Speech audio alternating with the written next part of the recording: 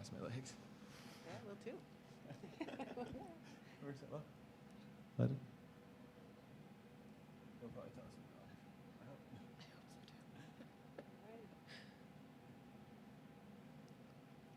When we get a thumbs up, we'll Say something. yeah. All right. Good morning, Norse Nation, and welcome to Marty's. We're broadcasting live from Luther College, and it is Giving Day 2017, and we are just thrilled that it's here, and you're joining us hopefully live and will be throughout the day. My name is Megan Torkelson, and I am the Assistant Director of Annual Giving here at Luther, and also your gnome in chief for the day. I'm a 2005 grad, and just thrilled to be here. Joining me this morning, I have a couple of special people on stage. We have President Paula Carlson joining us for a little bit this morning. Good morning. Good morning. As well as James Odegaard, who is our Student Engagement Coordinator. So Good morning, welcome. everyone. Good morning. So as we're kicking off the day, I mean, we did this. This is our second annual Giving Day. This is my first year being part of the Giving Day team. So I would love to hear from both of you what you loved the most about Giving Day last year and what I have to look forward to this year. You have a lot to look forward to this year. 8 to 8 here live streamed, going all day long and connecting with alums and friends of the college all across the country and around the world. Very exciting to see the notes come in, the Facebook postings, the tweets, and see that people all over the country, all over the world are connecting with us back here at Gnome Base. Yeah, it was a pretty wild ride last year. We didn't know what to expect. We didn't know if it was going to be successful. We had, we really hoped. We really were looking forward to see what the Luther community could pull together. We know they're a strong community. We talk about that all the time here on campus and across with all of our various alumni connection lunches and all those things. We see how well we all band together. So we didn't really know what to expect last year, but it ended up being a hugely exciting day. We don't have to talk about totals from last year because we're excited about this year and we'll keep moving forward with that. But I have to say my favorite part from last year was probably putting together this whole live stream. We really hope that people are tuning in throughout the day. We never, we were watching the comments, we're watching various things all day from social media. But last year was pretty awesome just to see, first of all the fun acts that we had up here for the live stream, but then how many people were just engaged from off campus that were all just tuning in and sharing all their posts on Facebook. It was a fun day. Yeah, it was really fun to watch the challenges come in. That was one of my favorite parts of last year. And here on the stream, I know you kept everyone updated, but we have, for instance, the 50 state challenge, and all day long we're watching for the states coming in and cheering for Rhode Island, rooting for North Carolina, wanting to see each of those states be colored in blue to show, we're going for Luther. So I look forward to that again this year, is watching that 50 state challenge come in. Yeah, we're looking at you, Montana. Was that one we were waiting on last year? That's So Montana, if you're out there, it's time. Make a gift now. That's right. It's a big That's space great, on the map. We love to see that colored in. Yeah. That's great. Yeah, today I think I'm just really looking forward to getting to connect with so many different faculty and students doing these interviews here on the live stream. And since a lot of my job leading up to today was working with all of our amazing alumni, and so many of them volunteered to be a part of our social media team. So I know there are just hundreds of Jerome gnomes out in the world, and I'm looking forward to seeing everybody's posts on Facebook, on Twitter, on Instagram. I already saw some gnome traveling from North Carolina to DC. He was hopping on a plane, so I saw. Great. Yeah, we've seen lots of pictures. Keep those pictures coming in all day. We look forward to seeing what his activities are throughout. If you're having various happy hours and things, we'd love to see him out there. Yeah, I know there are quite a few parties happening across the country, and there may be some that come up spur of the moment too. So, and then don't forget, if you are posting on social media, add the hashtag, hashtag LutherGives17, as you can see right here. I'll Vanna White for a minute right in front of me. So just make sure all of your posts and photos get that hashtag so that we can share it with our whole Luther family throughout the day today. One final question for both of you. Our folks have probably seen this year, Jerome has a new look. What do you think? Oh, pretty spectacular, I think. Yeah, I think he fits in here well at Luther with his little Norwegian sweater. He looks great. Yeah, he's looking dapper. He's really taken to the Decorah community, I think. Right. Love the smile on his face. Yes, absolutely. Great. Well, Okay. I think at this point, President Carlson, I know you have a lot of work to do today, and I know we'll be getting to see you a couple other times throughout the day today. Right. So thanks for joining us this morning to help us get things kicked off, and we'll look forward to connecting with you throughout the day. Of course, my office is just upstairs, so Yeah. I'll come down a few times during the day, see how things are going, and check in and say hello. And thanks for all you're doing. And here we are at 8:00 whatever, and Yeah. we'll go until 8 tonight. Look forward to that. Here we go. Thank Okay, you. Thank you. We'll Thanks, leave the mic President with you. Carlson. Yep, I'll take that. All right, so we've got a James, giving day coming up today. Let's have a giving day today. This Yeah. is going to be great. I mean, yeah, we're here in Marty's from 8 to 8, but fundraising today will go, we started at 7, and we've already had some gifts come in, which is phenomenal. Thanks to everyone who was either up early or those of you who live on the East Coast and just jumped right in, and we're excited to be part of this. And we will continue until 10 o'clock tonight, Central Time. So we'll be here watching, hopefully that number continue to tick up and things continue to come in. So Yeah, so a little background on how this whole Yes. how this whole thing came together. We started off a few years ago. I think it was NPR that kind of had a call to action saying that all nonprofit organizations should be having some sort of singular day of giving, something like that. And Luther thought, we're a nonprofit organization. We deeply value the annual fund and what it goes towards, which we'll talk about in a little bit.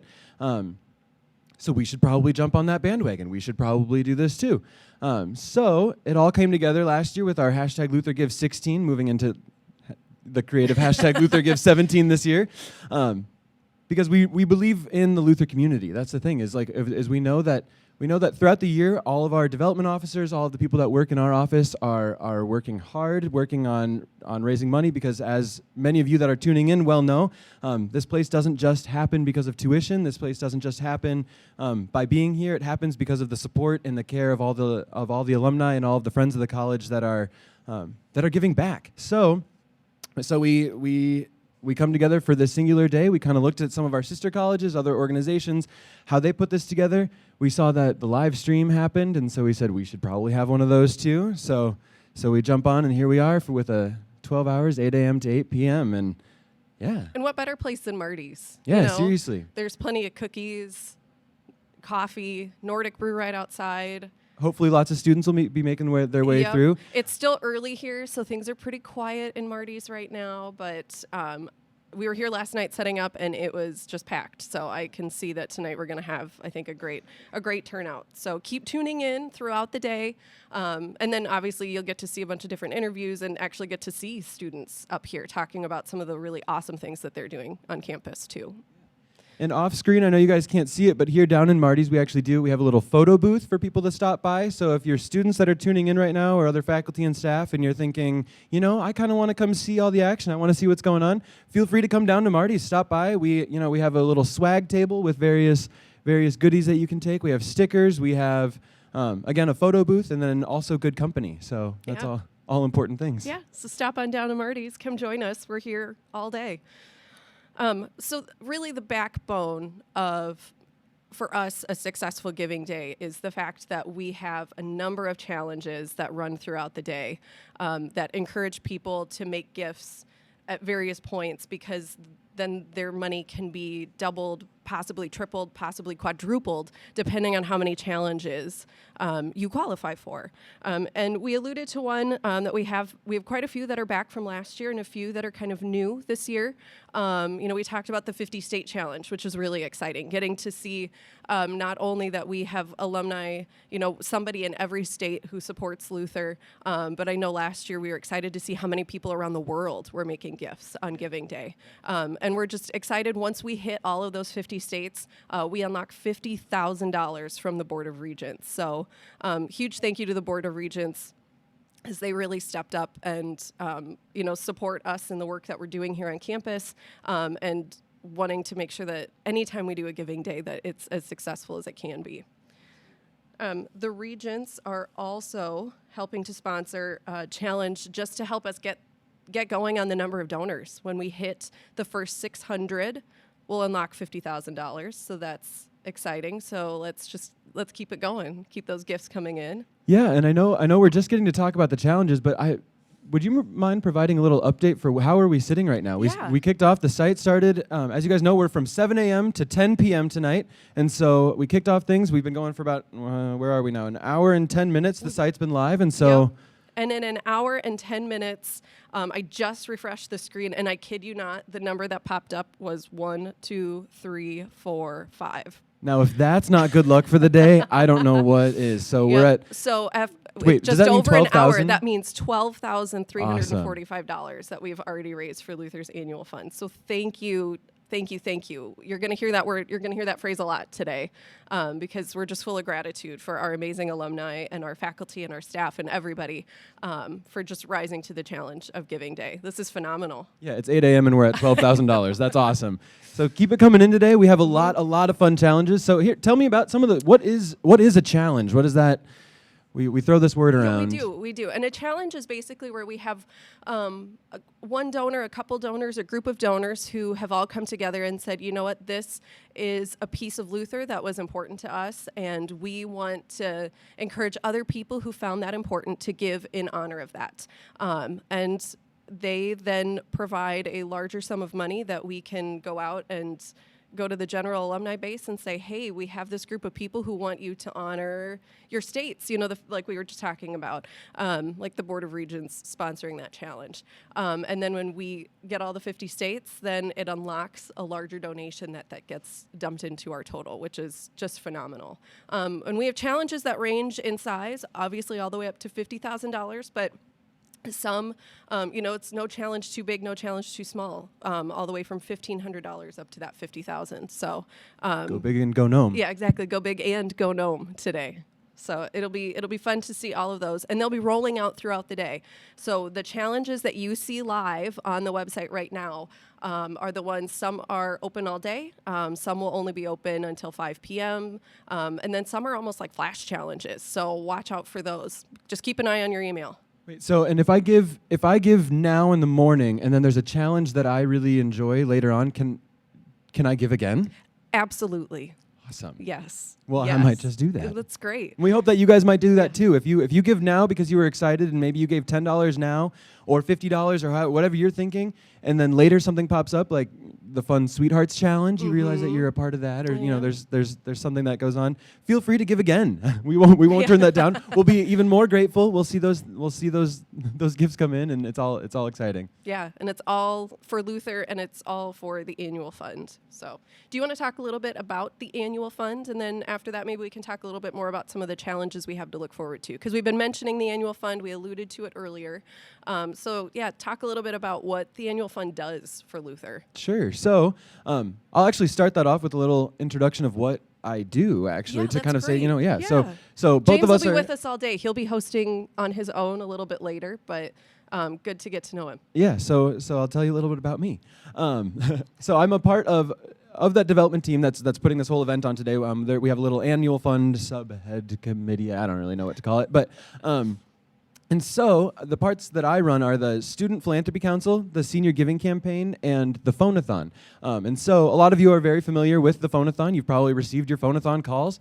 And so a lot of what goes into that is training the students and training and talking about why it's important that you who are all giving back today, why it's important that you're doing that, why hopefully you and we, I should say we both are givers to the annual fund. Mm-hmm. And so we talk about why that's important and what that all goes towards. And so the biggest thing that we always hit home is the fact that when you're giving to the annual fund, you're giving to the students. You're giving to the on-campus experience and off-campus. It goes towards everything. It goes towards campus programming, residence life, campus ministries, counseling services, health services, you name it. The money goes there. But the thing that it really helps out with most is the students. It's giving to them. It's helping them have the experience that we all had as we were students. I'm a 2015 grad, so I benefited directly from the annual fund from all of your gifts in the past, and as I'm still here on campus working with the students, we still benefit every day from everything that you guys are giving back. So sincerely, thank you from the bottom of our heart. We like to say, the little catchphrase that we use is that it's a gift that goes where it's needed most, when it's needed most. We talk about the gifts of the annual fund being unrestricted dollars, which means that they are available to go anywhere. So if somebody on campus needs assistance, if anything, if there's any sort of projects going on, say there's a new microscope that the science lab, that a lab in Sam Hoff needs, that's somewhere that they can start to look. And again, it's bringing presenters to campus. It's helping our students, open their minds to all possibilities of the world. Together students that put together big ideas that are really excited to go out into the world and set those into action, and the annual fund is what makes that all happen. So does that answer the question? I think so, yeah. Yeah. The annual fund is just a really important part of fundraising, obviously, here at Luther, and getting alumni to participate in giving to the annual fund is just amazing. And obviously, again, thank you to all of you for being part of this day and supporting us in this important fund that just supports all aspects and all the people here on campus at Luther. Yeah, and I suppose I should mention in there too, it's gifts of all sizes. That's the thing, is we have gifts ranging from $5 to $10,000, and those are all towards the annual fund. All now $25,000. Yeah, from individuals, which is amazing. Yeah. But again, even those smaller gifts, they are hugely impactful. I talk about it with the students all the time that we focus on the participation rates. We focus on how many alumni are giving back, because Luther has a really excellent participation rate, and I talk about that all the time with them, because it's really awesome. It really shows them how much of our alumni base loves what they experienced at Luther and loves to think about Luther positively and loves to engage with the outer world about their experiences at Luther. And again, giving back to the annual fund is just one of the ways that they do that. Other ways are, through just talking well about Luther and coming back for Christmas at Luther, coming back to visit the campus on a day like today. All of that is all part of our alumni base, and it's pretty incredible. Agreed. So we've been alluding to, and we talked a little bit about some of the challenges. What do you think we should probably talk a little bit more about some others that are coming up later today? You guys who are tuning in this early into the live stream can get a sneak peek. I mean, I know we've been emailing it out and stuff too, but I think it'd be good to recap what we have in store for us today, because it's going to be a really great day. Yeah, absolutely. So we've talked about the Go Big and Go Gnome super awesome Board of Regents challenge, at least a couple aspects of that. Thanks again, Board of Regents. Yeah. One final piece to that I haven't mentioned, they are also doing a faculty and staff honoring piece to that challenge, and they did it last year, where if you make a gift in honor of your favorite faculty member, your favorite professor, your favorite staff member on campus, your work study supervisor, whatever. One of us. Be one of us giving an honor of your annual fund team, whatever you want to do. The Regents will match all of those gifts up to $50,000. So, and it's a fun way to get to say thanks, too, because we are sharing your messages with those faculty and staff throughout the day today. So make sure that you're including some nice notes for them, because they are going to get a chance to see that. So. And it's super, super easy. All you have to do is type in their name, and your money is dollar for dollar matched. Is that right? Yep, that's right. So all you have to do is type in a name of somebody that you are grateful for on this Luther campus or as a part of your Luther history. Be it Uva and Ruth. That's a huge one that they talked about last year. They got a bunch of donations in their honor, which is awesome. And they're faculty emeriti. And people really were moved by their experience with those two professors on campus. And so they gave an honor of them. And all you have to do is put their name in there, and your money is doubled. So if you're giving $50 on that day, that's another $50. So your gift in total from just typing in someone's name goes up to $100, which is awesome. It's amazing. Yeah. So yes, again, thank you to the Board of Regents for really going big today, and helping us honor all those people who help really make this community work on a daily basis too. And that goes for you faculty and staff who are hopefully giving some today. If that's all happening, put another faculty or staff member that you are grateful for.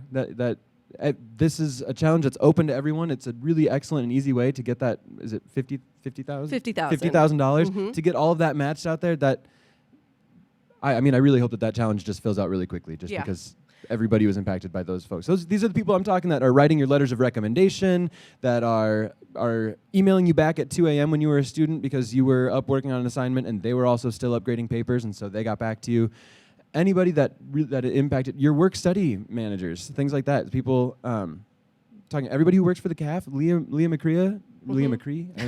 I always mispronounce that. There. Is she still back there? She's amazing. Oh, she's back there right now. She's amazing. Everybody always talks about their wonderful experiences with her.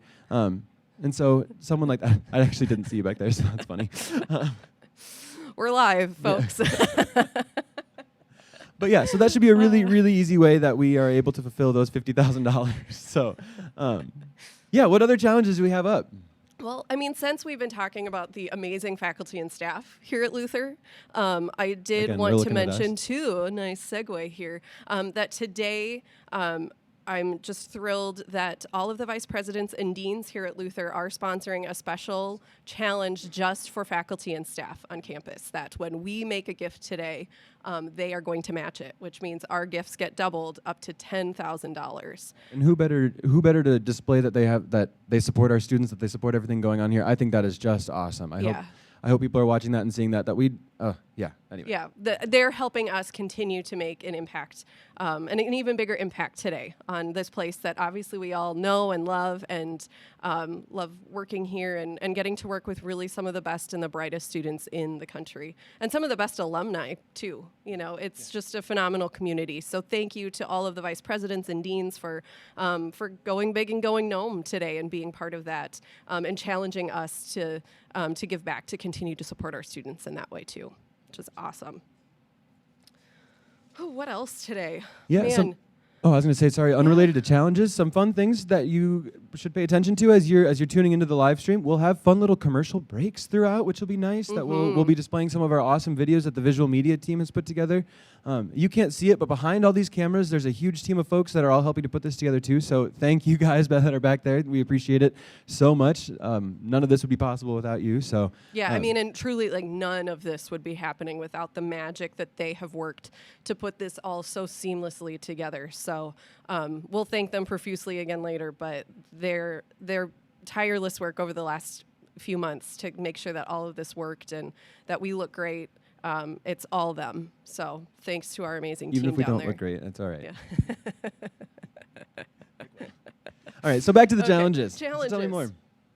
Well, let's see. So another thing that kicked off at 7 o'clock this morning, we have 5 different cities across the country that are competing. There's a couple, it's kind of a twofold challenge. We've got Decorah, Washington, D.C., Des Moines, Chicago, and the Twin Cities all have individual city challenges, meaning there are folks in those cities who have stepped up and said, yeah, we've got the best alumni base in the country. So we're happy to put up an amount and challenge others who live in this area to give back today. So that's phenomenal. And the thing is we have people in all different cities saying that they have the best cities of alumni. So we kind of pin them up against each other. Yep. And say who actually has the best. Who actually has the best. And then as part of that as well, those 5 cities are also competing in a city versus city challenge to find out who is Luther's gnome town. I mean, who has the best, who is the best alumni? Who is the best group in one place? Yeah, and I'm putting my money on Decorah. I'm hoping that we have a really awesome group of folks that are hopefully tuning in live right now. Yeah. If you are, hello, Decorah. We're here too. If you We're want to here. stop by throughout the day, again, Yeah. you're welcome. You know, I mean, Washington, D.C. They won they won last year. reigning champs. They're the reigning champs. So I know that all of our alumni out there are hoping to keep that. But I mean, I don't know. The Twin It's Cities, on I could see Washington. maybe giving them a run for their money. I mean, Chicago's a great area. I mean, it's been super windy here in Decorah. So and maybe that was Chicago taunting us. I don't know. That's good. I like that. Thanks. Sending it over the Windy City. The Yeah, Windy that's- City. Yeah. So we'll see. Des Moines, a great base down in our state's capital as well. So we'll see. So then that challenge will go. All of those challenges will be open until 10 o'clock tonight. And cities, just know that even if you match your challenge, keep giving because you want to get the highest number of alumni from your area, the percentage. We're basing it off of percentages. You want to get the highest percentage in order to win that Luther party in your town. And then you get a whole year of bragging rights that you are Luther's gnome town. And DC has really enjoyed that this past year. So, And so I may have missed it, but what exactly goes in? So what is the challenge? So we have people that need to give from those individual cities, but is it based on how many people are giving? Are they matched dollars, or what exactly is happening there? Yep. So for the individual cities, those are what we call unlocking challenges. So they have a set number of people from each of those areas that we're aiming for, and then it will unlock a larger sum of money So like in the Twin Cities, for example, when we hit 500 from the Minneapolis-St. Paul area, then it unlocks $6,000 for the annual fund, which is phenomenal. So, Which is great. And I remember last year we were calling up people from Chicago. So Chicago, if you're tuning in now, you're back. In. We'd love to see all of those cities hit all of those challenges. That would be awesome for that day if we could have everybody, pull together and make that happen. That would just be phenomenal. Yep. And if any of what I'm saying about any of these challenges is even remotely confusing, I'm just going to give a shout out to our amazing website too. It's luther.edu/giving/day, which if you're watching the live stream, you're probably on, but share it with your friends. And then also just click over to the challenges. You're on the stream page right now, most likely, but click over to the challenges page, and that's where you can read more. And then click through to read about specific challenges, see if it's something that you want to give in honor of today, and just help support Luther and our annual fund as well. So, yeah. This one is exciting. That's back this year. Everyone's favorite summer ice cream stop, the Whippy Dip. Okay, but to be fair, I'm a huge Sugar Bowl fan. I love the Whippy Dip. I'm not knocking on the Whippy Dip at all. Sure. But when it comes to ice cream, if I'm gonna have it, I love hard dipped ice cream. So that's the only place in town to get. Well, oh no, Happy Joe's, you can get it there too. They have it in 2 places. But my heart's there. But for all of you folks who are saying no, it's all Whippy Dip all the way. It's time to show James what's up. It's time to give and support the Whippy Dip challenge and remind him that the Whippy Dip is the best, because who doesn't love a giant cookie dough tornado or a crunch coke cone or Okay, to be fair, that cookie dough tornado is amazing. Right? That's the one with the real sugar cookie dough that they put in there. Ooh, it's so good. When does that open? Soon, I hope. That's a good question. We should tune into our folks who are helping. Are they helping to sponsor this? Yeah, and there will be some fun things related. Keep an eye on social media today, because there are going to be some really fun things rolling out and coming up. And some of them may have to do with the Whippy Dip. So stay tuned, and stay tuned to Facebook, Twitter, Instagram. Watch for some fun challenges there where you may be able to win some Whippy Dip. And so what is our actual Whippy Dip challenge that we have out on the site? Yeah, so the challenge is that anybody who selects that they love the Whippy Dip, so maybe not you, but I might still click it. but anyone who selects that they love the Whippy Dip, their donation will be matched dollar for dollar up to $10,000. Awesome. Yeah. Awesome. Yeah. So if you love the Whippy Dip, even if you like the Sugar Bowl a little bit more, they don't have a challenge today. So if you love the Whippy Dip, make sure to check that box as you're going through and making your gift. Even if you're lactose intolerant, check the box and get your money doubled. It's a win-win. Or deal with the stomach ache. Deal with the stomach ache. Oh, that's great. That's great. Oh, we've got so many good challenges coming up today. Yeah, so we've talked some about the challenges. Yeah. All right, so we have our team of folks over here in Marty's, which is excellent. Again, thank you guys who are all helping out over here. We appreciate it. Mm-hmm. There's another team of people that are all where are they? What are they doing? Tell me more. So we have a whole other group of people who are over in Gnome Base, also known as Loyalty Base. Hall. So hi, Gnome Base. We're waving at I you. don't know which camera, I know but you don't have sound on over there, but and they are just rocking it today too. They're over there checking emails, forwarding those messages that you're including on the faculty and staff honoring off to those faculty and staff. They're getting the emails sent out to you. They're sending thank yous. They're just making it happen. Like, they're working all the magic while James and I are sitting up here gabbing at each other and to you chatting away about challenges and how much fun we're going to have today. They're working hard and just really making it happen. So thank you to all of our colleagues who are over in Loyalty Hall, Gnome Base. And we'll try and do maybe some check-ins with them later today. We'll see what happens. It's exciting. Yeah. So yeah, thank you to all the folks that are over there. I know they're working away, and honestly, they're probably having a lot of fun. They have a lot of food over there. They'll be weighted on hand and foot. No, Yeah. they're doing a lot of work. There's a lot of things. They're working Should not really belittle it. hard. Yeah, They all are the working social, really all the hard. social media things that go out. Have fun with those. Share those on all of your pages. Remember the hashtag in case you forget. It's right here. Yeah, we have a lot of volunteers that are Plastering out it there everywhere. scattered across the world today, and so they'll be sharing things on Facebook. So as you see those pop up into your feed, go ahead and hit share on those too, or hit Yeah. like, do all those sort of things, all the support for that day. Any way that we can get that generated into people's timelines and for more of our folks to be able to see that. Yep. Even people who aren't related to Luther. We want to spread the Luther love Yep. everywhere. Yeah, let's turn social media Luther blue. Like, let's show them how beautiful this Luther blue is. Yeah. Great.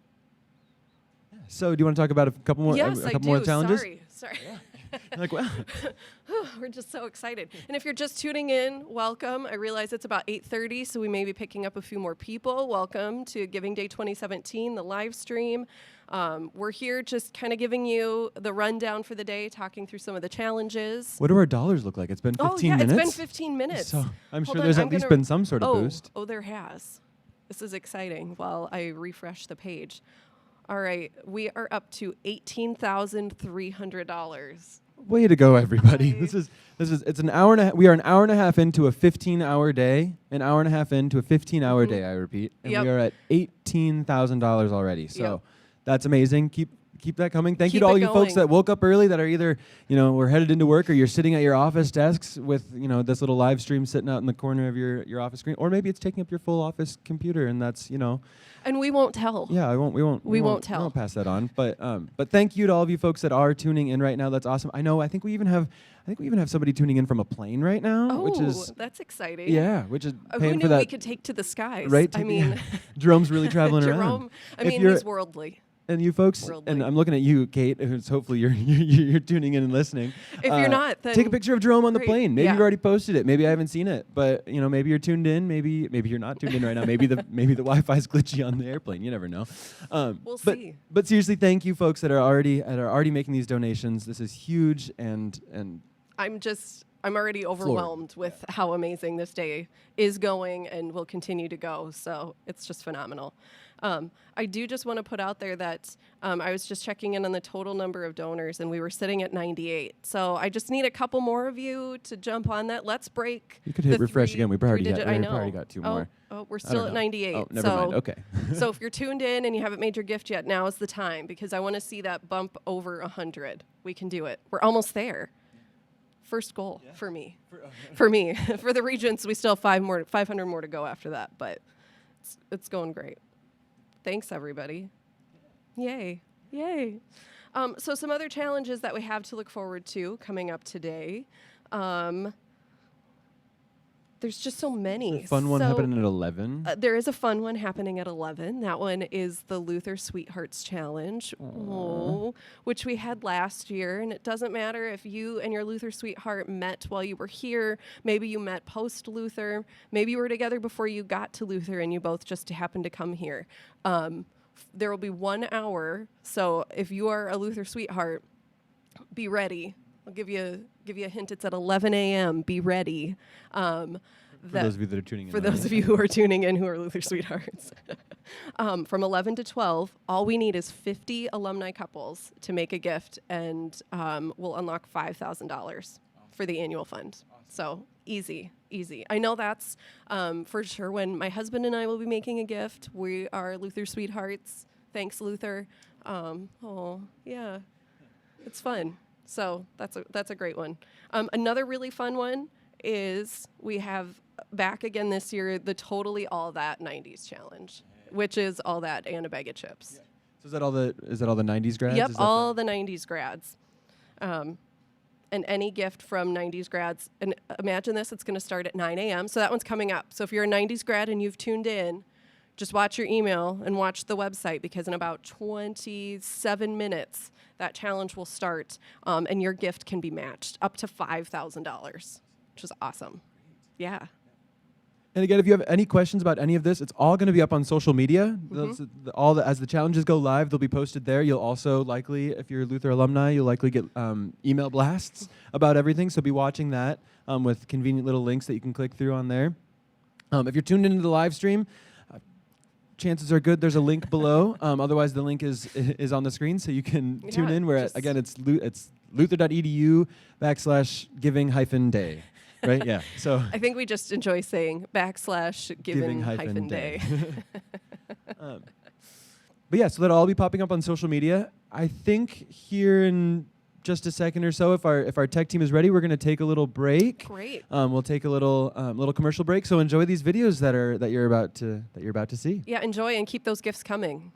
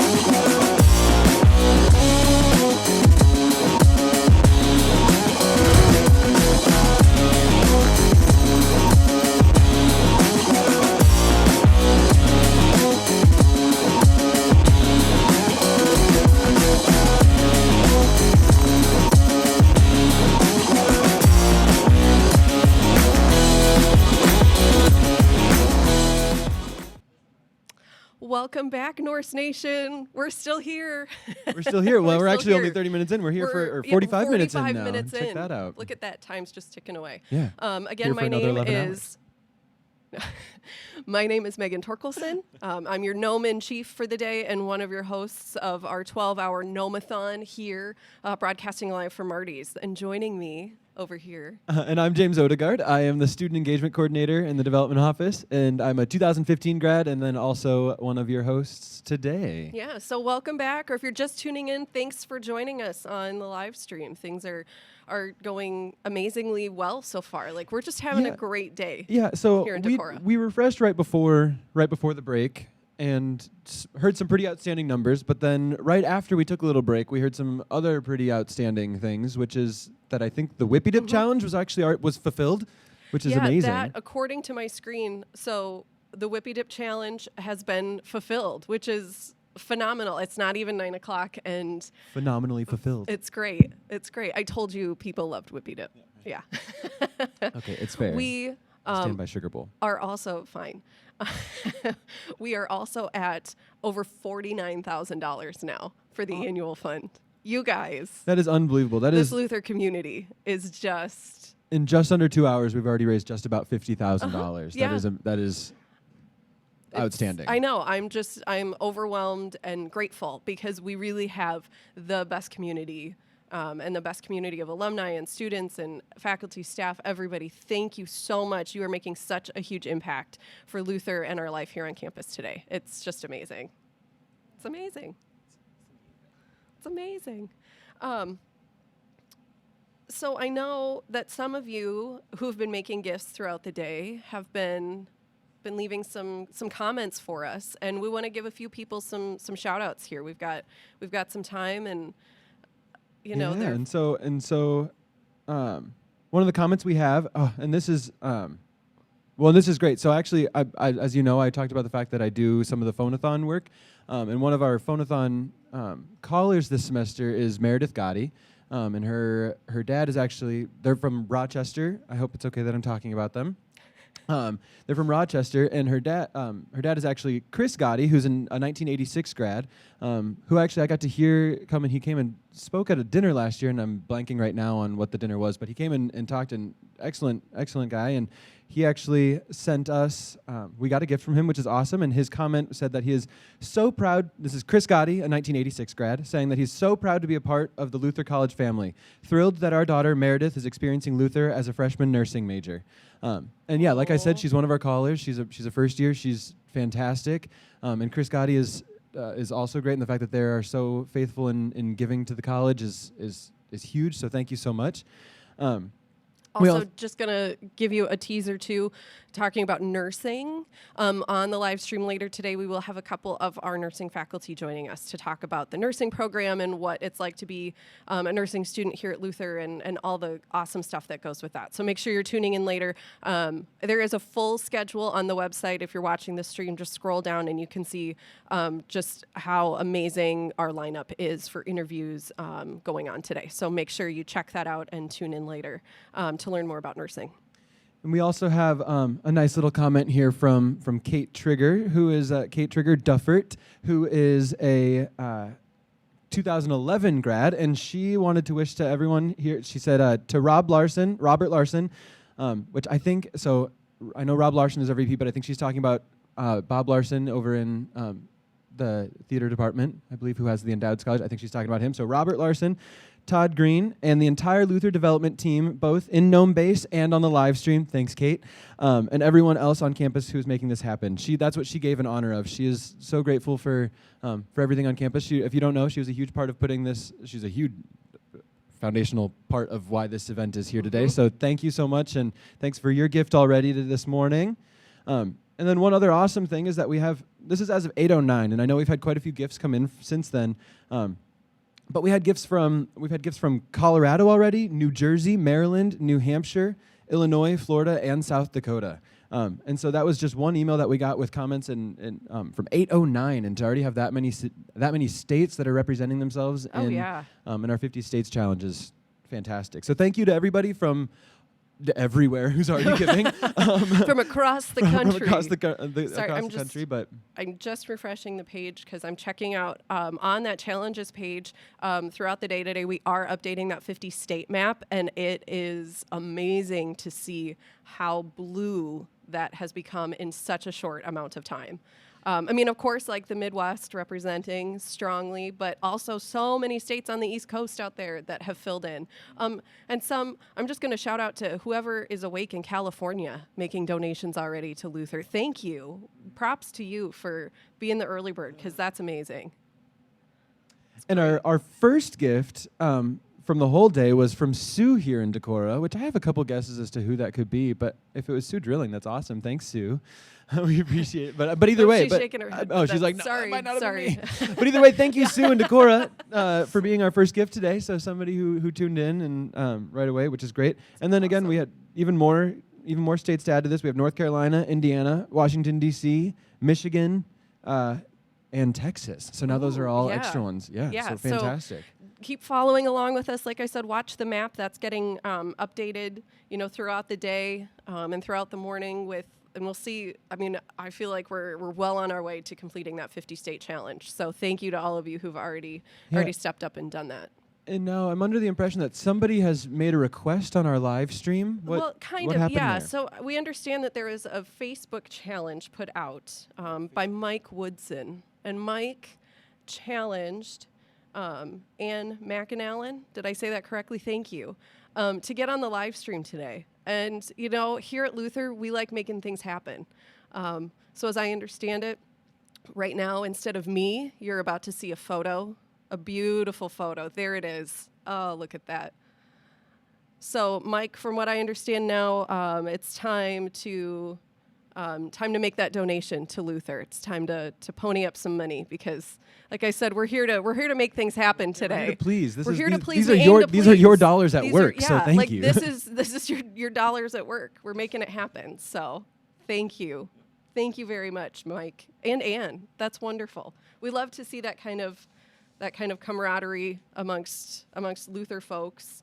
I just also have to mention, we'll be posting some great photos from DC, probably on social media throughout the day too. DC, as well as one of our regents, David Leitz, who's also a Luther grad, class of '88, he's pretty bound and determined that DC is going to maintain being Luther's gnome town. So Decorah, Des Moines, Chicago, Twin Cities, it's time to step it up because he is serious that the gnome is staying in the nation's capital.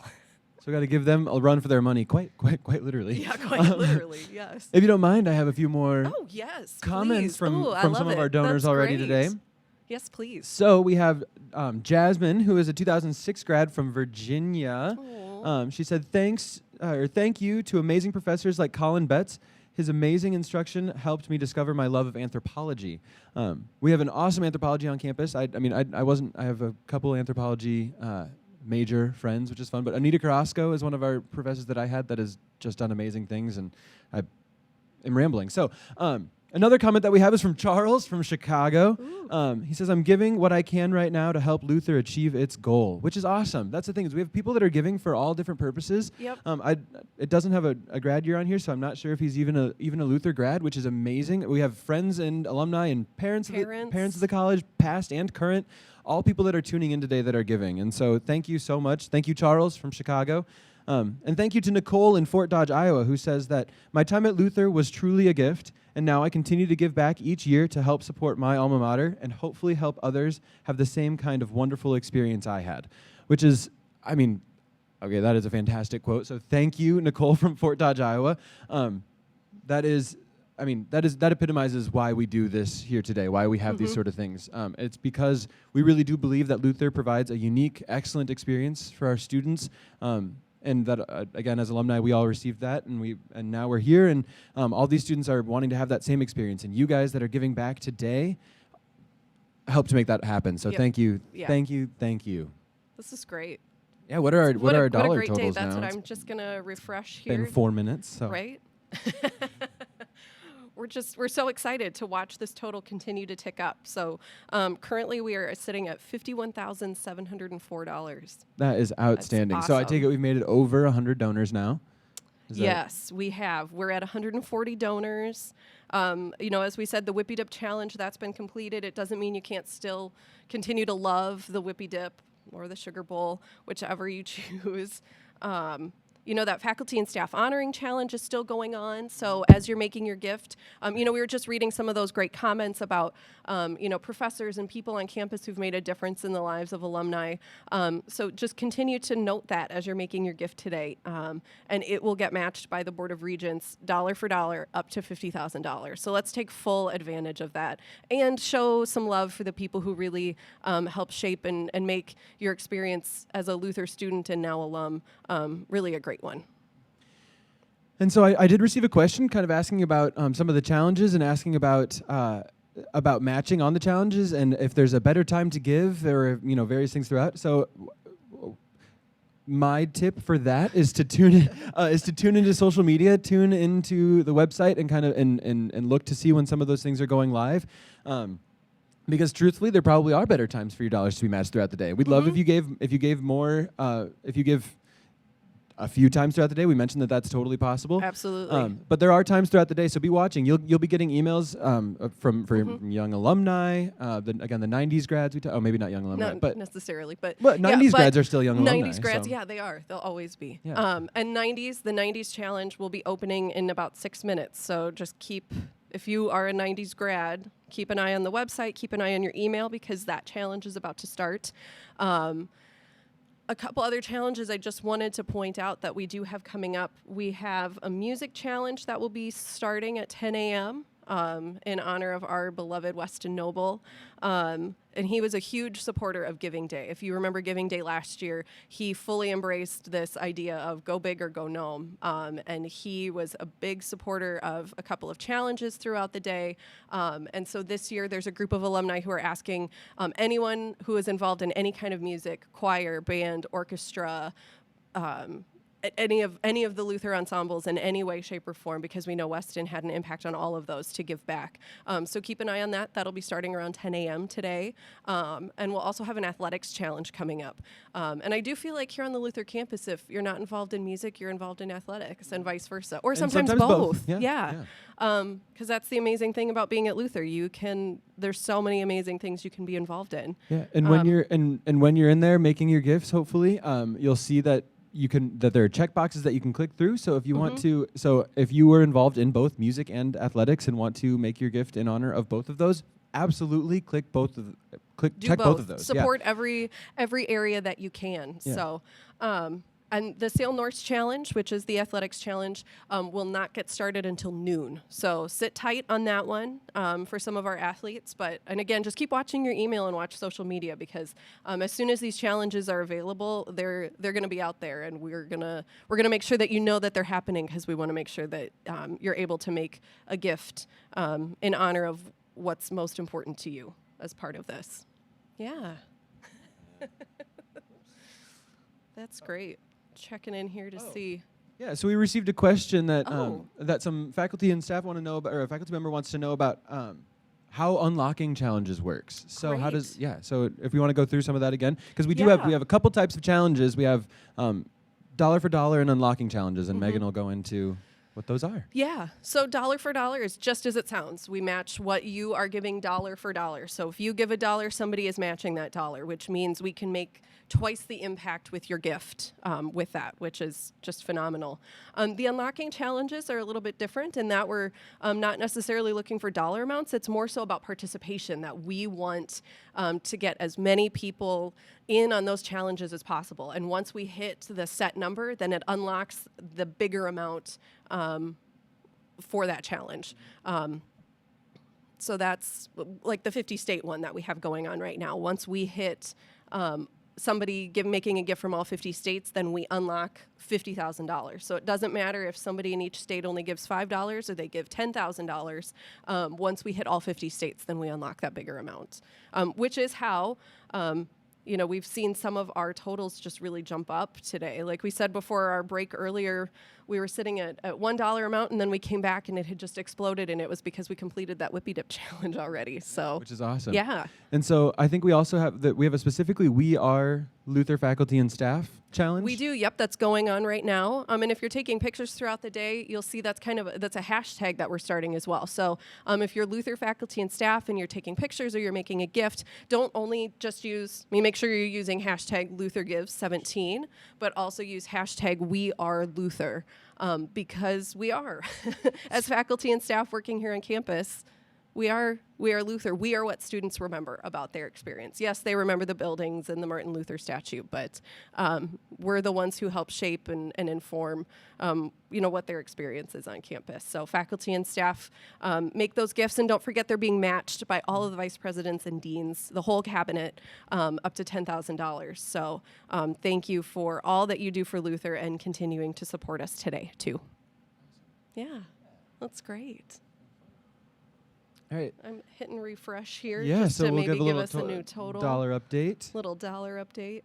So I figured we could take a moment. We are Yeah. live right now, and I'm going to take a live selfie of the two of that's us while we're great. here. So that's what we'll get. Make sure to get Jerome in there. Oh, yeah, seeing it?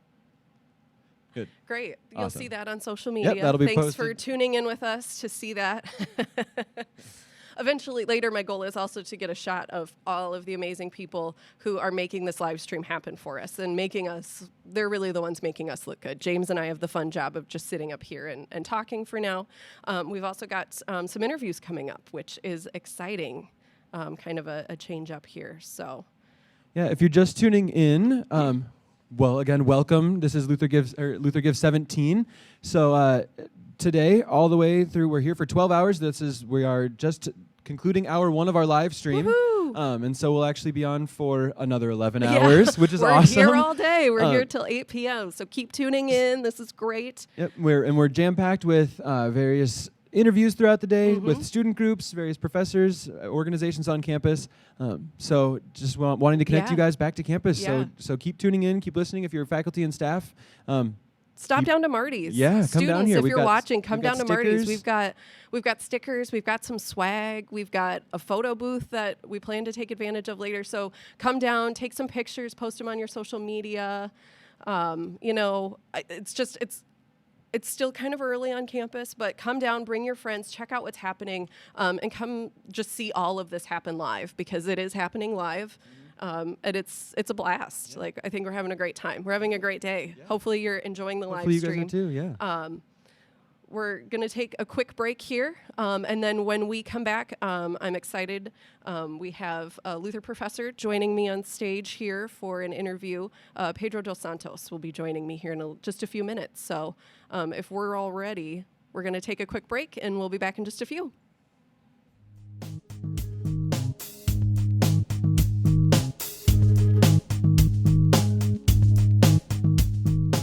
My name is Brad Miller. I'm a professor in the Computer Science Department. For me, teaching is rejuvenating because the field of computer science is always changing, it's always new, so I'm always having to learn in order to keep up with the industry. I'm always having to learn to keep ahead of the students, and so that's what makes my job exciting. I always tell my students when they're thinking about career paths that when they get out of bed in the morning and get into the shower, that if they're not thinking about what they have coming up for that day, that they're in the wrong line of work. And when I get up in the morning, I'm always thinking about classes that I have to teach, and I'm always thinking about the research project that I'm working on. So it's that excitement that gets me out of bed and makes me happy to do what I do. A lot of people will say that to be a data scientist, you have to be an explorer. And I kind of like that analogy because that, somebody gives you this giant pile of data, and your job is to try to make sense of it. You don't really know which direction you're going to go or what you're going to do, but you have that sort of explorer instinct in you to just try a bunch of things and see what pans out and what doesn't. And so I think this data science program is maybe the most liberal arts of majors that I could be involved with, because it really does incorporate skills and ideas from all over the campus.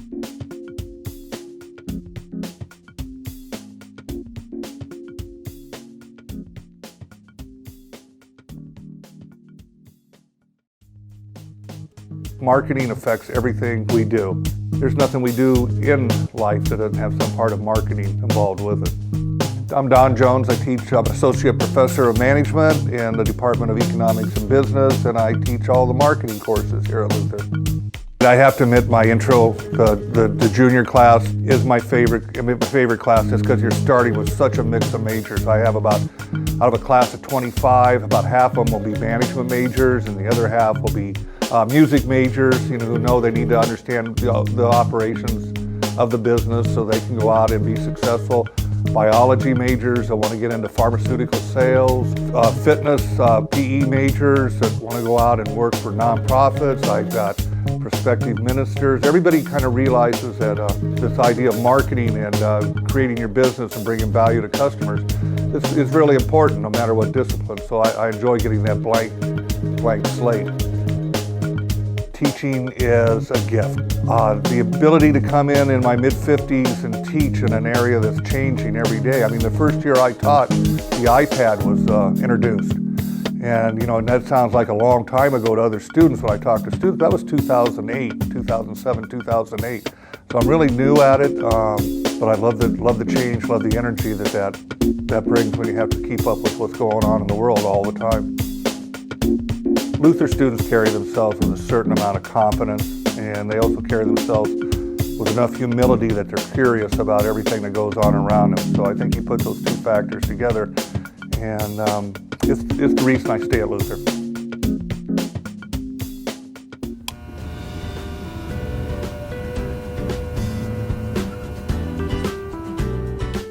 My name is Pedro dos Santos. I teach political science here and I also teach in the International Studies Department. I enjoy knowledge. So teaching allows me to learn more about things, allows me to learn from students and from students' perspectives, and allows me to teach people about certain things. I like the light bulb moments, when students are like, oh, I get this now. Oh, I never thought about this before. Those are my favorite moments. Luther students are really hardworking. That definitely makes a difference. Being able to come here, and interact with smart people, both students, faculty, and staff, is really what gets me out of bed. I have a lot of students that tell me that, oh, I'm not into politics, that that just doesn't excite me, or I'm not interested in it.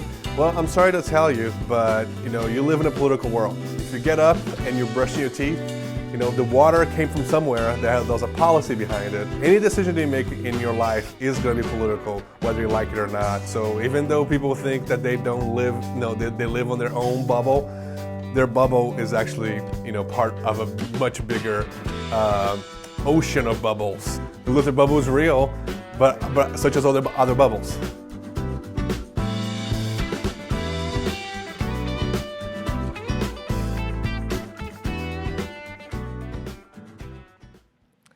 All right, welcome back, everybody. My name again is Megan Torkelson. For those of you who tune in all day, my apologies. I'm going to say that many times because I know there are some of you who are just tuning in to join us.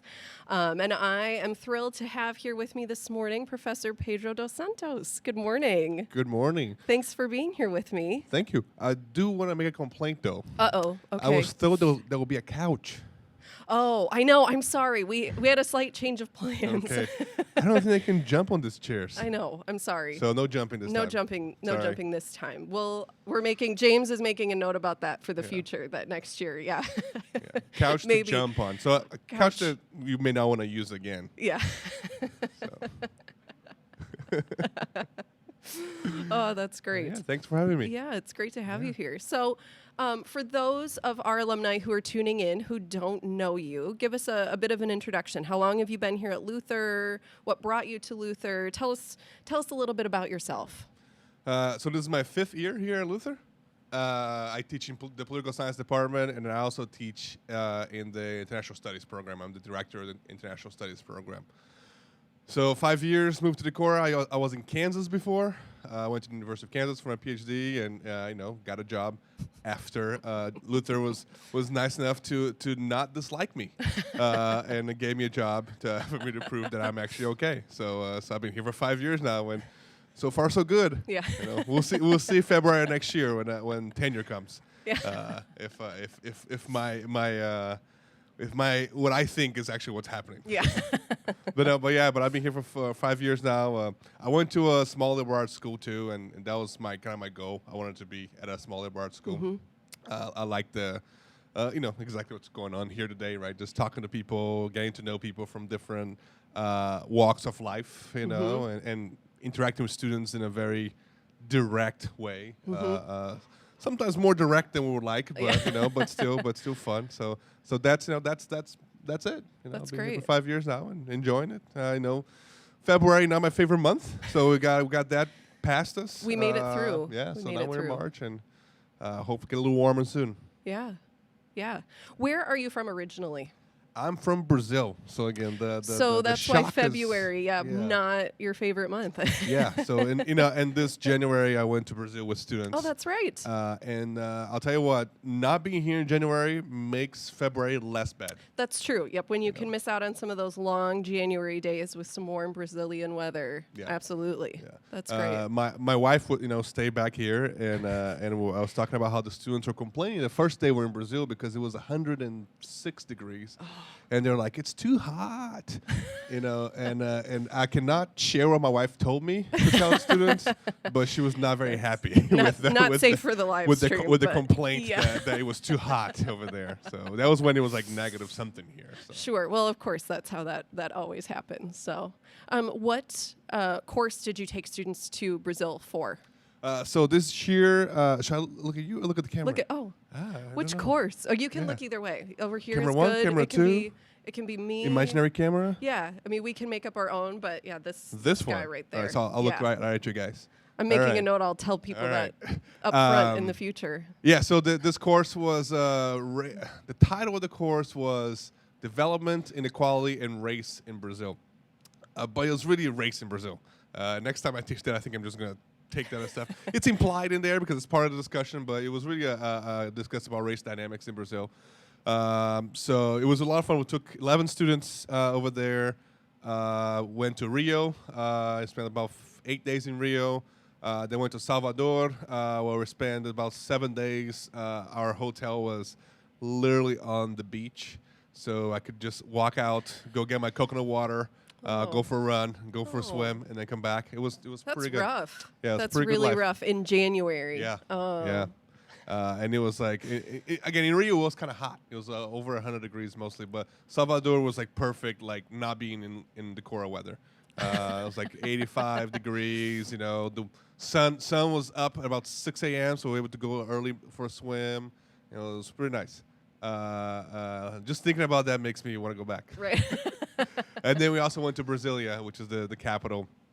Spent about 4 or 5 days there going to talk to government agencies and things like that about these discussions about race, inequality, and other things. So Brazil is going through the biggest economic crisis in its history right now, and which exacerbates also racial issues and racial problems that happen with that. So it was a really good course. I think the students got a lot out of it. And again, you get to know students for good or for bad more than you would like to. It's true. Yeah, one of the things about traveling with students is, you all learn a lot about each other when you travel together. That's great. Actually, I was on Facebook this morning and I saw Anna Fierman had her Luther Gives thing up already. So she had a Yes. picture of her with the little gnome showing up on the side.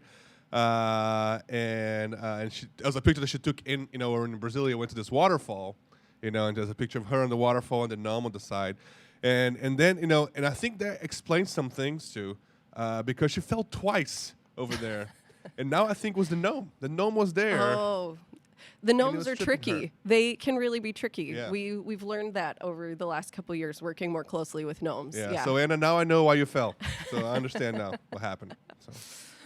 And those of us on the annual fund team know Anna. She is one of our amazing student workers, works over in the development office. She's also part of the Student Philanthropy Council, and just awesome. So hi, Anna. We love you. It's great.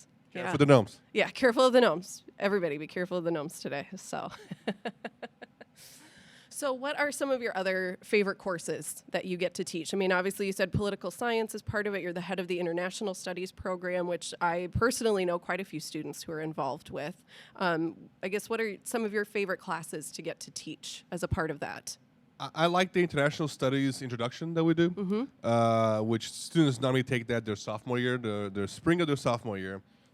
So they're, I tell them they shouldn't be worrying about, but they should, about what they're going to do after Luther, right? So we get there, we sit down, we spend a lot of time talking about the different disciplines, which is a big part of international studies, understanding from different perspectives, so how issues happen in the world and all that. But a part of the class is vocation, and I think that's my favorite part, right? Because I joke that international studies majors are students who really like to travel but have no idea what they want to do with their lives. So we just kind of help them navigate that and figure out what they're going to do with it. So we spend a lot of time, talking about professions that they can do and things that, some of them have a general idea they want to do NGO work, for example. So we talk about that, what that means and all that. So they do some profiles of companies they may want to work for, and also companies they don't want to work for, and why. And we kind of discuss this, again, trying to the discovery of like what you want and don't want to do. When as your junior year and senior year comes your way. So I like that class because of the time, because there's a lot of sophomores where, again, some of them are thinking about this and freaking out about it a little bit, and some of them are not, and then they realize they freak out about it a little bit, right? And it's just a good space to freak out together. Yeah. So I like that. Great. Yeah. And I mean, I remember it's been a while since I've been a student at Luther, but that was something that I think all alumni probably appreciate about their Luther experiences, that at some point you could tell professors cared, and you got to know professors, for better or worse, really well, and having that one-on-one time where you're focusing in on helping us figure out what our vocation is and what our purpose is and what we want to do in the broader world and how we can make an impact. So that's great that that's kind of built right into some of the classes that students can take with you too, which is great. And I think that's what I like about international studies, because it's so broad, it brings students with different interests. So we have like a wide range of students. We have some students who have a kind of background in business or like management classes. Some students who have a lot of social science, but then have some literature people in. Have some science people in. So the discussions are also really good. It's a discussion about issues, right? And actually this year Victoria Christman is teaching that course. So it's the first time in 4 years I don't teach it. Oh so my it's gosh. kind of a weird thing. But we're talking about it. Victoria's doing something really great where she's looking at just one issue, which is the Ebola crisis, right? And looking at how different disciplines are looking at that issue, right? So she's bringing like historians in, bringing people from public health in, bringing sociologists, political scientists to talk about that from different perspectives. That's right? great. So just kind of, so that class is really a lot of fun because you can do a lot with it, and it also allows students to explore their different interests as well. So that's great. Lovely. What other things beyond teaching? I mean, obviously, that's a big core of what you're doing here at Luther, but beyond that, what are some other things in the decor community and here on campus that you're involved with too? I'm also the advisor for the Model UN, Model United Nations, which it's a pretty cool group of students. They're very intense about their Model UN-ness. Yeah. We go every November we go to Chicago for the American Modern United Nations Conference, which is 3,000 people. Wow. So it's like over 100, schools with teams of anywhere between 7 and 15 students together. Normally we take actually one large group of 16 to 18 students, or two smaller groups that ends up being like 20 students or so. So we go to Chicago for 4 days. Right. Some students have never been to Chicago, so that's always fun. Yeah. And I love Chicago. Chicago's like my favorite American city. So you hear that, Chicago? It's time to step up and give to your city versus city challenge, because Pedro's giving you a shout out here. So show us what you can do. Yeah. But if DC gives more money, maybe I know like DC really wants to hold on to that. So step it up, Chicago. And I drive to Des Moines too. So to all of them. So we go there, and and students really get into it. You have to play a country, and it's just enjoyable. They prepare themselves throughout the semester, and then just kind of culminates with this 4-day nerd fest. It's awesome. That's great. How long have we had a Model UN here at Luther? Did it start before you Yeah, it's started here? definitely before Or me. I would say at least 10 years. Okay. So it's been going on. It was started by students, and they always need to have an advisor, Mm-hmm. and the advisors are as involved as they want to be. Sure. Right. And before Yep. me was Germano from the library. He was. And I think the reason he's told me the reason he was in is because the first year that they needed somebody was Brazil was the country, and Germano is also Oh. Brazilian, Sure, right? yeah. Germano was also my co-teacher for the Brazil trip that we just took, Nice. Yes, that's right. which was a lot of fun. You guys don't know Germano. Germano works in the library. He teaches Paideia, but he's also an ordained minister, like many people here that I discover as I get to have beer with people. Hey, by the way, Yeah, I'm an oh, ordained by the way. minister. But so he's also a Lutheran minister, Lutheran pastor from Brazil. So it was a really, really good to have him on a class as well because he got some interesting insights about religion that was not my wheelhouse. Yeah. Right? But yeah, so before it was him, it was Brazil, and he taught that for a while. He was advisor for a while. But then when I came in, that was something that I wanted to do anyways, and so they just worked out really well. That we had, students who were excited about it, so we kind of continued to do it.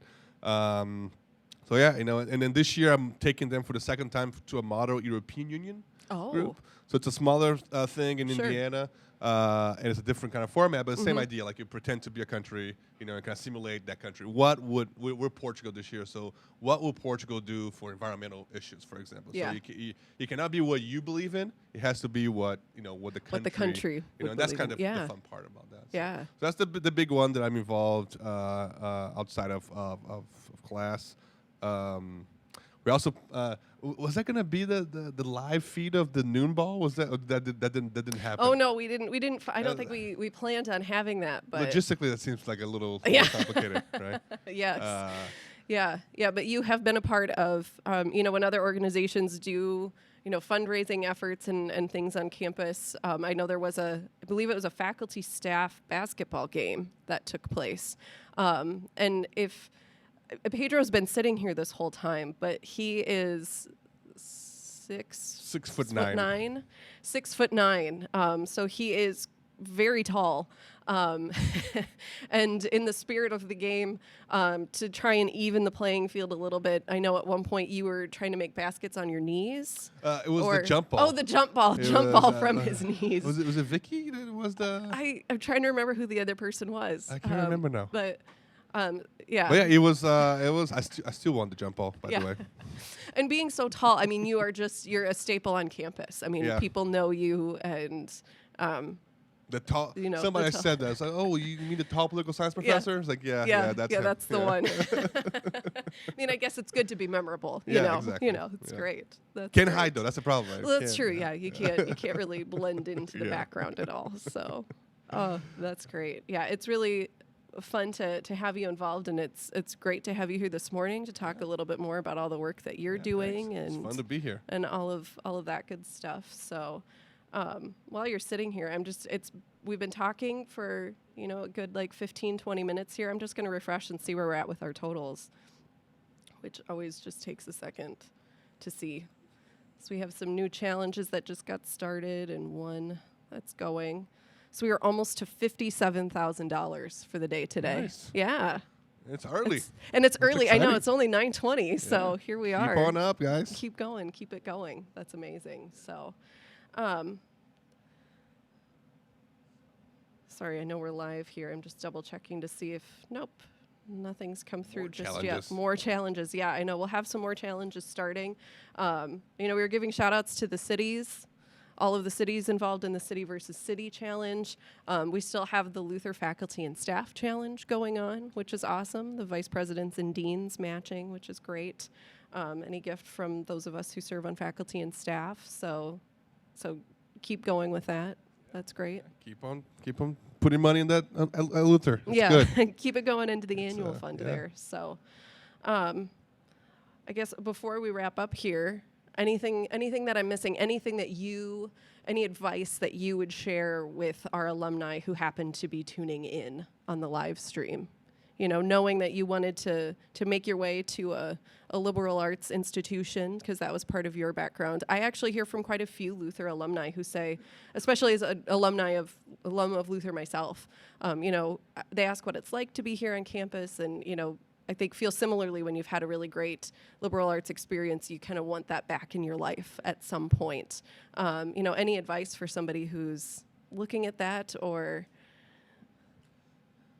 Yeah, and I'd say be careful though, Yeah. right? Because there's a thing about Luther and about the Cora that is very particular of here, and we always talk about this when we talk about marketing the place, and it's really hard to define it, right? It is. But I mean, I think part of it is because the Cora is kind of far away from other major, bigger cities. It's kind of sad when it's when my wife and I go, we'll go to the city, and it's really Rochester. Yeah.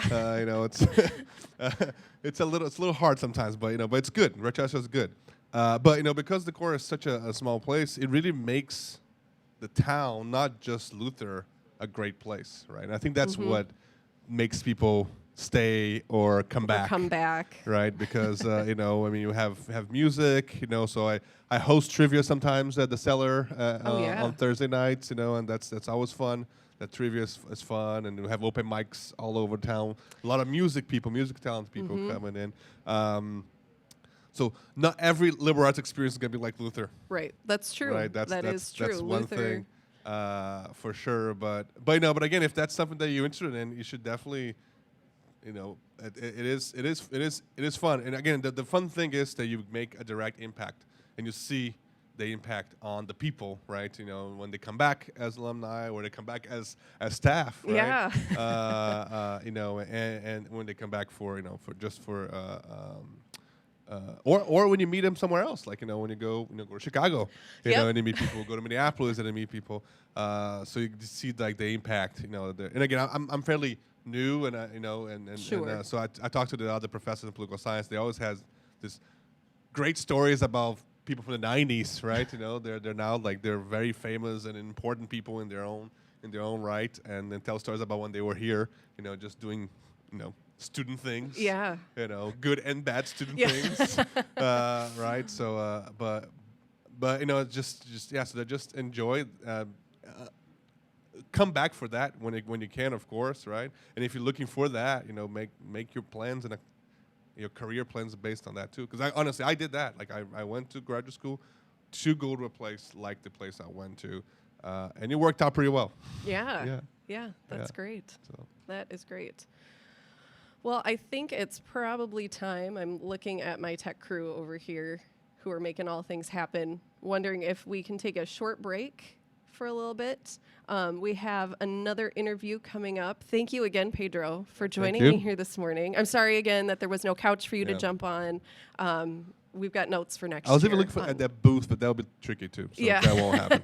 Yeah, some of these booths here need we don't want to mess up Marty's. We'd like to come back next year. So, well, thank you again for being here. Feel free to stop by again later today and check out some of the other interviews and stuff that are going on. So, we're going to take a quick break, and then when we come back, I will have Frederica Brooke joining me for an interview on stage. So we'll see you in just a little bit.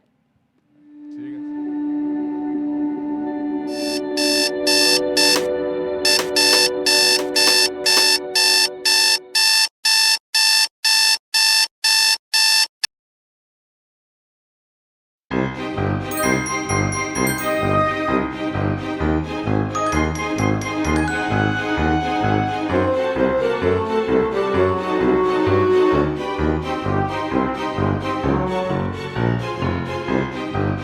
guys.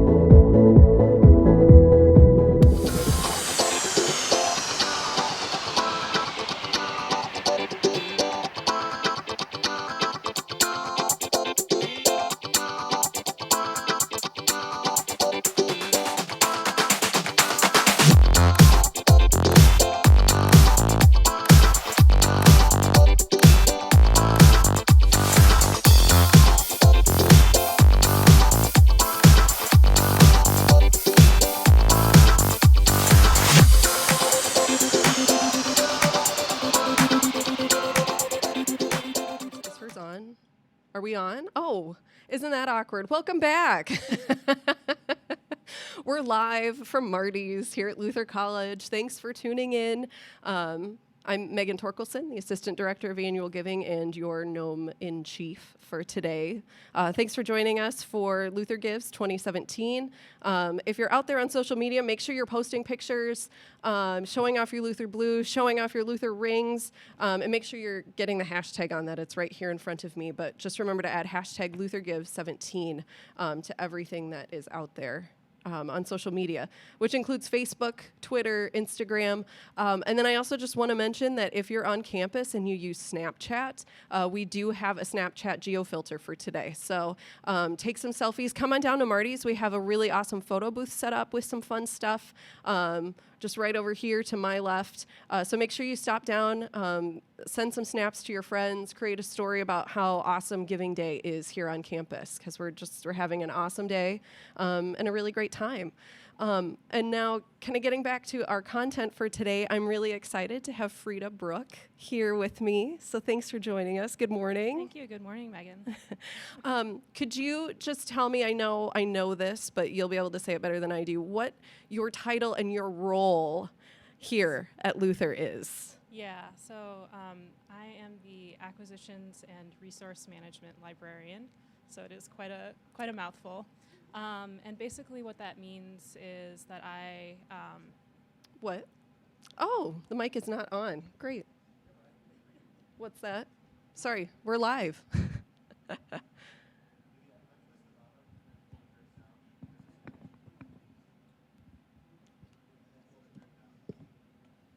Oh, here.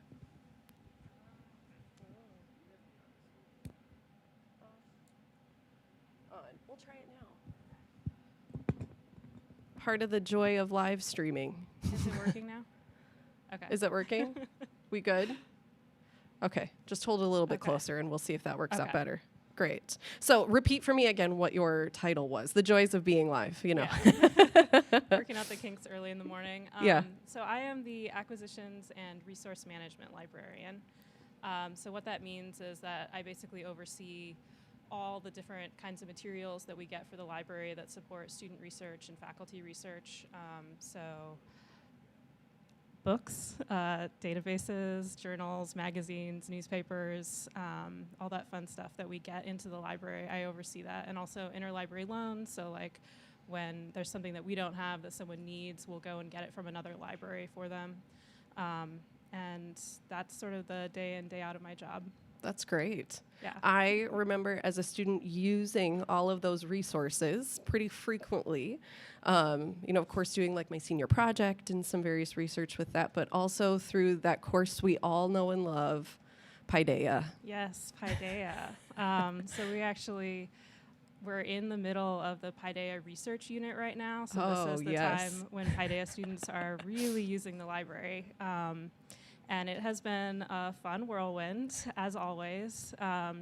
So in the spring, their research unit, every single class comes into the library and meets with the librarian for a class session, sometimes more than one class session. And it's, I think it's definitely one of the highlights of my year. It's a time when I get to work with individual professors with their research units and really think about like how to create specialized resources needed for those topics and getting to work really closely with the students on their first research paper. It's so much fun. Do professors, and I know things have changed, so I'm a 2005 grad, so it's been a while since I did Paideia. Do the different professors choose different topic areas then for their different sections? Yeah, so a lot of the Paideia course, everyone is reading the same thing at the same time, talking about it at the same time, but for the research unit, the professors each get to choose their particular topic, and often it has something to do with that professor's actual research interest. And so it really creates like a lot of variety in there in terms of like what I get to work with. So for instance, I worked with Professor Lauren Anderson, her class, and she is a professor of history and Africana studies. So her research unit was on U.S. 20th century criminal justice. Wow. Yeah. And like for that class, because she's a historian, and for her, primary sources are a really important part of her research. That's one of the things that we focused on with that class. And so when I was working with them, that's what we spent the class period kind of talking about. What is a primary source? How do you find them? How do you then create a research question around that primary source and find other resources to support answering that research question?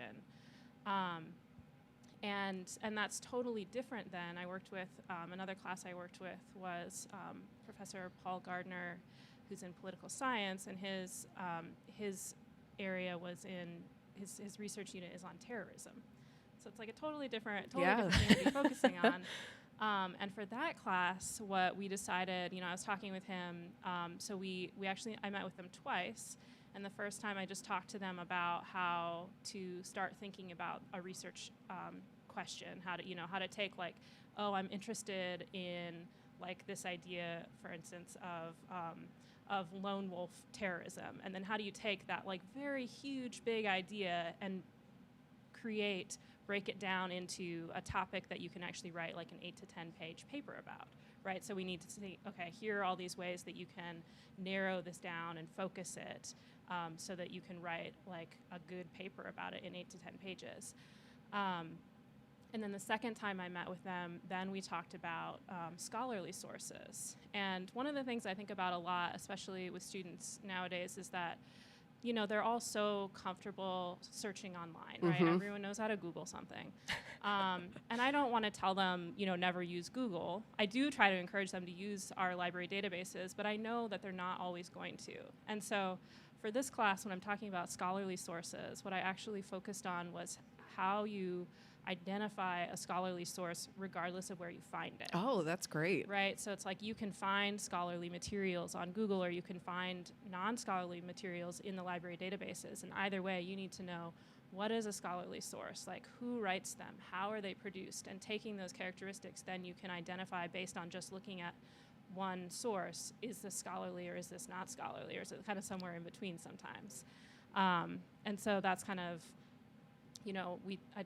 based on those two different classes, you take things in really different directions, depending on what their topics are. Yeah, that's great. It must keep your work kind of fresh then, because you're really basing it off of what, what the professor wants the topic to be, but then it's kind of, it just keeps things interesting for you. You're not always focusing in on one specific area. And yeah, it definitely does. And I also think, the 60 minutes or whatever that I get to meet with the students, I can't turn them all into expert researchers. So it's also a little bit about working with the professor to figure out what they're comfortable teaching and what I'm comfortable teaching within the concept of how to teach students to do research, right? So it's a joint effort between us.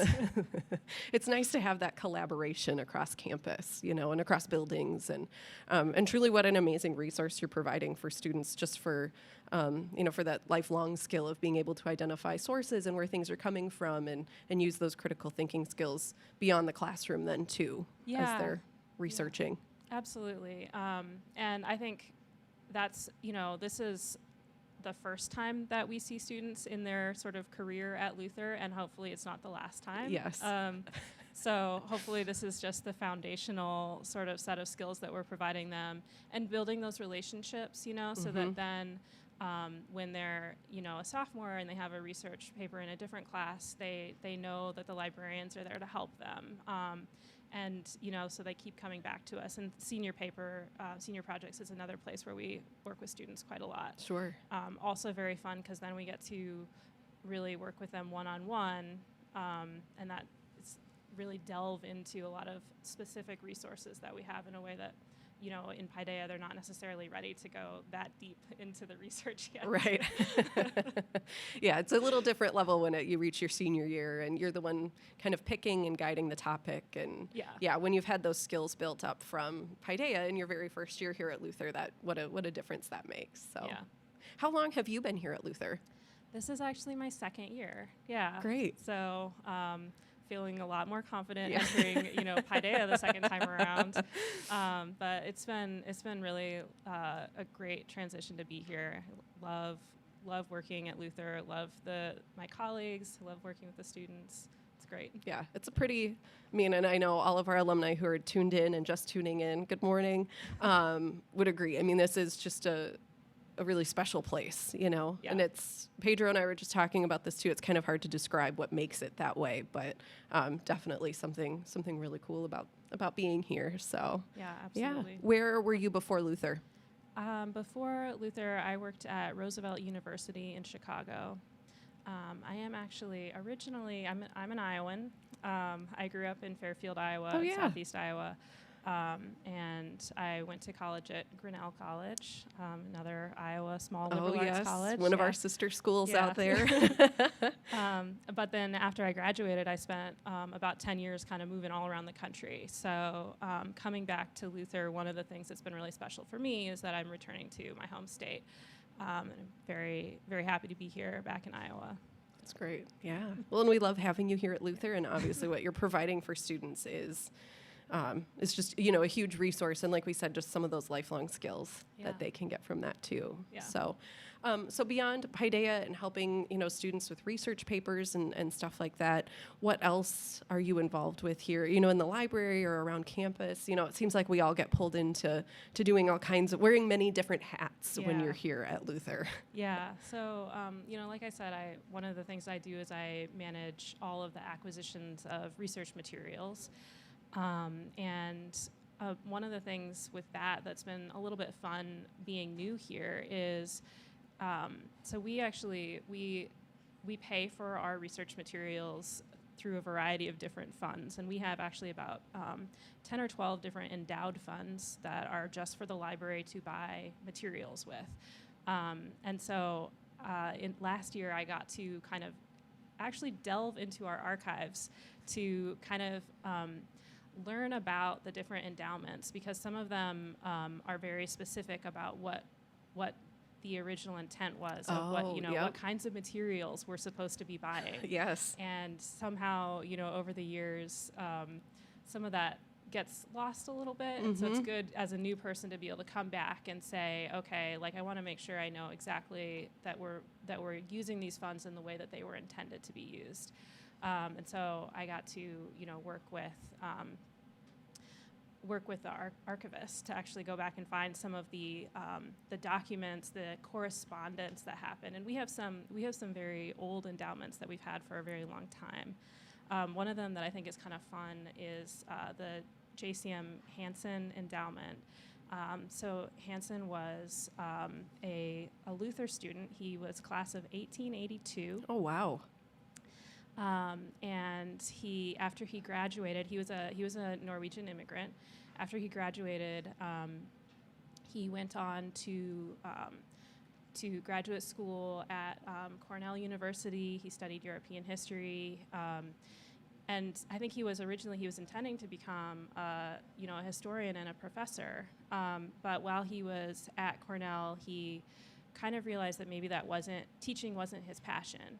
But he really enjoyed research, and he really enjoyed working in the library. And so after he graduated, he ended up going to work at the University of Wisconsin libraries.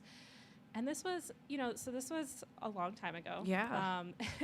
And in the history of sort of libraries, this was before a lot of the things that we think of now as being sort of essential parts of libraries. So at that time, every library organized their books in their own way. There weren't standardized systems for that. Sure. And so what he did at the University of Wisconsin libraries was he worked with them. They had about 50,000 volumes in their collection at that time. He worked with them to establish the way that they would organize their materials. And this is really important because, I think a lot of people think, oh yeah, well, books, you organize them alphabetically, right? But actually, that's not how we organize books. What you think you know is wrong. Yeah. Because if you organize books alphabetically, they're essentially random, right? So you have a book about history next to a book about physics next to a book about medicine, whatever. It's all random. And the way that we want to organize books in the library is so that books that are on the same subject are next to each other. Yes. And that gets very, very fine-tuned so that when you're looking for a book on a very, very specific subject, that the books next to it are on that same very, very specific subject, and it facilitates browsing. So that was sort of where Hansen started to specialize when he was at the University of Wisconsin. And then from there, he actually got a job at the Library of Congress. Wow. And they had, I think, around 800,000 volumes at that time. And so he was in the cataloging department. And so he was helping them then figure out how to organize their books.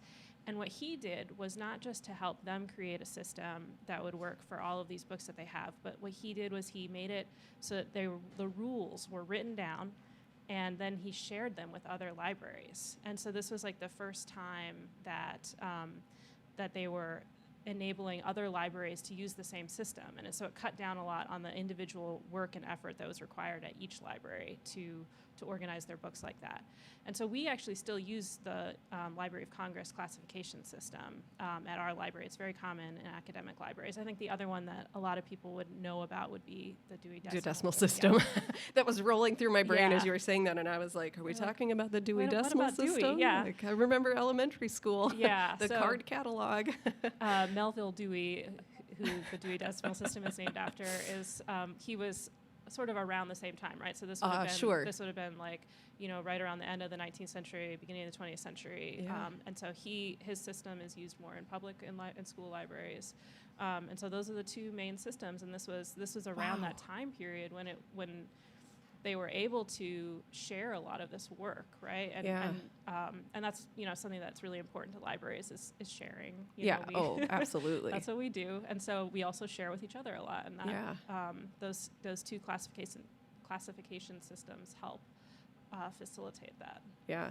So That's Hansen, incredible. Yeah, I'm just floored at knowing that we have graduates, even dating back to like some of our earliest graduating classes from Luther, who made such a huge impact on, you know, libraries and things across the. I mean, things that are still in place today that we're still using. And I had no idea. That's great. Look at that, Luther alumni. I mean, we've been making a difference for hundreds of years. So Yeah. So he was very important in libraries, and then also. He started an endowment for our library in order to buy materials, and the materials for his endowment are actually very specific to Norwegian studies. His endowment helps us to buy materials in Norwegian studies. That one, and we also have the Brandt Preuss endowment also specifies materials for Norwegian studies. And those kinds of endowments really help us to develop bigger, more in-depth, really premier collections that otherwise we wouldn't be able to as a small college. Sure. And especially, you know, as an undergrad college, we focus on undergrad research topics. right. But some of these endowments help us to create really more like world-class research collections in these particular areas. And so that's, you know, something that's very important in the way that we acquire materials and how we think about our role in the larger research community. That's great. Yeah, it's wonderful that Luther has this balance between having things like those endowments that can get very specific and give money to, you know, very specific areas and help support that. And also that we can have days like today, the Giving Day, where, you know, everybody, all of the donations that we get today are going to go into Luther's annual fund, which is our unrestricted fund. And so it's, you know, gifts that we can put to work right away on campus where they're needed most, you know, to support life on campus and scholarships and students. And just, it's wonderful that we have such a great balance between those two things. And it's all because we have such amazing alumni and support from faculty and staff and just people across the country. So, yeah. Well, that's wonderful. Thank you, Frida, for being here with me this morning. And I'm really just blown away right now. I had no idea that we had a graduate from 1882 who made such an impact on libraries across the country and probably across the world. And I just know that the work that you're doing is important, and you're providing amazing life skills for our students. And thanks for all that you do here at Luther and supporting students, especially during this busy time with Paideia, and for taking some time away. Sorry, students, if you needed her this morning. Thanks for letting her come join us over here for the live stream for a little bit. I'll be back in the library in a few minutes. Okay. Don't worry. So if you need a research librarian, Frida's on her way back over, so you can head over and see her. So that's great. You can feel free to just stay up here with me for a couple Okay. more minutes. Yeah. I'm just going to do a few updates, and then I think we'll take a break a little bit as we transition to some things here. Because you and I have been talking and I've been learning so much about some of the library's endowed funds and things like that, I just wanted to give an update that I just refreshed, and we have raised today, it's not even 10 a.m., and we have raised $62,670. So that's phenomenal. Truly like the most amazing alumni base in the world right here, giving money back to this really special place. So thank you everybody for that. We have completed the Whippy Dip challenge, which is amazing. Just a reminder to all you 90s grads who maybe are just tuning in that your Totally All That 90s challenge is going on. It just opened at 9 o'clock. Looks like we've got 14 people who've already made a gift in honor of that today, so that's awesome. And that will go until 1 p.m. So let's see if we can kick it up and get a few more gifts there, because we just need 150 people, and that'll unlock $5,000 for the annual fund, which is amazing. Looks like we're well on our way towards that 600 donor goal. We're sitting at 244 right now. Just scrolling through here, it looks like things are really well on their way. And I have to say, looking at this 50-state map, we are really filling that out in blue, which is amazing. And I hope that social media is also turning blue. During the break here, I know I'm going to pull up my own Facebook and Twitter and Instagram and just look and see how many of you are using the hashtag LutherGives17 and all the work that you're doing to make social media blue today, which is phenomenal. So thank you to all of you. Thank you again, Frida, for joining me. Thank you, Megan. Yeah. We're going to take a quick break. And then when we come back, more fun stuff coming from the live stream. So we'll be back in just a minute.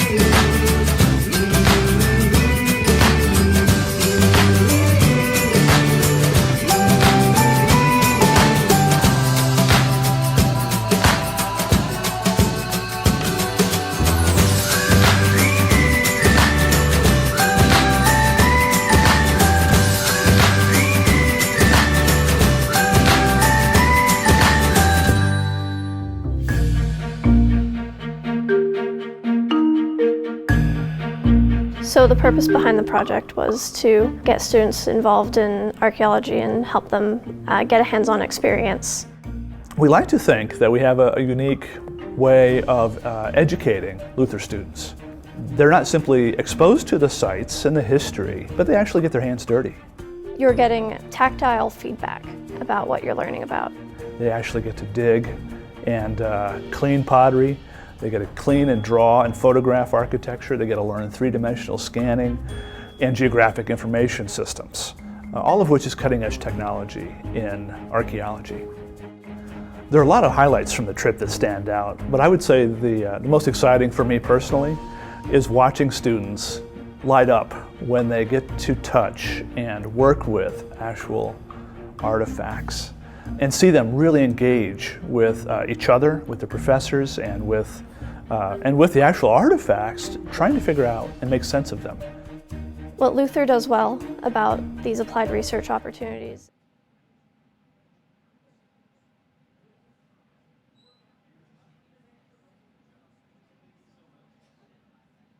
is that the professors let you learn. It would be so easy for a professor to simply tell you what you need to know about whatever you're researching. But in these opportunities, they'll give you clues to help you broaden your own understanding of what you're researching. To watch them just smile and get wide-eyed about it brings back all of the excitement of archaeology for me and reminds me of why I got interested in it in the first place.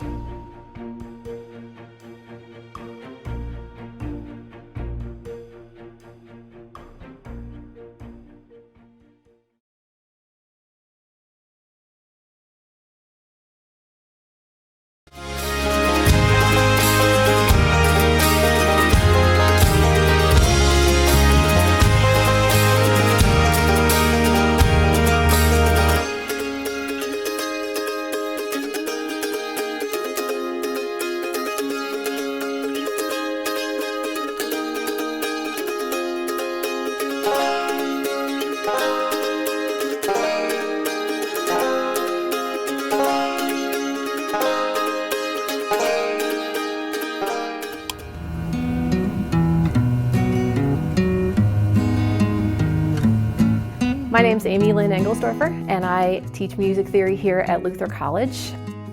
So music theory is usually considered the weed out class for young musicians, and I don't think it has to be that way. It's not just a study unto itself, it's a way to help enhance your art and bring your art to life. And so you don't have to just study scales for the sake of studying scales.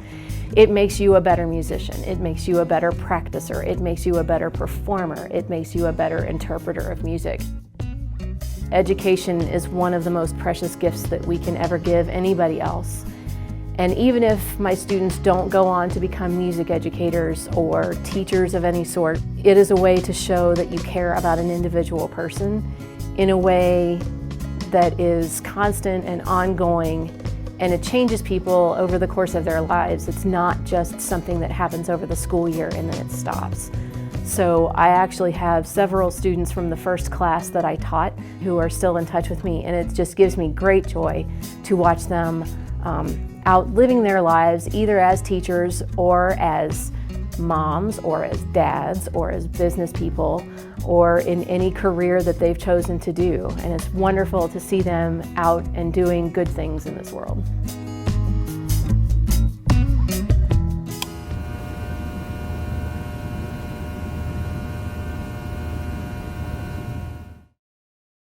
My name is Dr. Andrew Lefse, and I serve on the music faculty here at Luther College.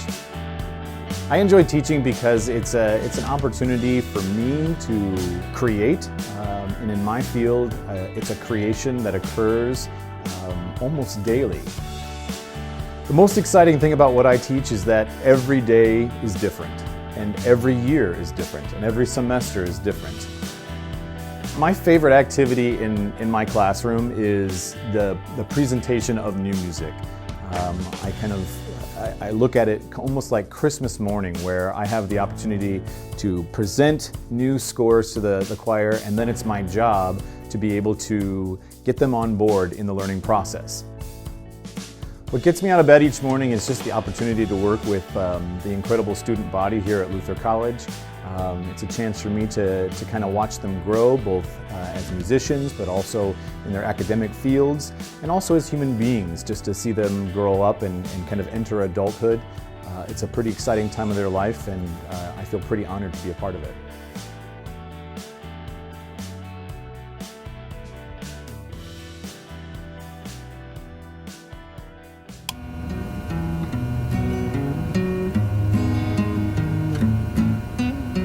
My name is Angela Cuny, and I teach in the Luther College Nursing Department, and I teach different levels of nursing students who are going through Luther College. For me, teaching is that combination of the creative process and learning, which I find really exciting.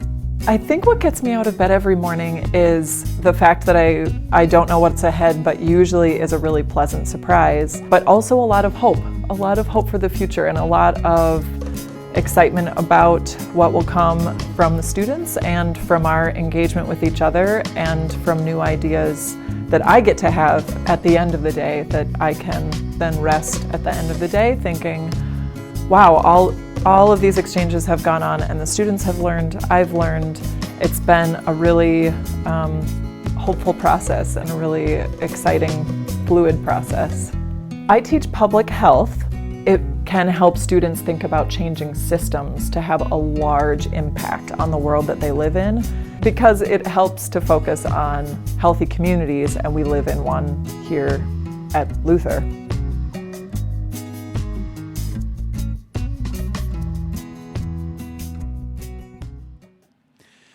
Hello, hello, hello. Welcome back to the live stream for Luther Gives 17. I'm James Odegaard. I know some of you are like, oh, who just switched over there? I'm James Odegaard. This is Megan Torkelson. Welcome back to the live stream. We're here. We're still here. It's 10 o'clock. We're 2 hours in. We've got 10 more hours. Stay tuned. As you can see, James and I have switched places. He's going to take over some hosting duties here for a little bit. But first, we wanted to give you a rock-solid update on how amazing this day has been. Yes. So if you're just tuning into this, we are a part of, this is the 12-hour live stream going on. We started at 8 a.m. We are here till 8 p.m. The day started for the full Giving Day at 7 a.m. and the the whole site will be live actually all the way until 10 p.m. on our luther.edu/giving-day. It's my understanding that we actually just went live on Facebook. So welcome, Facebook. Yeah. Welcome to the live stream. We're so thrilled to have you here and joining us on this amazing day for Luther College. Yeah, hopefully the whole Luther community just got a notification saying Luther College went live. Luther is live. So you here should we join are. us. Welcome. Yeah. I'm glad we both put on our announcer voices for that. Right. Welcome to Luther Welcome to College. Luther. So, just for a little update, it's been a little while since we've refreshed this site, and it looks like we are up to $64,835 for the day so far. Phenomenal. Which is incredible. Again, we've only been up for 3 hours at this point, and to have already raised $64,000 is remarkable. It's amazing. Like, yeah. Thank you so much to the entire Luther community for banding together and making all just these being gifts. the best ever. Truly. Yeah. So scrolling down and looking at we've been talking a lot about all these challenges. Again, if you're just tuning in today, I suppose we could talk about these challenges a little bit. What do we have going on? Megan, do you want to? Yeah, so ongoing, we have quite a few challenges. We're still aiming to get all 50 states, so a donor from each state here in the U.S. Obviously, we welcome those international donations too, but once we hit all 50 states, and James just pulled up the map and I'm peeking over because it is filling in with blue and it looks beautiful. But once we hit all 50 states, then we unlock $50,000 thanks to the Board of Regents. So awesome. It's awesome. So keep those gifts coming. We also have a goal set out by the Board of Regents to hit 600 donors. And once we hit 600, then again, we're going to unlock another $50,000, which is awesome. If you've already made a gift, you probably saw on the gift form that you have the opportunity to give in honor of your favorite faculty or staff here on campus, those who really made a difference in your life here at Luther.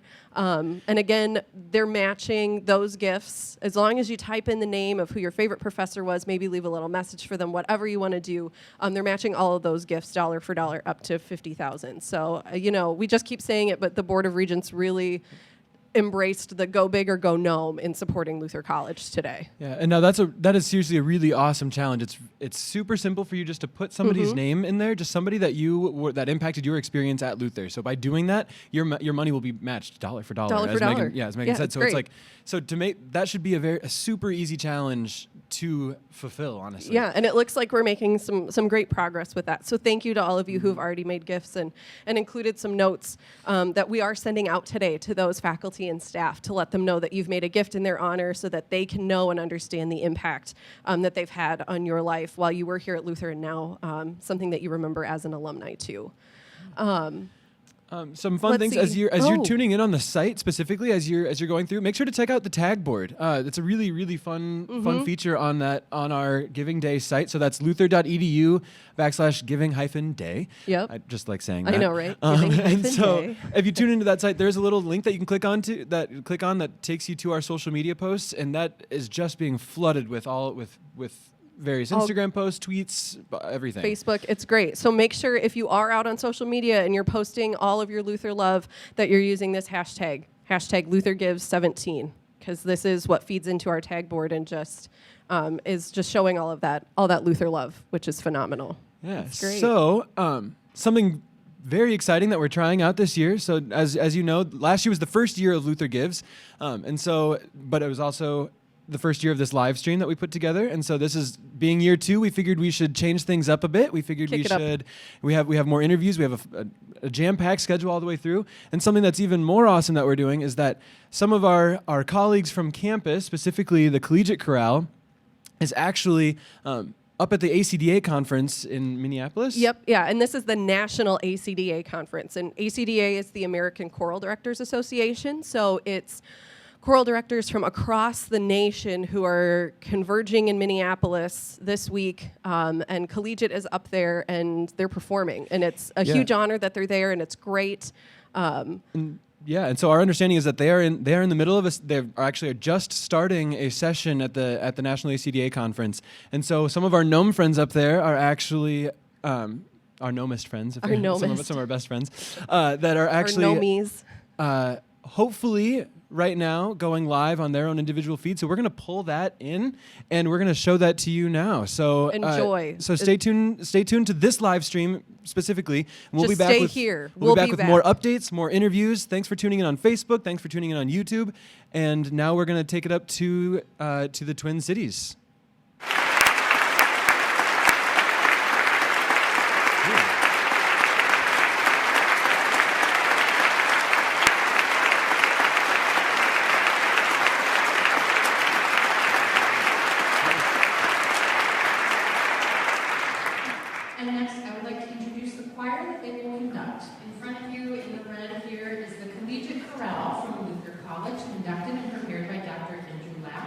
They were selected by a review panel to participate as the performing choir for this session, and they are accompanied by Dr. Nicholas Schoenfeld. So I would like to ask them to stand. We could do that we could probably watch it.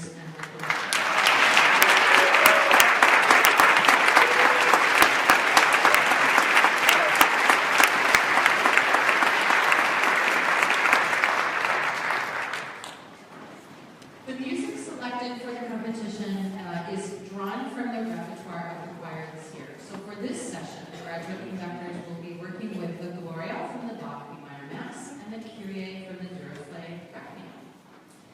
The conductors have drawn for order of performance. As a courtesy to the judges, who must concentrate on the job at hand, we request that there be no applause during the session, either when the conductor enters or when they're finished. We'll just state that for the very end. Each conductor has 8 minutes to conduct. Timing begins after the conductor is announced, and he or she begins to talk or conduct. The student conductors have been informed that at the halfway point, the timekeeper will indicate this with a hand that 4 minutes remain, and they will acknowledge by nodding. The timekeeper will do this again when 1 minute remains, and then at the end of 8 minutes, their time is stopped. And regardless of where they are, they must at that point stop conducting and teaching.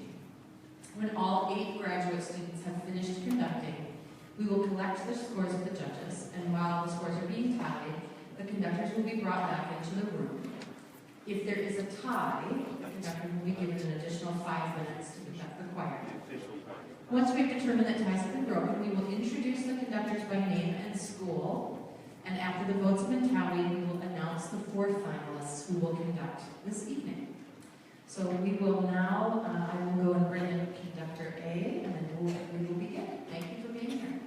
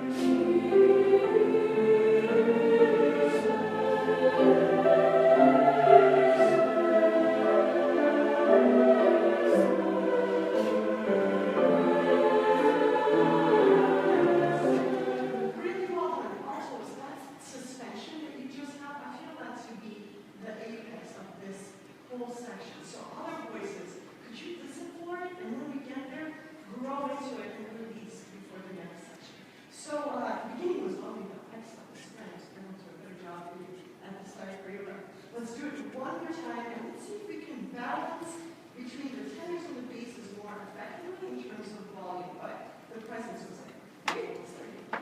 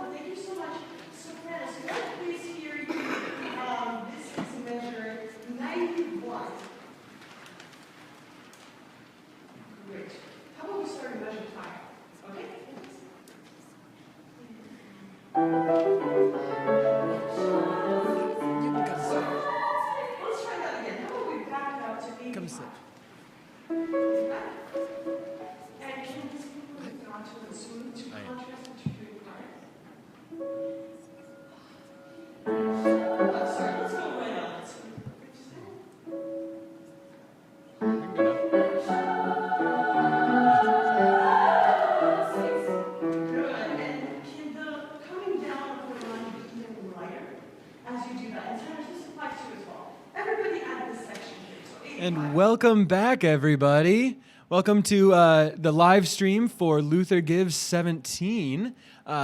Excited to have you guys here, excited to be here on campus. We have lots of fun things going on here. We have down in Marty's, if you're tuning in from somewhere around campus, feel free to come down here and stop by. We have a photo booth going on. We have a swag table for you to pick up some fun. We have stickers, some cinch bags, Post-its, various things. So if you're on campus and tuning into this stream, absolutely stop down here. We'd love to, take a photo and see all the fun things that are happening here. If you were just tuning in, thank you so much to Collegiate Chorale and Eric Ellingson up there, who is putting all of that together. Eric Ellingson's our tour coordinator, and he was in charge of putting all of that live stream of them up there. So he went live, and that was them performing. I'm not sure what piece that was. I wasn't able, but we're just pretty pumped that that actually worked and that you guys were able to see all of that. What's all those exciting things that are happening on campus and off campus too. That's the thing. And again, thank you so much to our collegiate folks for representing Luther well, for going up and singing and representing us at the National ACDA Conference. That's awesome. Yeah. So just a little update for all of you that are tuning in. We're here again. The site for giving is live until 10 p.m. So tune into this live stream until 8 p.m. But then, feel free to make your gifts all day, or tune in and make your gifts when you can. We have some fun things happening. We're already up to. I'm going to do a refresh. We're up to $73,000, which is incredible. $73,000, and we've been up here for 2.5 or 3 hours almost now at this point. So thank you guys so much. These are gifts coming from our alumni, from our friends, from parents of students, past and current. So seriously, thank you guys so much for making all of these gifts. So in a little bit, we'll do another little update with some fun comments from folks. We'll also talk about some of the challenges that'll be going live. Right now, we have our big one that's happening are the 50 States challenges. We also have Go Big and Go Gnome. What's awesome, our Whippy Dip challenge was already met. So we had, for the people that were excited about giving because they love the Whippy Dip, that just started at 8 and it was actually supposed to go until 10 p.m. But pretty quickly, those $10,000 were matched. So that is awesome. All right. So again, if you're just tuning in, what we have going on here specifically is this 12-hour live stream where we've brought on various professors, students, student groups that are all coming in and talking about the things that they do on and off campus, and talking about why it's important that you all are giving back today and why today's important, but then also the sort of reach and impact that our students are starting to have on the world, on just here in our community, and again, with all of our student base, with all of our alumni, the sort of connections that are being built are amazing. And one of those people here to talk about that today is Victoria, which is, I was just going to take a stab for it. You said it right. It's pretty close, yeah. Right. So, or Victoria, if that's easier for anybody who's tuning in. So, welcome, Vicky. Thank you for being here today. Tell me a little bit about yourself. Tell me, who are you? So I am a senior here at Luther. I am a political science and international studies major. I have been an RA in Brant for 2 years. And I actually got to study abroad at the University of Nottingham last year for the whole year. And I just got back to campus for my last year here at Luther. Awesome. Well, congratulations on making it to senior year. I know that's not always a thing that happens. It's tough. College is hard, we know. But yeah, so tell me a little bit. So you specifically, you have a lot of involvement with the Diversity Center and working through the Diversity Center and the things that they do. So tell me about some of the things that you've done there. Right. So this year I helped coordinate the Ethnic Arts Festival, which is one of our biggest things here on campus for second semester. Basically, we want to start a conversation with a lot of the students here about what diversity means, about what people from other countries are like, to dispel some myths, but also to just have that cultural exchange. So we had food from all over the world. We had a finger food table. And we had several booths where people could stop by and learn from another person's country. And we also had some activities for kids. But that's pretty much one of the biggest things. And we also have a show where we had people singing songs from home, dancing, they performed poetry. So basically, it's a big moment for cultural exchange here at Luther. Yeah, awesome. So at this ethnic arts event, what were... What table were, you were obviously representing Argentina, right? Right. I actually represented both Argentina and Uruguay. Oh, awesome. I was born in Argentina, but I actually got to study abroad thanks to an organization called United World Colleges. Yeah. I got selected by the Uruguayan committee, and I've lived in Uruguay for most of my life. Yeah. So I feel a ethical and moral thing of wanting to be for both countries. So I talked a little bit about the shared regional culture. Yeah. So what did you feature at that table? What were some of the things that you talked about? Right. So I had a lot of maps. We had postcards, pictures. tourism board videos, and basically any questions people had about my culture, my flag, what we eat. Yeah. I had a little girl from the Girl Scouts ask me if we rode cows to school.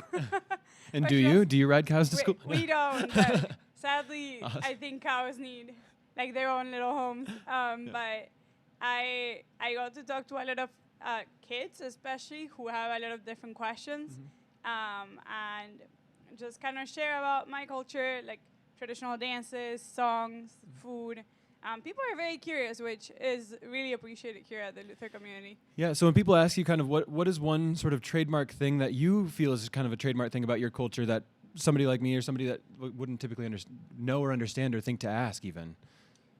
A couple years ago, I was sharing this with somebody later this week, but they asked me why in both the Argentinian and the Uruguayan flag there is a sun, and I had never asked my teachers about it. It's kind of like a given. So I got to just like say to this little girl, like, I don't know the answer, but let's find out together. And so I looked it up and I found out it was like the sun of the revolution, and that's a pretty unique thing to like both the Argentine and the Uruguayan flag. So I got to inform myself, but also like inform this little girl about my own culture. Awesome. Well, neat. Well, cool. So that's part of what you do for the Diversity Center. So how did you find Luther? So dialing back a little bit, what brought you here? How did you end up finding this place in particular in small little Decorah, Iowa? Yeah. Which it's lovely here. It's not so far from knocking it. How did you find it? How did you? Right. I got to meet John Lund, who is like the director of the CGL, and he travels all over the world. That's Center for Global Learning. Yes. Sorry. Yeah. And he travels all over the world just looking for different people to make the Luther community more diverse.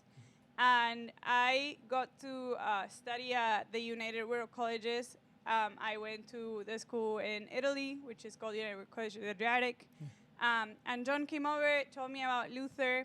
There was already some of my friends who had come to Luther, and I got interested in what he talked to me about. I thought the pictures were great. Like, I never got to tour campus, which I know is like such a big thing for a lot of people who come to Luther. But fun fact, I didn't actually do a formal tour of campus either. Oh, I did get to see campus beforehand, but I didn't do a formal tour of it all. So similar boat as far as just saying, all right, I'm going to go to Luther. Right. And like now that I give tours, like I see the importance of like having a tour. Yeah. But at that moment, I basically guided myself through like all the videos that Visual Media had done and the pictures, and Which are all fantastic videos. Thank you, Visual Media. Yeah. And I just kind of decided that Luther could be like my home for the next 4 years. And I remember just like coming into the airport, and the airport security guy was like, "Why are you even going to Iowa?" And I just like told him like, "I just really love corn." And his face just kind of dropped for a couple minutes. He was like, sure. But I just explained that I was coming to Luther. I was the first year. I was really nervous, and it ended up turning out really well. I mean, I've been here for 4 years, so. Yeah, awesome. So, just because I like to know, so what has been your favorite part about Luther as a whole? Like, what is? I know it's a loaded question, and there's hopefully lots of things. But if you had to pick one thing, what would that be? I think my favorite thing is being an RAIN brand. I've got to do a lot of things here at Luther. Like, I'm a member of Tau Delta Gamma. I participated in like mock trial, model of European Union. Like, I've done a lot of things, but just getting that one-on-one feel of the community and like getting to impact so many lives every year. Like, I have around 30 residents per year, and whenever they come to me at the end of the year and they say like, "You actually made like my year so much better," like the activities that we did in our floor made me find like my group of friends. Like, one of my residents recently came to my room and was kind of telling me like, "I'm so thankful that you guys do so many things on the floor, because now I found like my roommates for next year." Right. And actually my co-RA Emily is gonna be their RA if they get the placement that they want. Yeah. So it's kind of like developing that community and knowing that my actions have a long-lasting impact on the Luther community too. And this is something that if I do my job right, the kids are gonna remember like forever. That's awesome. I mean, honestly, for folks that are tuning in, that's why we do it. That's why we do this. This is Vicky Torres. She is an amazing student. Thank you for being here today. Thank you so much. And yeah, this is Vicky. She's representing the Diversity Center here chatting with us. And again, this is why your gifts matter. This is why it's students like Vicky that are here, that are leaving their legacy on Luther, that are helping impact the lives of their fellow students, that are also then utilizing these gifts that you guys are giving to the college to go out and do good to from all over the world. And I know it can sometimes sound a little cheesy, but this is you up here. This is you talking about all these things that you do. So thank you, Vicky. Seriously, this is. Thank you for having me, and thank you all for considering donating to the Luther Fund. It really does make an impact on all our lives. So. One thing we did, because you and I had talked about this a little bit, that we wanted to touch on a bit, is that today is all about the annual fund. So as you guys are giving gifts today, it's giving gifts to their unrestricted gifts. So they are going to everywhere on campus. They're going to help out student organizations. They're going to help out campus programming, campus ministries. You name it, and again, it's benefiting the students. It's benefiting the student experience all around. There are other things. So on other days of the year, when you're thinking about Luther and you're thinking about making gifts and stuff like that, I know that the Diversity Center does a really excellent program that they actually provide funding for books for international students that are visiting. Yeah, so we have the book fund, and it's actually both for international students and for domestic students as well.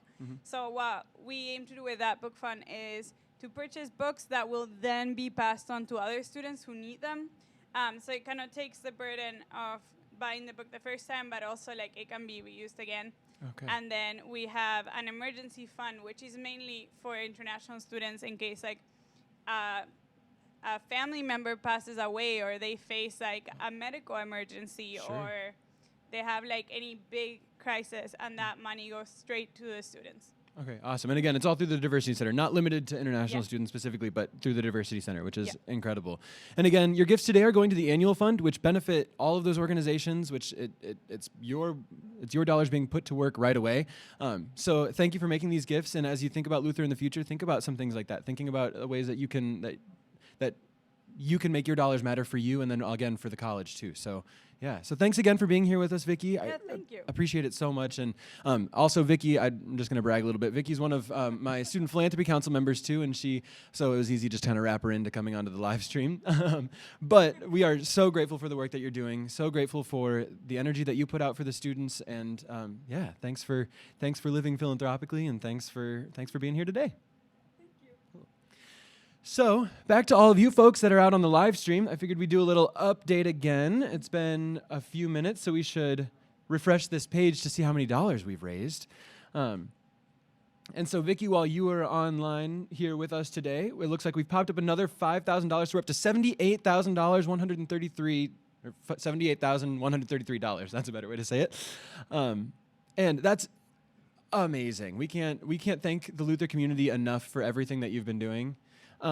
And now I think we're going to take a little commercial break. So thank you guys all so much for tuning in.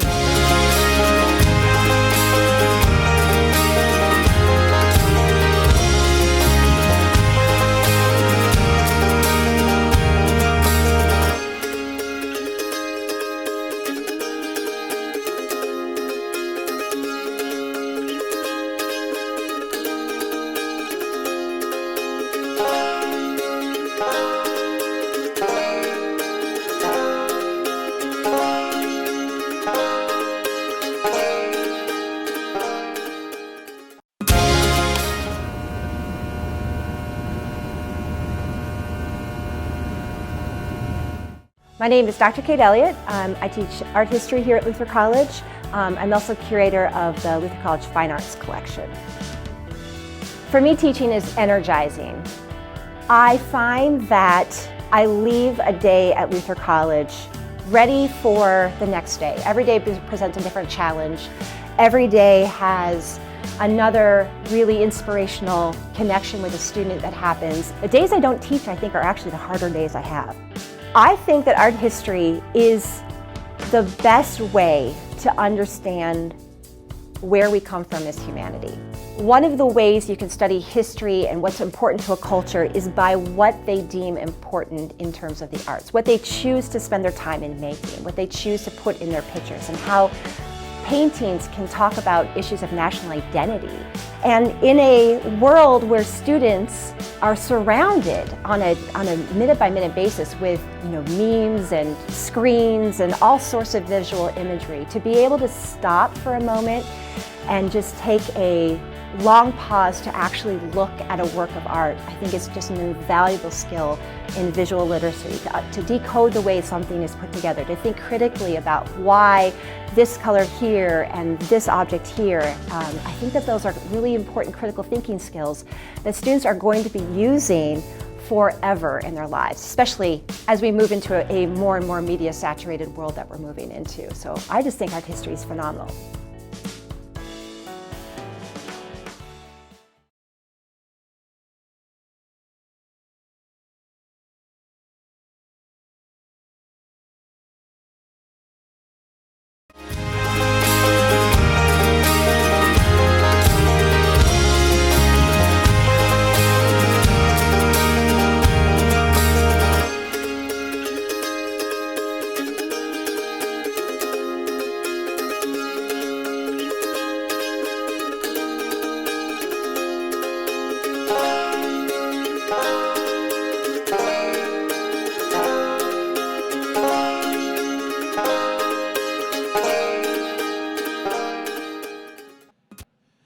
Hello, everyone. Welcome back to our live stream for Luther Gives 17. Joining us on stage, we have Olga Michaels. Before we get to our little interview, I'm just going to do a little update. Thank you to everybody who's tuning in right now on YouTube and Facebook. We had a fun little feature of Collegiate Choir earlier. We just had Vicky up here talking about Diversity Center stuff. It's just an exciting day all around. We have had, let's see, every time that I go to do a little update, I realize I should probably refresh the page because you guys are all just giving so quickly, which is wonderful, but that every time I refresh it, the page goes up in totals. So we are now up to $79,828, which is outstanding. We've only been up for 3 hours now, 3.5 hours, somewhere in there, and the fact that you guys have raised almost $80,000 is stunning. So thank you guys so much. This is the Luther community that's all coming together. It's Luther friends, alumni, various people from around the world that are all giving some exciting things. Keep looking on that page. Keep going on to our Luther Give site, which is luther.edu/giving-day, and that'll keep you posted with all of our totals, all of our challenges that are going on. A fun challenge that we realized we should probably announce for all of you is that our beloved Weston Noble has, as we all know, has passed, which is unfortunate. But we do have a challenge in his honor called the Warmly Weston Challenge. So that is live right now. So for anybody who is involved in music, supporters of music all around, that challenge is live. So tune into that. Go onto the site for some more details there. But for now, we have Olga Michaels here joining us. So thank you so much for being here today. My pleasure. Hello. Oh, is it? I don't know. We could check. Are we on there? Oh no, we were off. We're live here, folks. So as these things happen, we'll keep you posted. So welcome, Olga. Thank you. Good morning. So tell me a little bit about yourself. Who are you? So my name's Olga Michaels. I teach in the chemistry department. Mostly teach organic chemistry, but some non-majors classes and the advanced intro sequence as well. It's my 14th year at Luther. Mm-hmm. I hail from Canada, so if I say some funny words, you all know why. You know you're in good company here with the Decorah folks. That's right. Get some of those Minnesotan O's coming out. So. Right, yeah. Yeah, that's a bit about me. Otherwise, in town, I used to be pretty involved in the community theater. Had a baby 2 years ago, so currently raising a toddler. Congratulations. Thank you. So yeah, enjoying life in Decorah, and hope that lots of the alums and my past students are watching and gonna help us out here a little bit today with some donations. Yeah, absolutely. And if they're all tuning in, if Olga was one of those professors that you had that really did make an impact on here, we have a faculty staff challenge, honoring challenge, that if you just type in Olga's name on there, your dollars will be matched dollar for dollar. So if you give $10, that gift automatically is counted as $20. So that's what Olga was mentioning, and that's what you should totally do because Olga is wonderful. And Well, yeah, I was just going to say, I think this is a great opportunity today. So that's a really big point. So every dollar you give in a lot of these challenges is matched. So it's great to give to Luther on any day, of course, and for all sorts of different reasons. But today your money goes a lot further. So I gave this morning, same thing. Our cabinet, the vice presidents and deans are matching the faculty's donations. So it's a little extra incentive. Your money counts double. So that's kind of cool. Yeah, which is really awesome. And to have those VEEPs and deans that are there supporting us here on campus, it's a really neat way to show that the community really does come together and really says we support each other. So yeah, and in this day and age, of course, college is getting more expensive for students. Our students are why we're all here, and so any support we can give them is kind of great. Yeah, absolutely. Somebody just asked me just yesterday, saying, "You guys spend all this time raising money and fundraising for these things, but we just keep seeing tuition go up." And that is just, and the first thing I told them was, well, inflation. But then the other thing was the fact that, it costs a lot to operate this place. It costs a lot to bring those really excellent speakers to campus, all those programs that happen, and there's a lot of things that we don't always think about that go into the inner workings of campus. And so these gifts today and all days that as you guys are helping out really do go to help offset those things. And the fact that tuition goes up is just a thing we see all around the nation. That's right. Yeah, it happens everywhere. Yeah. So thank you so much as you making your gifts today. And it's really supporting our students, and our students feel it, So you've made your way to Decorah from Canada. How? Right. So in the professional world, I really wanted to teach. I have a PhD in chemistry, obviously. We don't have small liberal arts colleges in Canada. And so I was doing research, which was okay, but I miss students and I miss teaching. And so I went on to the professional site. The American Chemical Society hosts most of the jobs that are available in North America, so in Canada as well. We kind of looked to the American Chemical Society as a bigger entity. And I just typed in teaching jobs, and I applied for 6 because it was April and it was not the right time of year to apply. And luckily, Luther had a sabbatical replacement, so I came here for a year to see what that was like, get some teaching experience. I actually never lectured a course. I just taught in labs. And then luckily, they had a tenure track position open the following year, and they decided to keep me around. So 14 years later, here I am. Awesome. Well, we're lucky to have you. So yeah. Thank you. Well, awesome. So a lot of your work is involved, and a lot of what we're doing here today is kind of tying our folks from off campus and around the world to the students here on campus, the campus experience. So what is some of your work with students involved? So some like the research things. Right. Yeah. So I guess I wanted to talk a little bit about student-faculty collaborative research.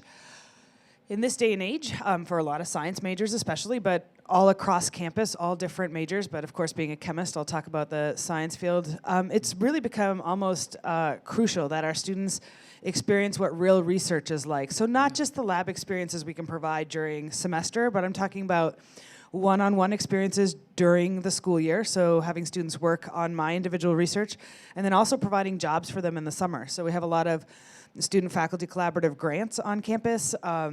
We also write external grants. We're just finishing up in the science and education departments, a huge Howard Hughes Medical Institute grant. So I've had 2 to 4 students that work with me every summer, so it's kind of, you could think of it as a paid internship, if you will. And they get to experience what research is really like. And what is research? That's like, we ask original questions that nobody's asked or answered before, so we have no idea what's going to happen when we do the experiments. And the students get a lot more exposure to thinking about what might happen and trying to plan. Of course, that's a lot on me too, because they're younger. But then they analyze their data, and it's a really good experience. And it's a kind of very different, like I said, from the labs. And it can also help students decide, do I want to go to graduate school? Do I want to go to a professional school? Am I done with this school thing? Do I just want to go work?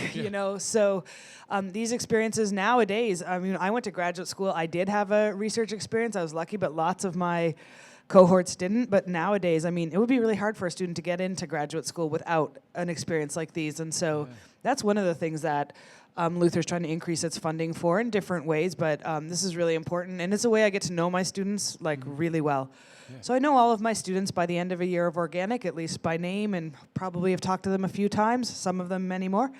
But my research students are kind of like my family. Like, I know them really well, and we keep in touch for years afterwards. Awesome. Yeah, and that's and I talk to some of the seniors that I work with specifically all the time about how much actually has to go into your resume now as you're graduating, and what like this professional experience that's required, or again, even just applying for grad schools. If you don't have direct research experience, you're not necessarily going to stand out as much as some of these other people that are going in and asking their own questions and coming in and developing their own research proposals. And so when talking about some of that, what are you finding are some of the most exciting things for these students, or what are you most interested in when you're working? Like, what's the best part of the process, I guess, is what I'm getting at. Yeah, I just like to, it's fun to watch the light bulbs come on when they understand science on a different level, or oh, this is why we learned that. And I get that a lot. We'll be doing something and the student will ask me a question. I'll be like, really think about this. Oh, that's why you taught us that. And not all students get that because I teach organic chemistry, which is required for a lot of professional programs. But then when they get in the lab and they're like, oh, okay, that's why that matters. And just seeing the connections. Mm-hmm. So the connections being made, or else then I say okay, well, let's write an abstract so we can go to a conference or something. And they're like, oh, writing. Yeah, okay. So let's invoke some of those other things I've learned on the college campus. Mm-hmm. And then our students, when they go on, also I think with their liberal arts background, they're really finding that they have strengths that others that don't have that liberal arts background are lacking. So, I love all of that stuff. I get to know them personally, their strengths, help out with some of their weaknesses so they can go forward and succeed in whatever they're looking to do after Luther. Yeah, awesome. So you mentioned that part of that research and part of the reason that you do those research are for various grants and things like that. What are those grant funding? Where does that go? What do you end up using that for, I guess? Right. So when we write grants, a big part of it is, of course, the students get paid. So that's nice, right? So and sometimes the faculty get paid as well, honestly. So really, faculty are paid for a 9-month contract. Mm-hmm. Out of 14 years, there have been 2 summers I haven't done research on Luther's campus. One was my sabbatical year, and I led Luther's Malta program. Mm-hmm. So yeah, I decided to bum around Europe for a little bit instead. So oh, darn. I've got a brother who lives there, and my family is originally from Europe. So after Malta was done, I stayed in Europe for a month and a half, so I couldn't do research. And then I had my daughter in March, so I took an extended maternity leave. Off, right, so, but otherwise, I do research in most of the summers, honestly. I do it because I like to do it. I don't get paid, or I don't get paid much, unless you write a big national grant. Or actually, I had an Iowa grant for 2 years, so 2 years I got a little extra money. Awesome. But the students get paid. It takes money to do research, right. So especially in the sciences. Both consumable things like chemicals, glassware, that, yes, we break, so we need to rebuy. Mm-hmm. And also the instruments. We have very expensive instruments, so a lot of times the bigger grants we write are like to get a piece of instrumentation that costs $100,000, $150,000 or more dollars, and then the students get to use that. And that's really important too. So at Luther, we have a lot of great up-to-date instrumentation. So I mentioned some students would like to just take a break and work. Mm-hmm. It's a huge plus for them to have worked on modern instrumentation. So they go into a lab. I always use the example. So nothing works like CSI or the crime scene shows, but those instruments are what our students know how to run, and they can do analyses on those kind of pretty high-tech equipment. So it's important that they've used something that's pretty modern in their undergrad experience. So yeah, the funding from grants goes towards instruments, consumable supplies, and then on some way salaries, especially for the students. Yeah, awesome. And I've talked to students that do their summer research, and I know that they appreciate being able to not only be able to stay in beautiful Decorah, but then also to be compensated for their time spent here. So that's always a nice thing. Well, it's important, right? So they get paid for. Most people some students volunteer if they don't get a paid job, so I would like to give them a shout out. They are looking out for themselves and making sure they get the experience they need. We only have so many paid positions, but I've had a couple students basically volunteer in past summers, and so they're really looking out for themselves and making sure they, like you said, position themselves properly for both graduate school and also, it does look good on that CV for medical school or professional school. Yeah, absolutely. So just because I like to ask the question, we talked about how you got to Luther, but now that you've spent so much time here, what's some of the highlights that you've had while you've been here on campus, or from your time spent in Malta, or various things like that? Yeah, as you bring up Malta, I'm a chemist from a non-liberal arts background. So when I came here, I'm also a world traveler. So from my youth and my childhood, my parents. My parents' story is actually that they came to Canada. They fled communism from the former Czechoslovakia. So my parents were immigrants to Canada, but they believed in kind of global vision and travel. So we traveled a lot when I was younger. I speak 3 languages. So that's kind of outside of the box of a chemist. And so I came here, and it took a while, but as I approached, I got tenured, and as I approached looking at that sabbatical, I would love to travel. And I happened to talk to John Lund. His name came up a little while ago, and he was like, it wasn't John at that time, I'm sorry, it was Mark Lund at that time. And he said, yeah, you can apply to lead one of Luther's semester or year-long programs. Anybody can. And I was like, but I'm a chemist. What would a chemist do in Malta? He's like, well, I don't know, what would Olga do in Malta? And so I said, okay, well, I can do that. And so I applied, and they gave me the gig. So I did my fall sabbatical, and then I took, I think, 13 students to Malta in 2012. Spent 5 months living. Malta's a small island south of Italy, if anybody's not aware of where we have a program. So yeah, we spent 5 months there. Shout out to the students that are there right now. Right, yeah, Shark Uncle I have a couple is there. SPCers that are my student philanthropy council members that are there. So that's Yeah, it's an amazing program, and I mean, it doesn't cost that much more than coming to Luther for the semester. And we spent 10 days in Morocco, 4 days in Rome, and 5 days in Turkey, included in their like tuition for the semester. And then they spent the rest of the time studying in Malta. Excuse me.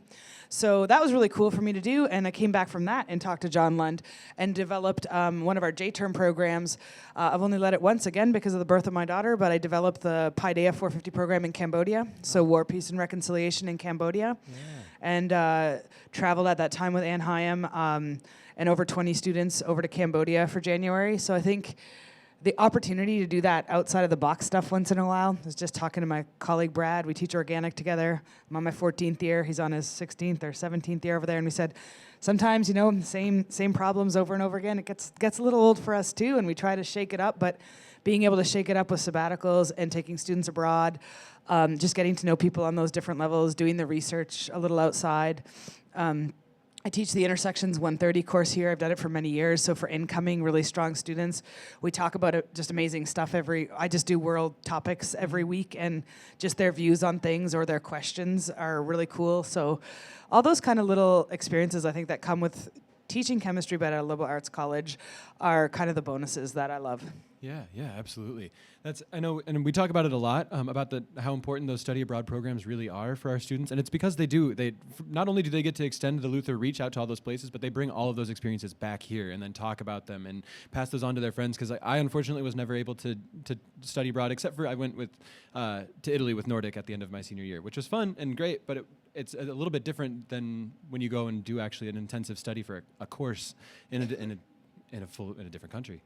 Yeah, I think it's especially, I mean, we do have programs all over the country for all kind of different reasons, from, I would say, some that are, you know, more in the fun realm to more serious. I know we went to Cambodia. If people are out there saying, well, where's Cambodia, or what is she talking about? Cambodia is one of the poorest countries still in Asia. They went through a brutal civil war in the late 70s, and it took all of the 80s into the early 90s before it recovered. And if you go there, which we do, you'll see there's still like so much poverty and so much just devastation from that time. So the big tagline of all the students coming back were, you know, they came back with a completely different appreciation for their lives, their education, their real, like, globally, their you know, privilege, their huge privilege that they have. And even though that, I think that dulls over time, like we forget about it, it never goes away. So I think you then go into your life and, you know, not really the easiest year, you know, in America right now, or even here at Luther or in any higher ed place. Lots of challenges going on, I would say. You know, a little bit more unrest than we've seen lately. But if you can put that into a global perspective and kind of always try to work towards a greater good, as we say at Luther, then I think that, you know, your life kind of comes together with more meaning and things. And I think those study abroad experiences kind of turn on that light bulb for some students for what some of that means. I think we say it a lot, but it really, when you see what's going on globally, you get a much better appreciation for those things. Yeah, absolutely. And generates, even for hopefully the people that are tuned in today and listening to all of our talks, are learning that this is a really special place, as far as we have a huge community that really does come together, and we talk about it all the time. We talk about the fact that we have a lot of support here, but it's remarkable. The fact that we are now, I don't mean to cut to like a little update, but the fact that we are almost to $100,000. We're at $98,000 right now, which is outstanding. That you guys are all coming together, you know, thinking about people that have had these experiences that are going out and then now giving back, because again, they want to enhance that experience for students. It's just huge.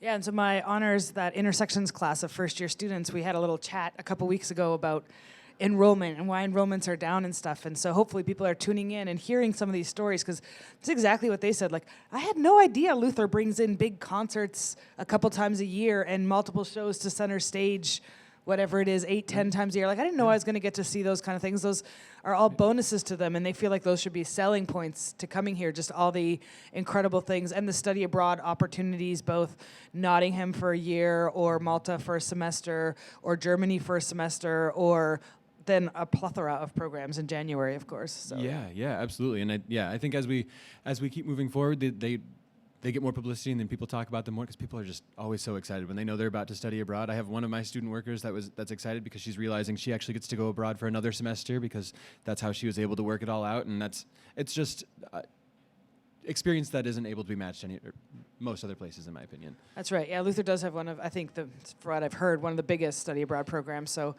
I think that's really important. It doesn't have to, not all students do it, or some students do it with tours and things, and there is a financial cost. And so Money Today, there's more and more scholarships. So thank you, folks. Yeah, more and more scholarships kind of every year in the Center for Global Learning for study abroad, which I think is really important, so that all students who kind of want that experience, that hopefully it's not a financial burden that is the reason they can't have it. So that's great. Yeah. Well, even though I know OChem is a tough course, and I know people sometimes as they're studying for their tests, it's one of those ones that they got to trudge on through, because it's tough. But you talked about those light bulb moments, which are seriously that's kind of what makes it all worth it. But I do know that you are one of those professors that people look up to and talk about. And thank you so much for being here. Thank you so much for educating our students so well. Thank you for providing these experiences for them, and thanks for being here today. No problem. My pleasure. Thank you. Yeah. So, turning back to you folks out in the live stream universe, whoever's tuning in and watching us, thank you for being with us today. And then also, just as a little update, we'll cut to a commercial break here pretty soon, but wanted to update you that we're up to $98,573, which is outstanding. As I refresh and the numbers just keep going up, it's just one of those things that it won't get old. Yeah, that's a lot of money. Like, think about that in perspective. And we're only not even 4 hours in, I think. So yeah, exactly. So we got many more hours to go. A lot of people probably just waking up if you have a little bit of a different life than I do. But so yeah, hopefully as we get into the day, we'll keep those numbers climbing even higher. Yeah, and it's still early on the West Coast. So people over on the West Coast start kick it up, start giving. Yeah. So, yeah. All right, so we're going to cut to a commercial break here now. So thank you guys so much. We'll be back here in just a moment.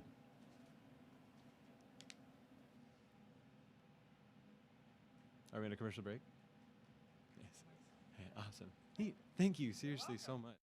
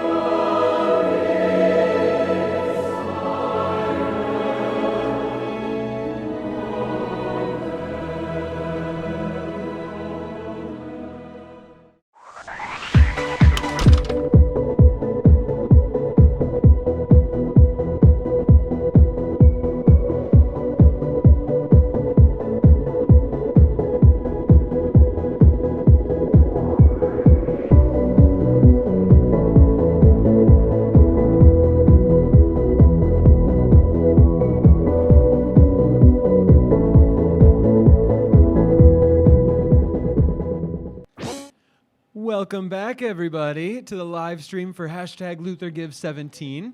Excited to have you all here. Hopefully people are tuned in. I think people are tuned in. They're tuned in. Great. They're definitely tuning in. Excellent. Yeah, we're getting comments and tweets and things from all these folks, which is awesome. So thank you guys for being with us today. Thank you guys for making all of your gifts.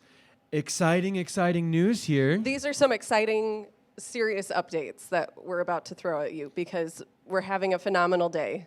And so I'll let you do the honors on the. Can you see? Great. that Yeah, from I there? can see it. I am so excited to share that it's only 11 o'clock. It's 11:05, and we are sitting at $102,828. So way to go, Norse Nation. We have officially raised over $100,000 today, which is amazing. It's phenomenal, and it's thanks to all of you. So thank you. Yeah. It's amazing. Yeah, thank you so much to all of you folks that are. We're getting people that are making their first gifts ever, and they're not barely tied to Luther, but there are people that aren't alums that are just excited about what's happening today and excited to see all of the support that's coming out, and they're giving too. Yeah, just as a personal story, a shout out to my friend Andrea up in the Twin Cities. She made her first gift ever to Luther in honor of me. And I teared up a little when I got that email because she's a great friend and she didn't go to Luther and has probably very few connections to Luther besides me. And that just shows the power of this day and the power of our community. So thank you to those of you who are giving your first gifts today, or for those of you who are continuing your longtime support of Luther. It doesn't matter. Every little bit of it is just making a really huge difference. Yeah, so we had a fun comment from Mike earlier. Did you want to bring that up? Did you want to? Was it from? Yeah. Sorry. Well, pardon me while I pull out my phone here for messages. We've had a lot of amazing comments coming in from folks. One earlier, if you were tuned in earlier, there was a gentleman who said if we could get somebody else on the live stream that he would make a gift, and I'm proud to share that he did make a gift, and it's from all of the bartenders at your place. Thanks for letting us be part of your homecomings. And all I can say is, homecoming would not be homecoming without your place. So thank you for being part of this community and for welcoming Luther into your place. It's just amazing. Yeah, I love this community. Yeah, further proof that this community just comes together. Yep. Some fun comments that we have from some folks who are making gifts today. We have Paula from Washington that she said, I have such wonderful memories from my days at Luther and still have friendships from those special days. Which, I mean, when we talk about it all the time, and we say that, when you're there is an affinity for your class. You really get connected with all these people. I mean, we talk about our reunion programs that are huge, but these people really do. You're making lifelong friends. It's making those connections so that you're. When I talk to the seniors that are preparing to graduate this year, I talk about the fact that when you end up giving back to Luther in the future, hopefully, when you end up making those gifts, maybe today. We don't ask students to do that, but if some of them end up doing that, so that's kind of fun. But when you do that, it's saying thank you for those. It's saying thank you for those connections you've made. Thank you for providing a place where I could meet this friend that now I can move to California and not have to worry about moving there alone because I actually have another Luther grad that I can move with, move to, all those various things. So, yeah. You know, that segues nicely into a challenge that just started 9 minutes ago, because Luther is also a place where many of us find that special someone that you spend the rest of your life with. Hey, Megan, like me. where did you find your special someone? In Jensen Noble Hall of Music, of course. Of course, that's Of course. But right now, I do just want to point out the Sweethearts Challenge is going on. It's a flash challenge. It's only for this hour, and we need 50 alumni couples to make a gift. As soon as I walk off this stage, I can tell you I will be making my gift, one of probably many today, I gotta make my to Annual Fund here at Luther. And just as a really funny side note, too, you're going to get to meet my significant other here in just a minute, as he will be interviewed here on the live stream in just a moment as well. So, Your Luther that's sweetheart, cute. if you My will. Luther sweetheart. Yeah, so again, that's it. We want to get 50 Luther sweetheart couples to give, and if they do that, how much do they unlock? $5,000. $5,000. So that's an extra Mhm. $5,000. That should be a fun and easy 5,000. one to get. We know there's lots of you Luther lovebirds out there, Yeah. so you probably all just got your emails too. Megan, your email just Yeah, popped up. I know, sorry. It said Luther Sweethearts. which Luther is- Sweethearts, it's happening. Keep it going. Keep it going. So yeah, so which? How are, oh wait. yeah, what? oh no, go ahead. Oh, how are After we doing you. in totals? Is that what Yeah, you're I gonna was just say? going to say, are there, the 50 state challenge is still going. We're still aiming to get those first 600 donors. We're- There's a lot of things going on right now. There's donations from the 90s. I know I just saw a comment from somebody, I think it was Marnie up in the Twin Cities, who made a donation earlier and said, thanks to the Totally All That 90s Challenge sponsors, and said, thanks to Joe and Ann Grimstead for the 90s Challenge. She donated $99 in honor for graduation year 1999. So thanks, Marnie, and continue 90s grads. That challenge goes until 1 o'clock, so keep going with that. So yeah, the Sweethearts Challenge is an update for that. It already has 16 couples that have made their gifts in 10 minutes. So Wow. get out there and make Whoa. those gifts. Again, it's a flash Keep it challenge. going. Just out here for the hour. And then I also want to put another plug in, because I think this one, I'm gonna keep plugging it all day, is this faculty and staff honoring challenge. That should be one of the easiest $50,000 that we can fill out, because as anybody's making their gifts, all you have to do is type in a faculty or staff, their name. I know that's an extra step rather than clicking, but you're going to have to do some more typing anyway. So if you just put their name in there for somebody that you're grateful for your experience, past or present, that gift will be matched dollar for dollar. So your $20 that you end up giving, or $50 or $100 or $1,000 will be doubled. Not to mention all the other ones that you might qualify if you're also a Luther Sweetheart couple. That'll also be matched in there. So make those gifts and write those names in there. Yeah. Did you have something? Or? I just want to throw out one last one, and then we can transition here, James. But we just, we were talking about if students choose to make a gift today, that's great. It's not necessarily part of our day. We're mostly alumni focused with this Giving Day, but we did just get word that the Sigma Chi Theta fraternity here on campus gave in memory of their classmate, Bjorn Norderhaug, which is just phenomenal. And I think just, again, shows the impact that the students in this community have on each other, and that those students are choosing to give back today to their classmates in Bjorn's name and in his memory is just phenomenal. So that is neat. What an amazing group of students, and just what an amazing community Truly we going have above here. and beyond So, for that. Yeah, That's it's incredible. awesome. So thank you. Thanks, guys. Yeah. Yeah, thank you guys. Great, That's yeah. we almost got emotional about that. That's why I was like, oh, I No, I know, that's why I Don't know if I can had to say make anything. sure we got that in. So. Yeah, that's great. Anyway. So, wonderful. So Well, I'm going to transition off. We'll give some more updates here in a little bit, but I'm really excited right now to be able to introduce Ryan Torkelson and Mona Nelson, part You're of the one- accounting faculty. half of which so, is your yeah, half significant of other, which so- is part of my Luther Sweethearts thing. So welcoming to the stage here, we have Mona Nelson and Ryan Torkelson. So thank you both for being here today. Thanks, James. So if I like to start off with a little introduction, if you want to introduce yourselves, who are you? What do you do here?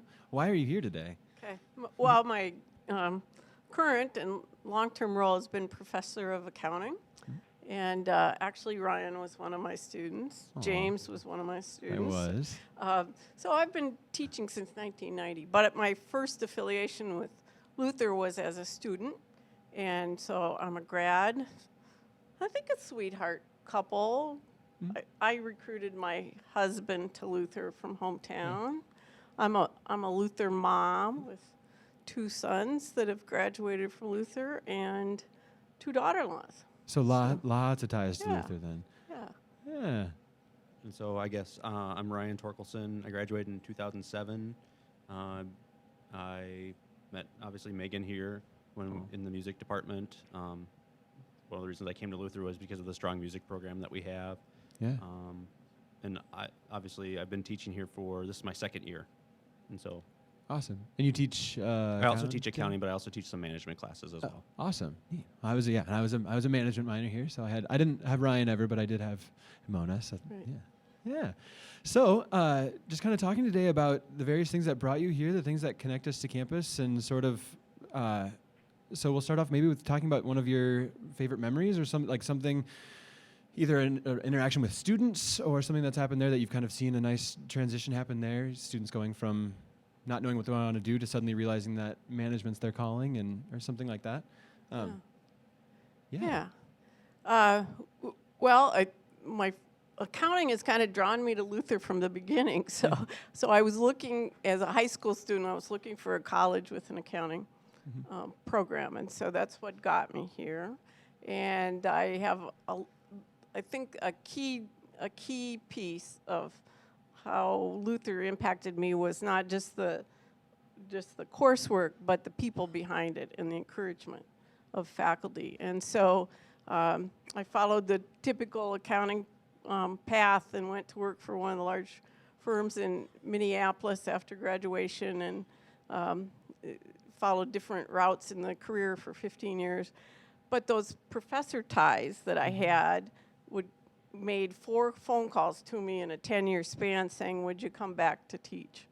And so in 1990, that came together. And so one of the significant pieces then is now I can be the professor that builds the relationships with the students. And I think we take it for granted at Luther, but I think it's unique in higher ed. And so in this day of Facebook, I can follow some of my alums with their children and their professional paths, and who's on the beach in some warm place in the winter instead of in the upper Midwest. But it's deeper than that, because you see those relationships build. And I have to admit, there's now a current student on campus who his parents were some of my first students. So I've been at this for a while. That's awesome, though. I don't even know how I can top that. So I have been coming to Luther mostly because of the music program. When I was looking for colleges, I was looking for colleges that had a strong music program, but I didn't know if I wanted to do that or not. So I wanted somewhere where I could switch and have the luxury of doing that. And I think what Luther has provided is a very strong background of just understanding and communicating with people. So going through the accounting program, then and I worked at another large accounting firm when I graduated.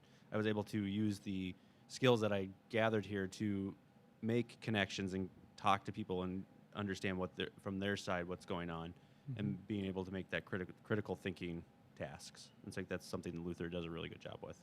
Yeah, absolutely. That's even coming. So all of us have been students here too, as well. Then, because you guys are alumni now working back here, and so thinking about that and thinking about those connections that are made, what is it like now after knowing your student experiences? And we talked about it a little bit, but knowing those experiences that you had, how does that translate into the teaching world? How does that translate into the connections that you want to make, and how you go about that?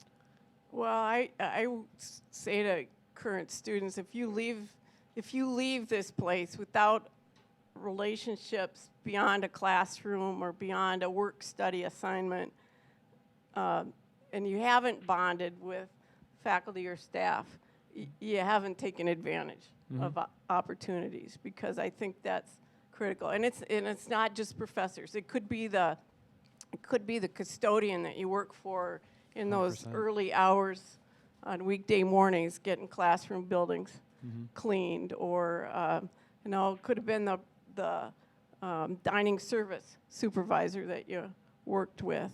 That's really that long lasting. So it's about the people. Yeah.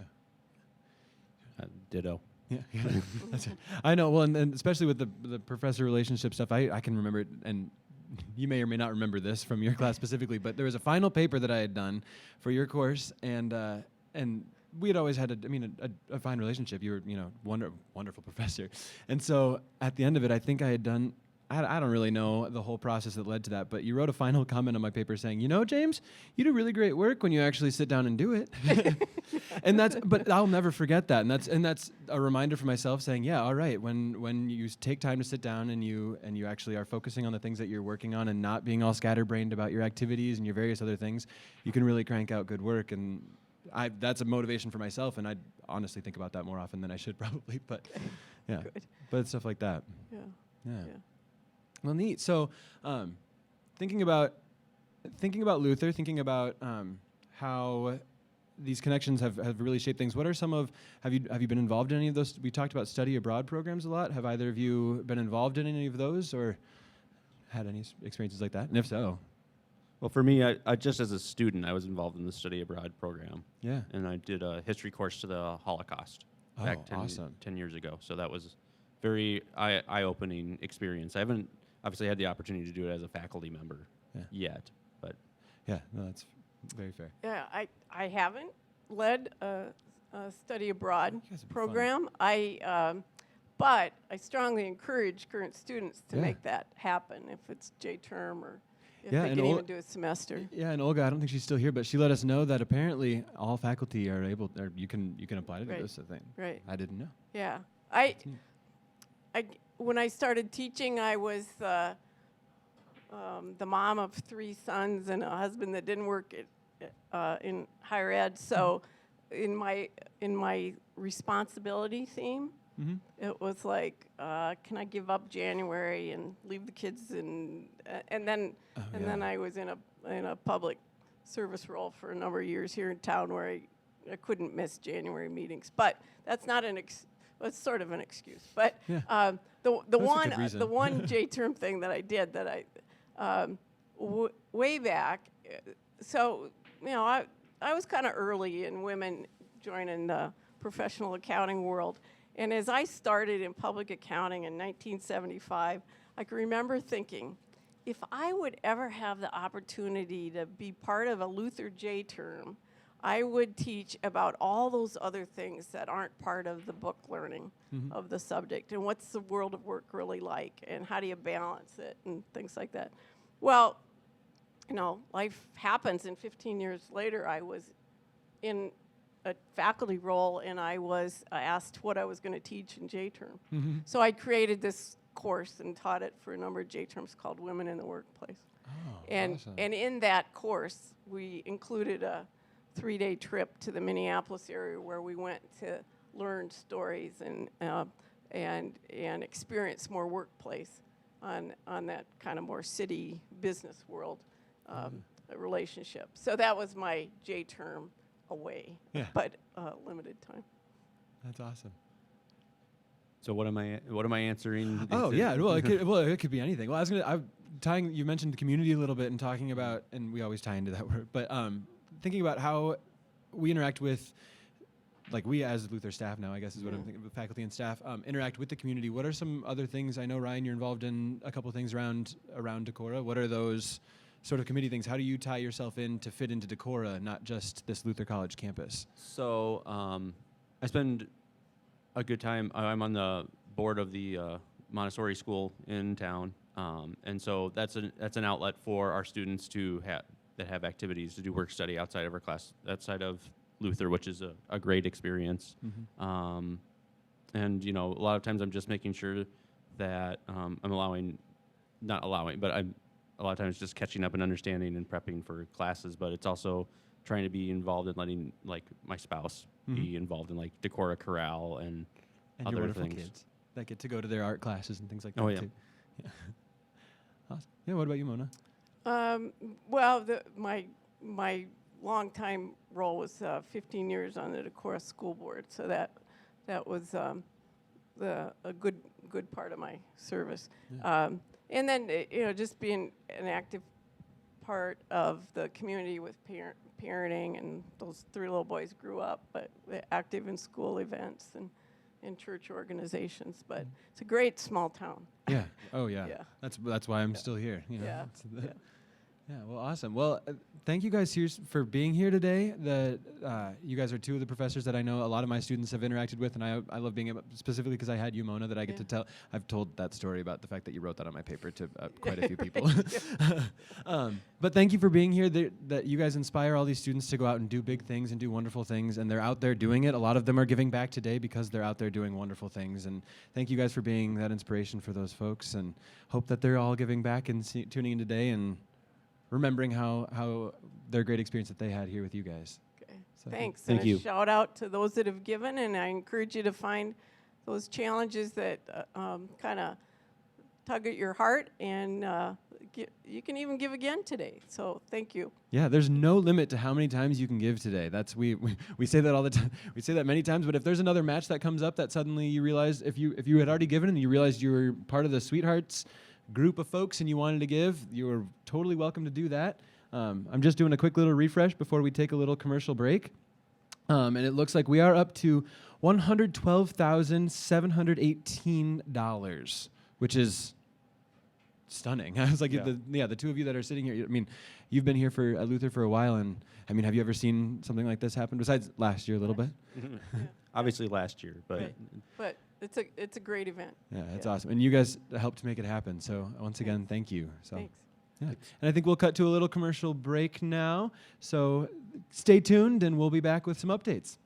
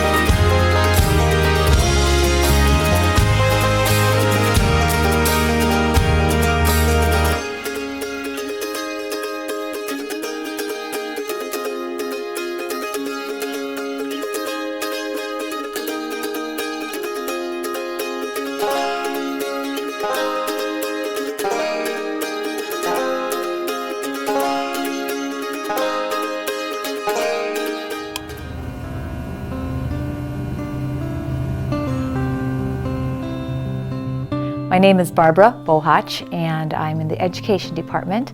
I'm an associate professor, and I am currently serving as department head. I work with students that are studying to be elementary educators, as well as those that are studying for secondary education, teaching high school in art, music, and PE. I think there's always something new to learn, whether it's in education. I'm curious. I think curiosity is a good thing, and asking questions is great. So I think a variety of my learning is important, and being open to learn lots of things. And so that's what gets me up in the morning, is learning new things. I teach students how to help children learn how to read at many different stages. And what I find exciting and interesting is that many of us don't remember how we learned how to read. It happened. And so, thinking back, there's a lot of different memories that go on. Oftentimes it's sort of like, seems like, oh, it happened magically. And there's a lot that goes into it in getting children to the point where they are fluent and fluid readers. And I tell my students all the time that elementary teaching is anything but elementary, because elementary, everybody thinks that's easy. It isn't easy. You have to teach children about school. Teaching is more than a profession, it's a way of life.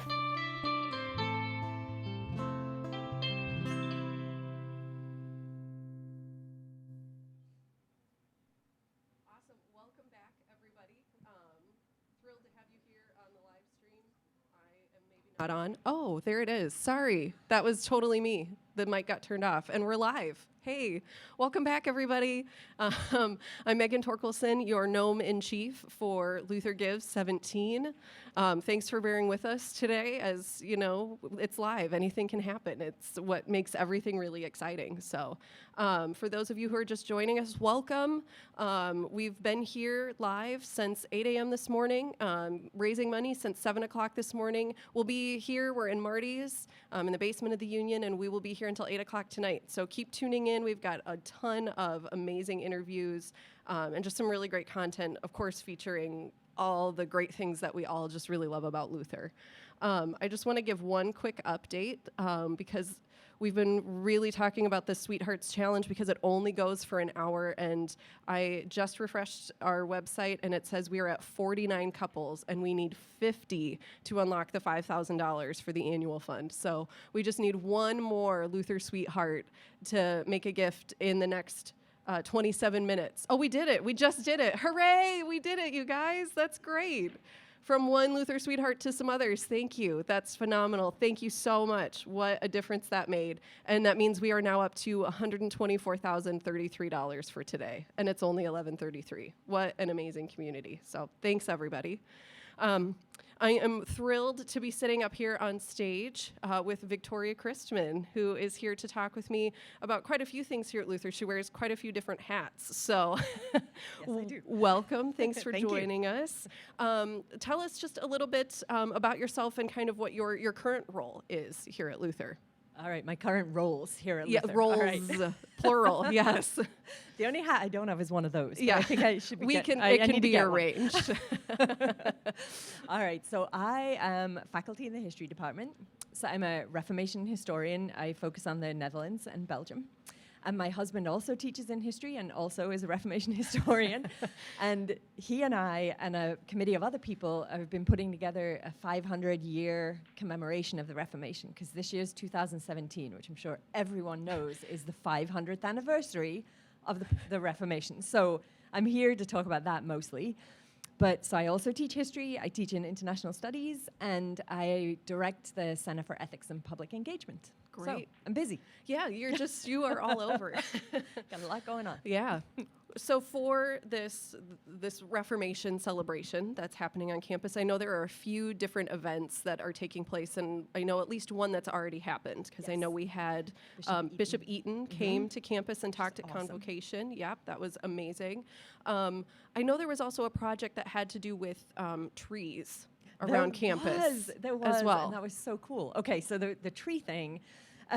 So the Germans are particularly excited about the Reformation commemoration since they naturally, Luther lived in Wittenberg, and so last semester, I took a group of Luther students to Munster, Germany, and we took a trip to Wittenberg. And Ruth Kath, who teaches German here, had donated a tree to the Luther Garden in Wittenberg. And the deal is they're trying to get 500 trees for the 500th anniversary, and they're planting them in this beautiful garden in the middle of the city.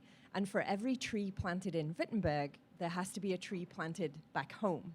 So we went and visited the tree in Wittenberg, and it has Ruth Kath and Luther College on it. Oh, that's awesome. And I have a photo of all my Munster students doing the tree pose, yoga tree pose in front of the tree. Course, yep. And then we have now the tree here on campus that is the companion tree, and Bishop Eaton blessed the tree, which I'm not sure is a strictly Lutheran thing to do, but she did it for us anyway. So now we have an official Luther tree at Luther College. That's really cool. Yeah, it was really fun, actually. I mean, and how wonderful to know we will forever have that connection, too. We will be represented forever. Thank you to Ruth Kath, who's great at these kinds of things. Yeah, she's awesome. That's wonderful. And I know the next big thing coming up on the horizon is fairly soon for the Reformation here March 31st and April 1st. Yes.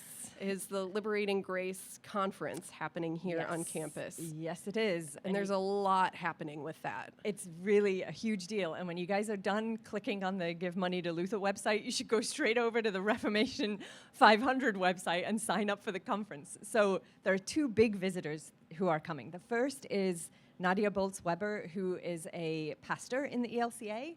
She's kind of a counterculture kind of character. She's all tattooed and she swears a lot.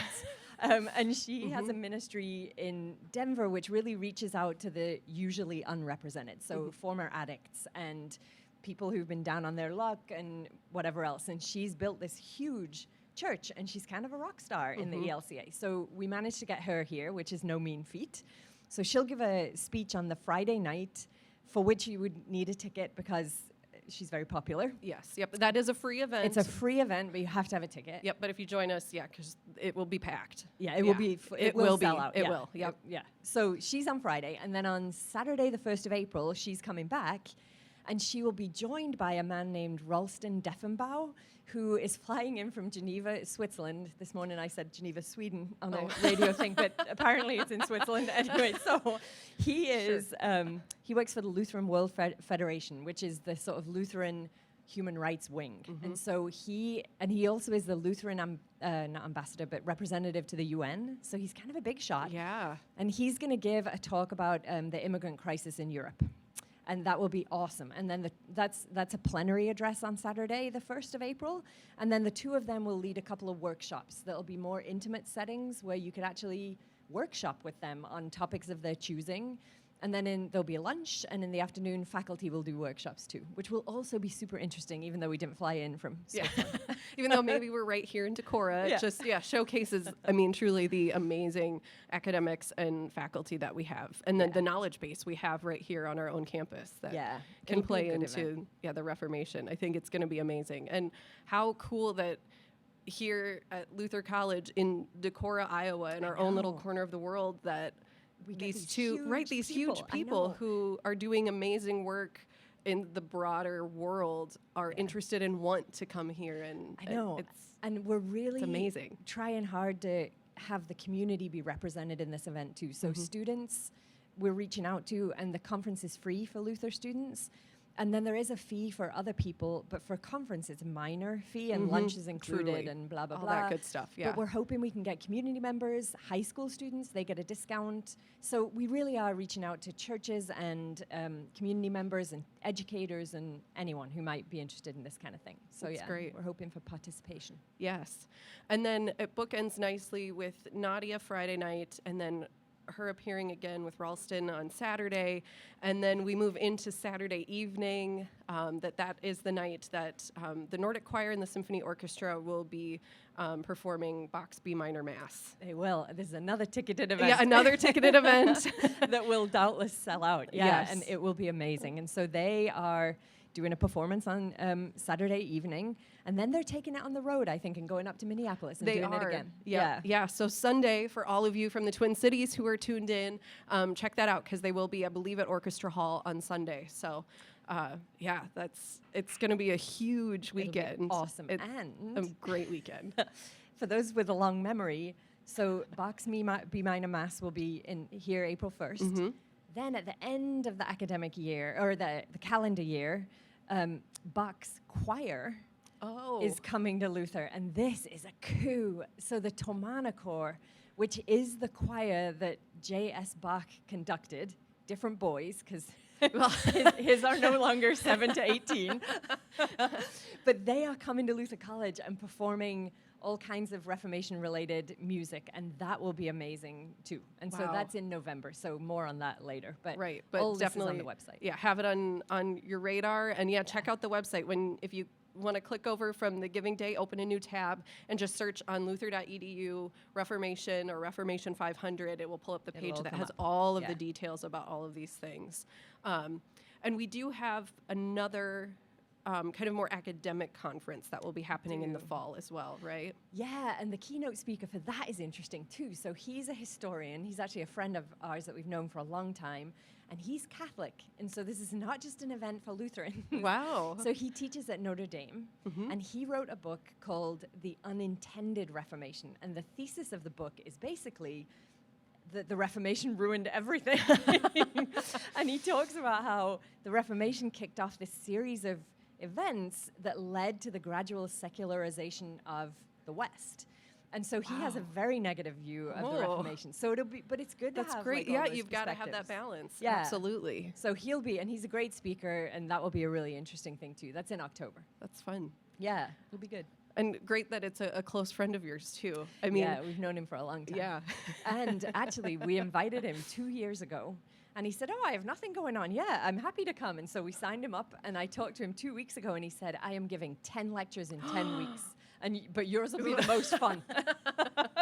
Good thing you had the foresight to say, hey, we got want to you get involved. these people. We got to get you in here. There's been a lot of planning that went into this Wow. event. Yeah. Just truly what a phenomenal year for us to be able to celebrate.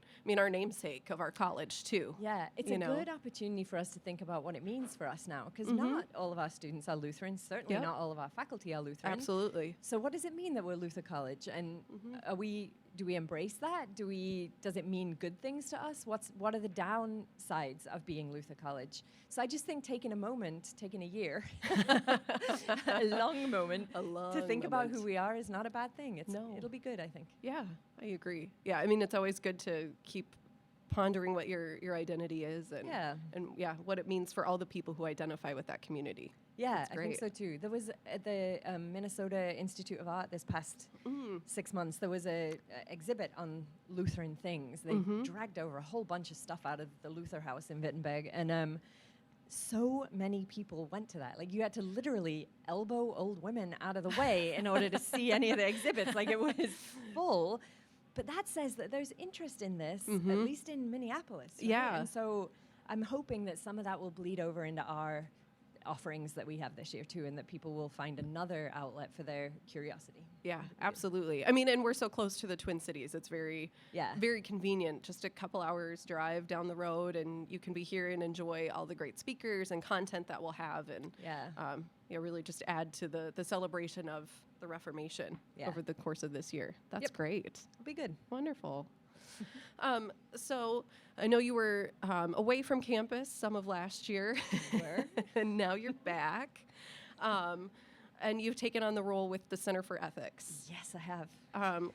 I'd just love to learn a little bit more about that. What interested you in taking that on, along with some of your teaching load as well? I'm assuming you may have found a balance between the two. It's truly in Luther, it's truly Luther fashion that we all tend to take on maybe a bit more. Right, yeah. I just wanted to be busier. I was looking for something to just fill my spare time. No. So I started teaching we got a new international studies major a few years ago. Yeah. And I directed that for strange reasons, but I loved it, right? So normally I do Reformation history, and this was a new thing for me, and it brought me into contact with a group of students that I love. Like, these are our students who want to go abroad and want to see the world, and those are my people, right? Yep. So I loved every minute of it.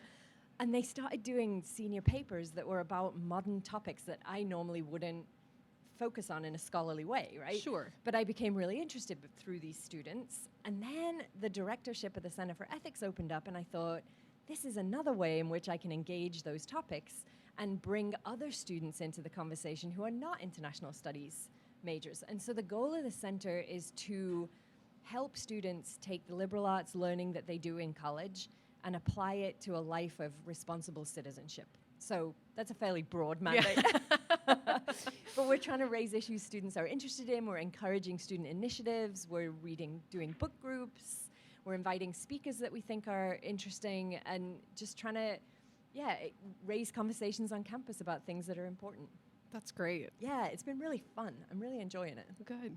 It's been very busy too. I'm also very busy. Well, yes, yeah. We had Pedro dos Santos was on this morning, and so we were talking about what some of his favorite courses were to teach, and he referenced that you have actually been teaching one of the seminar. One of his courses that he loved to teach, but was just loved seeing your take on it and how you were engaging students, and and I think it's incredible to see that kind of community amongst the faculty too, that you can, the give and take of sharing courses and learning from each other and seeing how others have it structured and kind of going from there. It's been fun. It's also fun to be able to say, Pedro, I've tried this, this, and this really didn't work. Like, see what you can do to fix it, but this works really well. And so the back and forth has been fun. I've enjoyed it, That's great. Yeah, it's a good course. Yeah. What are some of your other favorite courses to teach? Wow, that's a great question. So I like teaching the Reformation course. I would hope so, yeah. At the moment, I'm teaching medieval history, which is really fun and bizarrely relevant in the modern world. And so that's always fun to make connections between those two things. I've taught some totally random courses that have been a lot of fun. We did a history of heresy. That was very cool. And what else? Mystics in the medieval period. There was a talk on Tuesday night about Hildegard of Bingen. Oh, I know who that is. Actually, was amazing. Yes, she was amazing. Thank you, Luther College music major. Yeah, for that, exactly. But you could be a music science major or a religion major, and she yes. still would be relevant. She would, right? absolutely. So she's awesome. So those courses I've really enjoyed. But we took students to Germany last semester, and that's the second time we've done that. And teaching a course in place it's hard to beat, because all the history comes alive because you can see it right in front of you. So that's, I think, my favorite thing to do. Sure. J-term and semesters abroad. That's great. Do you have any J-term courses coming up that you're planning that are something new? Actually, or no, but I've had 2 students this week suggest to me J-terms that they think I should be doing. So maybe in the near future we can pull a couple together. No. Here's what you should do next. Yeah. Exactly. What about this? We should go here. I'm like, these are good. They're great suggestions. But J-term's hard because you leave town for a whole month and it takes a lot of planning, and I'm still settling into directing the Center for Ethics, and we're busy in the next year. So I'm waiting for a little bit. Yeah. What kinds of things, I guess, then are coming up for the Center for Ethics over the next year? 3 things this semester yet that are coming. So we're almost to spring break here, so to have 3 more events, you are a We've busy got woman. some stuff going on. We're focusing on issues of immigration and Islam in the U.S. So we have a guy coming from Germany who worked with our students last semester, and he teaches refugees in the city of Münster. So he teaches them German, and he teaches them how to deal with German bureaucracy, which requires instruction. Yes, that would. So he's going to come and talk about the European immigration crisis. And he'll be on campus for a week, and he's going to visit all these classes and go to dinner with students, and that'll be great. He's coming in April 12th, I think.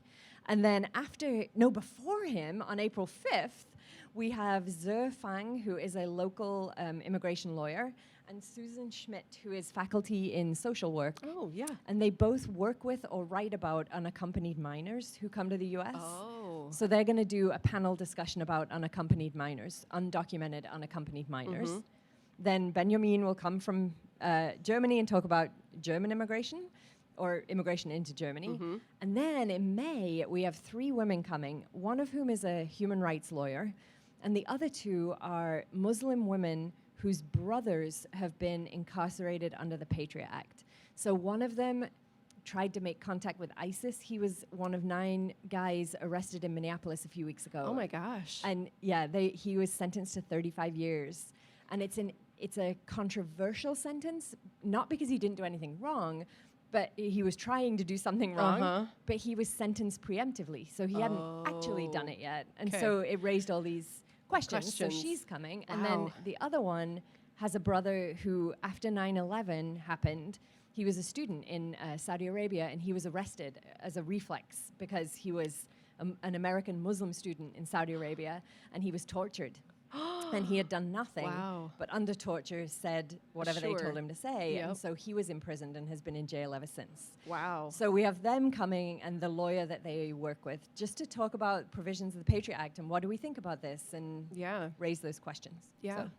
Wow. Yeah. Some really amazing, heavy, but going really on. timely topics. Yeah, and a lot happening. And these people will go to classes too and talk to students in a smaller venue as well as doing public talks. That's great. Yeah. That's wonderful. Because I know that was something I always valued. It's been a few years since I was a student here at Luther, but I did appreciate that when we'd have guest lecturers come to campus or things that everybody who brings people to campus is really thoughtful and good about making sure that those people are engaging with students at all levels, the small groups and classes, but also with the public talks and getting them involved in the community too, to find that engagement because we all work collectively. So there is so much going on this campus. Yeah. So just today, with the Center for Ethics, we had a news group where we all got together and we looked at pieces of news and how they were reported around the world. So we had a little book group doing that.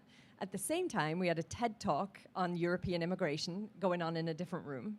At 4:30, we're streaming a talk by the NFL, I forget his title, but he's the LGBTQ representative to the NFL, and he's speaking at St. Olaf, and we're streaming his talk. Oh, nice. That's today, if anyone wants to come. And tonight, Brian Caton in the history department has Jyoti Totem, who is a writer for Time magazine, and she's coming to give a public talk this evening. So if you're in Decorah and you got nothing going on, she's a very high-profile writer, journalist. Yeah. So that's in one day. Woo!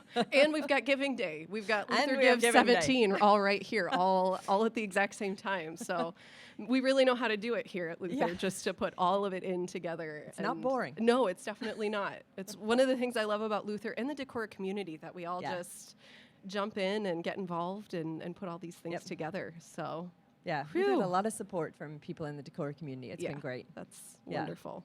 Excellent. Well, thank you for joining me. I guess it's still technically morning. It's almost noon, but thank you so much for joining me and sharing the news about our Reformation celebration. Again, make sure you check out the Luther website. Just go to luther.edu and then search for Reformation or Reformation 500 and learn all about all of the amazing things that are happening on our campus throughout the year to celebrate that. Yeah, and all of those things cost money, right? So not to be really... No, I mean, and that's why we're here today. You know, I mean, we're raising money for the annual fund, which, you know, as we've been saying all day, is our unrestricted fund. So that money goes to work right away where it's needed most, wherever it's needed on campus, with various programs, for scholarships, for academics, for life on campus, whatever. Wherever it's needed, that's where we can put it to work. So, you know that your gifts are helping make a difference and continue to allow us to, you know, bring all of these amazing things to campus. So, and then, sign up to attend events. Like, come back to Decorah, come make a visit to campus and join in on all those fun things we have going on in the community. Tell us you're coming, and maybe we'll have you speak to a class. Let us know you'll be here. We'll put you to work. So. Oh, that's perfect. Well, thank you again, Victoria. It was great to have you here, and it's just really exciting to learn even more about all the great stuff we've got going on campus. I'll be waiting for my gnome hat, by the way. Yeah, I'll make sure I SPO that to you. So, all right, thank you. Thank you. We'll take a quick break here. In 1 second. We're just going to wait a minute. I don't know what's happening. Oh, there's a bunch of students. Megan Torkelson, we heard you gave back to Luther. Yay! So thank you for that. We got the selfie stick going Oh, on. that's awesome. Oh, we're going to selfies live on the air. You can be in it. Come on in it. Oh, you want ready?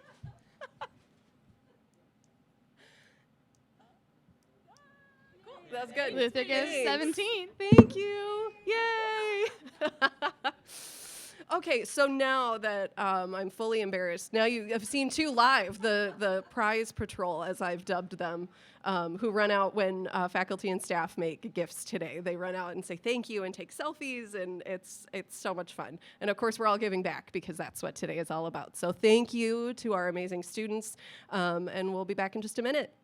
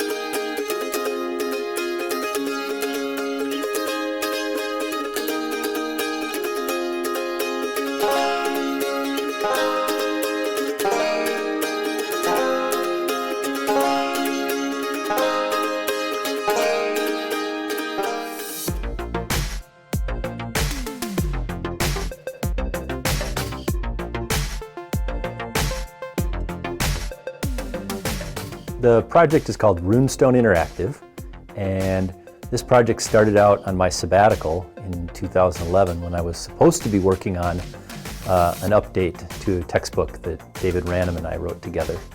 And as I was trying to work on this paper textbook, I kept having all these visions in my head of like, these examples should do something. They shouldn't just be dead on the page. You should actually be able to do something with them.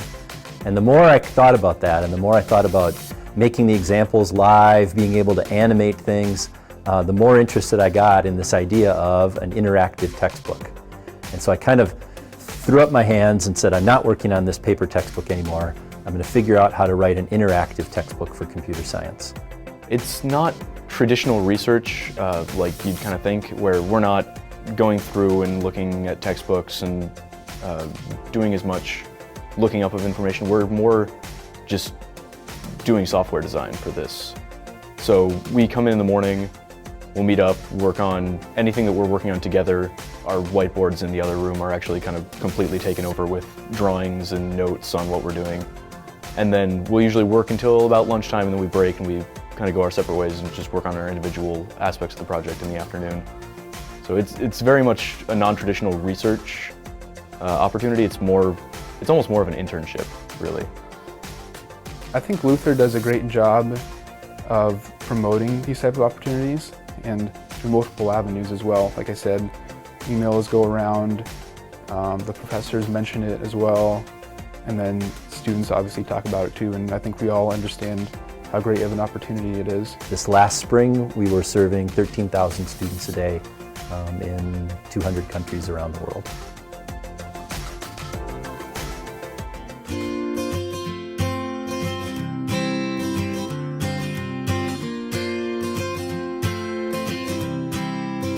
This project is designed to look at ground beetles in the forest here on the Luther campus. Looking at the diversity and abundance of these beetles. Research during the summer is very different from research that can be conducted during the school year and from regular course projects, that type of thing. Because you can be immersed in this project full-time for the whole summer. Certain projects might have projected outcomes during your regular coursework, whereas this is an ongoing project. It's full-time, and I'm fully integrated and not distracted with other sorts of conflicts. Students benefit from doing research with a faculty member in that, number one, they get to work side by side with us on these projects. And as they do that, they're learning from us, we're learning from them, hearing their ideas as well. And that's really why I came to Luther.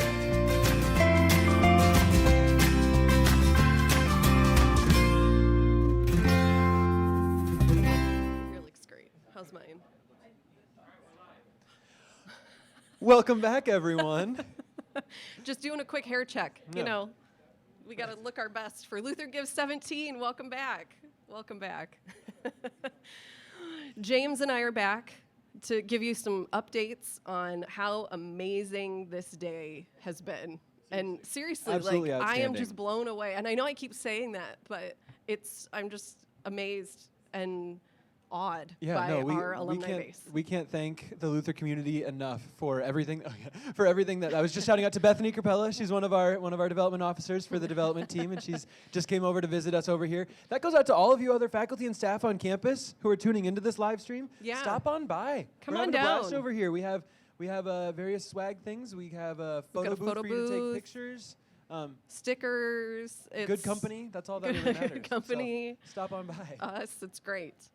So now for some little updates. How are we Now doing, for some Megan? updates. Well, James, we're doing great.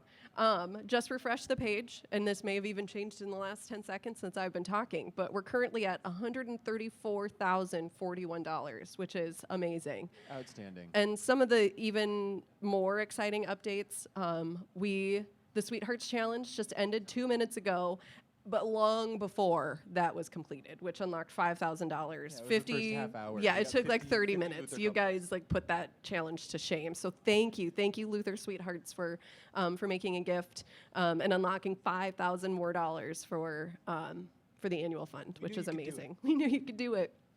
I am also so excited to share that the Warmly Weston Music Challenge, the $1 for $1 match for anybody who was involved in music in your time here at Luther, that could have gone until 10 p.m. tonight, but it's already done, challenge complete, which is phenomenal. So thank you to all of you, like James and I, who were in music when you were here at Luther. It's, what a lasting impact. And I just have to share too that we did get a comment from one of our alums who just said, Becky, who was a 75 grad, just saying, not a day goes by that I don't use something Weston taught or modeled for me. He lives on through the thousands of lives he touched, and that is absolutely true. And I know I mentioned it earlier, Giving Day was something that he absolutely loved, and so I feel like, we've all really done him proud by showing him that this Luther community can come together and really raise some big money for the annual fund. So thank you so much. In exciting news, we've got the 90s challenge is still going. We've got a little ways to go there and one more hour, so keep it coming, 90s grads. Like, it's time to hit that hard. Faculty and staff honoring is ticking ahead. We're at 547 donors. We need to hit 600 to unlock 50K, so I think we can do it. So let's push forward for that, guys. Yep. Folks out there. And this will help us segue really nicely to, we just started at noon the Sail Norse Challenge. So if you were an athlete or you support the athletics and want to give in honor of a team here at Luther, now is your chance. That will go until 10 p.m. tonight. And when you make a gift as part of the Sail Norse Challenge, you'll be asked to select which teams you support, and they're all in there. And you can select more than one, whichever teams you want to. But the team that gets the most support, you will win a pizza party for that current team. So our current student athletes have some skin in the game there too. We're looking off stage because up next is a panel of some of our, I guess they're okay coaches. Some of our favorite coaches who are here today to talk a little bit about stuff that's coming up down in the Regent Center and on some of the new fields that we've got here on campus too. Anyway, yeah, the Sail Norse Challenge, make sure you're making a gift and selecting all of those teams that you want to support because you can make a direct impact through your funds to those student athletes, but also, who doesn't love a pizza party? So, yeah. Absolutely. And then, and also for this next little segment with our coaches panel, we'll also be, Megan and I will be passing off the reins, and we'll have a new host up here. We have Hunter Jurgen that'll be coming in and filling. He's got big shoes to fill, I'm telling you. They're actually really small, so you'll enjoy this. So we're going to send it over to Hunter and our panel of coaches. Here they come. So stay tuned.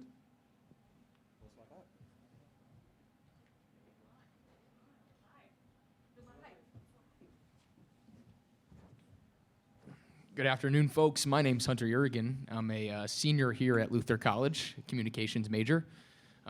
You may ask why I'm sitting with the coaches and not Megan or James, but I actually work in the sports information department here at Luther, have since I was a freshman, and have spent some time with these coaches and gotten to know them quite a bit. So I'll pass it over to you guys. We'll start with head coach of the softball team, Renee Hartle.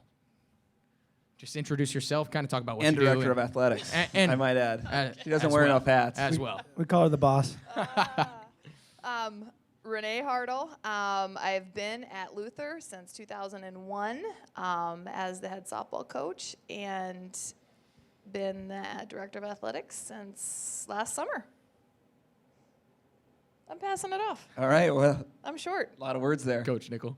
Yeah, my name's Brian Nickel, head baseball coach and facility director. So this will be my third season as the Norse baseball coach.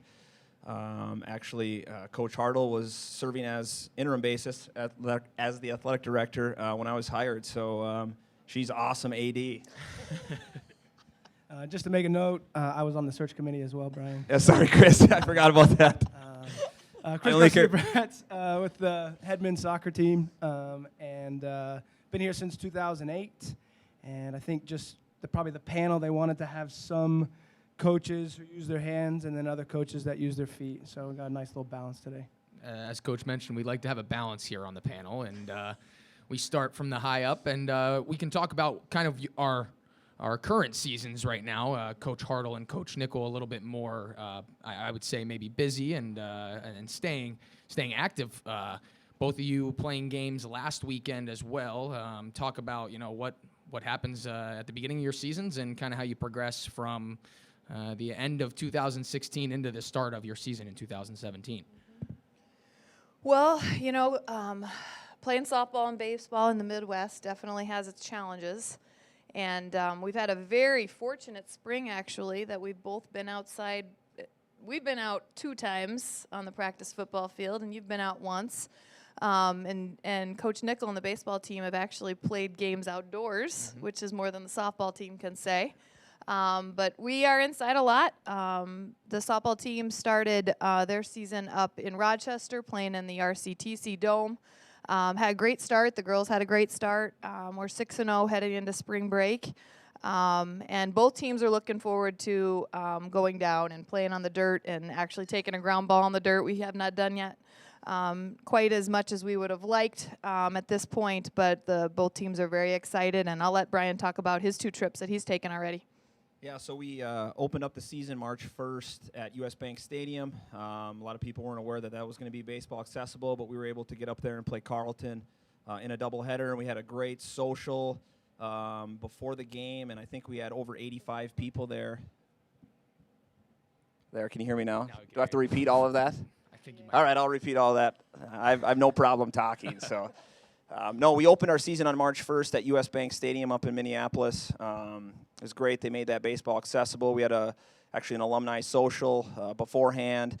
Over 85 people RSVP'd for that, and I had a chance to step in there for a little bit, so it was great to see a lot of folks out there. And then just this past weekend, we were down in St. Louis and played Wash U, 3-game set, and then now, like Coach Hartle said, it's off for Tucson, so for us, and they're going to Florida, so we're really looking forward to those trips as well. And I'm really excited about the season. One thing I'll note is April 29th, we get to have our big grand opening ceremony for the new stadiums. They look awesome, so if you're on campus, drive by, look at the baseball, softball stadiums. They're fantastic. Both programs are really excited. 10 a.m., April 29th. I better figure out the time there, so I'm there. But we both play at home that day, and it's going to be a really great event. And coaches, just to kind of stem off of that, those new baseball and softball stadiums, I know there's just been some buzz around campus, I think is what you'd call it, just some excitement about having those on campus. What do they do for you guys in a way of recruiting and kind of having that aesthetic appeal when you bring students on campus to show them what Luther College is all about? Well, I think it's really hats off to our donors and our alums and our current parents and our past parents of our programs who made these stadiums happen. And it was a dream of ours. Gosh, it's been about 4 to 5 years ago to do this. And we were, and up until this year, sharing the bleachers for softball and baseball with the visiting football bleachers. And so it was really difficult to even host summer events on our softball and baseball fields, or even rent those fields out to programs. Because the bleachers would go back for graduation, and then they would stay for football season, and then they would move in just for the softball, baseball season. So it'll be nice to have those permanent, seats there, so that not only can we really showcase which I think are fantastic surfaces and diamonds, but we can start to bring those high school programs and club programs to our diamonds camps over the summer, and actually have a place for fans to sit. So it's just been a project that we are so excited to unveil, and obviously we're doing our grand ribbon cutting on April 29th, which is technically actually our last home game of the year, but it actually worked a lot. It worked the best because we had both had home games, but I think we're going to have a lot of people on campus that day for this event. Should be a lot of fun that day. And Coach Garcia Prats, not to leave you hanging over there, just wanted to get to the things that were in the present right now. So we'll get to you right now. So, Coach, off-season, coming off a good year in the Iowa Conference, made it, I believe, all the way to the championship game. We won it. Won the championship game. And, how do you rebuild in the offseason, and what are you up to specifically right now? Kind of with your quote unquote downtime, as we'd say, because coaches we know never really sleep. Obviously coming off a great year, it's important to keep things rolling, and it's kind of interesting. Adam Strand's favorite question is kind of what do us coaches do outside of season? Outside of practice, and it's probably our spouses' favorite questions as well, because the reality is it doesn't stop. Recruiting is something that every coach is just in the thick of right now, trying to make sure that our recruiting classes are going to allow our programs to continue to thrive and to do well. And so our assistant coach right now is up in Minneapolis, watching some guys practice, visiting some high schools, trying to hopefully iron out some key players in the Minneapolis area. But really, that is what we're in the thick of. If you go down, the football staff is out. Coach Hafner, I think, is in Florida, and maybe is out to Colorado, I believe. And so those are really the pretty typical schedules, for our coaching staff all across the department. And so just trying to really kind of hammer out this group. And I think we're at 7 commitments for our program. I think that's pretty typical right now for a lot of the programs in our department. And so, when people wonder what we're doing, recruiting is probably right in the mix. And for anyone who is involved in the recruitment process, it is a full year-round type of activity. To get top quality kids here to campus. Right. So on the surface, it may not seem that we're as coaches super busy, but there's some behind-the-scenes things that kind of contribute to your next 4 years, and hopefully a great recruiting class, as you said, to continue what has been a terrific soccer tradition here at Luther College. And most coaches would say you win the national championship during the recruitment year. So that's kind of what we're working towards, is can we get the key kids for our fall season moving forward. Coach Nickel, in your third season, coming off of what you may say was a pretty magical run in the Iowa Conference tournament last year. Not many teams or not many schools around the conference probably predicted that. But, in the locker room, I'm sure there's some confidence and, a knowledge of what you guys can do. How do you take that from the last season and try to continue your momentum from last year?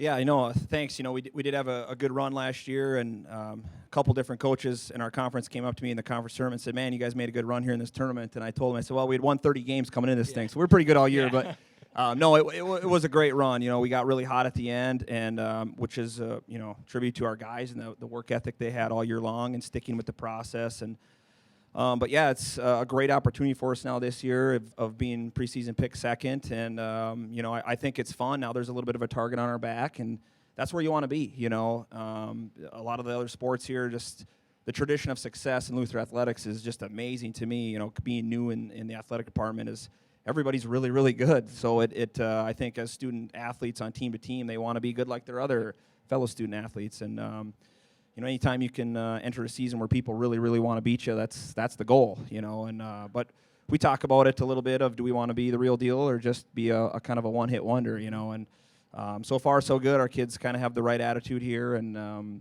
we're really looking forward to kind of getting to the meat potatoes of our season. Sure. And then Coach Hartle, continuing years of success here at Luther College in the softball program, even before your time, and you continuing that tradition as we talked about with the new field being dedicated to Coach Hoff, and something that you really wanted to get done, and a lot of people really wanted to get done, and just kind of continuing my question for Coach Nickel, how do you continue that expectation every single year with your players starting from the beginning of the season? Well, I think that you really nailed it on the head in terms of excellence. We're so excited to dedicate this field and call it Betty A. Hoff Field. And I look out at the stadium wrap, and I see all the years that she helped us get here, and all of her alums that not only she touched, but even the sport of softball at a national level, and to even be able to come in. And I remember even when the job opened, and I said, well, who wants to follow her? I didn't even apply right away. But to follow the first Division III Hall of Famer that was inducted into the NFCA Hall of Fame, incredible. And the teams that she put on the field in the 80s and the 90s, and the teams that she took to the World Series. But for us, it's just really to continue to make our family and our friends and ourselves proud, and this school proud. And I'm really excited to take this team to the next step, like he said, and put the meat and potatoes part of the schedule. But I just feel like we've just got an incredible group of young women who picked Luther College for a lot of different reasons, softball being an important part of why they picked Luther College, but it's just meant to be, and it's just a privilege for me to get to coach those young women every single day. Great. As we look at our Luther College Giving Day update in that Sale Norse Challenge that did open just at 12 p.m., already $2,100 raised in that challenge. So I believe that is a dollar for dollar matchup. So a good start to that one. Just 18 minutes into the challenge, so we got off to a good start right now. Once again, here with three of our head coaches and athletic director Renee Hartle sitting to my left, and then Brian Nickel, baseball coach, in the middle, and Chris Garcia-Pratch, the head soccer coach, on the far side. My name's Hunter Urigan. We're doing a little talk here with the coaches and trying to get some things wrapped up, I would say, with the baseball and softball facilities. Those are finished and completed. Anything else that might be in the works around facilities on the campus with relations to the athletic department specifically? Yep.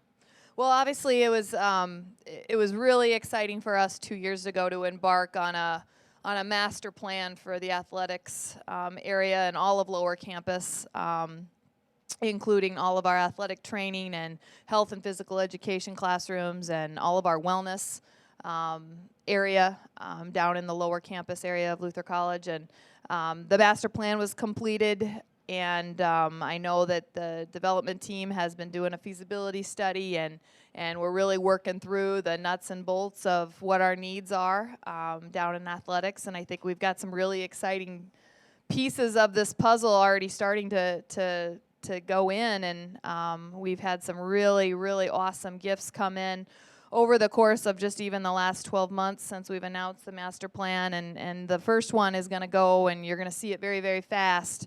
And we did have an anonymous single donor that decided that we needed new tennis courts, and we needed them now. And so you're going to see construction on Lower Campus already going on about a week before graduation.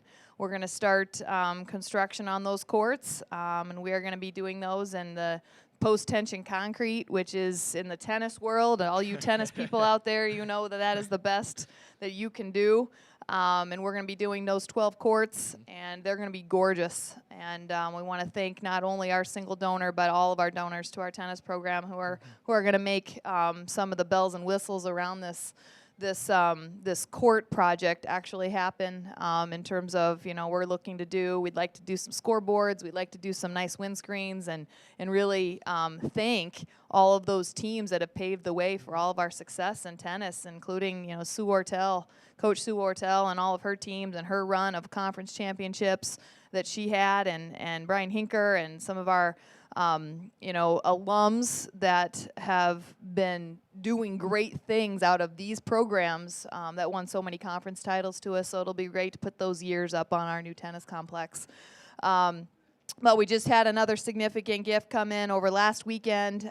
We are definitely really close, and we are closer than we've ever been to digging on our new football field. But the intentions are right now that we are going to put some turf down, and we're really going to be able to do this, and we're going to be able to do it in a great way. And so we are going day by day on this new football field, but it's something that I think is pretty exciting around the athletic department, as we heard that news last weekend, and we actually had a staff meeting today where we got to see a picture of it. And I think that if I could get some people excited about a football field, I want to do that right now on live. Definitely something to be pretty excited about. It would really make Carlson Stadium kind of pop and make that scene look really, really nice as we have a football player walk through, and I believe it was Dre Savoy. We had some clapping. I don't think you're going to get much stopping in that statement. So definitely a great project, and something that many people look forward to, and something that many of the teams can use, not just the football team. I was just going to say that. I think, right now we've got a football field that we can play on 5 times a year.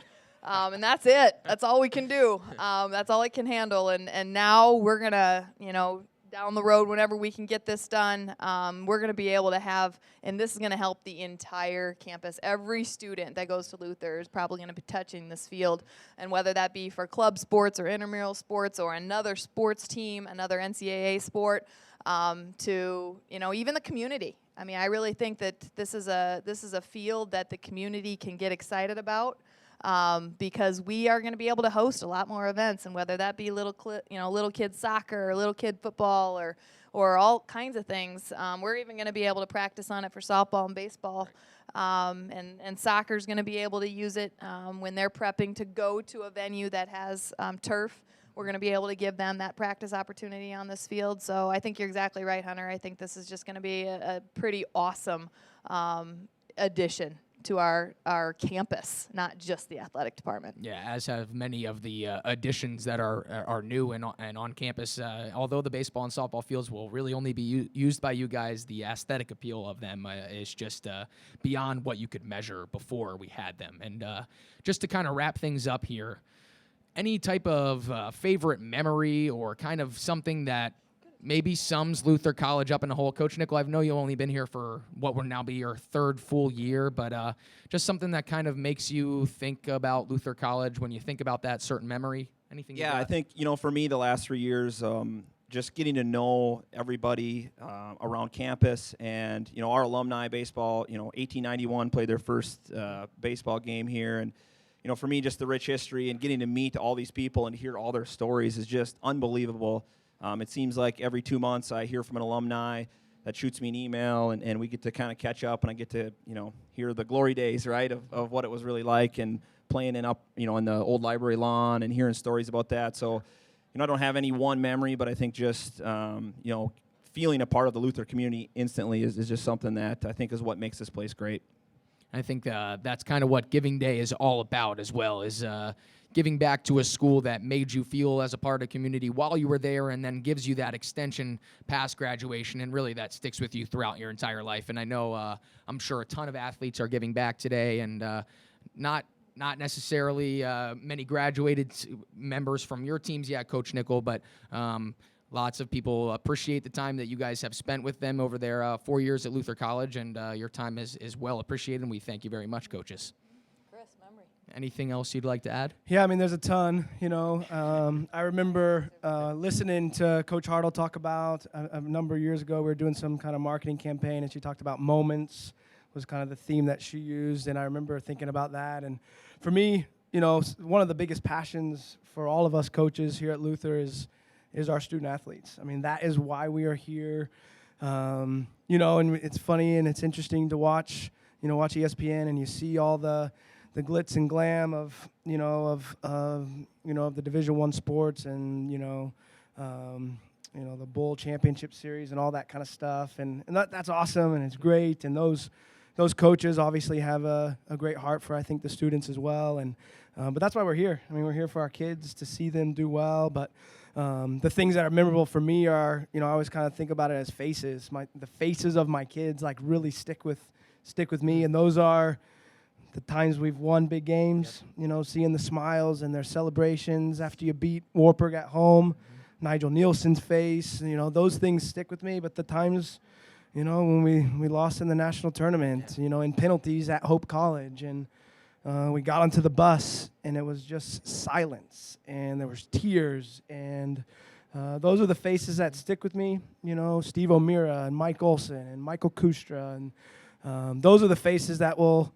you know, that are embedded into my memories, and it's what makes what we do really special, that we can kind of share a passion. You know, the sport is the passion that we share with our kids, but it's just our connection to them, you know, and it goes far past that. You know, being at their weddings probably is a big deal, and so, yeah, their faces, you know, it sticks with us, you know, so. And then Coach Hartle, you said you had something you wanted to add as well. I do have a story, actually, and I think that this kind of bridges the past with the present. But I think that when you talk about a moment, to me, of what Luther College means to me, or what I think of when I think of Luther College, I think about a moment in 2012 when we were playing to go to the World Series, and we were in the winner's bracket, and we were down in Pella, and we were playing UW River Falls, and we lost in the championship game, but we had earned the right to have an if necessary game. So we had come out of the winner's bracket, and it happened on a Sunday afternoon in May. And we're in center field, and we're post-gaming, and that's on a Sunday. And I'm looking at the girls' faces, and I know that we lost, but I'm seeing something different. And I see one of the girls, and she looks at me, and she goes, and I'm telling them, like, we're going to play tomorrow. We're going to win tomorrow. And she was like, but Coach, final exams start tomorrow. What are we going to do? And it wasn't 30 seconds later, and I see a man marching onto the softball field. I see the NCAA going, who's this? He's not supposed to come on the field, and it's President Torgerson. And he decided he was going to take the field. He came over, and he looked at the girls, and he said, you played hard. I was so honored to be here. I know you have finals tomorrow. You're going to win a game tomorrow, and then you're going to come back, and you're going to take those finals, and you're going to rock both things because you're student athletes. And I'm going to send a message tonight to the faculty, and we're going to tell them how important this is, that you're representing your institution. And I could just see the girls, like, seriously, like, weight was lifted. Winning a game, that wasn't going to be that hard anymore because we had our support from the top to say, you know what, these student athletes are representing this college, and man, this is really important. And that's what we did. We went into the next day, we won 3-2, we came back, the girls took final exams all day Monday, all day Tuesday. We were on a charter flight on Wednesday morning to Salem, Virginia, and it was an experience that I know the 24 members of that team will never forget, nor will I. And that kind of sums up your Division III athletic experience in a whole right there. And I know my dad, being a part of Division III athletics for the past 8 years, has really reiterated that point. The fact that you can not only be an athlete, but you are a student as well. And sometimes a game to get to the national tournament comes before a final exam, and I think most professors will understand that. And you know, we did it all, and, Yep. and our professors Exactly. were awesome. Yep. I mean, they were just, the girls got messages back of congratulations, go get them tomorrow. Your exam will be here. You'll rock them both. Our professors, our faculty were amazing through that experience, and they continue to be amazing as we have challenges like no lights at venues and have to leave at a certain time for games, or we have a rain delay, which causes us to have to move a game. I think our faculty has just been amazing in support of our student athletes. Yeah, and the community at Luther College continues to shine, not only athletically, but throughout the entire college. And I think we've spent our time on the stage. So I think we'd be remiss not to mention that Luther has 3 wrestlers this weekend at the national tournament in lacrosse, only an hour away from Decorah. So if you can get there, get there. If not, I know that will be live streamed on a few different platforms, so you can find that. Once again, thanks for joining us here on Luther College Giving Day. We're going to take a short break, and we will be back here in just a few moments. So thanks for listening.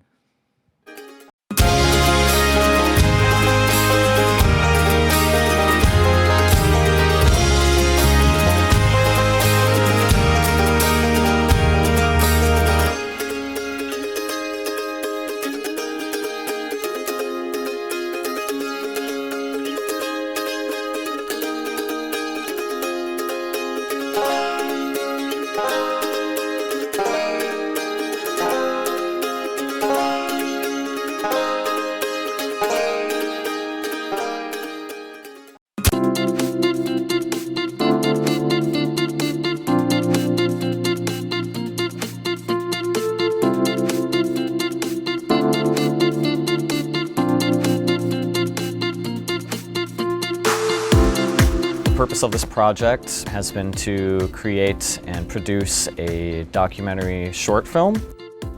So in terms of our process, early on in the summer, Jack and I were primarily focused on script and research. We were looking at different documentary films, thinking about, all right, what do they do well that we maybe want to incorporate, what don't they do well that we want to stay away from, and thinking about really kind of visioning what this film would look like from Act 1 to Act 2 to Act 3, and really kind of building those blocks. A lot of the stuff that we do with media production and audio and video and making this documentary happen is quite different from, I think, the usual coursework that we do in communication studies. A lot of my research was how to work well with the director, the producer, and the cameraman and everything like that. So just navigating those relationships in production as well. Luther does a good job of just providing those resources and those opportunities to expand that interest, for sure. When it comes to these student-faculty collaborative research projects, I think one thing Luther does particularly well is what that final project is, or what the findings are of any given pair that are working together. Like, the campus community gets a chance to learn about them. They don't just exist in a vacuum, like, all right, here it is and it's done. For example, the film that Jack and I are producing, we're going to send it off to film festivals all around the world, and hopefully a few of them like it, right? Hopefully the greater world starts to know a little bit about what's going on, what we're doing, which is cool.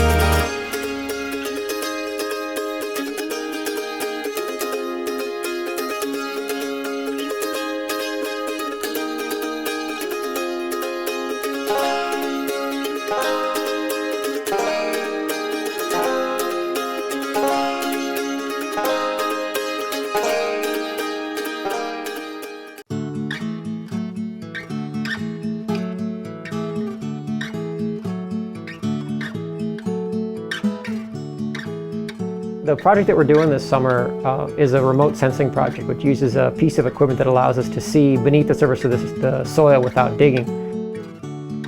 We hope to use this information to, for one, figure out more effective ways to use this kind of technology for us, since this is the first time we've used it, and to develop maybe potential projects in the future. So what we do every day is we gather up all our equipment and head out to the site and set up our grid. We establish a grid so that we can figure out where the different things that we find are located in space. After we get that grid set up, then it's just a matter of walking the device over the surface. And what it does then is it takes readings at selected intervals, and we can take those, bring those readings back in, download them on the computer, and then it allows us to see what sort of things are there beneath the surface. It's a lot more hands-on, allows us to get much more in depth and address a particular question in a way that's just not possible in a regular semester course. And it definitely brings you a closer bond to the professor. You know, it's really more of a partnership than instruction. To be able to participate in summer research one-on-one with a faculty member. I mean, the size of Luther lends itself for that, for sure. And there's so many different departments, it's not such a specialized school that really anyone can participate in something like this. And I think that's definitely what sets Luther apart.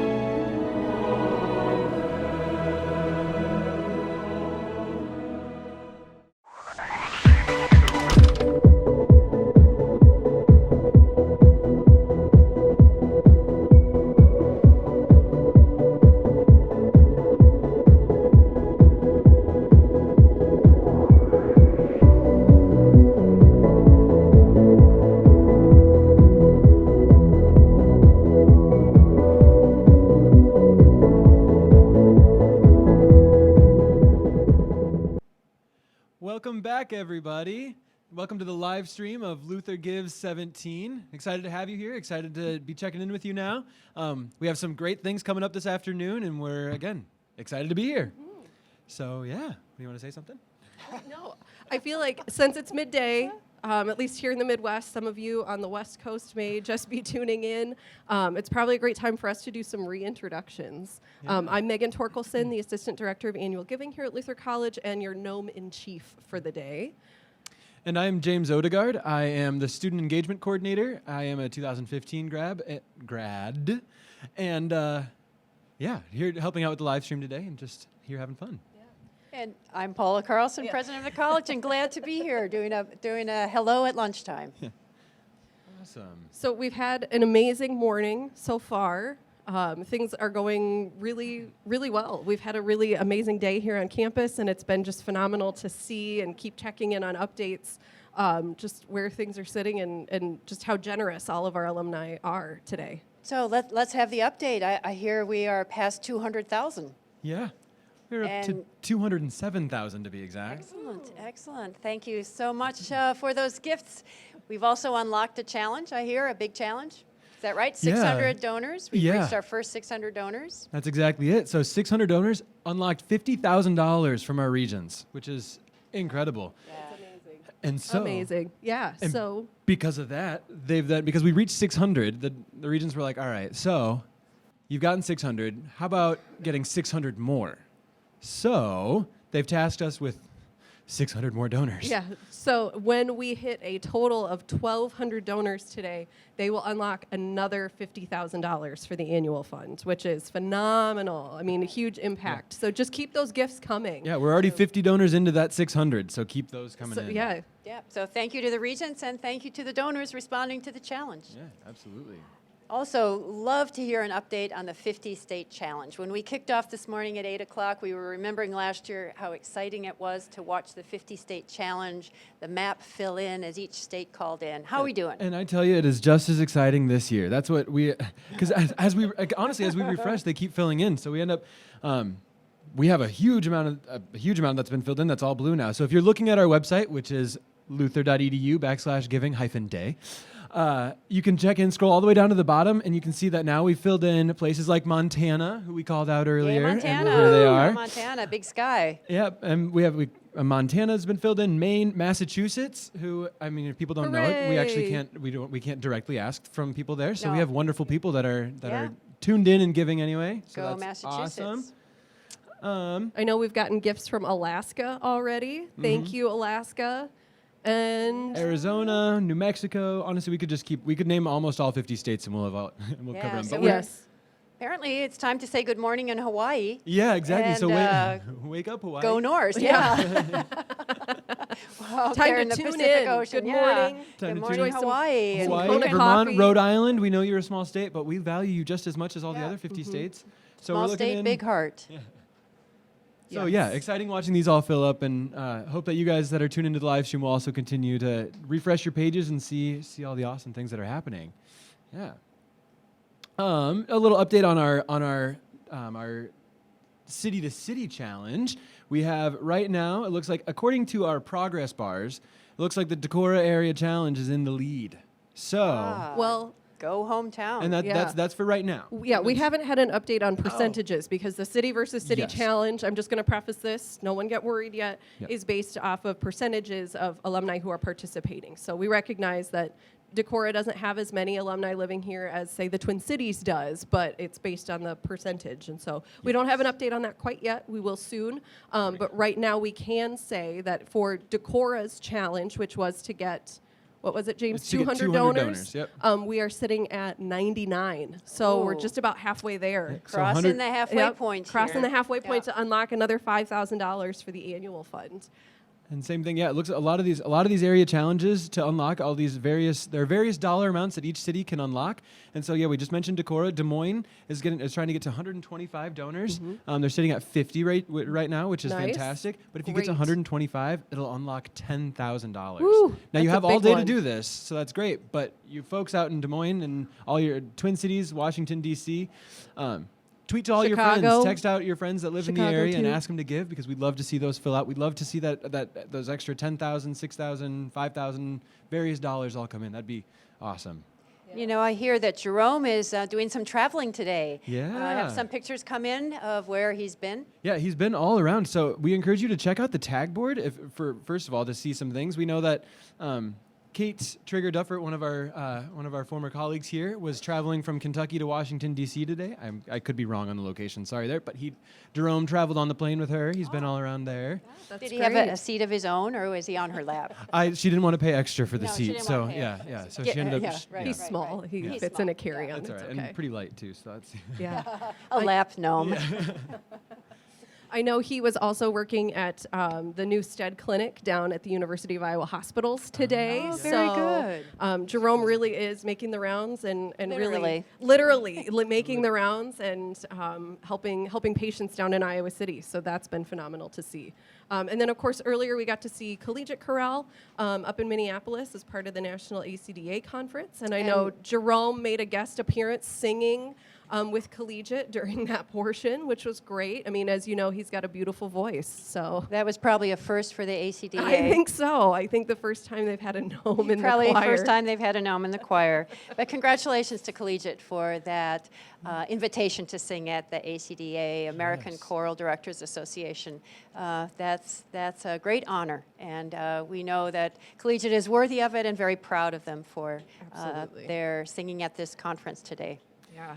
Yeah, this is just incredible. I've just refreshed the tag board that's on our Giving Day site, and the amount of places that Jerome's been traveling. Jerome's hanging out with some kids. That we have some Cubs fans that were excited about the World Great Series. way to go, and now- Chicago. Keep representing. Yeah, and we have Jerome made his way to some classes. It seems like he also seems. Did he take any tests? No pictures of tests, but I can assume that he was called on a few times. Okay, was he studying last night, getting ready? Yeah, probably. As- Yeah. Per our chats, that was what was Yeah. supposed Yeah. to happen. Yeah. But we know Warned how him. those study nights go. But yeah, so exciting things happening. I'm going to refresh this page again to see if any Great. dollar And I'll totals just have gone throw up. the reminder out there that as you're posting those photos of Jerome wherever he is in the world, make sure you're using our hashtag LutherGives17. Right here, it's plastered all over your screen as you're watching us. So just make sure that you include that, because then it gets pulled into our tag board, and all of our friends and alumni across the world can share in your joy today. Yeah, and hop onto social media, share all the other posts that your friends are posting. The more that fills up, I know right now I can't scroll through my Facebook feed without seeing something Luther Gives 17, which is incredible. And I know that's because we all like each other and support each other, which is awesome. But it's also because we are overtaking social media right now. So keep doing that. The day is going exactly according to plan, just what we wanted. Let's continue to turn social media blue with Luther Pride. It's Day of phenomenal. social media awesomeness. Exactly. Absolutely. Exactly. And so now we're starting to get some nice aromas here for our next segment that's coming up. So we're going to take a little break here in a moment, and then stay tuned, because we have an awesome Lefse demonstration coming up. I'm definitely staying for this one. Yeah. Yeah. This will be good. It's It gonna be already fun. smells very, very good. It's going to be tasty. It's very Luther and very Decora. It's just Homemade perfect. Lefse. You're going to love it. So stay tuned, and we'll be right back. All right. May I give you the mic? Great, yeah.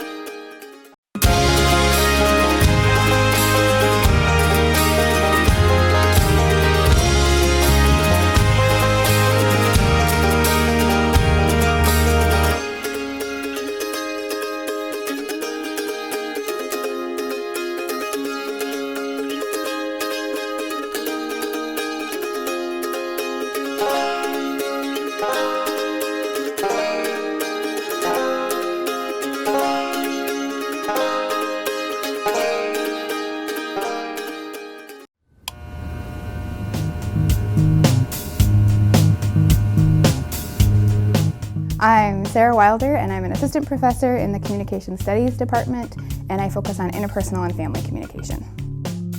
For me, teaching is growth. It's all about growth. And because I came to this profession because of how it changed my life, I wanted to continue in an area where I could grow as an individual, and teaching allows me to do that. No semester is the same. Even the start of the semester is not the same as the end of the semester. Because I grow, my students grow, my classes grow, everything grows. Luther in particular, I think, is really unique and special in the community that exists and the connections that students make with each other, students make with faculty and staff and coaches and all sorts of, alumni sort of thing, and then beyond that when they graduate, the connections that alumni have with Luther. And as someone who studies communication and relationships, being in an environment where it is so much about community and connections, it's really fascinating and valuable for me to be a part of that. And being able to connect with my students in the classroom and outside of, I have a student who's coming back to visit now, graduated 4 years ago, she said, hey, can I come see you and catch up, and we've stayed in touch, and I just think that's special to Luther.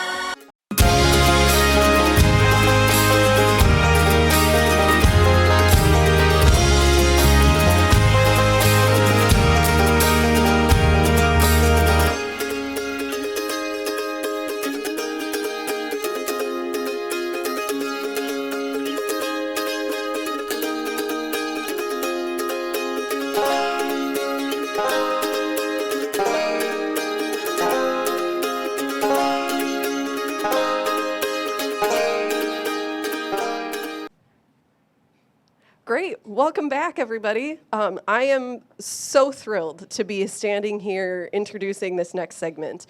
I'm thrilled that James and I are joined by Jim and Renee Lillibridge, and they're going to show us Lefse. I mean, is there anything more Decorah or more Luther than Lefse? It's phenomenal, and it's truly an art. We've just been standing here watching them do this for the last few minutes, and they are artists down here making this happen. And if you're on campus and you're watching this, if you can get to Marty's, you should get down here because it smells amazing in here right now too. It smells fantastic, wonderful. and we might just happen to have some for you to taste.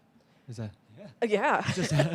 Just a little bit. This is the taste test portion of the live stream here today. So Renee obviously has been working hard on rolling some out, and Jim is manning I guess, what is the correct term for the flipping? Flipping.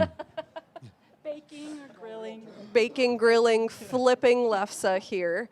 So if you don't mind, I guess, taking just a little break, and we can talk for just a minute, then we'll let you get back to it. How long have you been making Lefse? Well, Jim's folks started making it for all our holiday gatherings. And then when his mom was no longer able to help in the process of rolling whatever, his dad recruited me. So his dad and I did it for a long time, and he taught me. And then when his dad wasn't any longer able to do it, Jim helps me. So we do it now for our family gatherings, and Jim's dad's deceased, but his mom's still alive. But we do all the Lefse making, and our boys really, really like it. So I'm thinking they're going to have to learn how to do it as well. And so we'll probably be passing that along. It'll be a rite of passage. That's right. Yeah. That's great. So I assume then it's an old family recipe that you're using from Jim's family? Actually, I think Jim's dad has Eunice Stone's recipe, who is kind of famous in Decorah for her Lefse. And he's kind of tweaked it, as many people do, to the way they like it. And so I think he got it from her cookbook that she has. But when he turned the reins over to me, he wrote down the recipe, and he just has salt potatoes, boil potatoes, not till they fall apart, mashed potatoes, and cream, add your cream and butter, rice potatoes, and then add 6 cups of flour.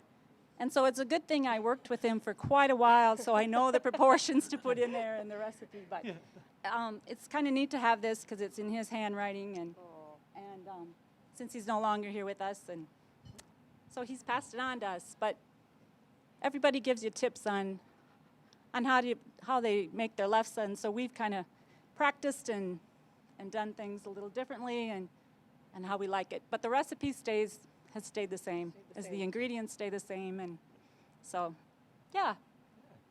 That's great.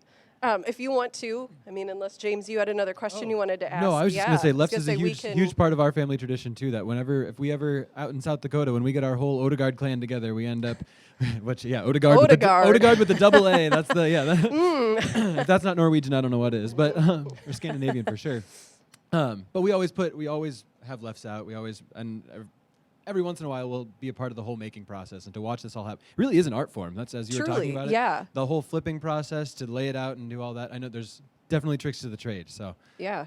I mean, if you want to continue on, that's fine. You can, if you want to roll one out here. I could just tell a little bit about. We do 10 pounds of potatoes usually, boil them. Ooh. That's what we do with our recipe, and then. I usually keep that on supply. and then. Yes. Idaho russet, yes, you have to have that because the Wisconsin potatoes are too wet, as Jim's dad would always tell me. So Idaho russets, and so we boil those, and then add a half a pint of cream and a stick of butter, mash it, and then after it's all mashed, cooled, and rice it, and cool overnight usually. So it's kind of a 2-day thing for us to do it. We cool it, and then add the flour. And then I mix the flour, and I make these little logs, which I got that little tip from Brenda Leibold in our office here at Luther. She makes Lefse too. Yeah. And it really helps to just cut them off and keep the process going. Nice. So we'll show you what I do after we have the dough all mixed together. Perfect. So. Yeah, through the magic of live stream, it's ready and and here. Also, you guys should know that when we put kind of a call to action out for the folks that we said on campus, you should totally stop down. We have folks who stop down. So if we look around, which is excellent. So first of all, glad that you guys were tuned in and hopefully listening to the live stream. Or maybe you just caught the smells through the union and said, oh, that Someone smells- texted you, whichever, like whatever, I'll take whatever it is. Whatever's getting people down here. It's great.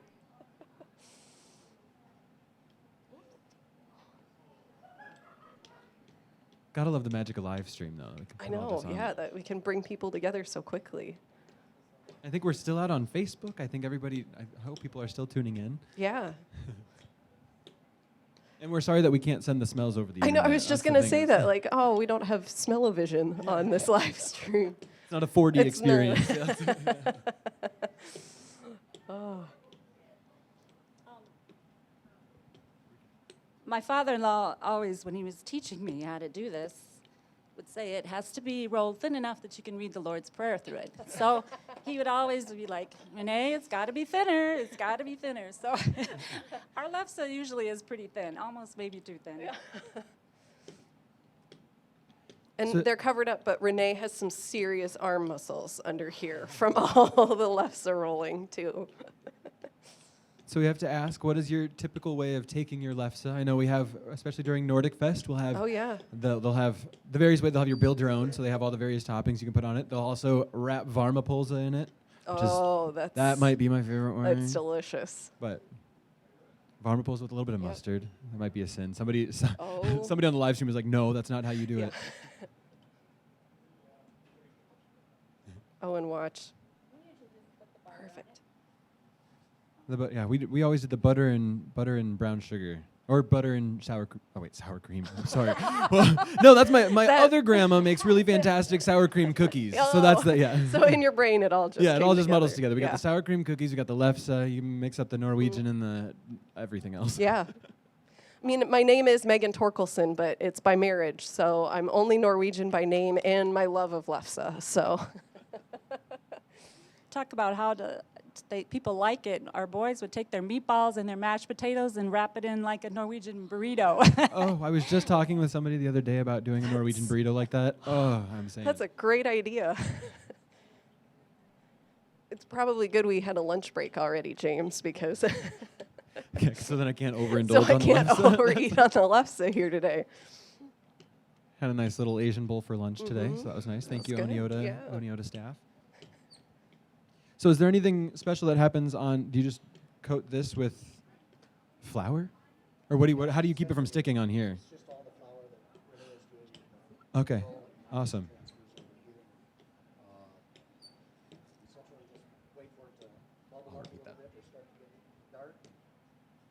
I'll repeat that for because I neglected my duties of holding the microphone over so for the explanation. So, right, yeah, as all of just listening and hearing about agape. it happen.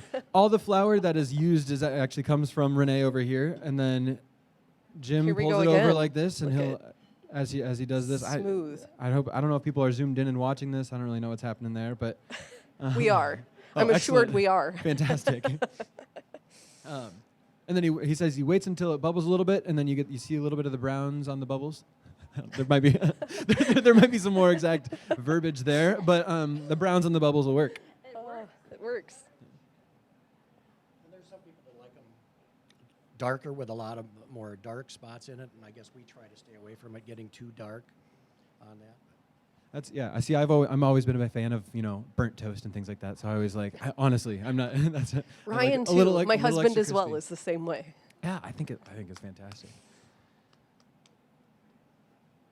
It's sometimes when the weather is like in the summer, I've demonstrated for Nordic Fest, and if it's humid or lefse can get to be kind of tricky those kinds of days when your potatoes get wet and then it sticks, and so I was really hoping we'd have good luck today. So far it's been going okay. Yeah, so good, it they've been just like plowing through, rolling and cooking. There's just a pile of lefse over here, and it all looks just perfect. This was actually a process that we learned from somebody to where we stack it this way, and it keeps things, the edges a lot softer, and they Oh. don't get all dried out in that. So that's something that we learned from somebody else. Right, yeah, and if I didn't get the microphone over there too quickly, he said that they have a special way of stacking it so that way the edges don't get too crispy. Is that you said? They all kind of moisten together and stay all nice and fresh.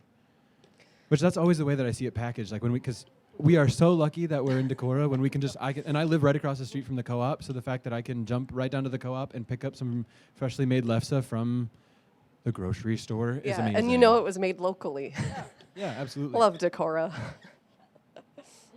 Well, and I love recipes like this too, because in a community like this, yeah, you may stick to the recipe, but yeah, learning tricks and shortcuts and ways to improve your own method from other people is really a wonderful thing, and kind of makes the tradition your own then too. This is great. Oh yeah, how much do you get out of 10 pounds of potatoes? 10 pounds of potatoes. 10 pounds of potatoes. I love that. Probably about 52 or 54 rounds. It depends on how thin I get it, and if I get them bigger than. And sometimes they're every shape of the state of the union, But I've been trying to get them more round, and that takes practice too. So I'm sure there's some lefse makers out there watching that probably have really nice round lefses, but yeah, about 50, 52 or 4, yeah. Okay. Yeah. Yeah, I was going to say, you've been doing an amazing job. And it's really cool to get to see, too, just all of the tools that you use to make this happen. The special board that you're rolling out on and, what Jim is using to flip. All of those things just add to just how, kind of how special it is to make something like this and carry on those traditions. Yeah, it's a team effort. Yeah. Some people don't use the sock on the rolling pin, but I was always taught to use it, and that's you just stick with what you know and what works. So I always use the sock on there, and does that just keep it from sticking, or what is the purpose of the sock? Yeah, it kind of absorbs, I think, some of the moisture. Absorbs the moisture. Some of the moisture from the potatoes and whatnot, but some people just use the rolling pin without the sock. So. Okay.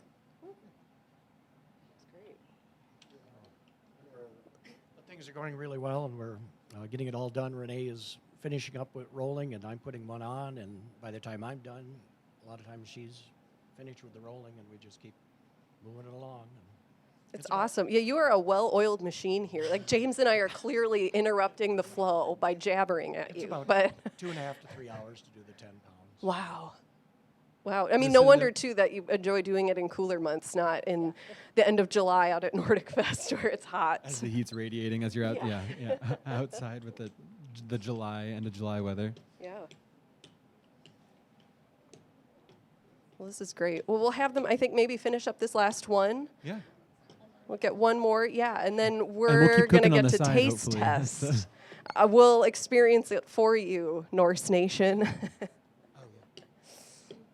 are actually some people that will do the rolling and the flipping. They do it all together, which is amazing to us that they'll do 10 pounds in about the same amount of time. But yeah, I don't think I could do it by amazing myself. It'd probably take me all day to do it if I had to roll and flip, and I'd have them burned over here, and And then rolled too thick. not too good at multitasking, I guess. So it's good that Jim helps me out, and it works good. Yeah.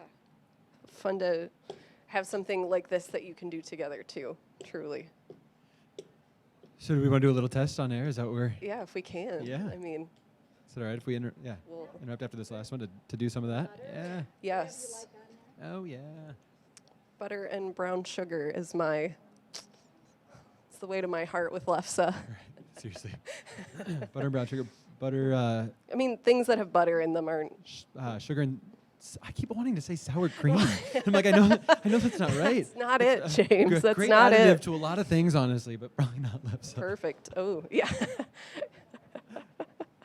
Sugar and cinnamon. There we go. Oh, perfect. Oh, yeah. Dress up your own Lefse here. Okay. We're going to just be awkward on the live stream for a minute. We're walking around front here, so. You want to go to the side? Yeah. Perfect. Megan and I were joking that we can for sure. So when I tend to do the cinnamon and sugar. I almost Almost said You, sour can, cream you again. almost did again. Cinnamon and because you're sugar. ridiculous. And either way, but we said the one thing that we can always agree on is the fact that we will always have butter on it. Butter. Not sponsored by butter. We just like it on our Lefse. Oh, sure. Sorry. Thanks. Actually, I like to take my cold turkey in the evening of Thanksgiving and wrap, yeah. Wrap my Lefse around it. So. Could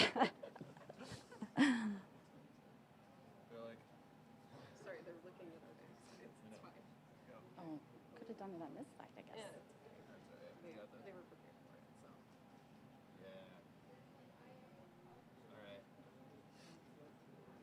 In the official taste test, how is it over there? I'm sorry, everybody. I gotta go home. So good. We're done for the day. We're done. We're done Thanks here. for your gifts. Thank you. So wraps up Luther Gives Yeah. 17. Yeah. Just kidding. Actually, we JK. still have about JK, 10 we more have hours. we have many, looking at the clock, many more hours to go here. But this is just phenomenal. And Yeah, this is I know. fantastic. So good. So, Oh, it's so for good. you folks at home, if you can find your local Lefse dealer, vendor, I don't really know what you call them, Lefse maker, just start making lutefisk in your place, and I think they'll all make their way out. You get the smells of the lutefisk, and you say, oh, somebody wants Lefse. Yeah. Or just make a trek back to Luther and to Decorah and like we said, we carry it in the grocery stores here, but truly nothing beats Lefse that is homemade with love and made fresh, because this is phenomenal. So Renee and Jim, thank you so much for being with us today and doing this and sharing your family tradition with us. This was just amazing. Total highlight of the day for me here. So Again, I think we're done here. Is that I it? think so, yeah. Right, so I know. I'm gonna go take a nap. Yeah. Well, probably eat about two more rounds of this. So we're gonna take a break. James and I are gonna eat some more Lefse. Come on down to Marty's if you're on campus, and we'll be back in a few.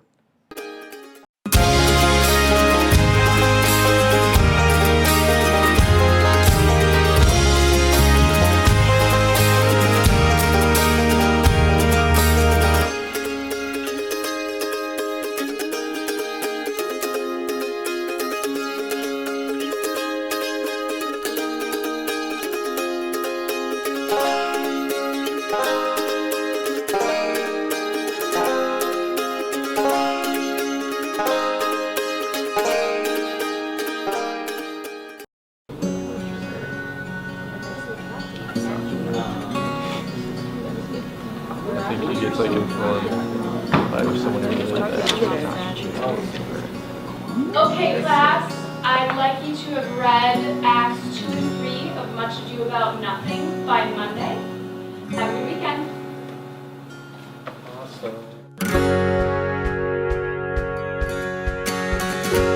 Hey, have you done the reading for Paideia yet? Yeah, that Don John is not a nice guy. Yeah, neither is Don Pedro. They basically use Margaret to smear Hero's reputation. Like, the mistreatment of women in that book is awful. Yeah, I know, right? But that Beatrice is pretty strong and independent, though. Beatrice is so sassy. I wonder if her and Benedict will end up together. Yeah, they're equals, which is probably why they hate each other so much. Even relationships. People. It makes me wonder who you can trust, you know? It's like who actually has your best interest in mind. Exactly. I've never questioned so much in my life before. Have you finished the Paideia book yet? Almost. I didn't know Shakespeare could be so interesting. Or relatable.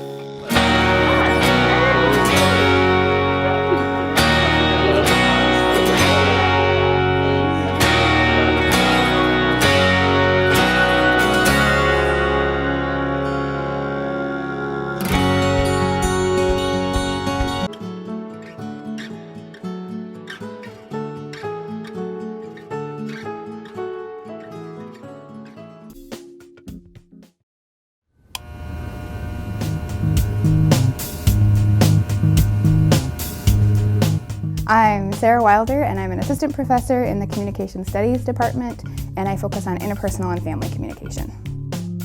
For me, teaching is growth. It's all about growth.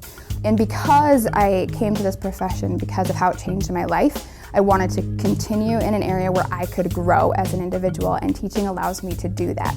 No semester is the same. Even the start of the semester is not the same as the end of the semester, because I grow, my students grow, my classes grow, everything grows. Luther in particular, I think, is really unique and special in the community that exists and the connections that students make with each other, students make with faculty and staff and coaches and all sorts of, alumni sort of thing, and then beyond that when they graduate, the connections that alumni have with Luther.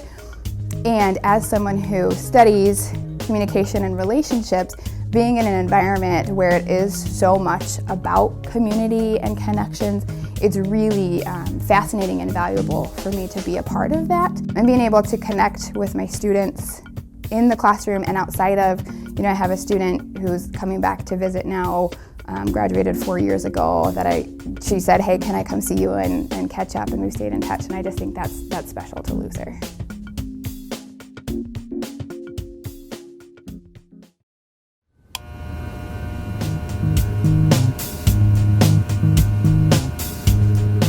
I'm Sarah Wilder.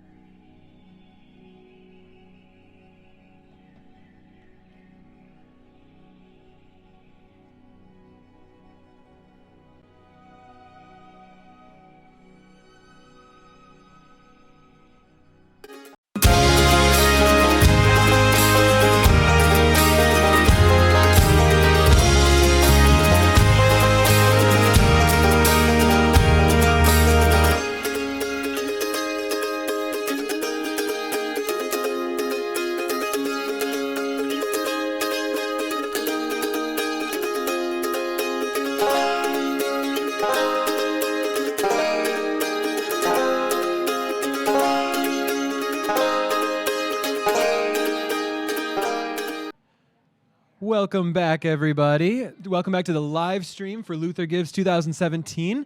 We are so grateful for not only the people that are tuning into this live stream and have been watching us all day, also for the wonderful Lefse demonstration that we just had before this, but we're also so grateful for all the people who are giving today that have given. We are up to 745 donors so far today. We breezed past our Go Big and Go Gnome Super Awesome Regents Surprise Regents Challenge, which was we wanted to reach 600 donors, and by doing that, we actually unlocked $50,000 from the Regents, which is amazing. And that was so fantastic that they decided, you know what, we got another $50,000 to spare. So if we can reach another 600 donors, which I am confident that you guys will be able to band together and make this all happen by sharing everything on Facebook, by tweeting out to your friends, texting everyone you know that is connected to Luther, wants to be connected to Luther, anything really. And if we can reach that 600, again, we will get another $50,000, which is outstanding, I think, which is just, yeah, fantastic. So we are up to $225,000 for the day so far, which I'm going to use the words outstanding and awesome and fantastic probably so much today just because it just keeps being more and more wonderful. Gnome-tastic, if you will. But yeah, so next up, some exciting things happening here. We have a couple guests who will introduce themselves. So I'm Jackie Wilkie, Yeah. History Department. I'm Aiden Spencer. I'm a junior here at Luther. Yeah, awesome. Are the microphones on? Can we hear? Oh. All right, so it appears that we are having some technical difficulties real quick, which is fine. So we have Jackie Wilkie here from the History Department and Aiden Spencer, who's a student. And what is your specific major, Aiden? Music with an education major. Yeah. Oh, I just. Good? Oh, there we go. I'm getting text right off the bat saying that we can't hear you, we can't hear. But it looks like we're live now, which is fantastic. Yeah, here we go. Great, awesome. So here they are, and let's talk. Well, we're here to talk about a documentary project we've been working on over the last 3 years. This year is the 50th anniversary of the first Nordic Choir International Tour, and so Aiden and I began 3 years ago working on a project related to that tour. And I began because we'd been approached by a Luther alum regarding the anniversary, this is the 50th anniversary this year, this June actually, of the tour itself. And so I started in the archives doing research on the tour and trying to sort of dig out every piece of paper about it that we could discover. And then contacted Aiden because I had known her National History Day work in the past, and also because she was a music major and a singer, to try and work with me on producing an first oral history project regarding it, and now we're sort of working toward a documentary film on the first Nordic Choir International Tour. Awesome, that's fantastic. Tell me, yeah. So where did this tour take place? How has it been putting this whole piece together? Right, so the tour was in 1967. Mm-hmm. They started in June. It was actually about a 6-week-long tour, which is, significantly extended from what most tours are today. Mm-hmm. They traveled to Norway and Germany, and within Germany, they were in both West and East Germany, which was really a big deal for the time. Sure, because quite difficult to get into that part of the country. Yeah, awesome. Yeah. Mm-hmm. So the tour then obviously involved over 100 people. It took place over an extended period of time. It was one of the first times that Weston had taken a group of students, he had taken band students previously on tour in Norway, but it was one of the first times I think that he was also going back to places he had seen when he was a tank driver in World War II. And it was President Farwell and Helen Farwell went along as chaperones on the tour. The college business manager was along. And Farwell had that year just hired the first publicity or public relations person for the college, and one of the reasons was that he wanted to take that guy along so that there would be a newspaper article in every student's hometown newspaper regarding this tour in Europe.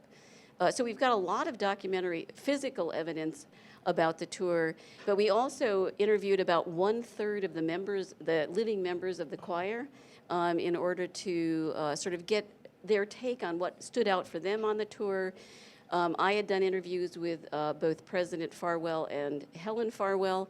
I had also done interviews with Weston. We did 2 interviews with Weston in order to try and sort of get some more information regarding his perspective on the tour.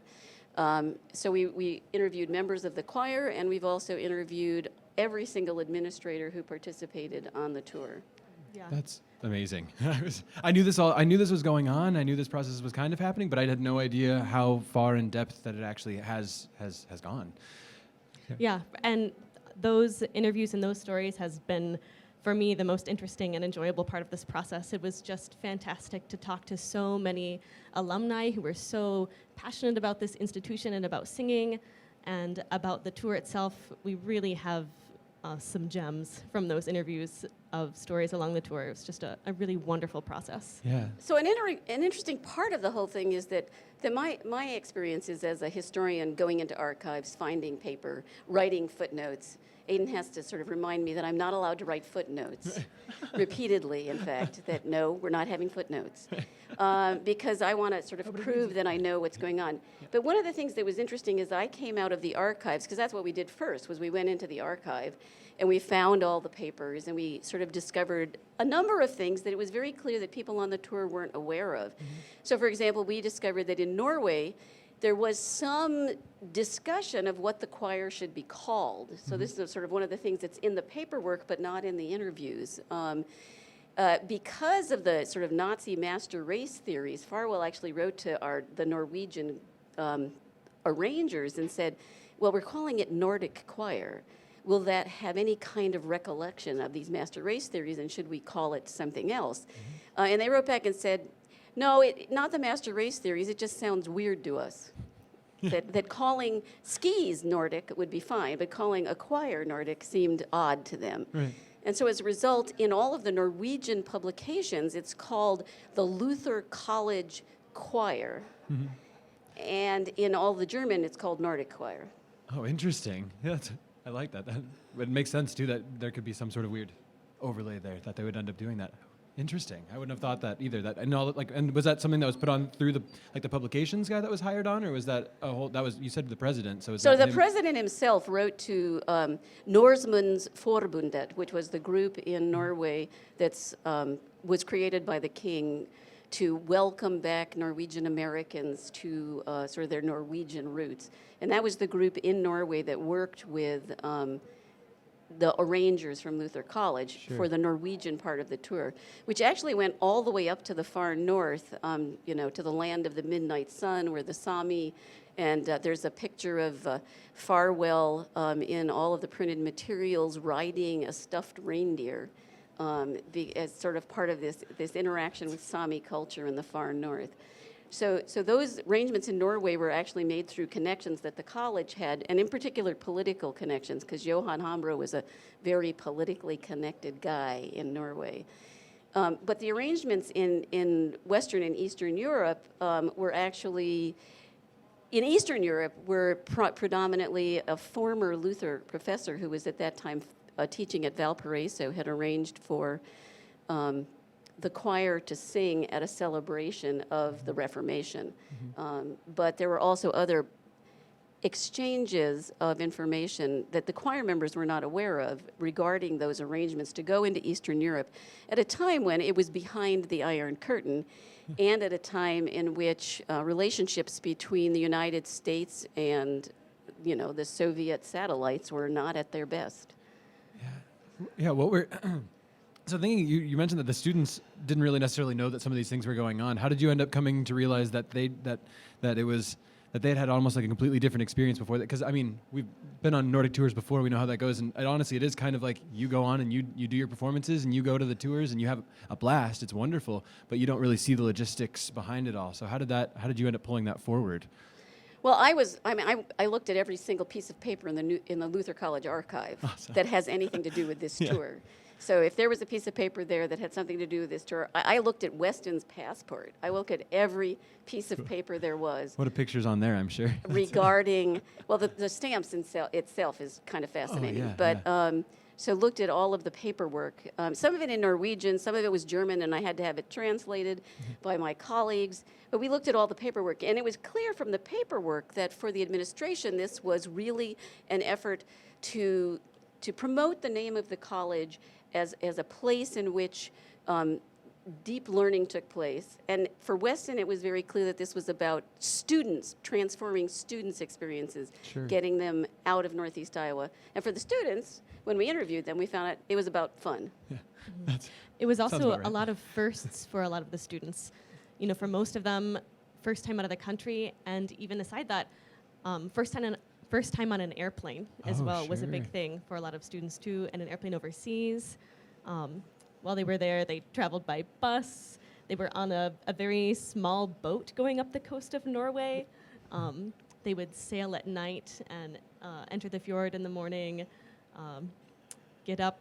Often there was a parade and a band to greet them, or a public ceremony with the mayor, and then they would go give their concert, have a reception, and then get on the boat again and sail further up the coast of Norway. And they made it all the way up to the midnight sun. And what's awesome is that those memories are probably deeply ingrained for those folks. That those experiences. I mean, we can talk about our own experiences there too. As far as like we know that will hopefully carry on through, and we know that you have a great time on those tours, but you don't know how that's going to translate later. So that's neat that they're all able to fully recollect the fact that they were going to parades in the morning. You know, I don't know. Yeah, no, people were so excited to share these stories, and a lot of people, you know, touring like that is very changing and formative musically. I mean, 6 weeks singing together every day, you know, I can't imagine, you know, how much your musicality and ensembleship improves from that. But even career-wise, a lot of these people were very inspired by experiences they had on the tour that carried on into the rest of their lives. Yeah, that's awesome. So we do have some video clips from sort of randomly put together from what we've been gathering. The first one is from one of the alum who talks about how this transformed their lives. We have another clip of Weston telling about the story that seems to have touched him the most as part of this trip. We also have some footage from their own home movies and the story of what was going on in one of their own home movies. And then from music educators who, in fact, have talked about the way in which this tour affected their understanding of the work that they're going to do. So maybe we should, Moaz, can we roll that clip? I think we have the capabilities to show that video for you all folks on the live stream right now. And then we'll come back and we'll chat a little bit about what we saw and a little bit more. It truly has got to be one of the most incredible experiences any group from Luther could ever have, especially with the timing in the mid-'60s with Vietnam clouds gathering, with what was going on in Ohio, with campus disturbances, with still having communist governments that were impacting us. And we got to sense all of that one way or the other at that time. And it just kind of was like a crucible that was going on at that part in our history, that you either come out of it worse for or you come out of it better for. And we definitely came out of it better for having gone on that trip. We were told that the Germans loved Kennedy half dollars. So all of us took Kennedy half dollars a month. And we were getting ready to leave. I was on this side of the bus and the Farwells were over here. And this little chap got on, and that was exciting. And so I gave him a Kennedy half dollar. And he obviously went home and brought back every single German money that they had, because he wanted so badly to go with us. And I'll never forget looking at Farwell and just crying. And when we left Germany in a sort of a rural spot, but they just decided not to even look at the bus. So we could have taken those people with us. However, who would have taken their responsibility later on, I'm not sure. We were on a long bus ride across Belgium and into Germany and on up to the northern part, close to the Danish border, most of the day on the bus. And that's enough to drive anybody nuts. And weather was beautiful outside, and somebody had snuck a couple of cans of shaving cream into the bus. And pretty soon, that stuff is going all over, especially people who, the long bus ride, oh yes, and they fall asleep with their head up against the window, only to waken to this warm, moist feel, and they've got shaving cream on their face. And then, of course, you can't let that alone. You can't let that be, so there has to be retaliation. And pretty soon, 2/3 of the bus is involved in all this stuff. It was hysterical. I think over time, when you have that bonding experience, there's nothing like it really. And some days were a little difficult because you'd be tired and cranky, and it might be hot outside or whatever. But we all in it together, and we just had so much fun. And to this day, when we've had Luther reunions, 25th, 30th, 40th, whatever. For me, the people I want to see the most are the choir members, because we have kept pretty close over the years. At least we all had little groups of people, but still the choir as a whole was a marvelous thing to be able to be part of that and to relate to each other in a very comfortable way. I think that when you travel with people like we do, and we typically took 2-week tours. The trip to Europe was, I think it was a little lengthier, maybe 6 weeks. But you can't help it. When you're traveling with people, you develop a bond, you develop a relationship that you might not have had you not taken the trip. And with my choirs now, we tour every other year, and when we get back, we're a tighter ensemble. We're happier with each other because we've had the opportunity to have to deal with each other on a bus for 6, 7, 8 hours a day. So I'm trying to validate what you're saying, because I think touring is almost a necessary component for being a part of a choral program. And everyone who is a part of a choir ought to have an opportunity to travel like that. And to start this off again, we would just like to start by thanking so much the people who provided that footage. Myron Heaton and Mr. and Mrs. Chelson both had video cameras along on the tour, and we were so thankful to have access to that footage and have it be professionally, digitally archived. And really to all of the alumni who participated in the interview process and gave us archival material, we really couldn't have done this project without them. So thank you so much for that. Well, and in fact, we now have things in our archive that were not there previously because of this this effort. They did an audio recording, a record album of the choir in New York, and we were able to obtain that through this process. And so that's now in our archive. Haley Jackson, our archivist, has participated in the process of taking 8mm film that's 50 years old and turning it into digital video that we can use in the process of putting together this documentary. Right, and from the footage you can see that those moments are absolutely priceless, and we are so thankful to have that be a part of our documentary. It really just changes the whole thing to have such magical moments on tape. Yeah, so fun and totally captured. So fun and totally captures the excellent. I mean, honestly, that environment that happens on the bus when you go on these Nordic tours, that you can't recreate it. You can never, the conflicts that arise, the fun things that happen, you can't. And so to be able to see that and have such an awesome memory from 50 years ago depicted like that, that's fantastic. Well, the other thing I like about the footage we have is that you see a different Weston Noble Yeah. in that video than you see anywhere else. He was clearly one of the ringleaders of this little prank, because he's popping up in the back of the bus, putting rabbit ears over people's heads as they're being filmed. Full well knowing what he's doing. And actually, there's more footage of Weston basically messing around with people in the back of the bus. It really, amazing. Yeah, the whole tour just looks like a grand old time, man. What a wonderful trip. And the press releases are all are predominantly serious, including the one of the cathedral, the visit to the cathedral at Cologne, which Weston had last visited prior to this tour in a tank, being shot at by the Germans. And so there's a kind of somber tone to that. And Weston was very clear that he wanted every member of this tour to understand that the Holocaust was real. He insisted that they go to Holocaust sites. So there certainly were somber moments on the tour, and there were definitely somber moments in, obviously, Eastern Germany that he recalled, but there was also lots of fun and lots of camaraderie. Sure.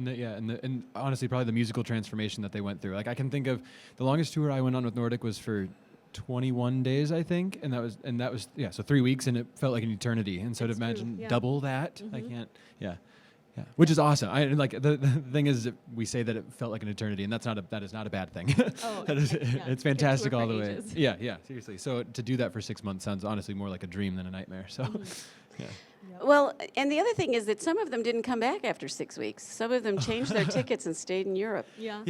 Which is that still holds true to what people do now. So if I think back to a few years ago, people stayed over and did a whole little side tour. They call it deviation, that they went on their separate little tour at the end of it all. Which is, while you're over there, why not? Yep, exactly. Literally when in Rome. We went to Italy. That's why I made the joke. So that's Well, we do know, by the way, that Nordic is planning. There's plans in the work for them to repeat some of this tour on a future tour a year from now, or a little over a year from now. And we plan to have the documentary fully finished by homecoming of this year, to be shown as part of the homecoming celebration for the 50th anniversary. And this summer we're supposed to be working on a brochure, a kind of little celebratory history of the tour, to go along with the documentary. And this documentary is estimated to be about an hour and a half in length. So if you enjoyed the interviews and the footage from that 4-minute clip, we have lots more coming. A lot more stories, a lot of fun. Yeah, I'm floored, but that video was very fun and very informative, and I like the. So you have to explain to me a little bit more. So what Weston was saying, telling the story about the $50. What exactly was the fascination there? So the Kennedy $50 have both. I mean, for us, it's just a silver coin with Kennedy's picture on it. Right. But at the time, you were not allowed to actually bring Western money into Eastern Europe. So it's hard for me to actually sort out completely everything that's going on there. It was clear that people in Europe liked getting the Kennedy $50. So they decided before they left, and they told the choir members this as well, bring along Kennedy $50 as a token to give to people, and it can be treated like as a token, except that giving this to people in Eastern Europe actually was somewhat dangerous, although Weston would warn the choir members, don't do this, don't do this, don't do this, because it's dangerous, and then Weston would do exactly the opposite of what he had told them to do. Sounds about right. And so they were handing out these Kennedy $50 to people they met, or host families, or whatever, as just sort of tokens of appreciation. And this one and we think he was probably around 10 years old, because the Farwells tell the same story, that there was just this East German lad who had sort of adopted Hank Avery, as far as we can tell, because there's a picture of Hank Avery, one of the two African-American, the first African-American members of Nordic Choir who were also on this tour, Sproul White and Hank Avery. There's a picture of this little boy in later hosen holding Hank Avery's hand. He wanted to come back with them. That's awesome. And so that Weston was, they were crying because they had to, because he was trying to escape, and they left him behind.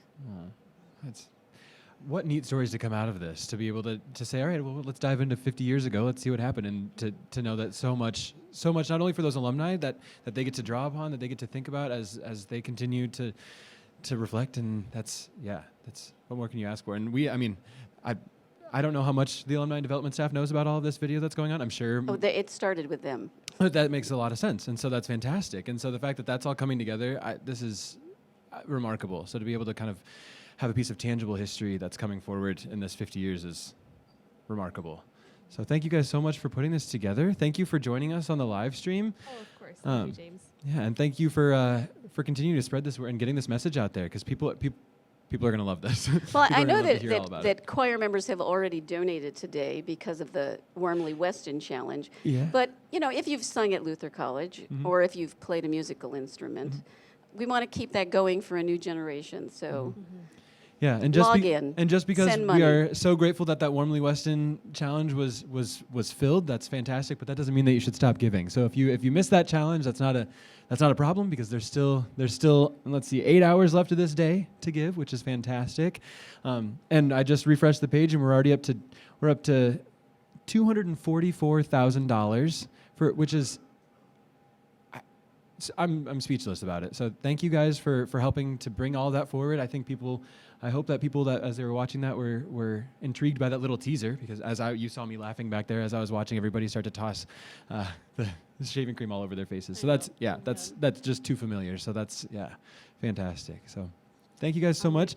For you folks at the live stream, we're going to take just a little baby break, and then we'll be right back with some updates.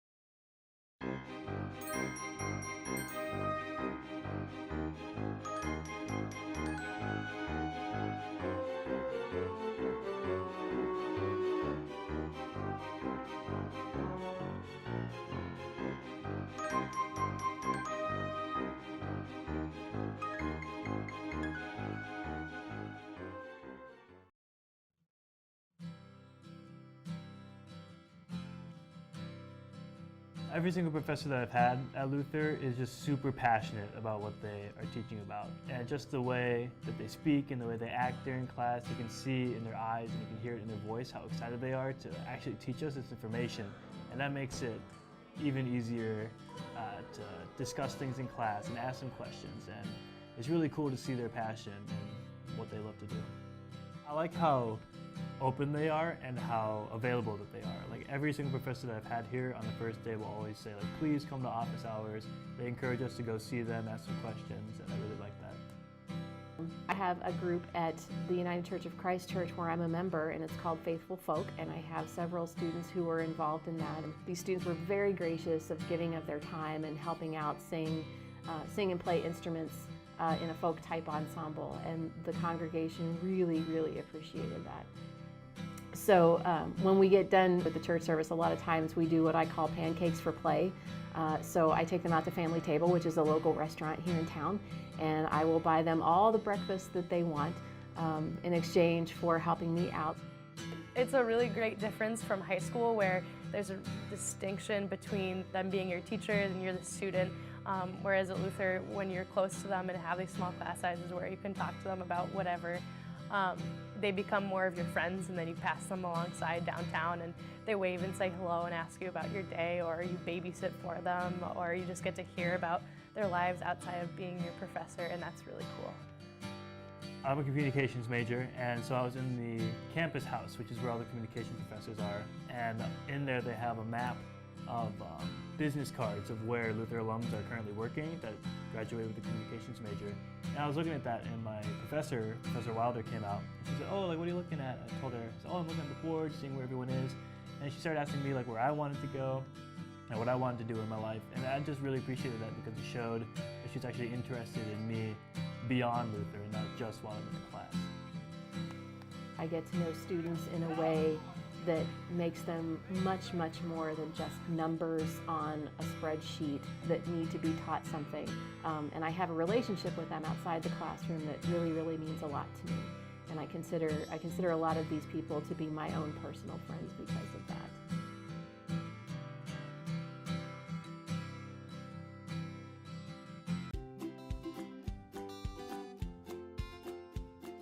My favorite place at Luther College is Studio One and the Center for the Arts. I really like this place because it's a great place to come and dance and stretch and relax after lots of homework and studying. It's also a great place to express myself and continue dancing here at Luther College. I'd say my favorite building in Luther is probably Jensen Noble. Coming here, I'd love to work hard at my French horn and like my songwriting, and kind of like a musical playground for whatever I want to do. My favorite place at Luther is the basement of the library. Not many people get to go down here because it's not really accessible to a lot of the public, but working here I work in the help desk, and we come down here to get paper and to get some other things. Down here are a lot of the archives of Luther College and a lot of books that aren't in circulation upstairs. So there's a lot of history down here, which is really cool. My favorite spot on campus is the top hallway, the very end, on the Center for the Arts. I love it because there's big windows, so it's really sunny, and it's often really quiet up here so I can study. My favorite place at Luther is the visual media office. My work study is for the video bureau, so I edit and film my own videos to help promote for Luther. It's very fun, and I spend a lot of time in here editing videos, so it's my favorite place. My favorite place on campus is Gore on the 3rd floor. I really like the building in general. I just think it's really cozy and inspiring. And since I live very close by, it's easy to just bring my homework or bring a book and just get really relaxed. My favorite place at Luther is definitely the pool. I'm on the swim team, so I spend a lot of time here. I love it because it's a beautiful new pool with lots of light. It's also where I get to be with my best friends. Nothing beats the feeling of diving into the water here every day.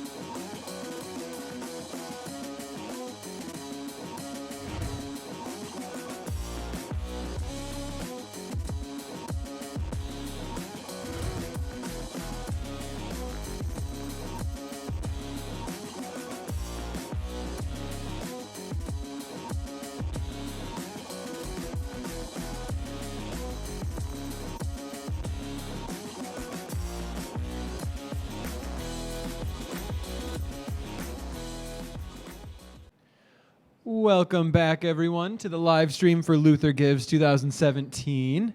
Here we are, still going strong. It's just after 2 o'clock, and we've got some amazing updates for you. Yep. And for those of you just tuning in, I'm James Odegaard, and this is Megan Torkelson, two of your folks that are helping coordinate Giving Day today. So thank you for tuning in. Thanks for making so many gifts so far, and we're here to update you on some of those gifts that are happening and some of those challenges that are also kicking off right now. So let's get to it.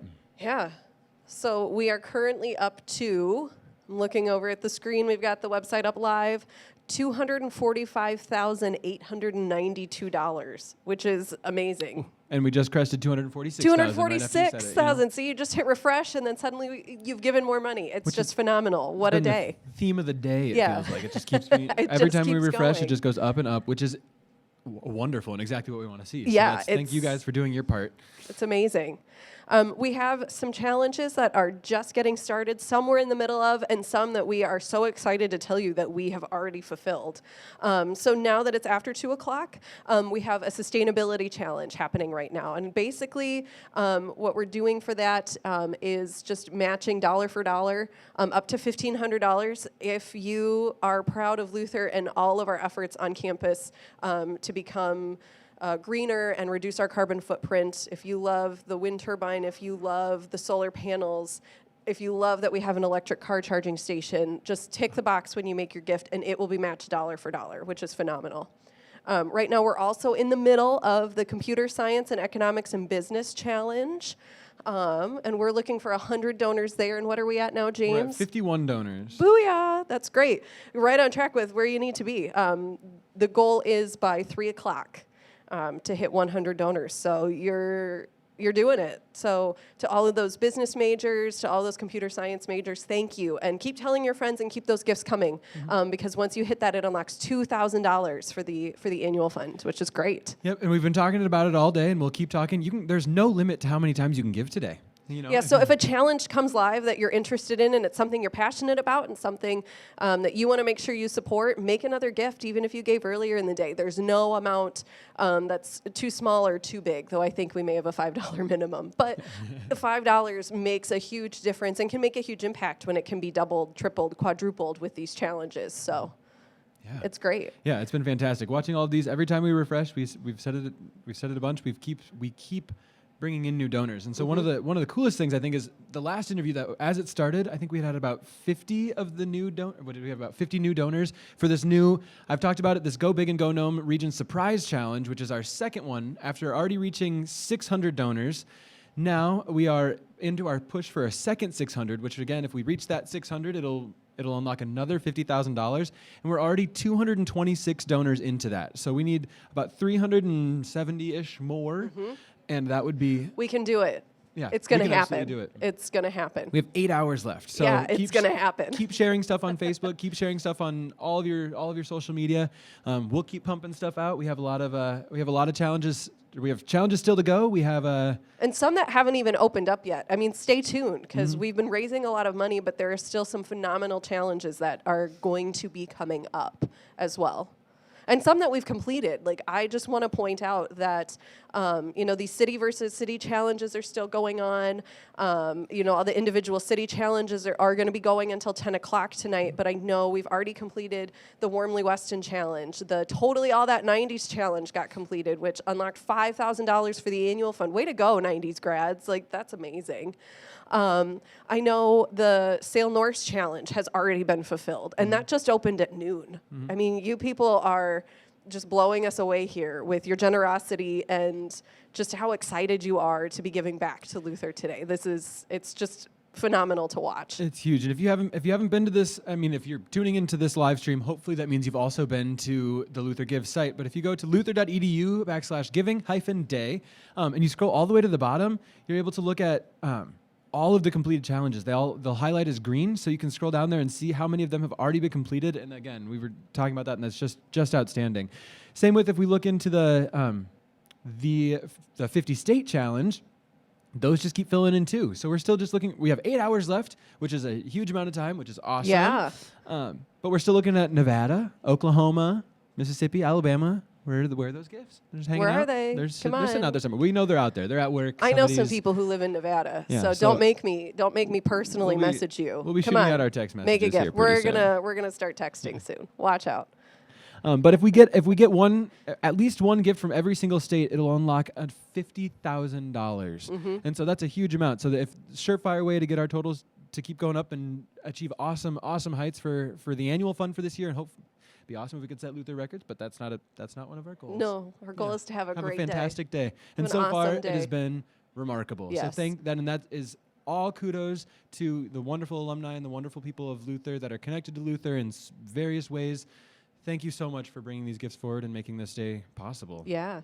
I also want to give a shout out to all the faculty and staff here on campus who are absolutely rising to the We Are Luther Faculty and Staff Challenge that the cabinet put forth for us. It's just blowing me away to see not only knowing all the amazing work that you do on a daily basis to make this place possible for all of our students, but that then today you're making gifts back to the college and just seeing that we're getting so close to that $10,000 cap is phenomenal. So thank you for not only the work you do every day, but for stepping up today and really rising to the challenge and helping us continue to make this place possible for all of our amazing students. It's just phenomenal. So thank you. Thank you to our wonderful faculty and staff on that too. Yeah, and so I think those are our updates for now. We'll be back on with some more updates in a little bit. Keep refreshing that site and see these totals go up and up. And if you haven't made your gift yet, feel free to go ahead and in there and make your first gift. And so next up, very exciting, we have David Faldette here. Here to chat about just some various things, talking about study abroad, talking about some of the work that we do with students and that he does with students specifically. And so welcome, David. Thanks, James. It's great to be here. Yeah. So why don't we begin by tell me a little about yourself. What courses do you teach? What is your activity like on campus? I'm in the English department, so that's been the core of my teaching over the years is through English, but every person in English is also committed to the Paideia first-year program. So absolutely.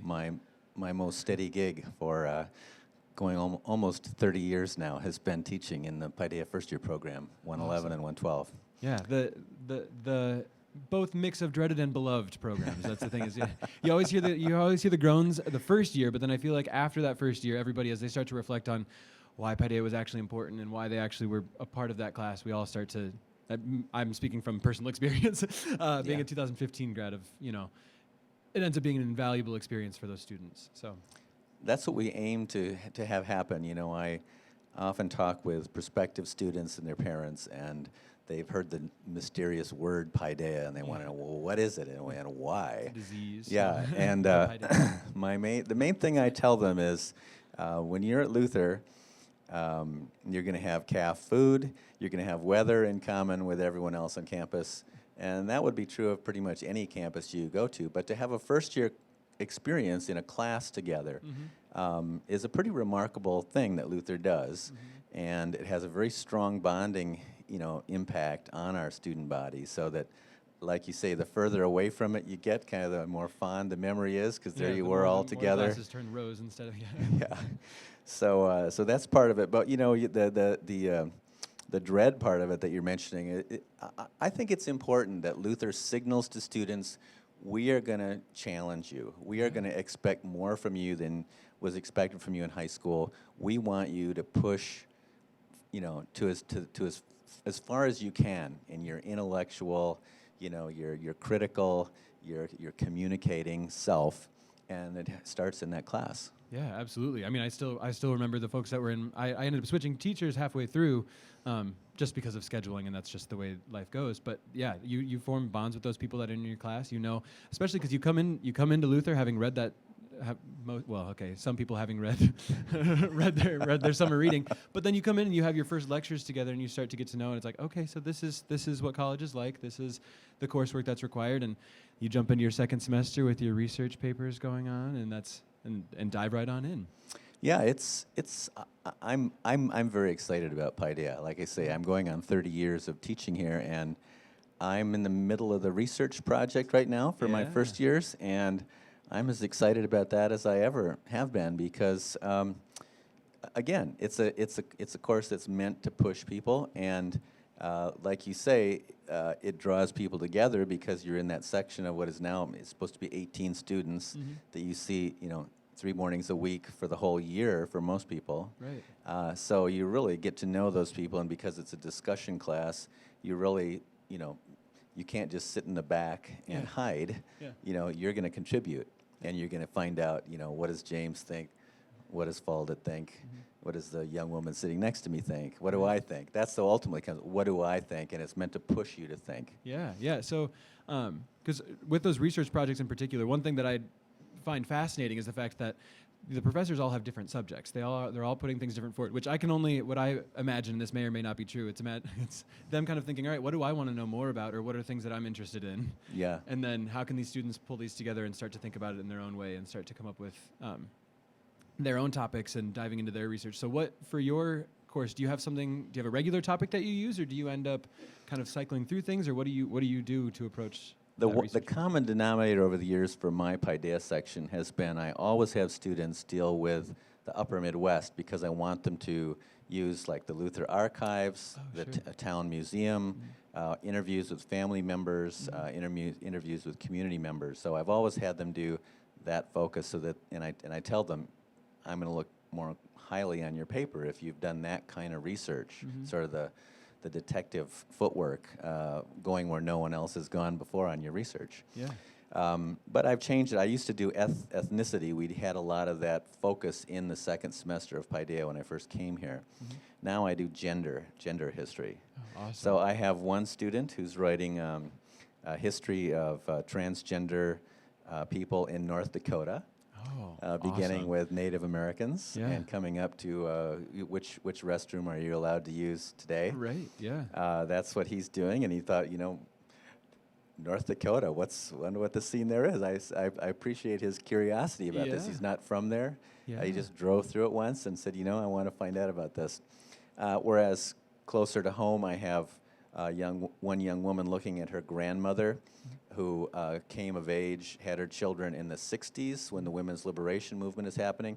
So she's looking at how her grandmother was sort of the pivot point in her family of women before her having very traditional, roles in the household as mother, homemaker, wearing, very definitely women's fashion, women's clothes, and the generations after where they're entering into what had been the male workplace. And looking at her grandmother as the person where that's all changing in the 1960s. And see, and that's the kind of stuff that starts to emerge from Paideia that after that you start to reflect on. I mean, that sounds like a uniquely wonderful opportunity for that. I mean, for that student in particular to get to dive into her own family history, but then to dive into North Dakota, that's something I would never have thought about as going forward on a research. But and that's incredible. And then those all get put on display, or not on display, but I suppose collected and put into the library. I'm pretty sure. Right? Some of them do, and certainly, because of the nature of the class, they're workshopping those works. They're working on these things together over the last 3 weeks. Right. So there's a lot of collaboration on in the different projects. Yeah. So what on your end of things? What is since you've been here for almost 30 years, almost 30 years. Awesome. What has been one of the more interesting, or one of the, I suppose, I'm just thinking of influential moments on the student side of things from your perspective. So what are some of the more transformative moments that you've been a part of, or seen, or helped cultivate, or, does that make sense? It's a little kind of a broad question. Well, I have a long history here. Yeah. I grew up in Decorah. I think there are 3 or 4 of us on the faculty who are from Decorah. So I grew up here and was able to see students on campus in the early 1960s. Then I came here as a student in the 70s, and then came back to teach here in the 1980s. Awesome. So over that long history, there have been a lot of changes. Yeah. I think one of the common denominators is faculty here wear a lot of hats. So, we talked before I came on here about how I'm in English, I'm in Paideia, I do study abroad, I've taught in the environmental studies program. And that was even more true in the past, where when I was here as a student, Erling Nesset was in charge of the business operations of the college. He had an office in Maine, a staff there who was in charge of the day-to-day operations of Luther College. But he also taught in the business department, and was a faculty member with a very big teaching load on his shoulders. And so that kind of like I say, wearing multiple hats, sort of living out the liberal arts education, showing that it really matters that you're able to do that, has been a common denominator. Because I don't run the business department, but I do those things I mentioned. I also am the advisor to the campus newspaper. So awesome. CHIPS for those of you. That's where I'm a budget director. Is with the Luther College CHIPS. So that's been a common thing, but. I guess the biggest change I've seen is Luther College being Lutheran, which it definitely was at the beginning of the 1960s. There was kind of a uproar in 1961, just prior to, or maybe as President Farwell was coming and taking over the helm of the college, and making it a school that really was going to look more broadly, at religion among other things, and its identity as a school. So I think today Luther College has struck a new balance where it's a welcoming place to people of any religious background, whether they're Muslim or Buddhist or heaven forbid from the 1960s Catholic. And yet, it still has a very strong Lutheran identity. Its music programs, its chaplains and pastors. It's still a very Lutheran place, but it's meant to also be an open, welcoming place where all kinds of religious inquiry, religious identity are encouraged and embraced. So I think that's, to me, like one of the biggest things I've seen change over that long period of time. Yeah, I thought at the spring convocation, the speaker that we had, the bishop. Bishop of the LCA. I think put it perfectly, talking about the fact that Lutherans have a special way of approaching life, and the fact of approaching it from the fact of not knowing everything. That's not to say other denominations do that, but that's to say that that's an inherent view kind of all the way across. And I think that really does make its way all the way around campus, that we see people that are approaching life as saying, I don't know a whole lot. I mean, and I'm here to learn more, and I also recognize that I'm not going to learn everything here. And that's kind of, we have these students that come out with these awesome big ideas and want to go out and change the world, and are starting to do that. So I think it goes right back to Martin Luther. The statue of him that greets you as you come up Leif Erikson to Luther, he's standing there holding his Bible, and the reason for that is he wanted to put that into people's hands so that they could engage with it themselves. Think about it, understand it, and not just take from somebody else what's in there or what religion is. And I think Luther's attempting as a college to continue that tradition of what we used to say, the sort of tension of faith and learning. So not to switch gears on you, but we discussed a little bit about the Nottingham program. So you've spent some time over there. You've been a part of that. Tell me more about that. Well, I would say, again, you asked what's changed at Luther in my long experience here. And I really think it's changed from a fairly tight-knit, little upper Midwestern Iowa Lutheran school to a school that really looks at the globe. It's part of our mission statement. It's a huge part of our identity. The college has invested a lot of money making sure that we are one of the colleges in the country that sends the highest percentage of students to study abroad in their 4 years at a college. And I've been part of that 3 times now, fortunately, as a director of the Nottingham program with my wife, Rachel. And we've also, Rachel and I, led 4 January term courses where we go to the UK and France studying J.R.R. Tolkien and C.S. Lewis. Awesome. And I've done a couple of other January terms in Ireland. So to me, that's part of Luther's commitment to say, we want students to become citizens of the world. That's what our education is preparing you for. And Nottingham has been I think a fantastic way of introducing for Rachel and me, 40 students over three different terms there. 40 students to the world from a UK perspective. Yeah. Like students who come to Luther in their first semester, a lot of our students get kind of homesick or bitter or feel kind of alienated or what am I doing here? They travel at the Christmas break all over Europe, and when they come back to Nottingham, they feel like I'm coming back home, and they really feel like they've become citizens of the United Kingdom. And I think through the last end of the year, they really start to see life from a very different perspective than the one they took with them on the plane from the U.S.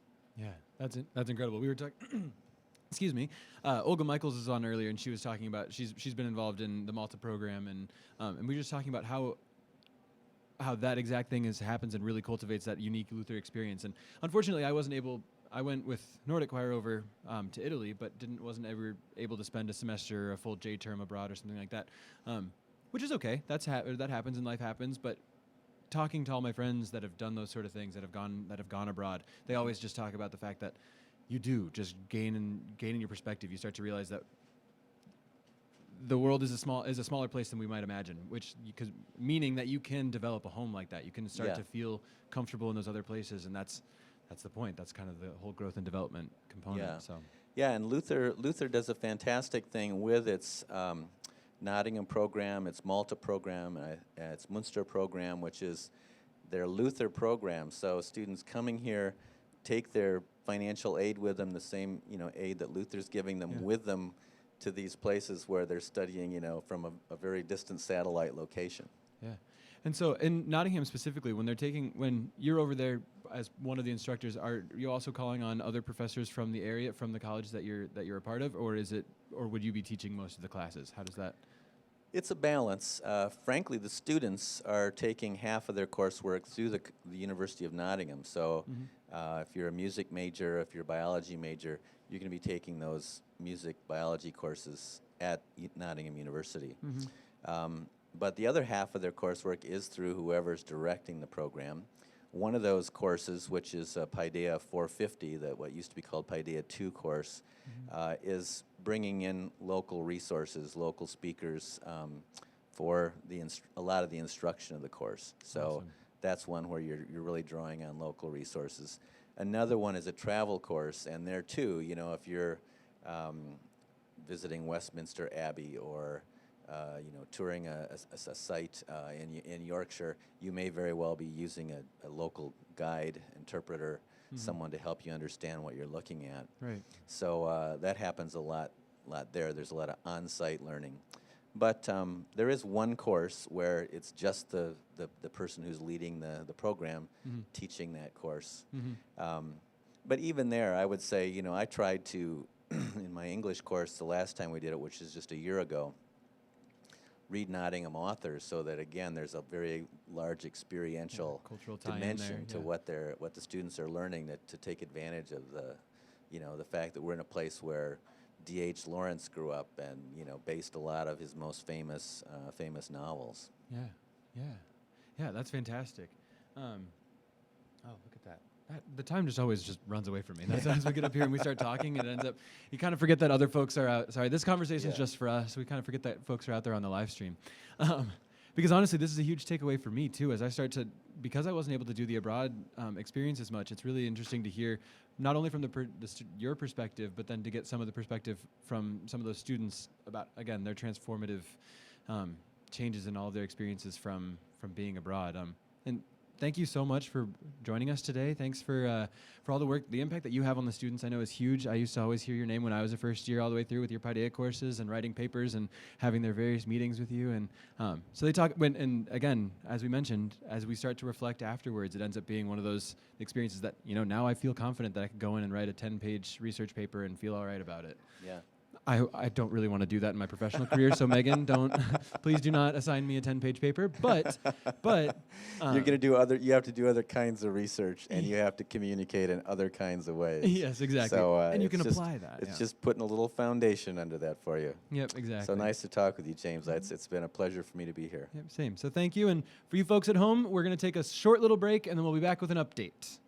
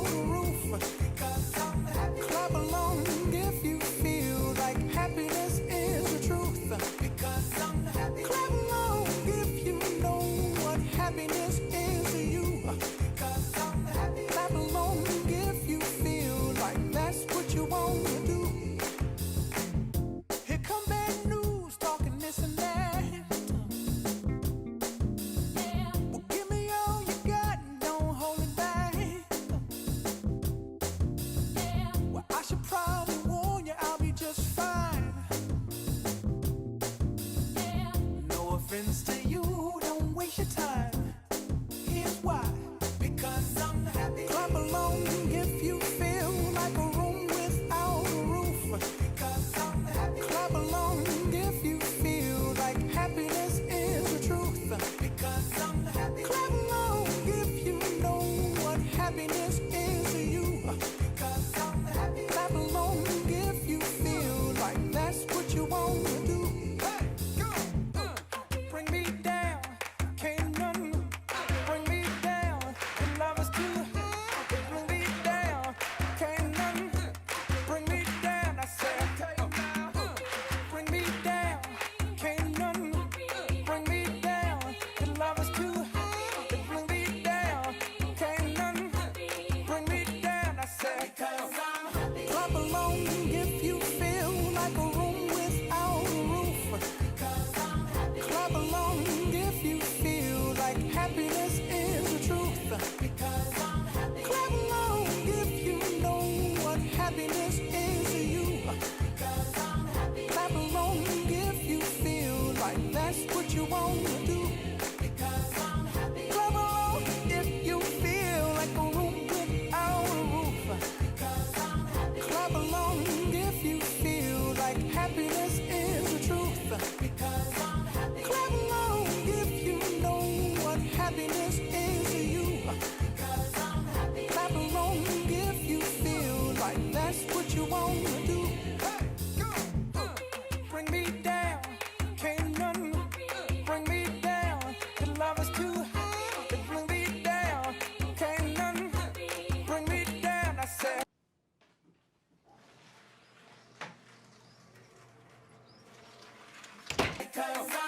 Clap along if you feel like a room without a roof. Clap along if you feel like happiness is the truth. Clap along if you know what happiness is to you. Clap along if you feel like that's what you want to do. Clap along if you feel like a room without a roof. Clap along if you feel like happiness is the truth. Clap along if you know what happiness is to you. Clap along if you feel like that's what you want to do.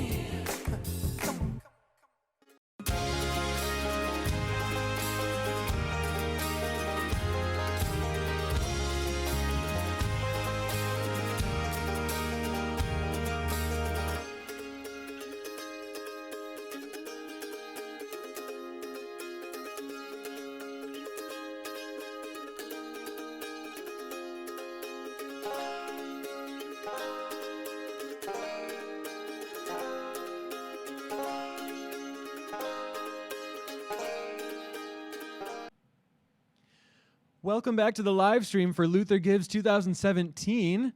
It's great to have you guys here. Thank you for tuning in. Hopefully there have been people that have been tuning in all day. Hopefully people are also just tuning in. For those of you that are just getting here, I am your host for right now. My name is James Odegaard. I am a 2015 grad. And now I work for the college as the student engagement coordinator. And now I'm here on the live stream hosting this for all you folks. So just a brief little update. One, we have a brief little shout out of a happy birthday to one 2016 grad, Will Heller. It is his birthday today, so Giving Day is actually in his, no, I'm just kidding. All the donations today are going to him. No, but he's here today and Marty's hanging out, so we just figured we'd give him a little shout out. One other exciting piece is that we are over $250,000 now. We're up to $257,000, which is absolutely incredible. And there's still 7.5 hours left to this day. So if we can just keep those gifts coming in, we will be, we'll continue to be grateful. We are grateful already for the things that have happened.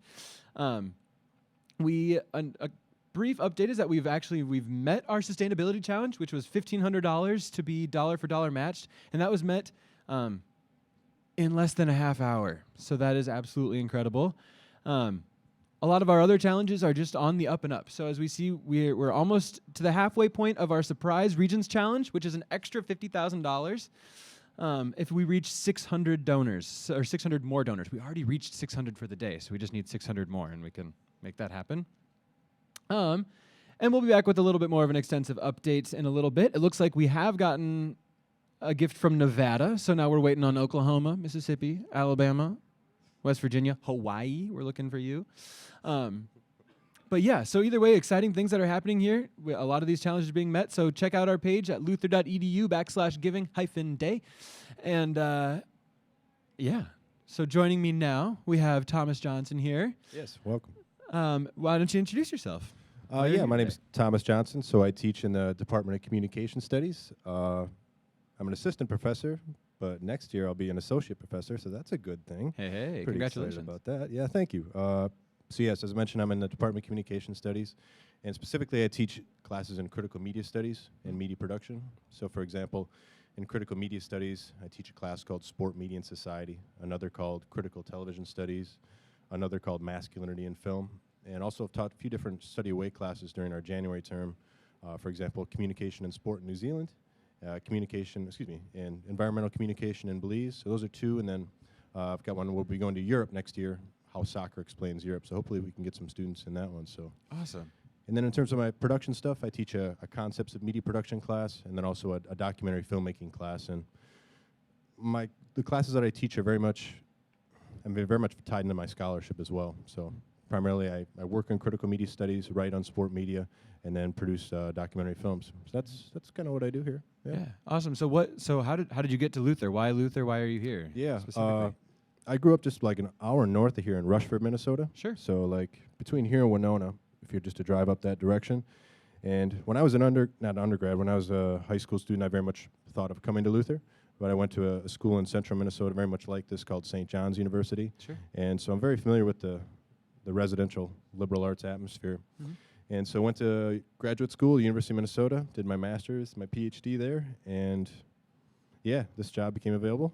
I applied for it. They liked me, I liked them, and so yeah, 6 years later, here we are. Awesome. It's good stuff, yeah. Yeah, well, I mean, welcome Great to to be Luther here. Decor. It's been 6 years, but it's still good to have you here. Thanks, James. Yeah, we like when outsiders honestly find their way in. There's a big community tie-in, but that doesn't mean we're an open community, so as you well know. So tying into some of the more of the documentary, because the kind of the point of the conversation is to talk about one of the most recent, or the most recent documentary that you've been working on. Probably, maybe not the most recent because it's been filming for a little bit. But so tell me a little bit about where. Well, tell me a little bit about it. Sure. Yeah. At Luther, one of the, I think, beautiful things that students are able to do is participate in student-faculty collaborative research projects that happen during the summertime. And so all told, in the last 5 summers, I've done 3 different ones of these with students and produced documentary films for each one of those.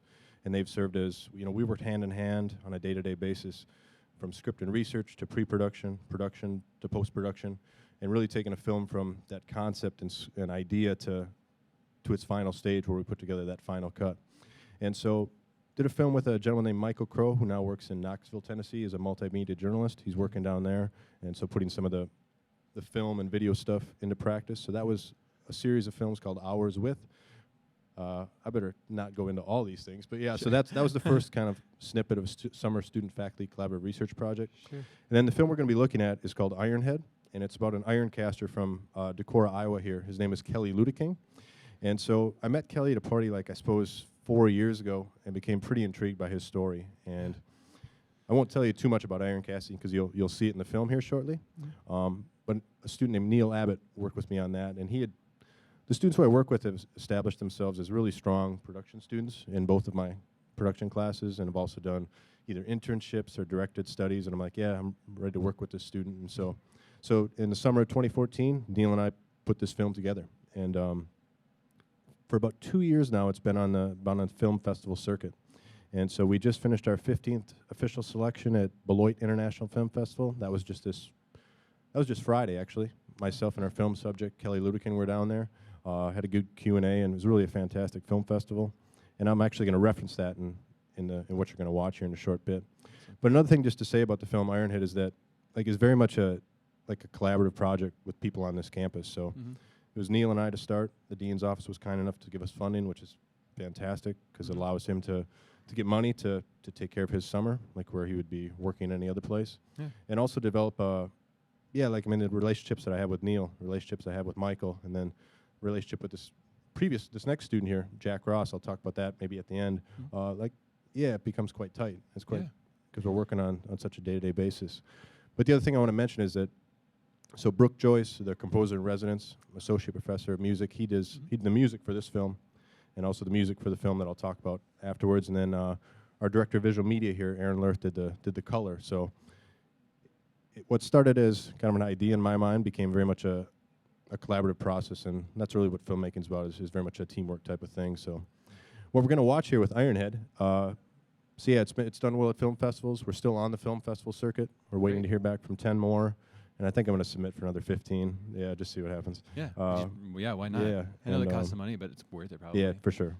And then, but yes, it was recently on Iowa Public Television as part of their series called The Film Lounge. And so they had 2 different episodes where they showcased about 10 different Iowa artists and filmmakers. And so this was on episode 2. So what we're going to watch here is the snippet on Ironhead. So, you know, folks, you're going to see me getting interviewed.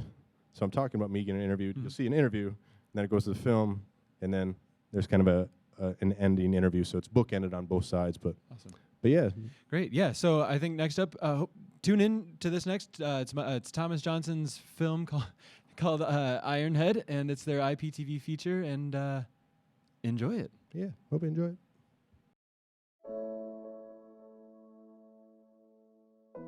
I think a takeaway in terms of watching a documentary film is to be able to experience a world that you just don't have access to. You know, I'm making films that are primarily between 7 and 15 minutes long, and my recent pieces have focused on single characters, so I want to tell their story and represent what they're doing, whether it's someone who's an iron caster, or someone who's a cheesemaker, or someone who's a cyclist, and help people kind of understand what goes into their crafts, and also think about ways in which the audience could identify with those people. And it's difficult sometimes because you want to ethically represent those people, no doubt about it, but you also want to bring a story that's gonna be captivating, that's gonna hit people both in their heart and their soul, and impact them in some way.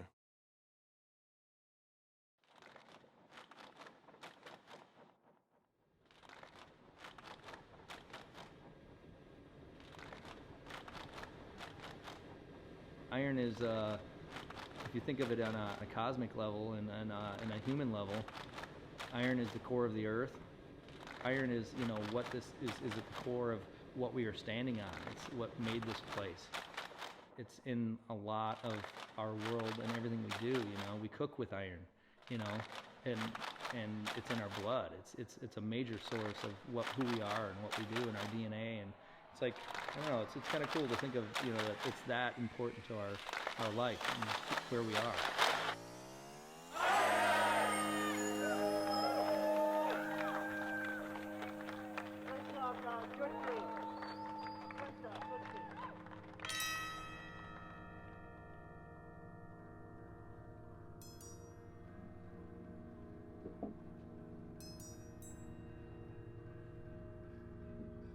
I had a sensibility with 3D that not a lot of people did because of my background growing up on the farm. I already knew how to use all the tools. I knew how to build things. Conceptually, I knew how things should go together and aesthetically how they should look. So those kind of things came in handy, and I just naturally did it. And it just felt natural and easy in that. So that's when my professors were like, you know, you're a good photographer, but you could be a great sculptor.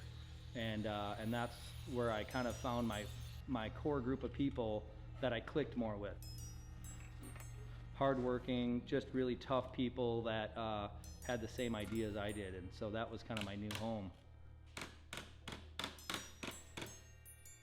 My mom was diagnosed with Lou Gehrig's disease, and it was the right time for me to move back home. All the work I was doing was building my house and working for these other companies, you know, honing my skills. And but when I moved back to the farm, one of my goals was like, I'm going to be back here. I can make art. I can start making art again finally, after being away for so long. That's the second year that we had down on the farm.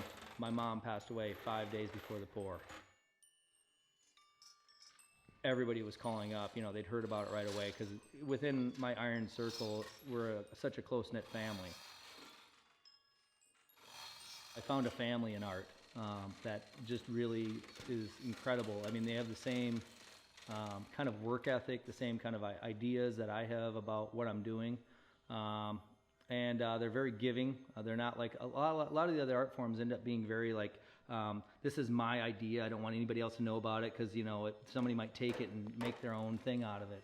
The iron community is just like, if somebody figured something out, they tell everybody about it because they want it to help perpetuate the knowledge and to help everybody else get to that level faster. And maybe we can take the art world, you know, the iron art world to another level. The more that we do this, the more that we, you know, show each other our own techniques. If you hold on to this knowledge and you go to it with your grave, you're not helping out the rest of the world. You need to keep passing this on.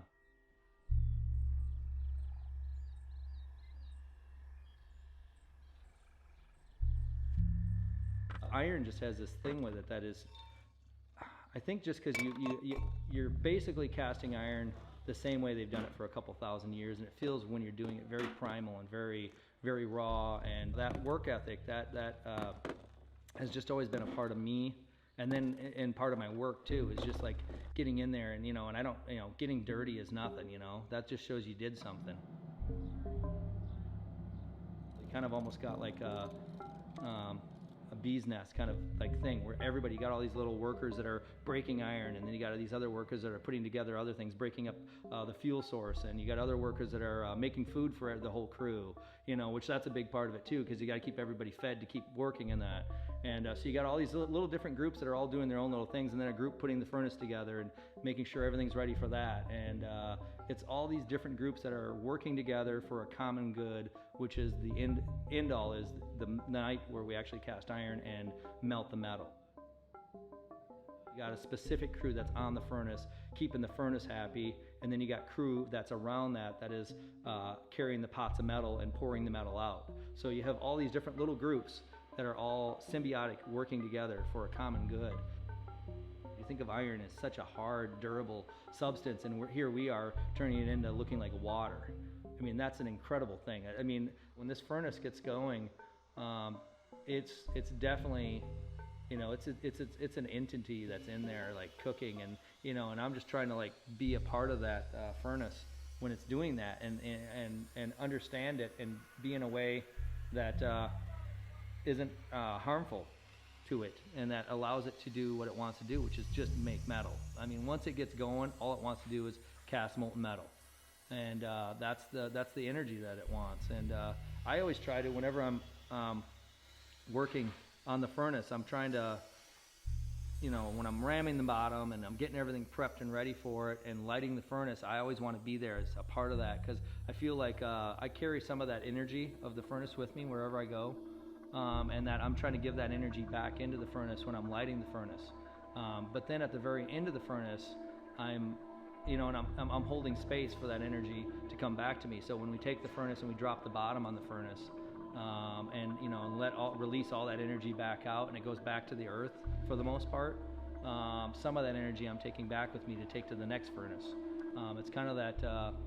Kind of like the mother in kombucha or whatever, you know. I'm holding on to this stuff that I can actually take on to the next furnace, or friendship bread, or whatever you want to call it. You know, it's like this same kind of mentality. But my friends kind of laugh at me and they think it's funny, but that's just how I see it. Iron casting means to me, oh man, it's an evolution, I guess, for me. It's just like being able to take something from, and, you know, nothingness, and create something that then you have to, like, I don't know, just like making it into this newfound piece, you know. I don't know, it's just like you're creating something, you're birthing something every time you're doing the metal casting. The same thing with the furnace too. I mean, you're building this furnace that you're gonna you know, feed it, and, you know, you're kind of like, it's a child almost, you know, and you're hoping it grows up to be something great. And, you know, with this, you're hoping that you know, it's going to give you lots of metal that then can give you lots of offspring of lovely castings, you know. It's this incredible, I don't know, it's a life cycle, you know. It's just each one of these castings, and every time we do an iron pour, it's just this beautiful, you know, small little cosmos or whatever of life, or a little, I don't know, I'm trying to think of other ways of describing it. it's tough for me because it's such a big part of my world and my life right now and what I do and the family, and it's the camaraderie. It's that same thing. It's that family, that large group family that I have access to now. That's just that have been brought into my life because of iron. None of these people I would have known without iron, and there's just some of my best friends are because of that. Lots of them. It's amazing how many people. But I'm trying to think about iron. I don't know. It's for me it's life, and that's kind of the best way for me. It's my life, my lifestyle, I guess, and how I live it is very much iron.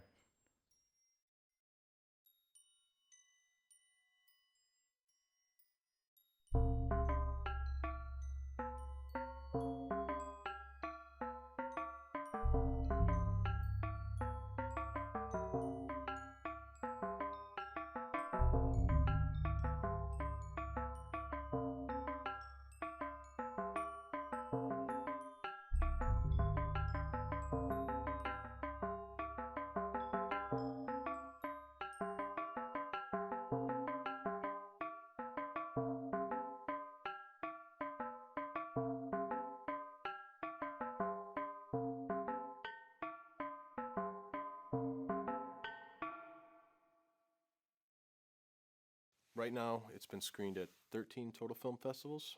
So coming up, we have the Beloit International Film Festival in Beloit, Wisconsin. Overseas, in October, we were in London, England, at the Let's All Be Free Film Festival. I was there, part of that. It was a great film festival. Did a wonderful job.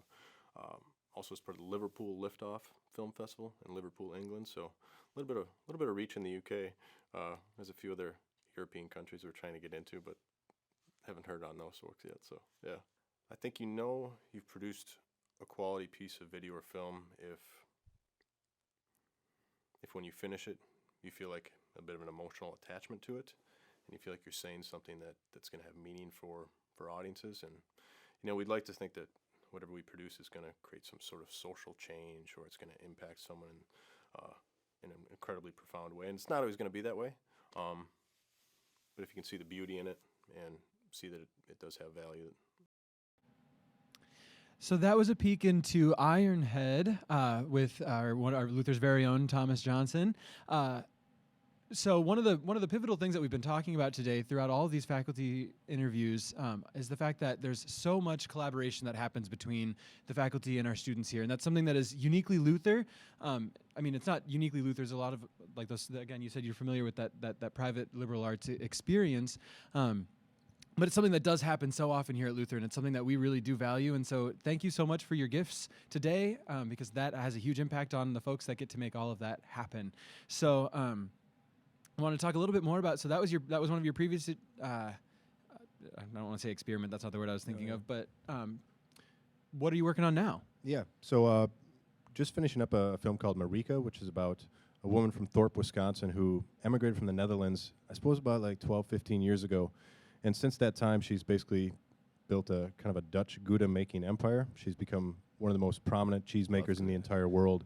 And my colleague, Aaron Lurth, kind of turned me on to her as a subject, and we started exploring it. So again, this is a student-faculty collaborative research project. Work with a student named Jack Ross on this. He'll be graduating this year. And he did a lot of the sound for it. We did the co-editing, and he did some of the assistant production on it. And Aaron Lurth did the cinematography on it, did all the shooting for it, and then Brooke Joyce did the music for it, and then Aaron came back to him and did the color grading. So once again, kind of the similar team members with myself and Brooke and Aaron, and then with a new student into the mix. So yeah, we hope that audiences like this Marika film as much as I'm very pleased with how Ironhead's been received. Didn't expect it to be doing quite this well, but hopefully we can get some more film festivals there.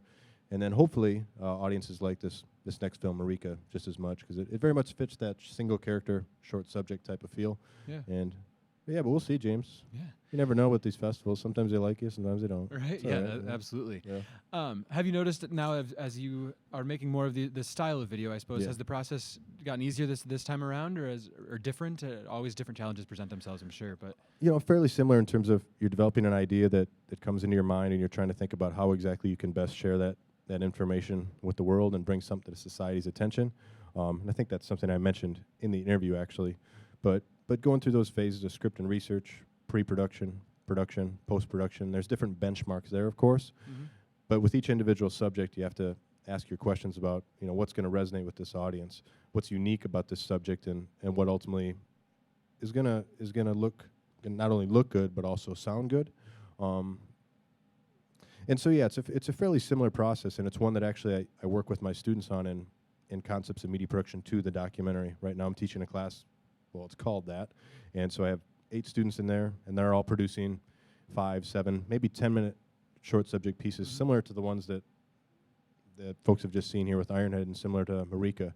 But yeah, they're getting their feet wet, and we're taking them through that process. And right now they're in the end stage of writing a treatment and putting together a shooting script, and they're wondering what their film is going to be about. And I have to kind of reassure them that what they're thinking about right now, that vision that's in their mind, and how they see the film progressing, it's going to change a little bit when they go out in the field and they do production. And it's going to change even more when they sit down in the editing suite and look at that interview, and they look at that B-roll and think about, all right, here's what I was thinking about, but what I have is what I have in front of me, and so what's the film going to look like in comparison to what that vision was, and knowing that it's just kind of part of that creative process that I think is quite rewarding, and that we're able to do with students. And I should mention one other thing is this: in the lower level of Preuss Library, the Digital Media Center has become just a magnificent place for our students to work. We've got 16, 18 computers down there that have Adobe Creative Suite, have Final Cut, and we're able to do so much editing down there, and also with the control room, and also with the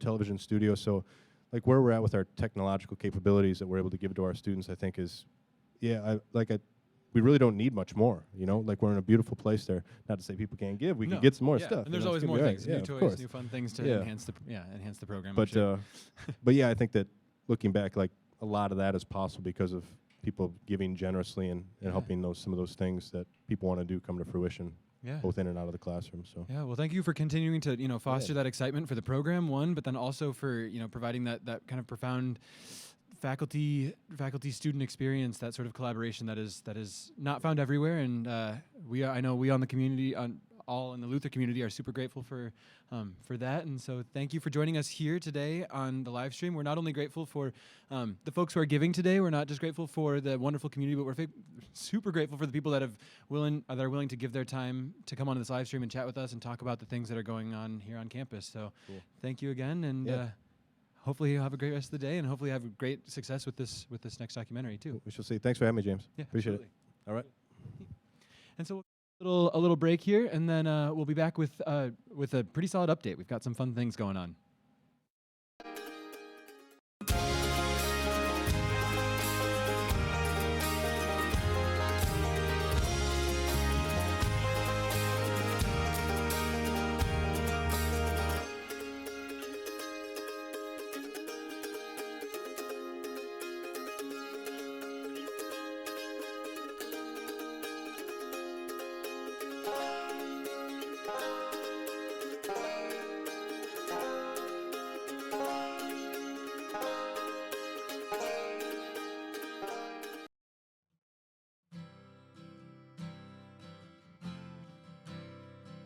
Every single professor that I've had at Luther is just super passionate about what they are teaching about. And just the way that they speak and the way they act during class, you can see in their eyes and you can hear it in their voice how excited they are to actually teach us this information. And that makes it even easier to discuss things in class and ask them questions. And it's really cool to see their passion and what they love to do. I like how open they are and how available that they are. Like, every single professor that I've had here on the first day will always say, like, please come to office hours. They encourage us to go see them, ask some questions, and I really like that. I have a group at the United Church of Christ Church where I'm a member, and it's called Faithful Folk, and I have several students who are involved in that. And these students were very gracious of giving of their time and helping out sing and play instruments in a folk type ensemble, and the congregation really, really appreciated that. So when we get done with the church service, a lot of times we do what I call pancakes for play. So I take them out to Family Table, which is a local restaurant here in town, and I will buy them all the breakfast that they want in exchange for helping me out. It's a really great difference from high school, where there's a distinction between them being your teacher and you're the student. Whereas at Luther, when you're close to them and have these small class sizes where you can talk to them about whatever, they become more of your friends, and then you pass them alongside downtown and they wave and say hello and ask you about your day, or you babysit for them, or you just get to hear about their lives outside of being your professor, and that's really cool. I'm a communications major, and so I was in the campus house, which is where all the communication professors are, and in there they have a map of business cards of where Luther alums are currently working that graduated with a communications major. And I was looking at that, and my Professor Wilder, came out. She said, "Oh, like, what are you looking at?" I told her, "Oh, I'm looking at the board, seeing where everyone is." And she started asking me like where I wanted to go and what I wanted to do in my life. And I just really appreciated that, because it showed that she's actually interested in me beyond Luther and not just while I'm in the class. I get to know students in a way that makes them much, much more than just numbers on a spreadsheet that need to be taught something. And I have a relationship with them outside the classroom that really, really means a lot to me. And I consider a lot of these people to be my own personal friends because of that.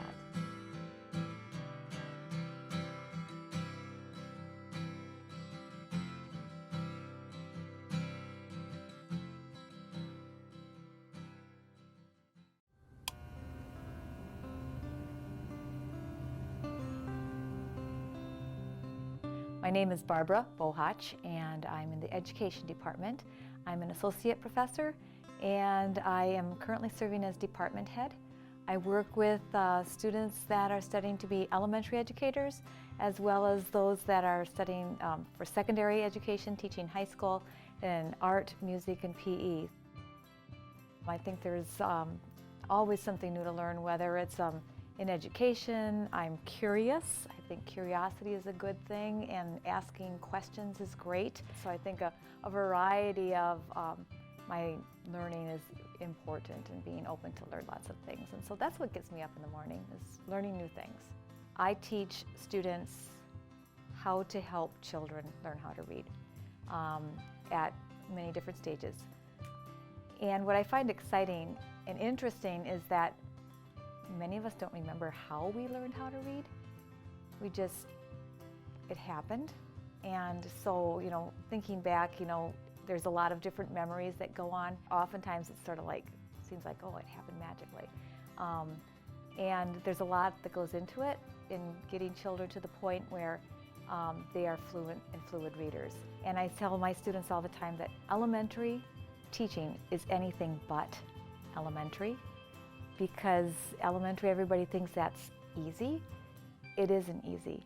You have to teach children about school. Teaching is more than a profession, it's a way of life.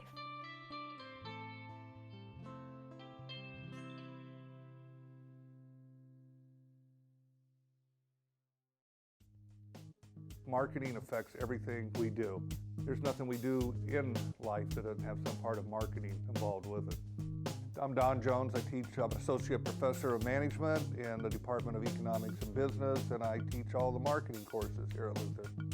I have to admit, my intro, the junior class is my favorite class, just because you're starting with such a mix of majors. I have out of a class of 25, about half of them will be management majors, and the other half will be music majors, who know they need to understand the operations of the business so they can go out and be successful. Biology majors that want to get into pharmaceutical sales, fitness, PE majors that want to go out and work for nonprofits. I've got prospective ministers. Everybody kind of realizes that this idea of marketing and creating your business and bringing value to customers is really important, no matter what discipline. So I enjoy getting that blank slate. Teaching is a gift. The ability to come in my mid-50s and teach in an area that's changing every day. I mean, the first year I taught, the iPad was introduced.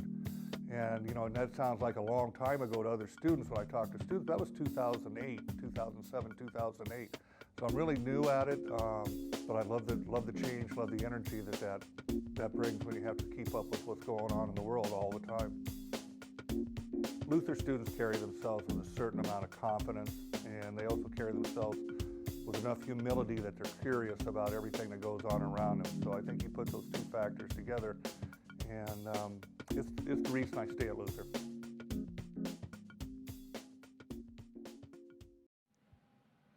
Welcome back. Here we are. We're still doing it, and it's great. What an amazing afternoon we've had. It's crazy that it's already 3 o'clock. Yeah, where's the time gone? I know, it's just flying right by. It's great. We have so many updates on how just phenomenally this day is going and how well things are going, and just a million thank yous to say to the Norse Nation as well. So I just hit refresh on the total, and we are up to $271,359. Yeah. I can't. With what does that countdown ticker say too? So we're at 271,000, but that's not only that, but that's with almost 7 hours still remaining until we're done with this day. So I'm just blown away. That's awesome. Your generosity, really, alumni and family and friends, is amazing. I also want to point out a few things. So we opened the Sustainability Challenge at 2 o'clock, and you promptly just wrapped that up. It's already been met. So thank you. That's great. I love knowing that so many of us are proud of all of our work here on campus, and everything that Luther is doing to create a sustainable community here and to lessen our impact on the earth as well, which is awesome. Yeah. It does look like we have extended the Computer Science and Econ and Business Challenge just a little bit. We're so close. We're just 10 people away, and they've extended that to 3:30. So let's do it. So come on, computer science folks. We know you got it there. If you're accounting, if you're management, if you're economics, anything in the business department, jump in and let's make this happen and unlock $2,000 for the annual fund. It's easy and it's fun.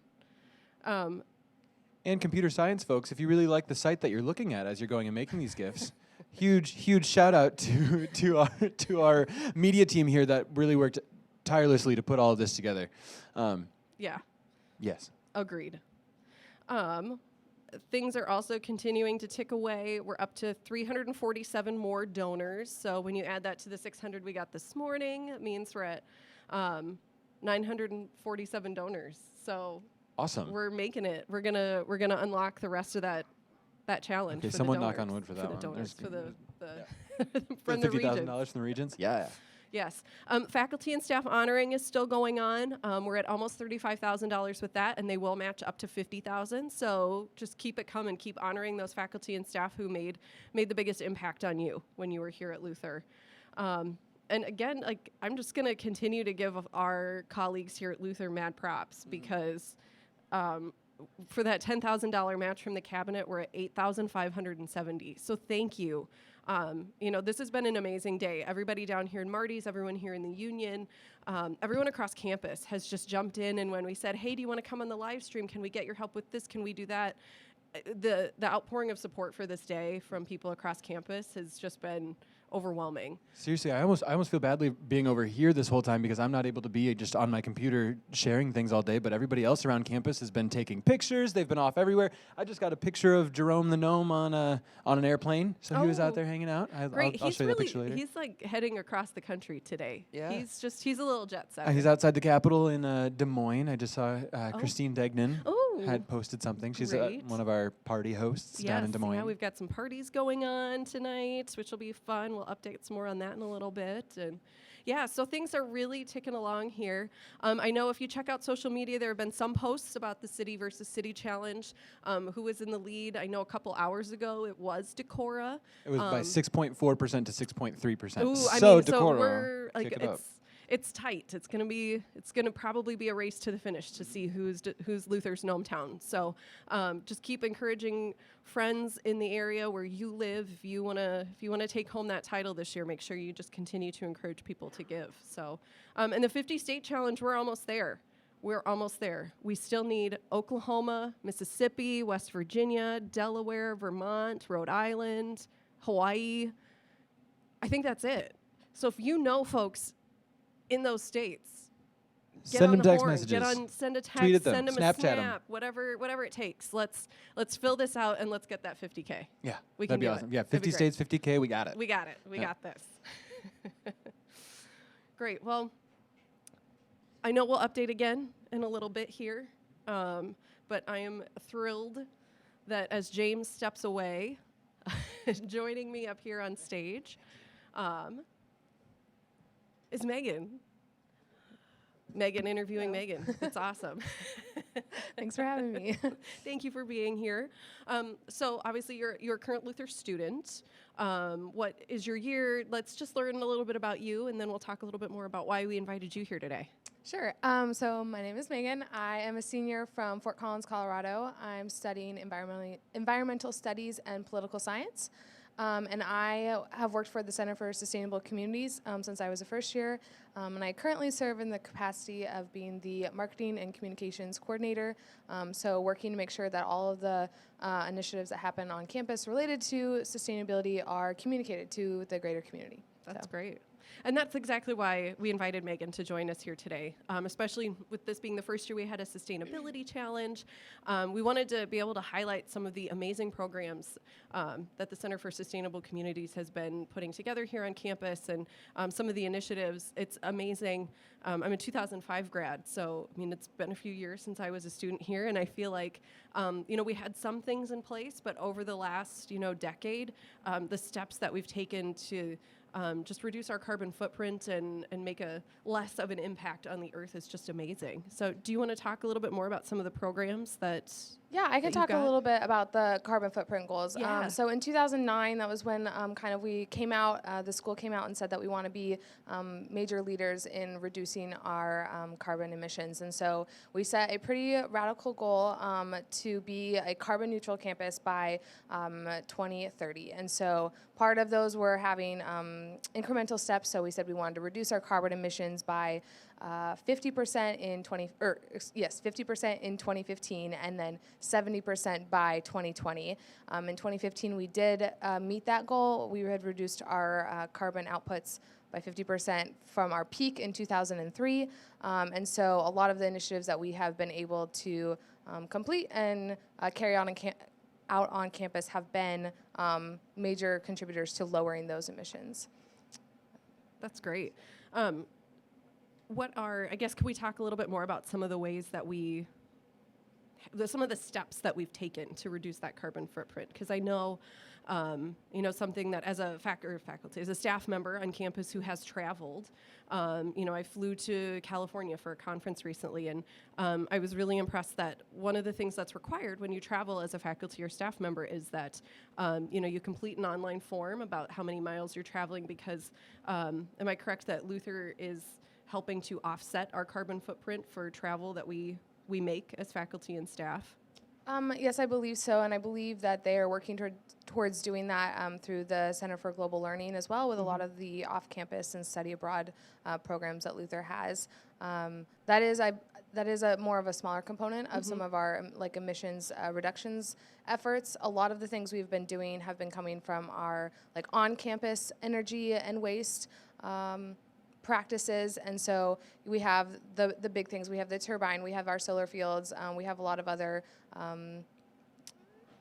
energy efficiency initiatives that we have implemented that have significantly reduced our outputs, but have also just they have lowered our costs as a campus in terms of how much it costs just to heat and power our buildings and our residence halls and whatnot. And so that was, part of it's helping the environment, but a lot of it is also helping to sustain the school economically and in that sense as well. Yeah, that's great. And it is amazing to see. I know we just had some additions to our solar field within the last year or so, which is awesome. And I mean, an amazing thing to see that kind of great use of some of our space, that we can take advantage of that to help. Yeah, absolutely. That big addition was on top of Preuss Library. We added quite a few more panels, which has helped actually power that building because it's one of the most energy expensive buildings on campus. And so we were very strategic. We work a lot with facilities as well as the solar provider to figure out exactly where we're going to best use that technology, where it's going to be most optimized. And so Preuss was the big placement for that. Sure, that's great. I mean, and great that we have such an amazing facilities crew here at Luther, that they're in tune to so many of those things too, and can help as you're making those decisions and decipher, what makes the most sense and what will work best in the future. Yeah, absolutely. Facilities has been wonderful, and a lot of people assume when we talk about reducing our footprint that the big things like the turbine and solar panels, that those have been the number one big ticket items that we have used to reduce our emissions, but actually a lot of our reductions have come from small scale efficiency projects. So weatherizing a lot of the windows in the residence halls and insulating some of the pipes in the buildings. Those small things have had a significant impact on our carbon outputs and in working towards those goals. So they might be small and kind of behind the scenes, but they're equally as important as our turbine or our solar panels. Absolutely. So. That's great. I know there are quite a few other projects that are happening around campus with sustainability as well. Tell me a little bit more about some of the other things that are going on campus. I know at least during the academic year, we've got composting that's happening, that's, available down here in Marty's, in the CAF, up in Oneota, even over in some of the academic buildings. You have the opportunity, if you've had a banana between class or something, that you can compost instead of having that thrown away. You want to talk a little bit more about some of those other efforts on campus? Sure. So waste, especially food waste, is a big thing we are trying to tackle within the sustainability department. One of the big things that we have gotten in the last year and a half are better infrastructure for waste and recycling. So we now have, in almost all the buildings like you were discussing, we have 4 compartment bins. So not only do you have your waste bin for your trash, but you also have the ability to directly recycle plastics and metals, paper, and then there's also a bin for composting. So we are trying to make it as easy as possible for students and faculty and staff and visitors to place their waste in the right receptacle, which only just helps make the waste stream more efficient and I guess safer and cleaner. And so that the new infrastructure just around campus has been a huge effort that we have made, but also probably our newest project, our newest baby, we could say, is the pulper in the cafeteria. And this has been a huge project that we've been working for quite a while now in collaboration with Dining Services. But basically this pulper, which was installed over winter break just a couple months ago, basically we can put all food waste in there. So everything including meat, bones, dairy products, processed foods. It all goes into this machine, which sucks out all of the water from it, dehydrates it, and then it pulverizes all of that food waste into tiny little pieces. Wow. And then it comes out in this mulchy kind of gross, weird, like material, but that material is way easier for our compost pile out at the farm to break down. And so not only does it make composting easier, but it means that we can now compost so much more of our food that would have before was going directly to the landfill. Mm-hmm. So that we are, it's new. This is something that we're still working out the kinks of and working really hard with Dining Services to make sure that it's functioning how it's supposed to, but we imagine that it will also help reduce a lot of our food waste and contribute to reducing that carbon, those carbon emissions as well. That's great. Yeah, because I do remember when we used to scrape what you could into the compost bin and the calf, and so I think this is phenomenal, and kind of what a time savings for students too, who want to be cognizant of it, and now it all just, you stick your plate in and it goes back and you're done. It's great. I think that's an amazing step forward. So yeah, we're really excited about it, and we're really grateful for all the work that's gone, because it has been a multi-year plan, just trying to get it to research it and to purchase it and to get it installed. And so we're really pleased that it's finally here. Yeah, that's great. What are some of the things that you do with students around campus to help make them aware of how some of their practices may or may not be impacting, our carbon emissions or, just recycling or some of those kinds of things, just to make students aware and encourage them to maybe change their practices or things like that? Are there programs happening around campus? Yeah, so we are very much aware that, we can implement all this cool new technology and have all these new cool bins and whatnot, but so much of our efforts rely on our education towards students and making sure that people know exactly what they have at their disposal to make sure their actions are as sustainable as possible, as well as why, and like the importance of doing that. And so this year we have sustainability educators. So we have students basically who are in charge of coming up with programs and education tools related to zero waste, so waste reduction efforts, and then a clean energy and just energy efficiency projects. And then we also have a sustainable transportation educator. So Sean does a lot of work with working with bicycles and making sure people carpool when they go home for breaks and stuff. And so making sure that all these resources we do have are just in front of students, and so that they know them, know that they have those opportunities. But also a big part that it comes in is in the residence halls. We do a lot of work there because everyone lives there, and so we are a residential campus. Yes, so we are, and so we work a lot with RAs. We have a lot of training at the beginning of the year for them to help them be leaders and to lead by example, so that they can help students to, even in their residence hall rooms, they can make sure that they are like living the most sustainably that they can. That's great. I want to talk a little bit too about, speaking of just living in residence halls and the impact that students make there, and something that I don't know how long it's been going on, but I absolutely love it and wish it had existed when I was a student here, is some of the steps that I think sustainability has helped take when it comes time to move out of your dorm room. Because I can just remember when I was a student moving out, seeing the dumpsters just piled with stuff, stuff that either people didn't have room to take home. Much of it was still usable, and furniture and big items and things that maybe didn't necessarily need to go to the landfill. Do you want to talk just a little bit about, Sure. what kind of options students have at the end of the year when it's time to move out, and maybe there's some things that don't necessarily need to come home with them anymore?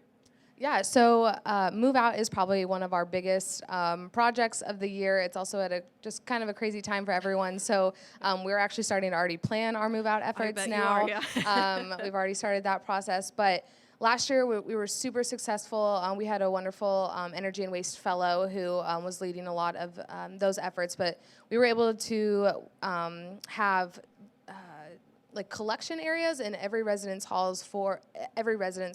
for students who wanted to leave various items that could be reused, and then sustainability and some of the workers that were hired for Just Move Out specifically distributed them to the right places around town. So we had people who were bringing non-perishable food items that were left over. We had people bringing still like usable or still in good quality furniture, clothes that they didn't have room for, everything. Those were all taken to the food pantry or to Goodwill or to the depot, various places around campus, so that they could be reused and weren't just going directly into the dumpsters. And we are very aware that, a lot of us who work in sustainability are students as well. Like, that is just a crazy time of year, but we really encourage students to also plan things out ahead of time and realize that, like, oh, if I don't have room in my car for my couch, I probably shouldn't wait until the last day to try and figure out how to do something. And we try and help make sure students are aware of the resources in town that they have to make sure that their still usable things are distributed to a new good home. Yeah, so that's great. Yeah, I think that's a great way to teach people about using what you have, and and then just being able to give back to the decor community in that way too, to support those organizations that are reselling, like the Depot or Goodwill here in town. I just think, or the Spectrum Network. Yeah. I know they're another big one as well, and I think that's a great way just to continue to educate students too about ways you can interact with your community. So that's wonderful. And we are very proud of the work that we've done with the decor community. Another one of our big efforts that we run throughout the year is our Cafeteria to Community project. Basically what that program does, it was initiated by a student a couple years back, and it takes leftover food from the cafeteria. It's packaged by volunteers, and then it's taken to the food pantry in town. And so we've been able to provide a lot of people in Decorah with healthy and nutritious hot meals while also reducing our waste, because all that food would have gone into the landfill, or it was going to the landfill before. So we're really proud of how much food we've been able to distribute to people who need it and how much we've been able to reduce our waste in that way. And so we are continuously looking for projects like that, but Caf to Community is kind of like our big ticket. We love it. We think it does really good things for Decorah and for Luther. Yeah, that's great. How many people work in sustainability?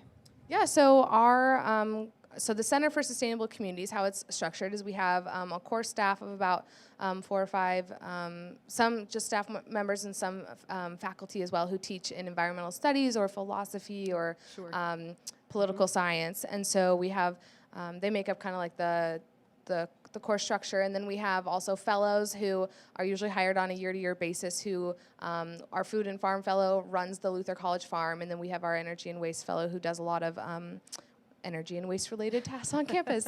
And then underneath that you have over 40 student workers, and so we have a composting and recycling crew, we have our educators, we have communicators, and so we kind of all work together to kind of fill in the pieces and make sure that a lot of these efforts are being carried out and done in the best way possible. That's great. Yeah. That's exciting. I mean, there's just so much that, like I said, has changed. You know, I've been only back at Luther here for about 1.5 years, and just to see what a difference the Center for Sustainable Communities has made on campus, and you know, just some really great efforts, and seeing how people have kind of changed their habits and changed their patterns too. You know, with the education that you're providing has just been phenomenal. So, yeah, and we've been really excited to see too that sustainability has becoming to be a bigger draw for students who are looking at Luther. And so we have a lot of first years who are coming in and, you know, asking them what made you want to come to Luther, and kind of what motivated that choice. And then more and more students are saying your efforts and your sustainability initiatives are really what we are looking for in our college and where we come to school. And so we're really proud of that, and we are hoping to engage more students, whether that's on our staff or just through our initiatives, in expanding that and making it more of an engaging aspect for all of Luther students. Yeah, that's great. Well, I have to ask, since you're a senior, what are your plans post Luther? Because obviously you've been really involved in sustainability while you've been here. I mean, doing this since you were a first year, you can speak so eloquently about all of the programs that we have here on campus. You know, I'm just curious if you've already got plans. What are you planning to do? So I have really loved working for sustainability during my time at Luther, but in my other studies and just what I've found I'm most interested in, I'm definitely more aligned with environmental policy, especially with public lands, and I'm from the West, so I assume I'm probably going to end up back there. But right now the plan is to do a service year with Student Conservation Association, working, doing volunteer coordination in national parks. So great. I'm still trying to figure out the details of that and trying. You've still got a couple time. months. It's You've fine. got time. It's all good. That's great. But that's kind of looking what my year will be like right after. But all the same, like my experience in sustainability has given me a fabulous foundation for going out into the world and being able to continue to have a sustainable life, even though I'm not on the Luther College campus anymore. Yeah. So that's great. Well, thank you so much for joining us this afternoon and talking about all the amazing things that the Center for Sustainable Communities is doing here on campus. And thanks for all the work that you've done in your 4 years here at Luther. And I'm good sad luck. to leave. I know. Don't worry. I know we have a really amazing group of Luther alumni out in Colorado, so make sure you get hooked up with all of them. So maybe Denver will be on our City to City Challenge next year. Or probably. The Denver area. It's a good city. It is. So. It is. It's a great city. I've got a lot of good Luther friends who live out there. So. Well, thank you, Megan. Thank you, Megan. So we're going to take a quick break, and then when we come back, we've got some more interviews, and we'll probably do another update, just see how things are going. So thanks for joining us. We'll be right back.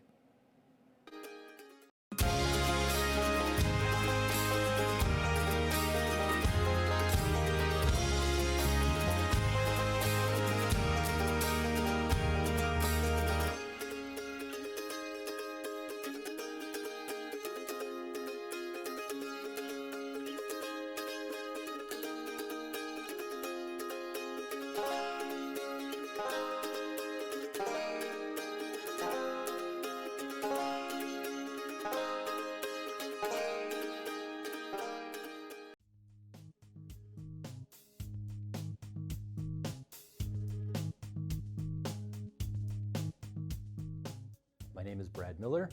I'm a professor in the computer science department. For me, teaching is rejuvenating because the field of computer science is always changing, it's always new, so I'm always having to learn in order to keep up with the industry. I'm always having to learn to keep ahead of the students, and so that's what makes my job exciting. I always tell my students when they're thinking about career paths that when they get out of bed in the morning and get into the shower, that if they're not thinking about what they have coming up for that day, that they're in the wrong line of work. And when I get up in the morning, I'm always thinking about classes that I have to teach, and I'm always thinking about the research project that I'm working on. So it's that excitement that gets me out of bed and makes me happy to do what I do. A lot of people will say that to be a data scientist, you have to be an explorer. And I kind of like that analogy because that, you know, somebody gives you this giant pile of data and your job is to try to make sense of it. You don't really know which direction you're going to go or what you're going to do, but you have that sort of explorer instinct in you to just try a bunch of things and see what pans out and what doesn't. And so I think this data science program is maybe the most liberal arts of majors that I could be involved with because it really does incorporate skills and ideas from all over the campus.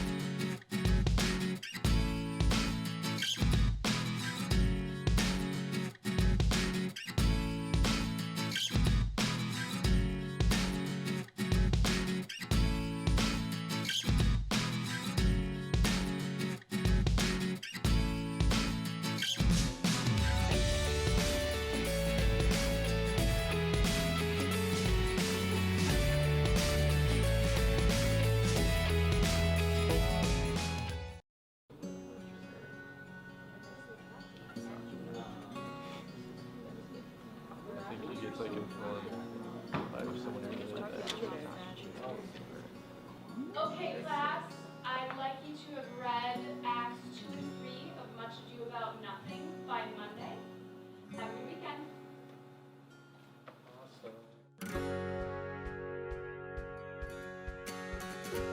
Hey, have you done the reading for Midday yet? Yeah, that Don John is not a nice guy. Yeah, neither is Don Pedro. They basically use Margaret to smear Hero's reputation. Like, the mistreatment of women in that book is awful. Yeah, I know, right? But that Beatrice is pretty strong and independent, though. Beatrice is so sassy. I wonder if her and Benedict will end up together. Yeah, they're equals. which is probably why they hate each other so much. Human relationships. People. It makes me wonder who you can trust, you know? It's like who actually has your best interest in mind. Exactly. I've never questioned so much in my life before. Have you finished the Paideia book yet? Almost. I didn't know Shakespeare could be so interesting. Or relatable.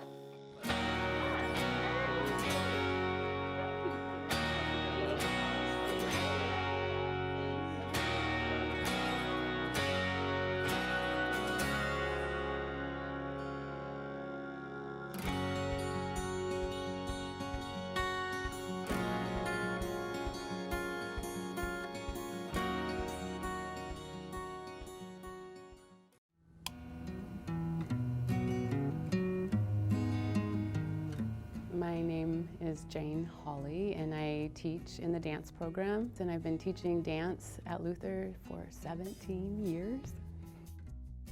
I think a lot of people struggle with understanding dance as an all-abilities practice, but for some reason, our culture hasn't really been supportive of the body as much, as it has, say, with visual art or even with theater. And so dance is kind of under those two mediums of artistic expression. And it's not just for the ballerina, right? It's not just that one body type. It's all bodies and cultures, all cultures dance, all bodies dance. The students who want to just study as a major, right? I constantly want to push them out to either double major or really take a keen interest in another discipline, and to then really challenge them how they see the body intersecting with that other discipline. Because then what happens with those who even major in dance, their material, their choreography, or the way they're going to contribute to the field of dance and the discipline of dance outside of Luther is through, they're going to be innovators, they're going to be leaders, and they're going to be doing new work, and they will be followed.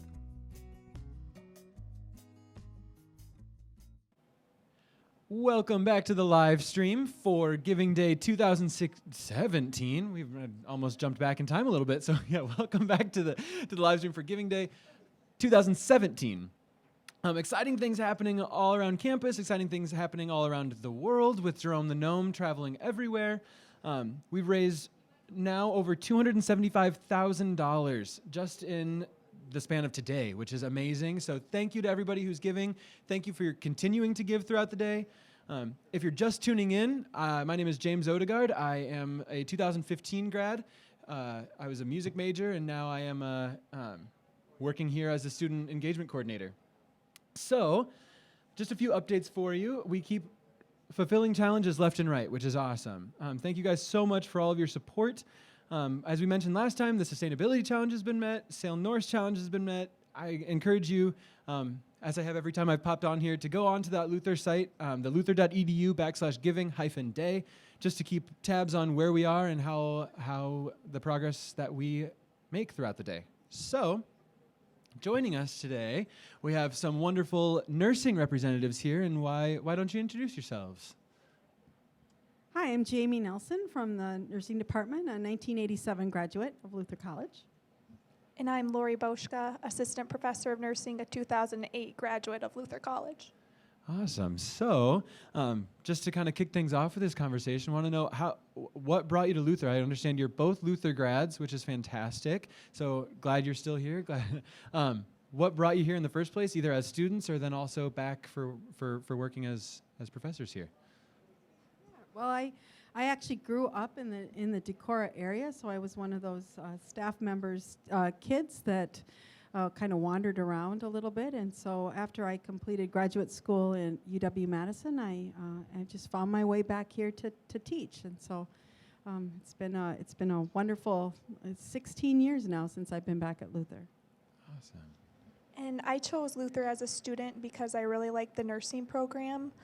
With the small class sizes, the affiliation with Mayo Clinic for clinicals, and then I also played soccer here, so that was a big draw for me. And then I moved back in the area. I got my doctoral degree in nursing education, and just was happy to join the team here as a professor. Awesome. So, going into the nursing career, people often, think about all the time that they spend in their clinicals, think about all that time. What led you to this other side of things? What led you to this teaching portion of it? That's a great question, because I actually didn't necessarily envision that when I started my career. I, for many years, worked in the operating room as a transplant trauma nurse, and loved that kind of exciting adrenaline rush sort of job. But I think I really wanted to make a difference, and I enjoyed working with students even when I was in practice, and I think it just sort of kind of called to me to come back to teach students.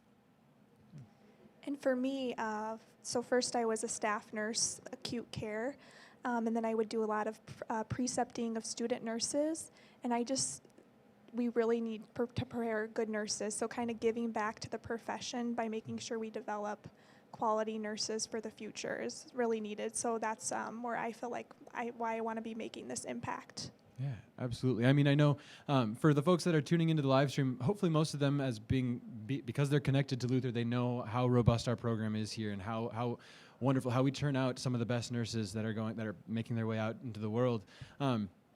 A big portion of that they often talk about, and we hear people call on it, is their experience up at Mayo, and that's something that is unique for Luther, is the fact that we get to collaborate with them and have some of that hands-on experience that doesn't always happen there, that isn't always exposed, I suppose, here at our local facilities, which is awesome. That's something that it's kind of like a study. I mean, essentially our own study abroad program for our nursing students. So, if you were able to talk a little bit about what that connection and how, what some of the feedback you've heard from that, or how that even kind of came to be.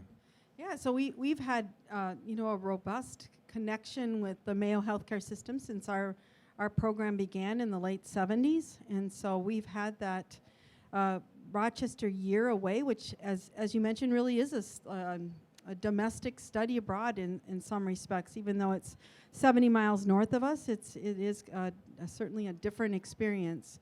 And our students have the opportunity to be exposed and to see things that really are unique, world-class healthcare with kinds of diagnoses and client populations that are absolutely,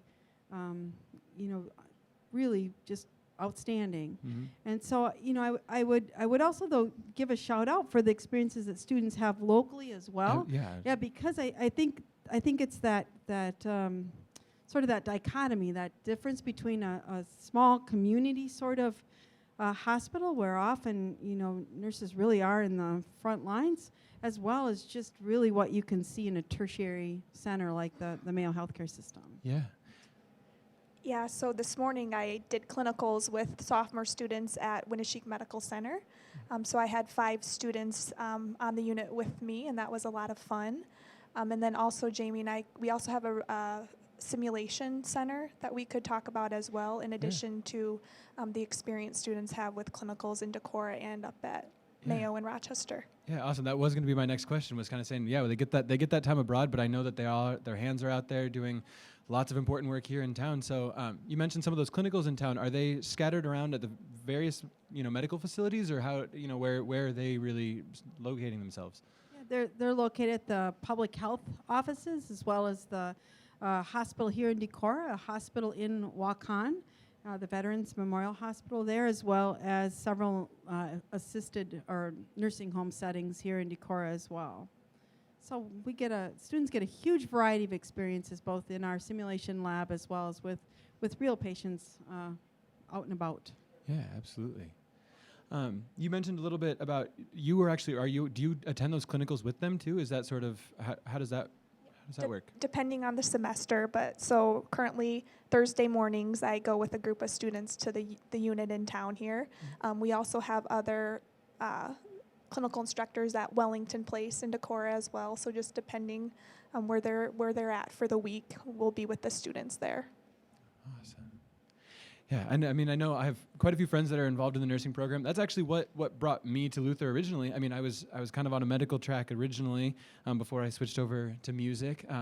Because the thing is people don't realize, I mean, I think they do, and that's honestly what ends up turning away. It's a lot of hard work. It's a lot of really intensive study. You're devoting a lot of your time to learning the material because you have to. You know, like, other people's lives are in you're literally in your hands. And so I know that some of our nursing students are some of the hardest workers on campus, and that's seen. Why? I mean, everybody, like all the Luther students can tell you that. I mean, I've seen 2 Luther nursing students out there. They're like, yeah, we are the hardest workers. Couple photo bombs there over in the corner there that are working hard on their nursing coursework. But then I hear the bio majors across campus yelling like, but they don't have to take OChem, or do they? No OChem, but they have simulation. Yeah, exactly. But yeah, so what are some other things that we could talk about? Yeah, well, I mean, I would love to just give a shout out to our alumni, our nursing alumni, who I think I'm hoping at least several are watching the live feed. They are amazing. Our Luther graduates, boy, they really go out and they make just a world of difference as citizens as well as in healthcare profession. So. I mean, we hear all the time the fact that Luther students who end up applying, especially specifically in nursing, when they apply for that, they'll end up either getting those interviews or getting right into that just because they have Luther on their name, because they know that our program is so robust. So there's not really another word for it. It is really well put together, and a lot of us on campus really admire everything that goes on there. And that, I mean, from an admission standpoint, I mean, I work for development. From an admission standpoint, that's a huge draw to know that it is such a select program, and I know people are fighting for those positions. So, yeah. And I would say students really do work hard because there's that component, similar as well as in the sciences, but there's a lot of laboratory time as well as the clinical time. So we do recognize that our students put, just endless amounts of hours. And so all of our students that do balance music and sports, boy, just, a shout out to them because they are exceptional at time management for sure. Yeah. Just for, I mean, I don't know if we have prospective students watching or if we have anything like that, but even for people who are just curious at home, could you give it maybe a little outline of kind of their what happens with their time at Luther, where they start? Because I know you don't start right in the nursing program. There's kind of stuff that has to happen in advance, and then you move through the program. And just kind of a rough little highlight of that would be. So the first year, our students take anatomy and physiology in the fall, and then in the spring they have animal biology right now and nutrition. And then the sophomore year, we start their nursing courses. So they have labs, assessment, and interventions where they learn how to do that physical assessment for the patient, as well as interventions. So putting in an IV, putting in an NG tube, Foley catheter, those hands-on skills. The sophomore spring semester, they start their clinicals right away, which is different from other programs. They might not start hands-on nursing care until their junior year, so we start that sophomore spring semester. And then the junior year, they go up to Rochester, have some med-surg, some pediatrics, maternity, mental health nursing, and then I'll let you do the senior year, because you do a lot of that. Yeah, our senior year students are coming back to us from the Mayo healthcare system, and in the spring, our students now have come back from a January term capstone. So the senior year students are completing a lot of the remaining general requirements, but then they're also in a public health course that has clinical experience at the public health office and in some of the area schools as well. And they have a simulation class that happens in our simulation lab.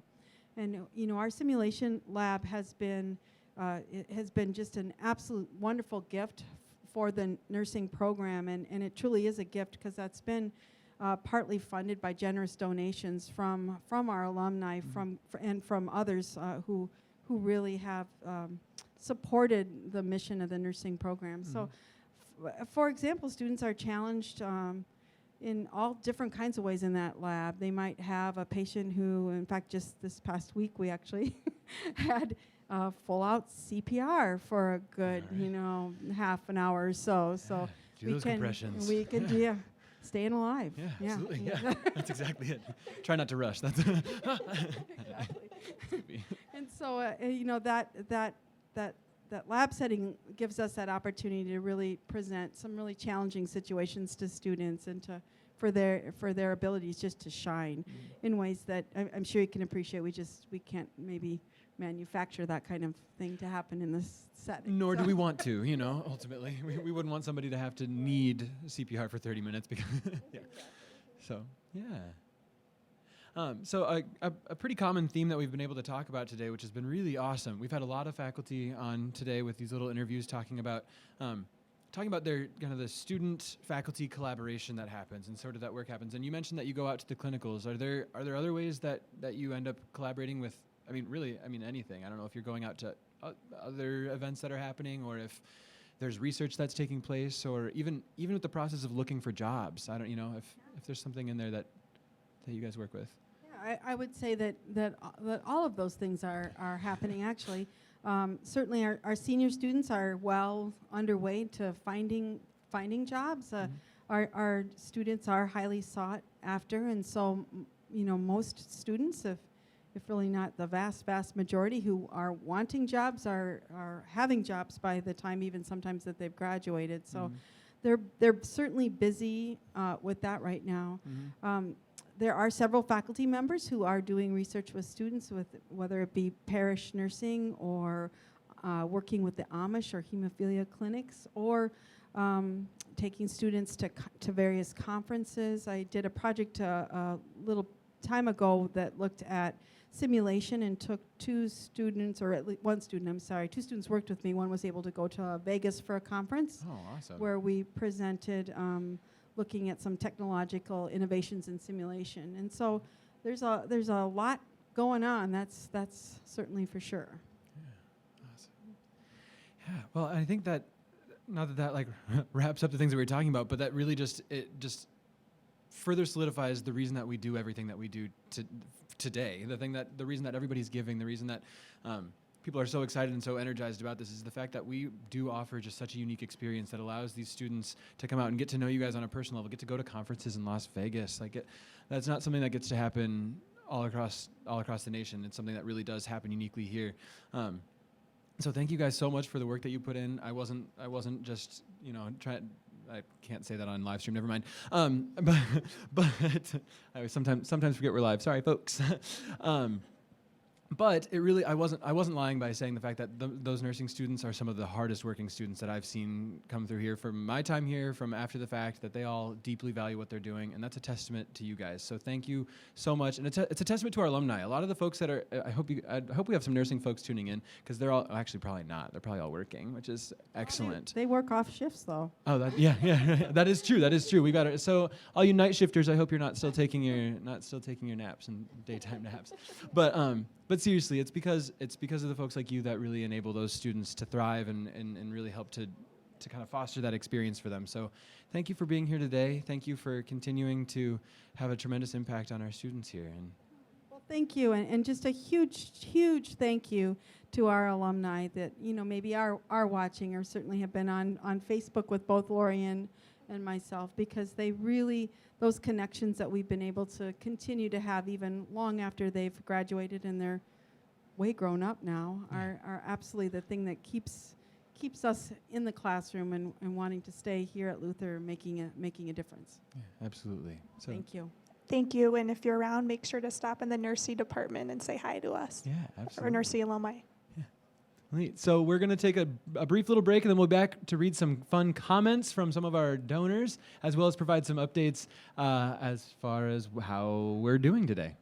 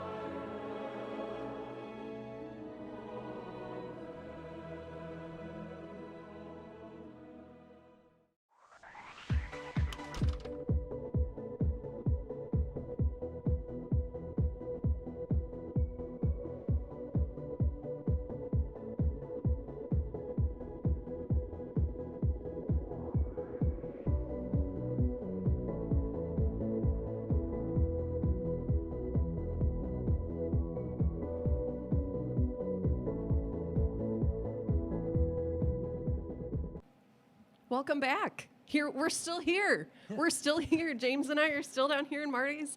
It's 4 o'clock, and it's still happening. It's amazing. It's absolutely outstanding. We've just watched dollar totals climb up and up. We've had a lot of really fun interviews up here. Yeah, I mean, what an amazing cross-section of the faculty and staff that we have here on campus. Seriously. I'm just blown away. Yep, and we have more coming up. There's fun more things. coming. And keep tuning in. We promised student groups, and they, because of course, are in class most of the day, will be here later on. So stick with us and tune in again. I know some of you will probably start leaving work here and shutting down the live stream, but please pick it back up when you get home, because we have some really fun things happening this afternoon, too. Yeah, there are a lot of smart TVs out in the world. Just pop it on the YouTube that you have on there. Yeah. Use your Apple TV and your iPhone. What can I say? So we did want to give some updates, because some really great things have been happening and some things are just getting started again, and James keeps knocking around the microphones. Sorry, folks. We are at $279,221, which is just, I'm still just shocked every time I announce what we're at. I'm just stunned because I'm blown away. It's amazing. Yeah, and in addition to that, we are now over 1,000 donors. Woohoo! Which is just outstanding. Again, we've only been at this today. So for folks tuning in and not really knowing what's going on or seeing it, they've just seen this dollar total and think, well, that's awesome. Luther's raised a lot of money. Not only that, but we've raised it not even in 8 hours, which is I mean, stunning. We still have 6 hours to go, folks. So stick with us and keep encouraging your friends, maybe who haven't made a gift yet today, to do so. I know my own social media is just blowing up with Luther Blue, which is amazing. I mean, people from all across the country and truly all over the world who have been making gifts today. Yeah, and not only that, but we got Oklahoma. Yeah. I know, as we're on these last few states, and as we see them come in, we celebrate literally every single one. So if you have friends in Rhode Island, Delaware, West Virginia, Mississippi, and Hawaii, shoot them some text messages. We were encouraging you before, just start blowing up their phones. Let's get this done, because it's an easy $50K that we can add to the annual fund today. And not only, I mean, I would venture to say it's not super easy, but what's really awesome is the fact that we have so much representation all around the United States. That right now these states are being filled up because you guys are flooding their news feeds. You're flooding, all the posts that have gone up today are amazing, and they keep coming in. And we have so much fun over here, just getting to see those as we hit refresh and see all the new places that Jerome has been, all the different things that are happening on that people are doing in their own individual cities, just to celebrate Luther today, which is amazing. It's great. I know the City versus City challenge is heating up. Decorah is still in the lead. Let's go, Decorah. We widened the lead just a little bit, but I know DC is probably going to kick back into gear here soon, too. So David Leitz, it's on. Yeah. So keep it going. Keep it going.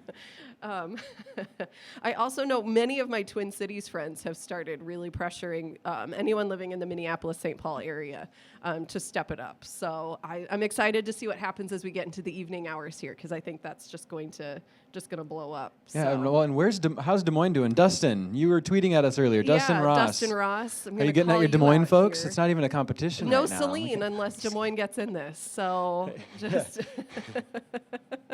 I'm not sure we can do Celine anyway. No, we probably can't. I'm sure there are copyright issues there. Fun fact, I share a birthday with Celine Dion. That's great. Yeah, it's the end of this month. For you. Just a little plug. Your heart will go on. Yeah. Okay. All right. Okay. It's not a good joke. I'm not going to honor that one. Yeah, that's great. We've gotten a lot of really great comments in as well from folks. I don't know. Do you have any that you want to... There have been so many throughout the day, and we've had so much programming, we haven't had a lot of time to update you on all the amazing comments that you've been leaving as you've been making gifts. And I'm sorry about that, but hopefully you've been enjoying all of these interviews and everything that's been going on today. So. Yeah. Suzanne, who's from the class of 95, says, I love the Whippy Dip. And, we talked about this earlier. We did. I also love the Whippy Dip. I am a Sugar Bowl fan. No, we're but a little divided in our ice cream up here. It's Yeah. fine. We get along. we get along in ways. our Lefse, so Yeah, that's okay. yes, agreed. Okay, that's important.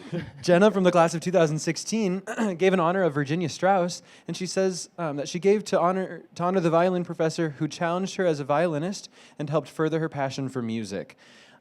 And we talk about it all the time, the impact that the students or that the faculty have on the students, and that's just as proof. This is a class of 2016ers, so somebody who just freshly graduated, and it's just showing how much those professors really do have that impact on those students here. Yeah. And these comments, the fact that they're giving so early, so on the 2016 grads, so they're giving. Yeah. We obviously love when people start to give right away. That is fantastic. But that is just proof that people do. People are excited to. People are excited to honor the people that have really helped them move into the world. Yeah, it's great. Yeah. Do you have any other quotes? I don't think so. No, I think I also just want to give a shout out to Eric in Norway who made a gift. I mean, really, like, this is a worldwide thing. It's phenomenal. So thank you to those of you who are Luther people living internationally who are celebrating with us across the globe today. We absolutely love seeing that. And then just one final thing before we move on here. We do have less than an hour left in the We Are Luther Faculty and Staff Challenge, and we're just blowing it away. I mean, we're almost there. Where are we sitting right matching now? the full 10,000. We're at $9,295. All right, awesome. So it amazing. looks like I need to make another gift. Yeah. Yeah.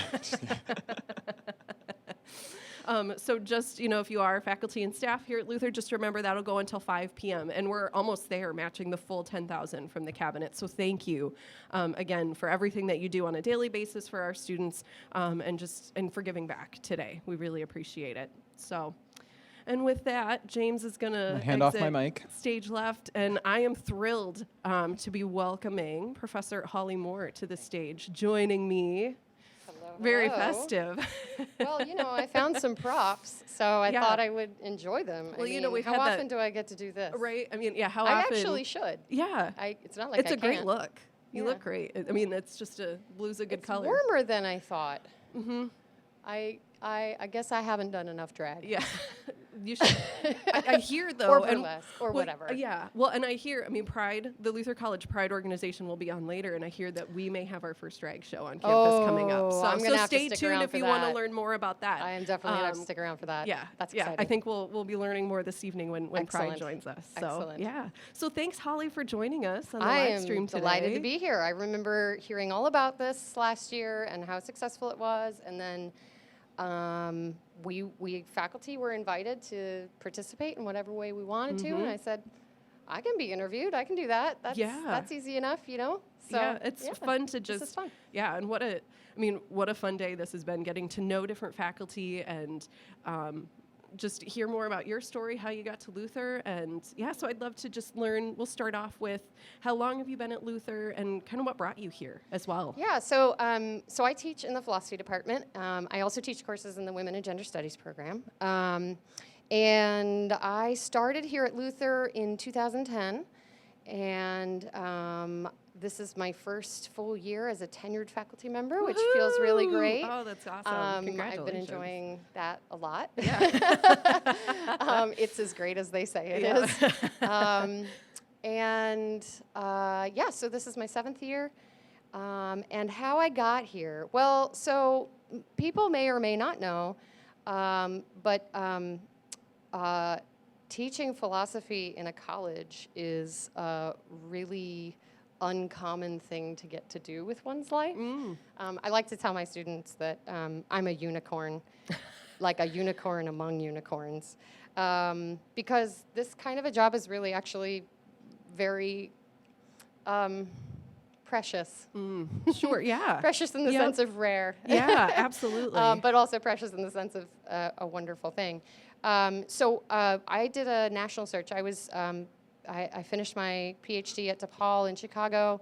Hey, Chicago, call in. We love you. Chicago. You've come up a few times today. Come on, Chicago. So I finished my PhD at DePaul University. And then I spent a year teaching at Colby College in Maine. So I kind of got my feet wet in the small liberal arts college environment that way. And then I applied really widely to every job that looked even a little bit right because, you know, when there's only 50 Yeah. or You just- 100 you or do whatever, that, you just yeah. apply to all of them. Yeah. But I had never heard of Luther College. I had never stepped foot in Iowa until I was asked to come for an on-campus interview. And I made the mistake of wearing my 3-inch heels. Oh, ooh. Yeah, and Yeah. Occam House, if anybody's familiar, is on a very steep slope. It sure is. Yeah, so I'm Yes. really lucky that I didn't break any parts of my body trying to meet all of these lovely people. So I learned my lesson that Iowa is not just what everybody thinks it is. Yeah, we're It's not just flat, and it's not just flyover also- country. Yes, that too. It's- So yeah, I was really taken with Decorah and the beauty of the place and the generosity of the people, and you know, I think that what we have here is really special, and Mhm. it's really obvious the minute you see it, the minute you're a part of it. So it was very easy for me to say yes. Yeah. And I'm glad I'm here. That's great. Yeah. That's so great. Yeah. I know as you and I were talking about some different things that we could talk about in our time here together today. Mhm. One of the things, and you alluded to this a little bit, you know, the fact that, you know, what you have here is precious and rare, and you know, you're a unicorn in being able to teach philosophy.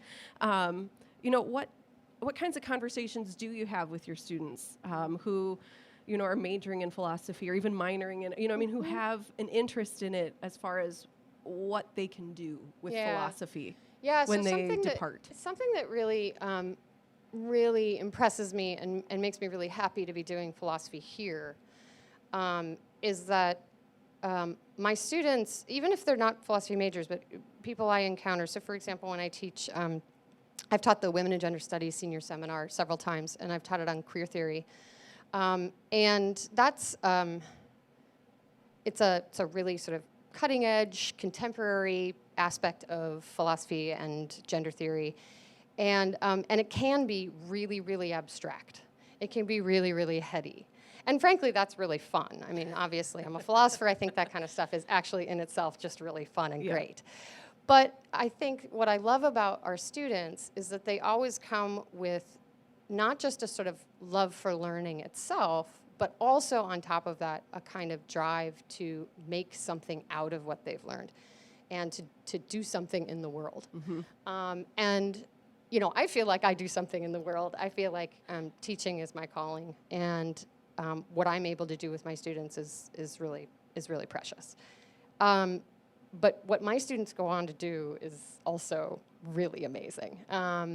So I mean, philosophy is an education in being a thinker, and so and in being a critical thinker and a sort of both big ideas thinker as well as a sort of, you know, get into the nitty-gritty and the details thinker. And I think in particular what's really valuable for our students is the way that they become more comfortable with indeterminacy and ambiguity by being able to recognize which are the things you can know and which are the things you can't necessarily figure out quite yet, or the things that need more study. You know, like, is this a question or is this just a, you know, is this just made up, right? And so being able to discern things that are real questions from things that are diversions, I think, is really valuable and really works everywhere. Yeah, absolutely. But I think, you know, we have a lot of students who have gone into nonprofit sector to start, because generally they, you know, this is true about a lot of our students, they care about the world that they live in, and they want to do something that makes an impact.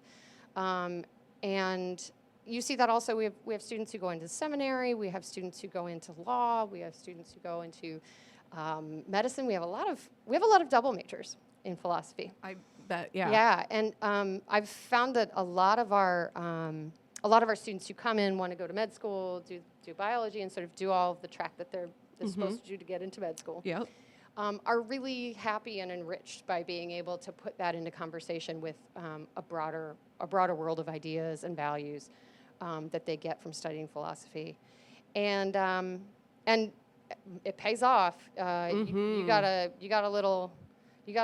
I do philosophy too on your med school application. Yes. That's a pretty big standout, actually. It is, yeah. And I, prior to moving into this position as your gnome in chief today, I spent my first year here back at Luther working in the admissions office, and that was one of the biggest takeaways that we tried to share with a lot of students, that sometimes they don't realize before they get to college is it's not just about having a degree in biology or a degree in chemistry in order to go on to med school. Like coming out of a liberal arts college is huge because you're well-rounded. You understand the wider world. You've studied philosophy and religion, and you're not so focused on the nitty-gritty of the lab pieces. You can do that too. You are a scientist, but you're also a human being. Yeah, you know? yeah. No, I think that's a really good way of thinking about it.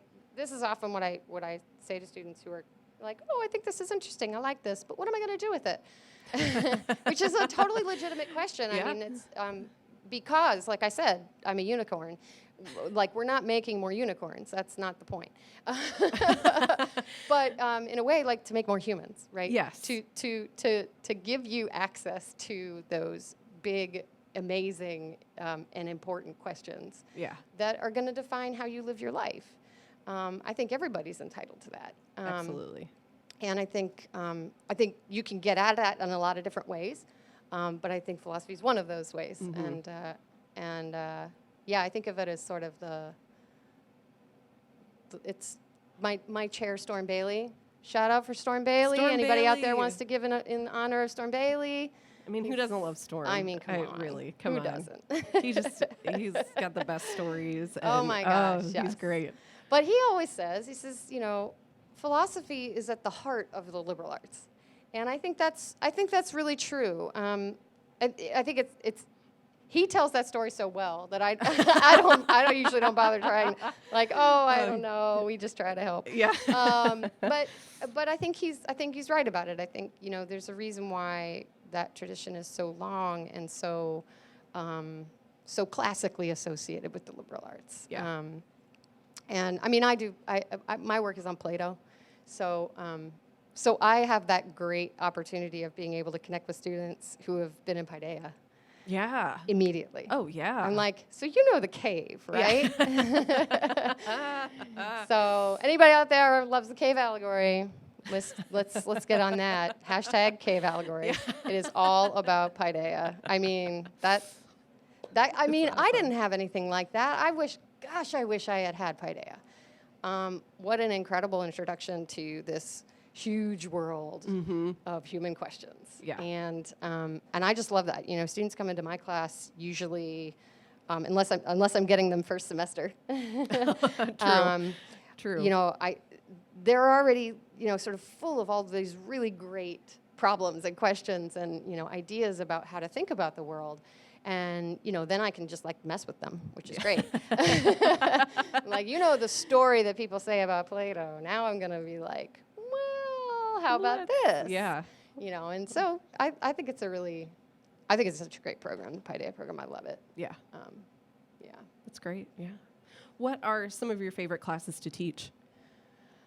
Oh, wow. That's a hard question. As I'm guessing you've had probably quite a variety I have over taught the a lot 7 of different years classes. that you've been here. Yeah. There's something really great about, you know, some people wouldn't like this, but it's definitely something I enjoy about the job. We're a small department, so we got to cover a lot with what we have and who we are. But even in spite of that, so I teach ancient philosophy every year. I teach logic. I teach introduction to philosophy. I teach philosophy of art. I teach feminist philosophy. I've taught the seminar, senior seminar, and a bunch of different things. 19th to 20th century philosophy. So I teach a lot of different things. Probably my favorite class to teach has actually been the queer theory class for the Women and Gender Studies senior seminar. And I've had philosophy students and Women and Gender Studies students taking that class together, which is really kind of a great mix. Yeah. Coming from often very different perspectives. And to me, the reason why that course has been so important for me is the way that it lets me engage with students as not just as a professor, but as a human being. Yep, absolutely. In a way that it's kind of hard to do sometimes. You know, like, I love logic. Logic is actually probably my other favorite class Sure. to teach. I'm teaching it right now. I think my students are usually there going like, why is she so excited about this? But, you know, I love it. I just, you know, it's nice to be able to teach something, when you teach a lot of philosophy, it's nice to be able to teach something that has an answer. Oh, yes. So, I bet, yeah. So logic is that little like, oh, there's an answer here, and all I need to do is help you find it. But the thing is like, you know, it's the thing about logic that's great is that it's detached from reality. The thing about logic that's kind of hard is it's detached from reality. Right. So, but queer theory is so deeply about the reality we live in right now and grappling with some really tough issues. And debates and questions that, you know, we don't have those answers. And so it's really given me the opportunity to find in my students the teacher that I want to be. And That's great. I've just had connections in that process that have taught me a lot about how to be a teacher. Yeah. And how to be a student of my students, you know, Yeah. and I think that's, you know, when it's at its best, that's what you get. That's awesome. Yeah. And I think sometimes our students don't realize that too, that we're learning just as much from them, if not more sometimes, than they are from us too. You know, I mean, it is a two-way street. And even as a staff member, that's absolutely something that we feel, you know, and why we're energized by having students around and on campus and interacting with us, because we're taking in as much from them as they're getting from us as well. Yeah. Yesterday I was with a really great sort of mixed group of students, faculty, staff, and I just felt like by the end of that interaction, I was full. I was so full, like after a really great meal. You know, like I'd been able to take in so much from so many different perspectives and places and people.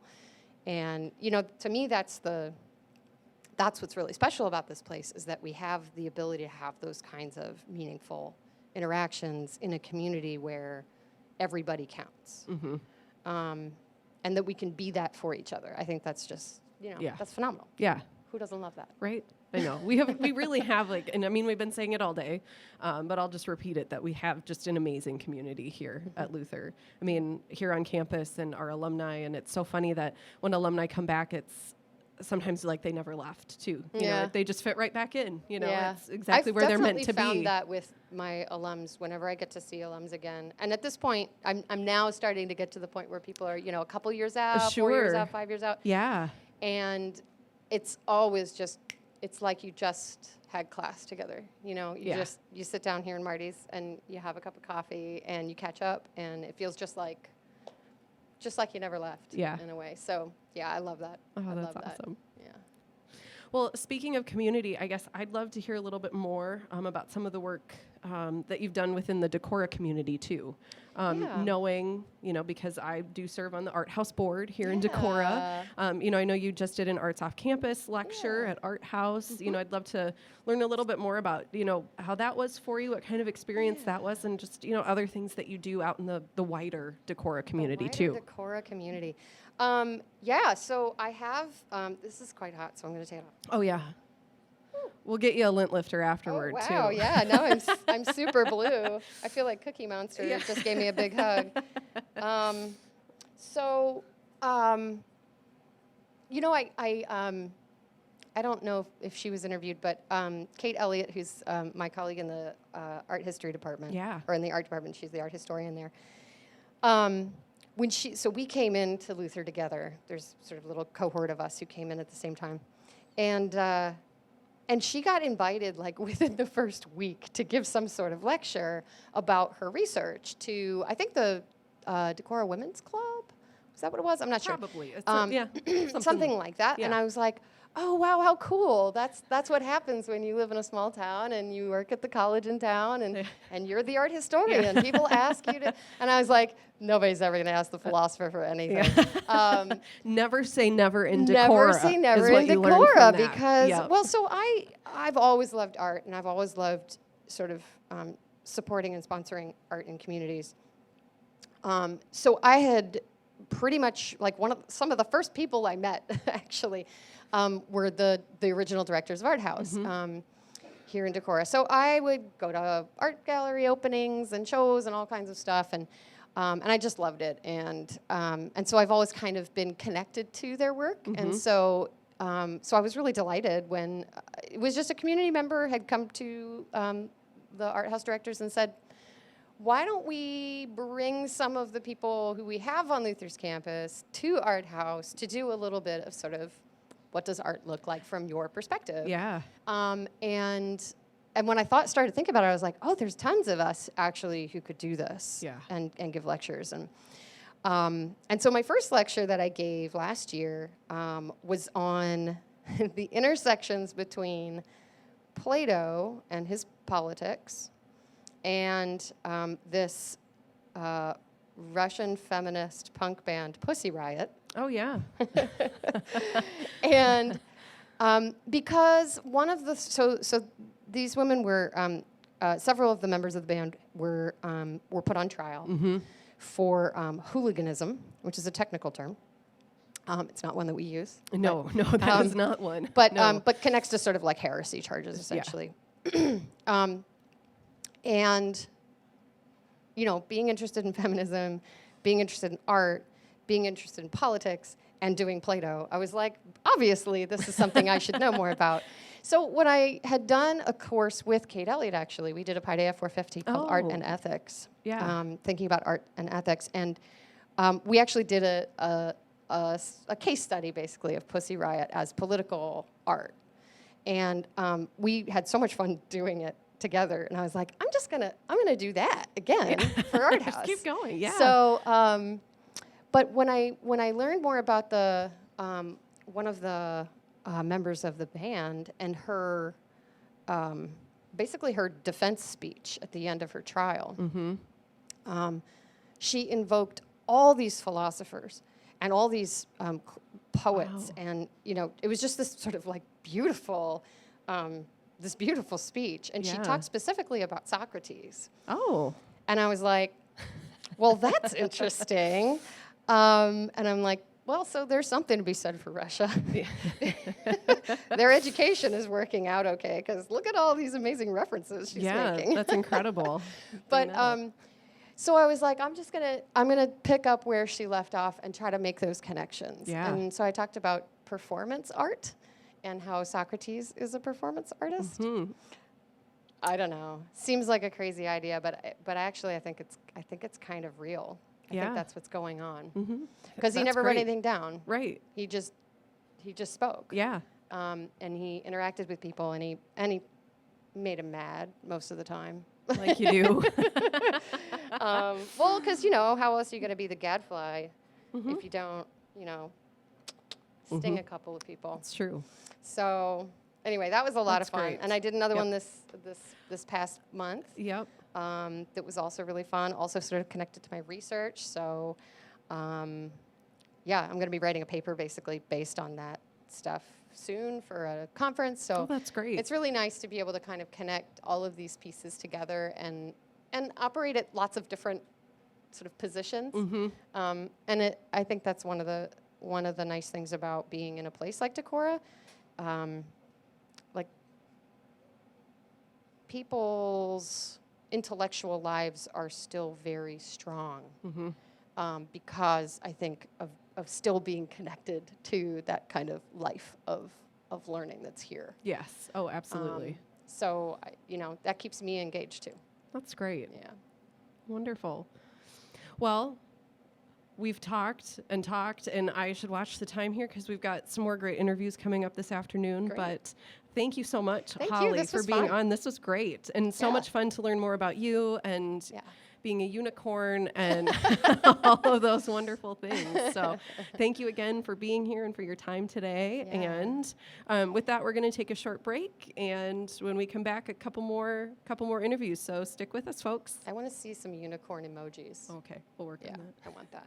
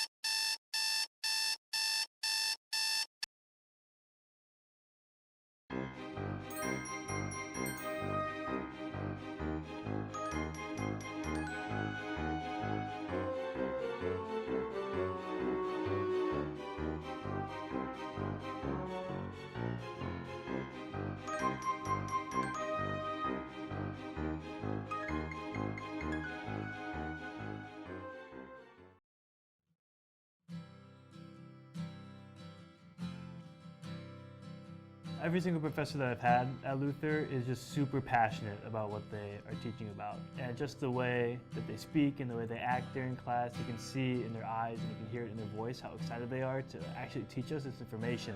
And that makes it even easier to discuss things in class and ask them questions. And it's really cool to see their passion and what they love to do. I like how open they are and how available that they are. Like every single professor that I've had here on the first day will always say, like, please come to office hours. They encourage us to go see them, ask some questions, and I really like that. I have a group at the United Church of Christ Church where I'm a member, and it's called Faithful Folk, and I have several students who are involved in that. And these students were very gracious of giving of their time and helping out sing and play instruments in a folk type ensemble, and the congregation really, really appreciated that. So when we get done with the church service, a lot of times we do what I call pancakes for play. So I take them out to Family Table, which is a local restaurant here in town, and I will buy them all the breakfast that they want in exchange for helping me out. It's a really great difference from high school where there's a distinction between them being your teacher and you're the student. Whereas at Luther, when you're close to them and have these small class sizes where you can talk to them about whatever, they become more of your friends, and then you pass them alongside downtown and they wave and say hello and ask you about your day, or you babysit for them, or you just get to hear about their lives outside of being your professor, and that's really cool. I'm a communications major, and so I was in the campus house, which is where all the communication professors are, and in there they have a map of business cards of where Luther alums are currently working that graduated with the communications major. And I was looking at that, and my Professor Wilder, came out. She said, "Oh, like, what are you looking at?" I told her, "Oh, I'm looking at the board, seeing where everyone is." And she started asking me, like, where I wanted to go and what I wanted to do in my life. And I just really appreciated that, because it showed that she's actually interested in me beyond Luther and not just while I'm in the class. I get to know students in a way that makes them much, much more than just numbers on a spreadsheet that need to be taught something. And I have a relationship with them outside the classroom that really, really means a lot to me. And I consider a lot of these people to be my own personal friends because of that.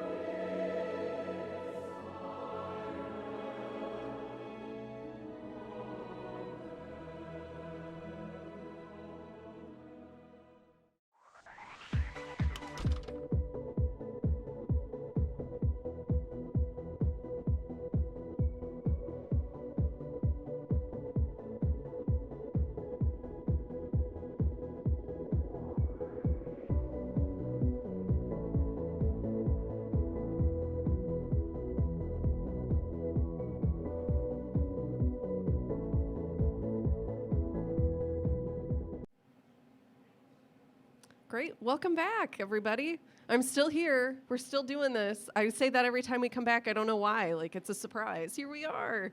But I'm thrilled to be back. We're having just an amazing afternoon here, an amazing day. I'm still broadcasting live from Marty, so if you happen to be in Decorah on campus, come on down and enjoy some of this in person. It's really, really fun. We've got just some great things happening here. I also just want to call attention to the fact that we are almost to the $300,000 mark for today, and we still have just a little over 5 hours left. We're at $230, so just keep it going. I know we've got the Parents Council Challenge going right now, which is amazing. That Faculty and Staff Honoring Challenge is still going. Computer Science and Econ and Business, you fulfilled your challenge. Congratulations, another $2,000 for the annual fund. And we're less than 100 donors away from getting that extra $50,000 from the Board of Regents. So I know we can do it. Keep going, keep encouraging your friends to give, keep posting on social media. It's phenomenal. It's just great to see my whole Facebook, Twitter, Instagram feed just turning blue today. So thank you for those of you who continue to give and continue to use our hashtag LutherGives17. And now I am thrilled to be here for a little bit with Dan Davis. Thank you for joining us this afternoon, Dan. It's great to be here. Thank you, Megan. Well, let's start off just with some introductions. Tell us a little bit about yourself and what you do here at Luther, the department you're in and all that good stuff. Sure, happy to do that. I'm in the Classics Department, the oldest department at Luther College. Yeah. And at one time, the only department at Luther College. We're talking 1800s here.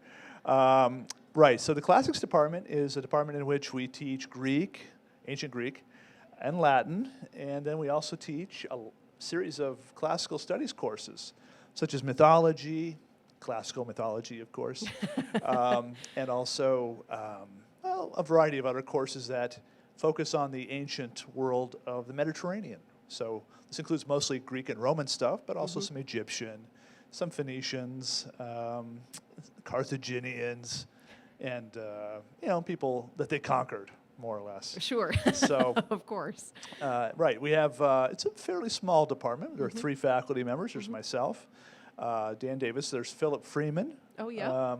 Yes. Who's my colleague right next to me in the office there, and then Ann Bulyoung, who teaches our Latin courses. Ann is I think she's been here for 10 or 12 years or something like that. So we have it's a small department, sort of like Holly's philosophy department over there, but we like to think like them that we have a huge impact. Absolutely. Oh, absolutely. Sure. What brought you to Luther? Luther. Well, I'm from Iowa, actually. Yes.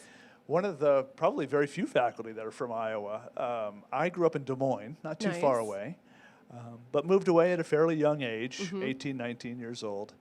Joined the Navy, did a couple of tours there, got out, went to graduate school, and then in applying for jobs, Luther was on the radar. And so I applied, was interviewed, and was really excited when I got the job offer. This was about 6 years ago. Yeah. And so I just learned about a month ago that I got tenure. Oh, that's right. Yeah, so congratulations. Thank you very much. So it looks like I'll be here for a while.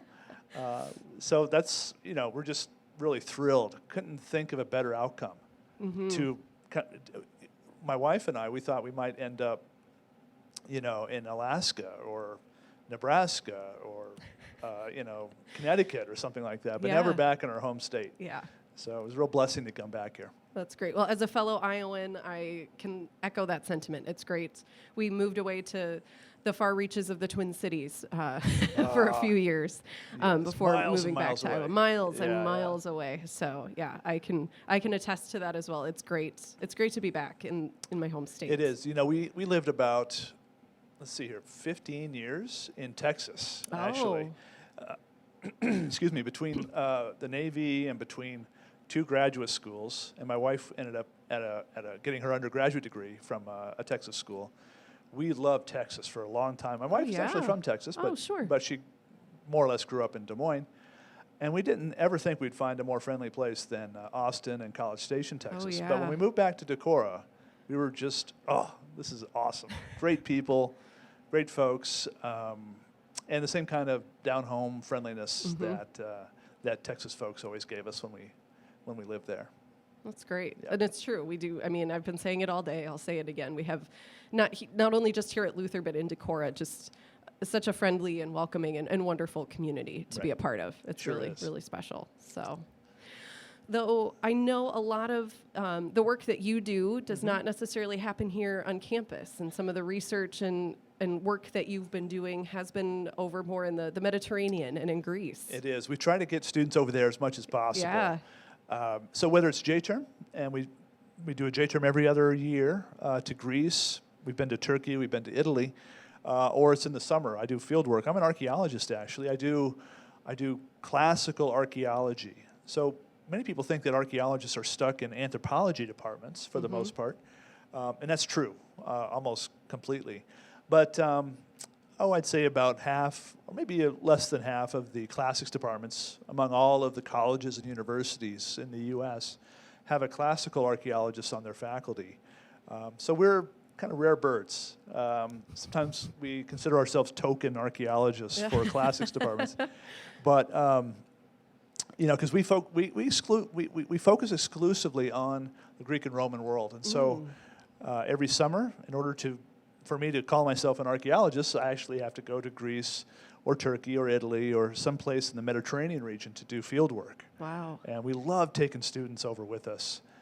So for the past few years, we've had a field school set up through it's a variety of, it's basically a consortium of colleges and colleagues that work on a project in Greece. We call it the Kankriai Archaeology Project. Kankriai is an archaeological field project that's designed as a field school, a place where we can train students in how to dig, how to excavate, but also to do even the more important things associated with archaeology, which is all of the, how would you say it, processing artifacts. Oh, sure. Trying to understand how artifacts can tell a story. Yeah. And also conservation of artifacts and cleaning and photography and scanning and drawing and all of those things that we consider really some of the most fun that we can ever have in the field. Yeah. We can't do that and then publish. We can't do that and expect to publish what we find. So we actually have to do the grunt work. Yeah. And students come over and help us do the grunt work. Wow. Swing the pickaxe, right? Use the trowel and clean up all the artifacts. So it's a lot of fun. We take, let's see, last year we took 11 students. This year so far we're on track to take 4, maybe 6 students. If we're lucky, it's a smaller group this year. This is how it goes. It's cyclical. Oh, sure. Previous year we had a higher number, and then before that it was 3 students and 3 students and 2 students. So I think as the program gets known more and more, we're going to take more and more. Sure. That's great. So some of these digs that you're taking students on, talk a little bit more about what are some of the things that you're excavating, and some of the things that you're finding. Sure. Right now we're working on a Roman villa. It's on the water. It's on the Aegean Sea, crystal clear Aegean Sea. That dates to probably 4th, 5th, and 6th century AD. We're still studying it. Wow. But we're in the process of trying to get a sense of the artifacts that came out of the site still. We're in the process of registration and photography and drawing and all those things I mentioned before. So students come over and play a critical role in doing that. But it's a beautiful place. Kankriai is part of ancient Corinth, or at least it was in antiquity. So in ancient times, Corinth was this powerhouse, this huge town that rivaled Athens. Wow. And you've heard of Athens, of course. Everybody's heard of ancient Athens, right? We were just talking about Plato and Socrates, who were both from Athens. And so anyway, Corinth was a powerhouse, an economic powerhouse that vied with Athens. But Corinth itself, even though it was a maritime power, it was not on the sea. And so, but it was near the sea. And so in order for it to have an outlet to the sea, they had to have a couple of big harbor towns associated with them. And so on the to the north of Corinth, on the Gulf of Corinth that has access to the Western Mediterranean, is this town called Lekion, or Lykion. And it's currently under excavation by 2 different teams, a Danish team and an American team. And then there's our site, Kenkriai, which is on the eastern side of Corinth, which faces onto the Aegean Sea and therefore to the eastern Mediterranean. Oh, sure. And so Kenkriai is this little Roman harbor town that was refounded by none other than Julius Caesar in 44 BC, the same year that he was, that he succumbed to his colleagues, we might say, in the Senate House back in Rome. And so, anyway, his veterans refounded Corinth after it had fallen out of, after it had been abandoned for over a century, and got it going again. And so the site that we're on now is filled with mostly Roman ruins. So we have Roman temples of Roman gods, for example. And also it's we're in Greece, so they're Roman and Greek gods, but they're the same ones, right? So Artemis is Diana, Hera is Juno, Aphrodite is Venus, and so forth. And we have those temples. But we also have a temple of Isis, perhaps. Oh. An Egyptian goddess that the Romans inherited. And right next to it is an early Christian church. And all of this is right on the waterfront. And in fact, some of the ruins are underwater. They're actually, because of an earthquake in the Middle Ages, the whole coastline sank. Sure. And so we have warehouses, temples, and churches all underwater. And you can snorkel through an ancient Greek temple. It's one of those weird places and really kind of magical. Yeah. Students love it. Oh, I bet. Absolutely love it. So if they can figure out a way to avoid stepping or touching the sea urchins that are in the temples, some of the because the water's hazards. actually pretty shallow. Yeah. Then we have a good time snorkeling around there. Oh, that's great. Yep. Are there any, I guess, challenges that come with needing to excavate things that are currently underwater that's different than on land? Very I'm much sure. so. Yeah, no, it's a good question. It's to the point now where we're not even doing it. We want to, at some point, get in the water and follow up on some excavations that have already taken place many, many years ago, back in the 1960s, before I was even born. The University of Chicago had done some work there and had published their findings. But that was in the nascent days, the early days of marine archaeology, and I do mostly marine archaeology. And so we'd like to go back eventually and get underwater with the latest technology, and since we've learned a lot about archaeology in the last 50 years, I think we can really find some really, really interesting things that can tell us a story of this really interesting Roman port town. However, we're on a Roman villa. We're working on land now. Our permits only allow us to work on land. And so my colleagues there are Joe Reif at Vanderbilt University. Joe and I have been friends for many years, and he invited me to come in and to bring some students with him. And so his students team up with Luther students, and we have a great team. And then I have another colleague there, Jorge Bravo from the University of Maryland. And he brings his students also. So last year we had 40 students in this field school. And so it's been a big group, but we have a lot of fun. It's not all work. We play a lot also. Well, I guess I'd hope so, in an area like that. That could be great. Wow, that's incredible. I mean, I had no idea that we had so many students who were getting involved in that kind of research and, and that it would come out of, here at Luther, the Classics Department, too, of all places. That's wonderful. Well, it's one of those things. You can be a classicist, and I consider myself one. Yeah. It's what my PhD is in, who does nothing but sit in an office and write books. There are plenty of those. And they're doing great work, great research. They're bringing their research to the public. And we like to do that, too. It's just that the material for writing the books, we have to bring it out of the ground and look at it 1,000 ways and talk about it 1,000 ways before we feel comfortable actually starting to write about it. So we're entering into a publication phase from our former excavations. Okay. But we still have a lot of work with artifacts to do. Of course. Yep. And that's every summer. Every single summer, May to June. Wow. That's great.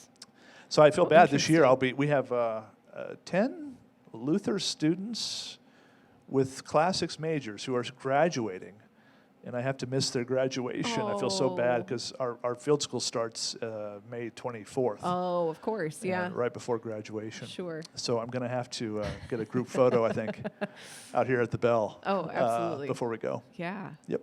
Oh, wow. It's just phenomenal to learn about all the work that you're doing and how you're utilizing students and, you know, including them in that, because it just, you know, those are the kinds of experiences that stick with Luther, you know, with students in general, It too. is magical, right? Yeah. I know exactly how it feels for Luther students, because when I was a junior undergraduate, I went to the University of Iowa, and I had the opportunity to go to Israel and work on a Roman site, just like the one I'm Wow. working at now. Yeah. And I remember how magical it was, and it was a life-changing experience. Mm-hmm. I remember meeting lots of professors I'd never met before, who were doing very interesting work. Also learned that they're quite human.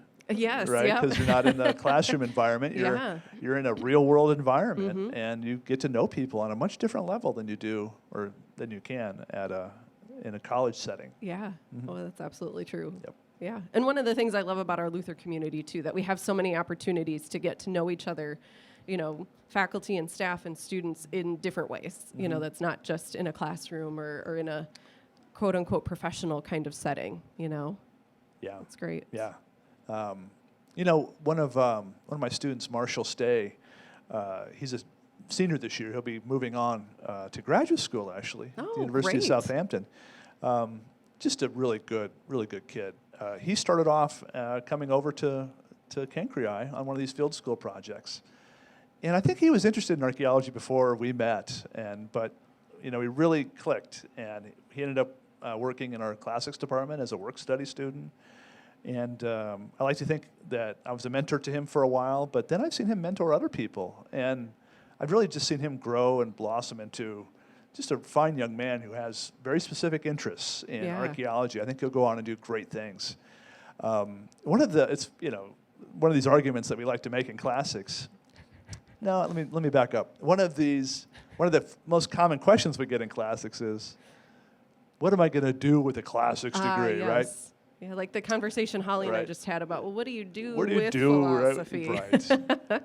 Well, I like to think that if archaeology for some reason doesn't work out for Marshall, my work study student, Mhm. he has about 6 or 7 other really good skills that are required in archaeology Mhm. just to do it. So he's actually been writing computer code. Oh. He knows how to scan. He knows how to. He can run pretty much the entire Adobe software suite. So he can run a publishing house if he wanted to. Yeah. He's a great writer, good editor. So between the database work and the diving, because we got him certified to dive in Greece. Ah, that's great. He can go off and do great things, and I know he will. Yeah. So he's just one example of many. But Right. he and I were talking today, so Yeah. I thought I would bring him up. We have others, though, too. There's Alessandro Battaglia. He's one of our international students. He's from Sardinia. Oh, wow. Right?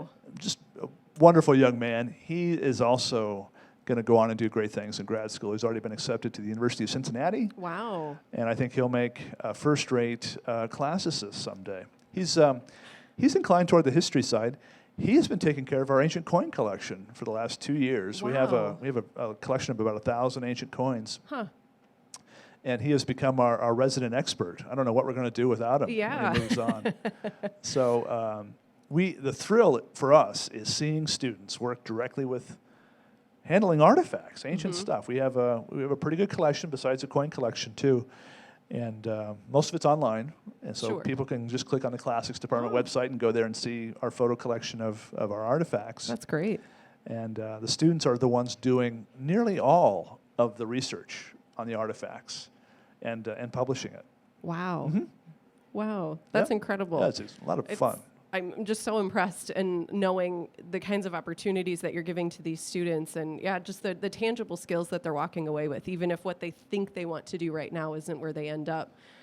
All of Yeah. those things are so transferable, and that's just amazing. Well, I think that most of the faculty here at Luther, they like to think Mhm. that they generate or help generate students who are sort of Swiss Army knives, right? That Mhm. and once they're finished here, they'll have a variety of skills that they can easily strengthen Yep. in order to make themselves marketable. And I've found that is true so much in classics.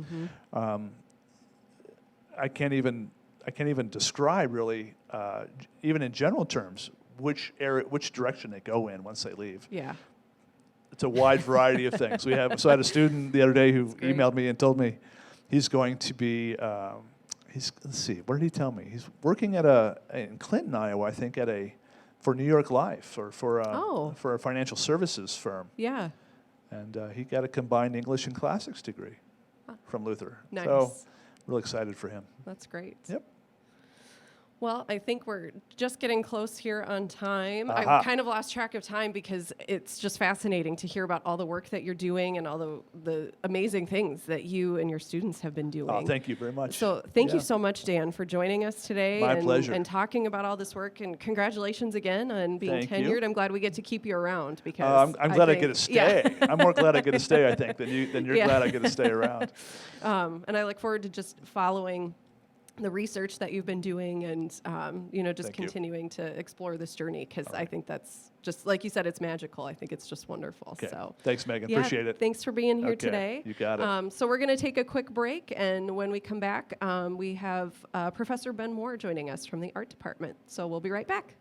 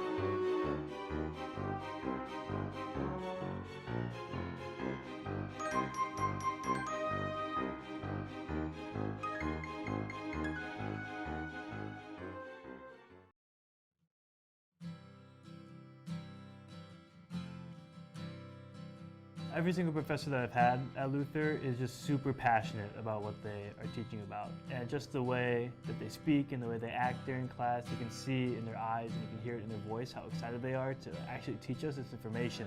And that makes it even easier to discuss things in class and ask them questions. And it's really cool to see their passion and what they love to do.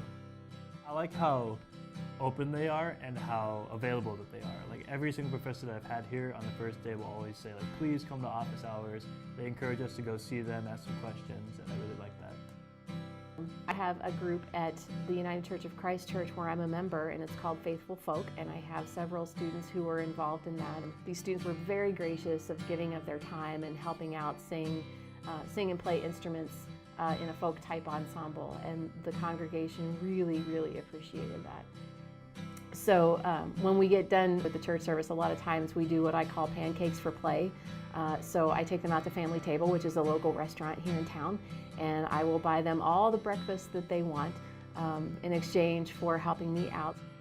It's a really great difference from high school where there's a distinction between them being your teachers and you're the student.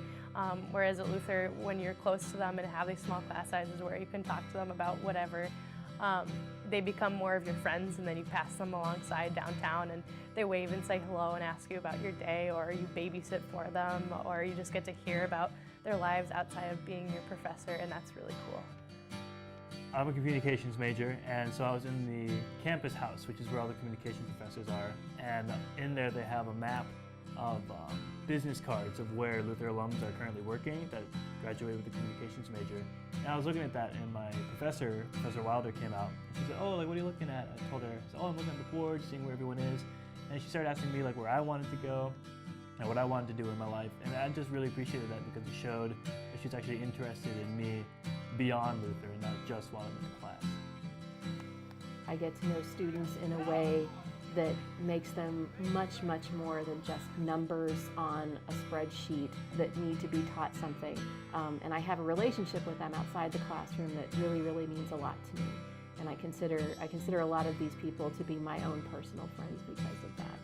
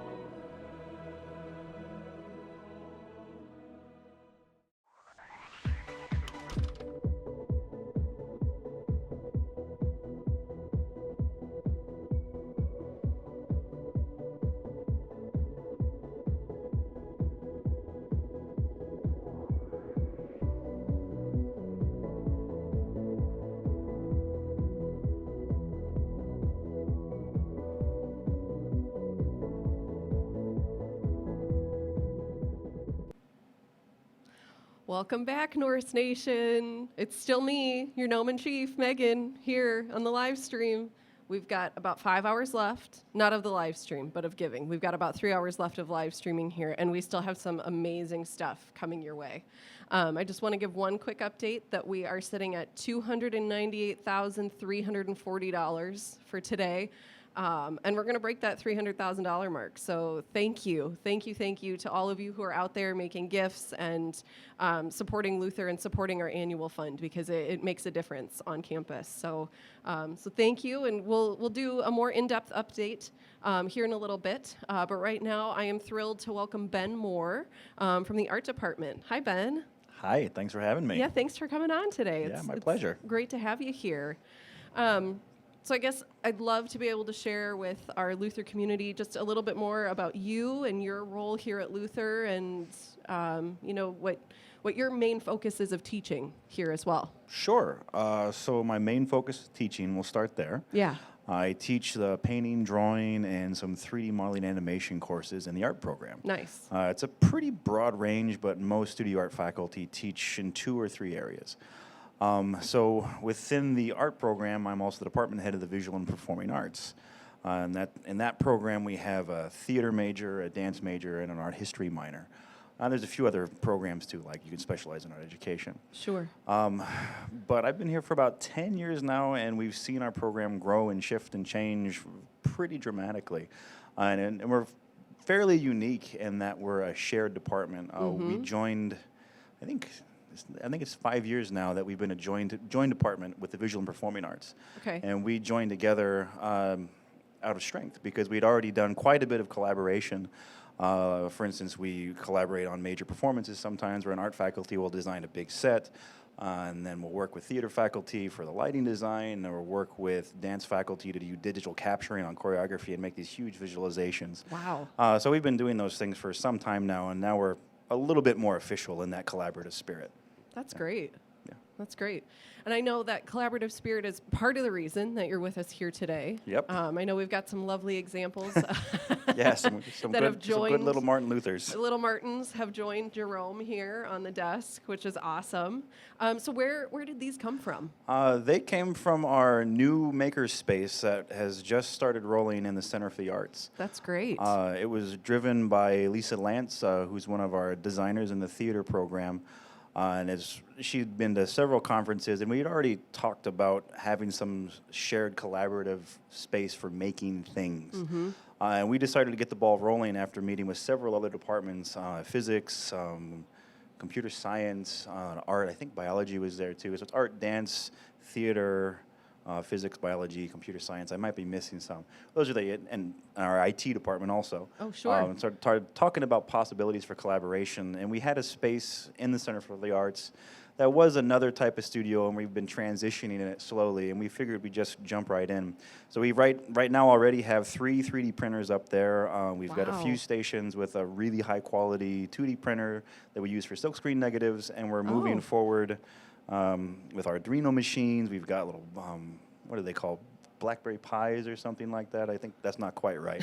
But they're little tiny motherboards that you can hook all sorts of inputs and outputs to. Sure. Yeah. But yeah, so these came from one of our student workers that we have that set up and did these nice demos for the Giving Day today. So they're fresh printed Martin Luthers. That's great. How long does something like this usually take? Depends on the print.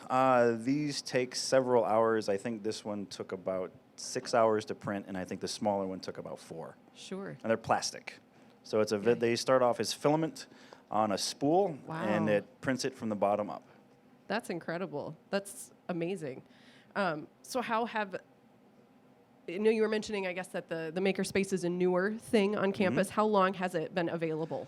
Just this semester. Okay. We had some tools that were intermittently used, and tools and equipment in art that, and even with, I think some things in physics, the dean's office is kind enough to buy us a new 3D printer to go with the 2 that we managed to piece together. Sure. But then there's other things in there. There's some silkscreen exposure units in there that are smaller. There's all manner of hand tools. Some of the Arduino machines were art. There's sewing machines, other things like that. And they kind of had a home, so we just got it started to begin with some tools for students to use for courses. That's great. And we have a working document with these other departments too, with some of our dream equipment.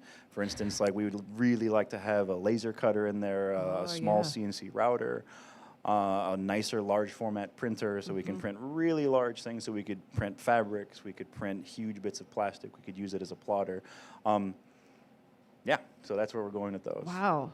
The point of having these tools is like this is not the end goal, is to make a fun Martin Luther. Right. It's for students to get in there, or even with faculty, and find new ways to collaborate and make things. For instance, right now my 2D studio class that I'm teaching this semester, it's a hybrid painting drawing course. Okay. So it's an introduction to painting, collage drawing, and some silkscreen relief printing, but also some digital tools. So to use some of the processes, we have to use digital media. So we've been using part of the makerspace and that decent larger printer we have to make silkscreen negatives, but they're also using it as a tool to print high quality images on nice high quality art paper as a start for making things. So they print these images, and they might paint on it or print on top of it, run it through a printmaking press with something else, or they might silkscreen on top of it or cut it all apart and make something else with it. So it's using these tools in a new way to make to essentially innovate. Yeah. That's incredible. I love, truly hearing about that this is a collaboration, not just between the art department, but between the sciences and the ITS, and just really that cross-campus kind of piece. We see a lot of that, we all try to work together, but knowing that it was these groups that came together and said, we have all these materials that we can all use, let's put it into one space. Indeed. It's incredible. And we think it's going to work pretty well because we have similar goals for tools that we'd like to see utilized. Yeah. And it makes it a little more manageable for multiple departments to try to go in on those together. Yeah. And that was part of it also. Sure. Yeah. Are students primarily using it right now to complement a course that they're in? Yeah, it's usually courses will use it for like 1 or 2 projects, or it sort of flows in and out right now. There's also a course that is in that space called Visual Thinking, and that's an introductory art course that uses art parameters.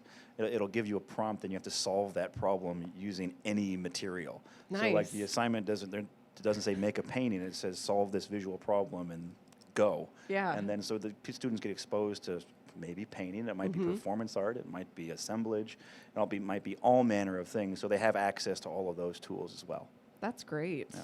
Well, and it's nice to know too that with so many departments that you've found a way to kind of schedule around each other for students. We're getting there. Yeah. It's a work in progress right now, and we're finding ways to find better avenues of communication, but it's getting there. That's great. That's really, I mean, exciting to know that we have some of these resources available to students, and that, you know, I imagine that makes an impact on your curriculum too, and the things that it does. You will be able to start offering to students in the future now as well. Yeah, it's gonna diversify how we're able to teach, say, my 3D modeling and animation class, because now we have the option to actually turn the digital into a physical object. So it also affords me the option to give the students different problems to solve. Yeah. So it's a different thing where I ask a student to design a 3D object versus design an object that will be compatible with somebody else's, so then when we have them as physical forms, we could construct things out of them. So they make these units that might interact with each other. So it changes how we can prompt students to think about things and how they approach making. Yeah. And that's true with physics, it's true with computer science. And what we hope for this space to work is those students will start to see each other working and collaborations evolve naturally. We think it's going to be pretty difficult to sort of force collaborations through projects. It'll be better if it happens with upper level students organically. Yes. So we expect it'll be a year, maybe 2 years before those collaborations start happening. Yeah, but I mean, giving them that space that facilitates that just encourages, see what other people are doing and how you can build on that is wonderful. Nice to have a place to just watch that happen. Yeah. No, it's pretty cool. Yeah. It's already getting a life of its own right now. That's great. What kinds of things, I mean, I know you were talking about, you have this kind of dream list for the equipment within the space. I guess what other kinds of things are you envisioning for the future of the makerspace, since it's just kind of getting its feet under itself? So I think I'll start with 2 of the major ones. That would be a CNC router and a laser cutter, and small versions of those, because there are hazards that go with both of those things, because they can be big, dangerous tools. But there are companies that make smaller, more manageable ones, and we really see this space on doing projects on a smaller scale. We don't see it as a space that's going to have large power tools. So the space has satellites, like we have the sculpture studio. That's down at Story. We have the scene shop. Those have big, heavy tools. So, and there's a metalworking shop, a machine shop in the science building that physics have. Yeah. And we really, those students that are using those tools, we consider we started considering them as like possible satellites of the makerspace. Sure. So if the students have a project where they need to go, grind some steel down or cut down a big bit of plywood or cut down 2x4s, go to those other spaces. So so like when we start thinking about things we want in there, it's pretty manageable and generally safe for all users. Right. Yes. So the laser cutter, those are generally contained units. So it has a lid that opens up and it ventilates out any smoke. And applications, and what it does is it cuts things out using a high-powered laser. Wow. Yeah. So you basically give it a path to cut out, and it works 2-dimensionally. So that's important to note. It cuts out 2-dimensional shapes. And possible applications for that would be to cut out stencils. That'd be the simpler one. Or Lisa or I or Jeff Dinneman could design some sort of 3D model of a large costume, and then we could imagine what it would be like as a folded out piece of paper. There's an application you can get to have that happen. It would unfold that. You could send it to the printer and it would cut that out, put the little tabs on it, and then you could glue it together and make a massive sculpture very easily and very quickly. Yeah. That's one possible iteration of that. Wow. The CNC router does different things with that too. So with the CNC router, it's again a small one, a contained unit, but if you imagine building sets, there's very intricate things that sometimes have to be hand cut out of things. It makes it immediate and fast. Also imagine trying to make a sculpture of a landscape. That can be pretty difficult and time consuming on a big scale, but you could basically cut out the topography, all the slices really, really quickly and stack them up. Physics students could also use that, or classical physics students could have their designs, I know, that they do for trebuchets, and they could figure out what their designs and how they might work in a 3D modeling program, and then print them off and assemble them rather than having to laboriously go through and cut them out of like wood and paper, and hopefully they stay together. Yeah. So. That's incredible. Yeah. I mean, I know I've heard about, maker spaces at other schools and in other communities, and I think it's amazing that you and Lisa, really had the foresight to say this is something that we need here on campus, and I think really embodies a lot of what we embrace about the Luther community too, kind of that collaboration and how we can work together and share resources across campus too. It's nice to know that you were willing to use some space in the Center for the Arts to make that happen too, which is great. Yeah, and then like with this space, it goes into a course that Jeff Dinneman and I are hoping to do next J-term. We're hoping the makerspace can involve the digital realm as well. Oh, yeah. So another bit of this equipment that we're leaning towards are decent 3D scanners. And the way the technology has evolved, I know we have one now in anthropology, and we've had communications, or students are welcome to go to the anthropology lab and say, scan an object. Sure. The object should be around about yay big. But now you can buy 3D scanners that are pretty high quality that can attach to your smartphone or that can attach to a tablet. Oh, wow. And then you could literally scan this entire room or Oh my walk gosh. around a person. It would Yeah. capture it. And for our purposes, then we could translate that into a digital object, change the scale, change proportions, print parts of it, send it to the CNC router, extrapolate it using the program for the paper fold program. And we Yeah. could cut it with the laser cutter and print off bits of it that could make it 30 feet tall. Yeah. So there's all sorts of things we can do with that. So the way back to what Jeff and I were doing. So our course that we're hoping to do, so it hasn't been quite proposed Sure, yet. yeah. We have a name called Metaspace for it. So we're going to be teaching set design using game design, and also teaching game design using set and lighting design. Nice. So it'll start off, the idea behind it is it starts off where students design a room or a little small space on pen and paper, and then they're going to physically make these little tiny objects out of like balsa wood and foam, and carefully paint them, put little rivets on them, and just meticulously craft them. Yeah. And then we're going to 3D scan everything and create digital versions of everything. Wow. So then half the class is going to then take the physical objects and try to transform it using photography. And we have this nice little miniature lighting kit with miniature LEDs. So it's like a little miniature theater. Yeah. So we're going to try to take photographs that make this space look massive and magical.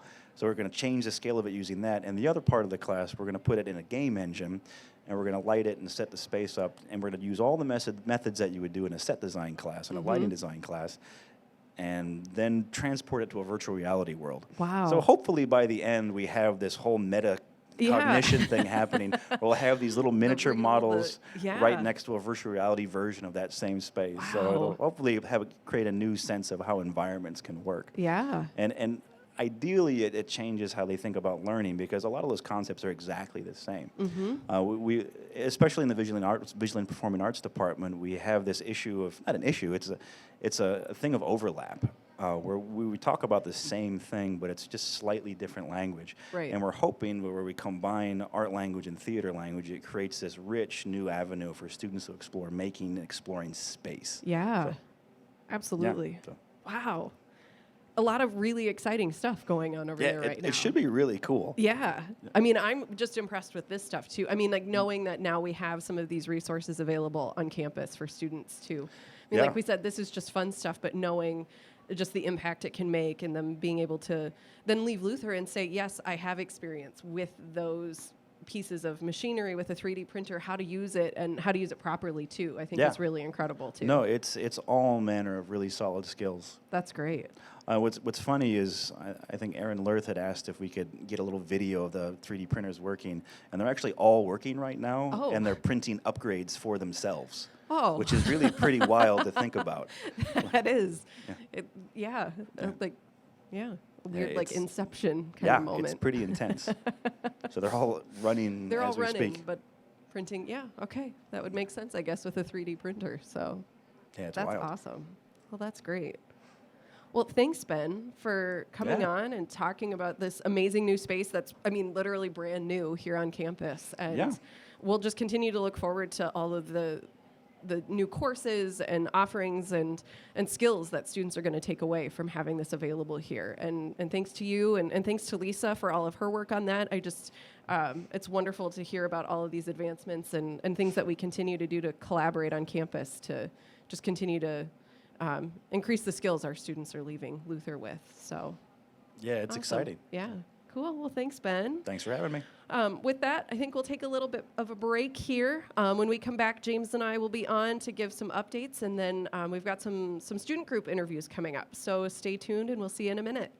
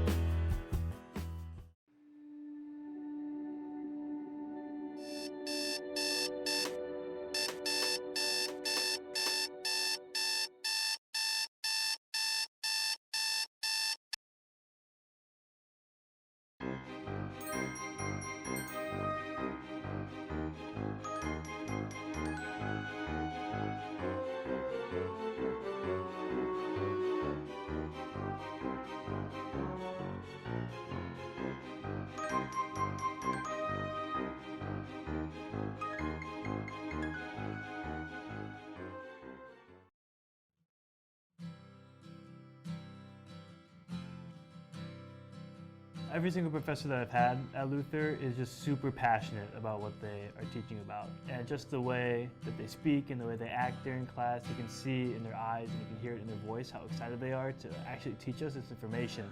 And that makes it even easier to discuss things in class and ask them questions. And it's really cool to see their passion and what they love to do. I like how open they are and how available that they are. Like every single professor that I've had here on the first day will always say, like, please come to office hours. They encourage us to go see them, ask some questions, and I really like that. I have a group at the United Church of Christ Church where I'm a member, and it's called Faithful Folk, and I have several students who are involved in that. And these students were very gracious of giving of their time and helping out sing and play instruments in a folk type ensemble, and the congregation really, really appreciated that. So when we get done with the church service, a lot of times we do what I call pancakes for play. So I take them out to Family Table, which is a local restaurant here in town, and I will buy them all the breakfast that they want in exchange for helping me out. It's a really great difference from high school, where there's a distinction between them being your teachers and you're the student. Whereas at Luther, when you're close to them and have these small class sizes where you can talk to them about whatever, they become more of your friends, and then you pass them alongside downtown and they wave and say hello and ask you about your day, or you babysit for them, or you just get to hear about their lives outside of being your professor, and that's really cool. I'm a communications major, and so I was in the campus house, which is where all the communications professors are, and in there they have a map of business cards of where Luther alums are currently working that graduated with a communications major. And I was looking at that, and my Professor Wilder, came out. She said, "Oh, like, what are you looking at?" I told her, "Oh, I'm looking at the board, seeing where everyone is." And she started asking me like where I wanted to go and what I wanted to do in my life. And I just really appreciated that, because it showed that she's actually interested in me beyond Luther and not just while I'm in the class. I get to know students in a way that makes them much, much more than just numbers on a spreadsheet that need to be taught something. And I have a relationship with them outside the classroom that really, really means a lot to me. And I consider a lot of these people to be my own personal friends because of that.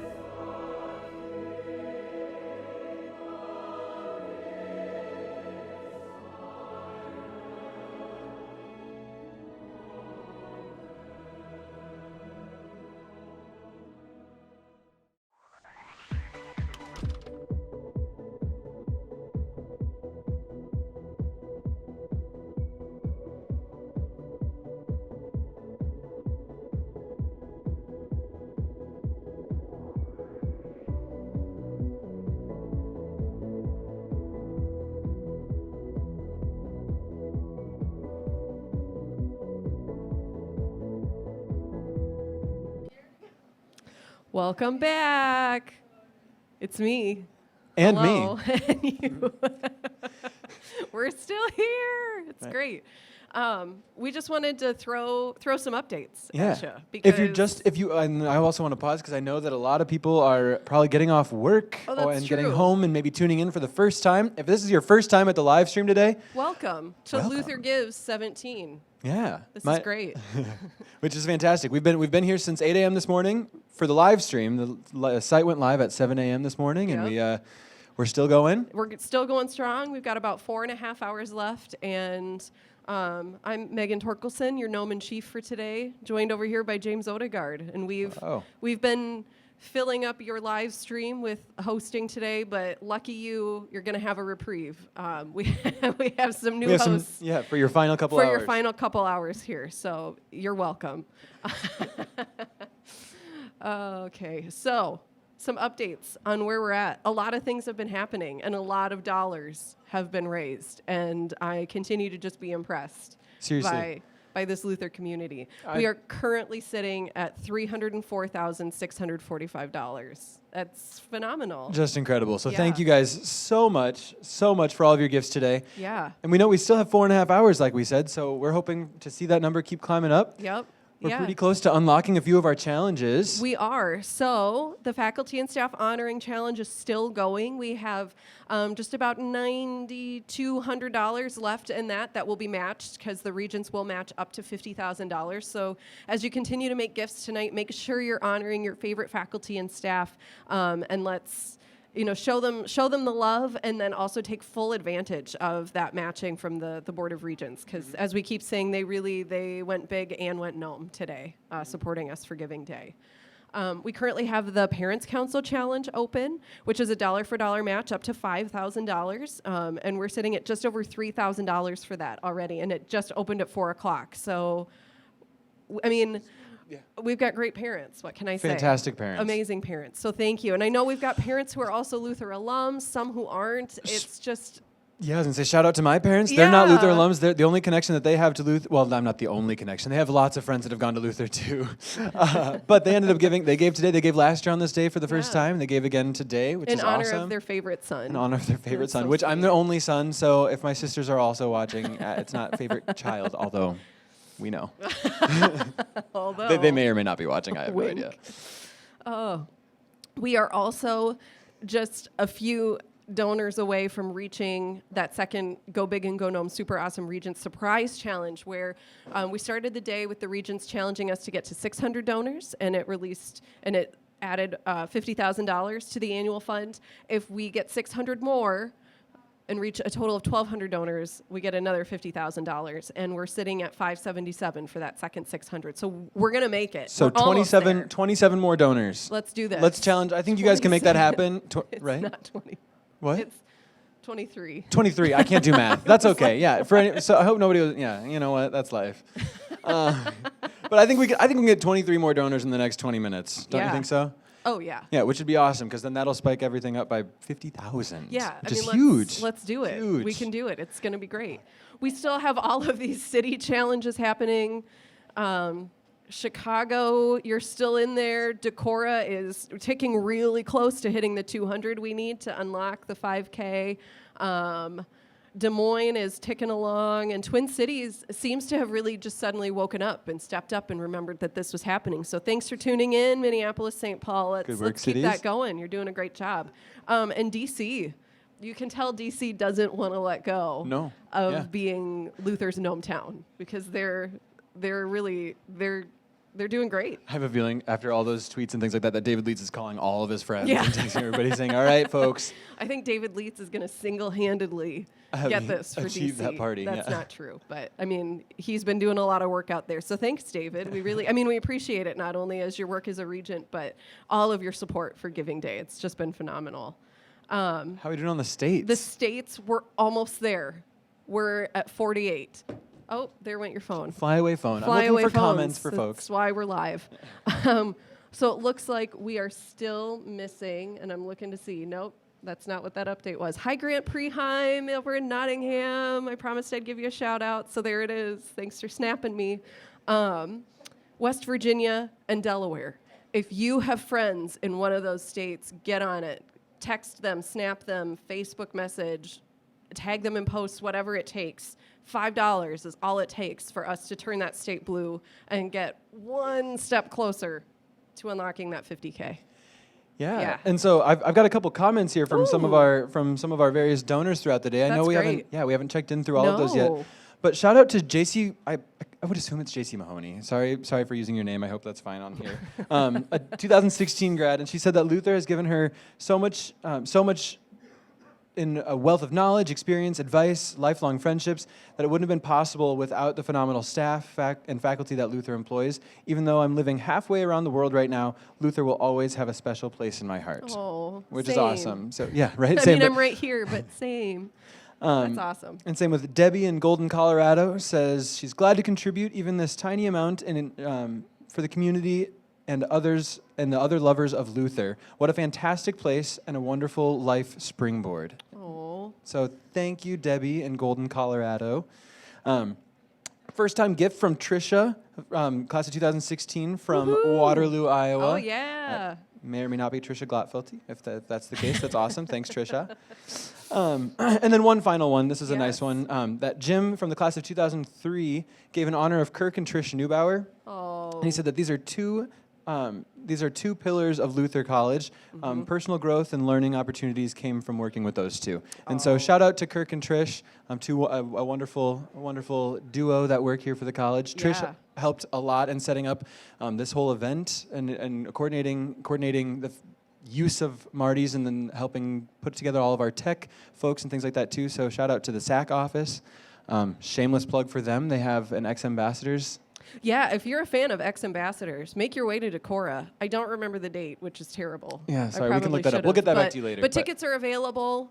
Go online, just go to luther.edu and search, for SAC concerts or ex-ambassadors. It's going to be an amazing show. And how awesome that they're able to bring big performances like that to Luther and to the Decorah community. It's great to have that here. So. Yeah, so should we turn the stage over? I think, so James and I are going to exit the stage and give you a break from our jabbering for a while. And we're thrilled to welcome your host for a little bit, Patrick Larson, who will introduce himself, and then some representatives from Luther College Dance Marathon. So here they come.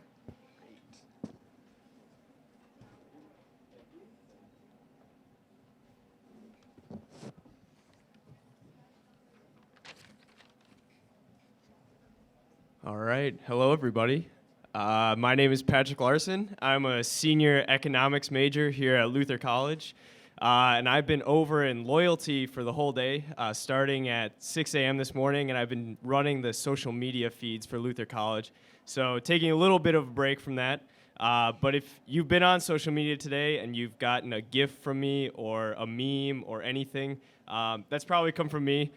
So hopefully you liked it. Hopefully you thought it was kind of funny. But enough about me. We're here to talk about Luther Dance Marathon, and so I'm joined by two lovely guests. If you could introduce yourselves, start right here.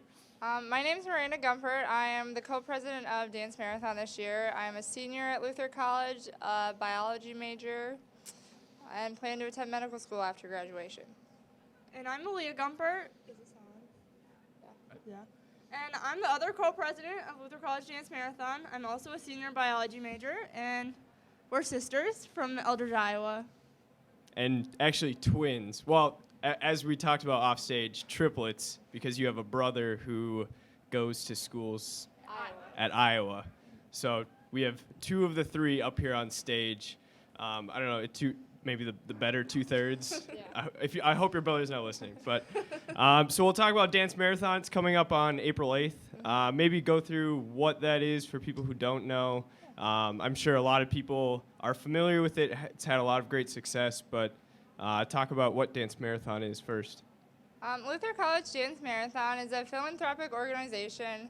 We work to raise funds for the Children's Miracle Network, but specifically the University of Iowa Stead Family Children's Hospital.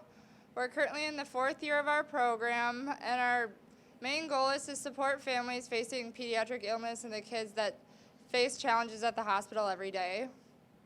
And so we do a whole year of fundraising, and then at the end of the year, so in April 8th, we have a big event. It goes from 12 to midnight, and we dance for 12 hours, and no one's allowed to sit or have any caffeine, and we just celebrate all of our fundraising, and a bunch of our families from the surrounding area come who have been treated at the hospital and come celebrate all of our hard work at the big event. Nice. And no caffeine, is that like? No caffeine is like a Children's Miracle Network rule for Dance Marathon. The idea is that the kids fight 24 hours a day every day, so we can stand on our feet for 12 hours without caffeine or sitting or sleep or anything like that. Makes sense. And how many years has Dance Marathon been going on? This is the 4th year of our program at Luther. Dance Marathon in Iowa was one of the first dance marathons. They're in their 22nd or 23rd year. Oh, wow. So we're a fairly new program, but we have a lot of support from the community and Luther College, so we're very, very grateful. And can you talk about maybe like how Dance Marathon actually got started? I know your older sister, so not part of the triplet group, but your older sister was kind of part of the inception of Dance Marathon, how it started, correct? Right. So we were seniors when they first got the idea to start Luther College Dance Marathon. We actually had started a mini dance marathon at our high school and got a call from our sister and her friends one day that said, hey, we have this crazy idea to start Dance Marathon at Luther. How would you do it? And it was like, okay, that's a very open-ended question, and a lot goes into that. But we got a contact at Iowa, and our older sister and about 7 of her friends started Luther College Dance Marathon, and we had the opportunity to be morale captains that year and slowly work our way up the exec board to be now the co-presidents of Dance Marathon. Wow, that's great. And you talk about, so it's University of Iowa actually started this, but it's a nationwide thing. It's going on at universities around the country. Yeah, so there's dance marathons, I think, in every state now, so Wow. all over the country, but we have like a Team Iowa that we're with, and so there's a bunch of D3 colleges, so like Loras, Central, Simpson, and then Wartburg is like, we work together with all of them, which is really fun. We'll be friends today yeah, with Wartburg. it's all right. We have a lot of fun connections and get to know all of them and go to fun little retreats and learn about Dance Marathon. So it also connects us to like all of the schools in Iowa. Right, as well. and probably connecting over that common bond of really raising money for the kids. And so you're raising money, and it goes to the University of Iowa. And is there a specific fund or specific place that it goes to at that hospital? Right. So our money that we raise goes to the University of Iowa, the new Stead Family Children's Hospital that just opened a couple weeks ago. It's super awesome. You guys have been there, right? Yeah, we went there in November and got to see all the new patient rooms and MRI suites and the cancer floor and all kinds of fun new things that make it very, very kid-oriented. And sorry to interrupt, but what makes it kid-oriented? Like, what kinds of things do they have makes it really unique? They have in their lobby, they have little toys and interactive things along the walls that the kids can interact with. They have a gift shop that's it's called the Kaleidoscope Gift Shop, I believe, so it's very interactive. They have a safety store in the hospital where you can buy like bike helmets, car seats, home safety equipment for children. And like the MRI suites, it's a really, really cool room. They have different like pictures on the ceiling and on the walls so that when the kids come in, they don't feel like they're getting into this weird machine that they can't move and are strapped down for an hour. They can actually watch things on the ceiling, and there's different like numbers of like butterflies or rabbits, and they will tell them to count how many butterflies you can on the wall, and it makes time go a lot faster. I bet. And in all of the patient rooms, they have a new feature called Drew's Lamp. And it's actually based off a former patient of the University of Iowa Children's Hospital who was in the hospital for an extended period of time and brought a lamp in that changed colors and made it more at home for him. And so they installed one of those there's a bunch of little black lights in each room that change colors so that each kid has a little piece of home.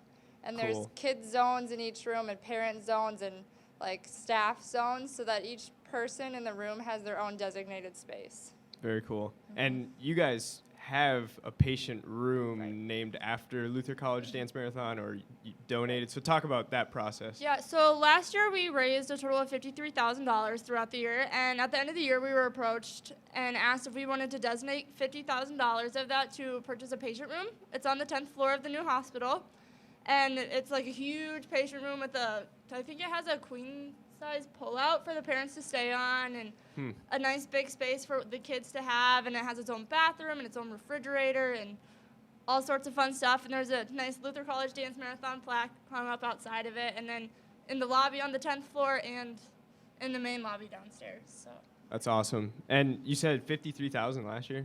That's a ton of money. And is that, compared to the previous few years, how have you guys been doing? Our first year, we had a goal of $15,000, and we blew it way out of the water and raised $38,000 that year. Our second year, I believe, we were somewhere around 57, and then last year it was 53. This year, we have a goal of raising $56,300. A little play off the area code for like the phone number. Oh, clever. Got it. For Decorah. So that's our goal this year, and it's a big goal, but we think we can do it. Yeah. And what kinds of things do you guys do to fundraise? Is it like fundraising before, or do you guys fund a lot of fundraising the day of? So it's kind of a mix of the two. So we fundraise all year round starting in August, and we have like big fundraisers that we do. So every fall we do a donut dash, and so it's like a 1 mile run around campus, and you like eat donuts to deduce like time off your total time, and so you can win if you eat a ton of donuts. Which sounds really dangerous if you eat a ton of donuts. Yeah, it gets a little ugly at the finish Yeah, line I sometimes. bet. But it's a good time. Did you guys run? No, we're unfortunately could not run it because we Oh. were slightly in charge. Okay, But, fair enough. Fair enough. and then like throughout the year, we have like our dancers will like post on Facebook or like ask their grandparents and like fundraise throughout the year. And then we do a lot of stuff around Christmas time as well. Like instead of buying coffee, donate your coffee money to your donor drive account, or ask your parents for a donation instead of a Christmas present or that type of thing. We also have morale captains. So this year we have 20 morale teams. So each morale captain was set up with a pair of another morale captain. Between the two of them, it was their goal to put on a fundraising event for the year. So those have ranged from anything from dodgeball tournaments, which one's on the 31st of March if you want to play dodgeball. Grilled cheese nights. They did coin wars last week.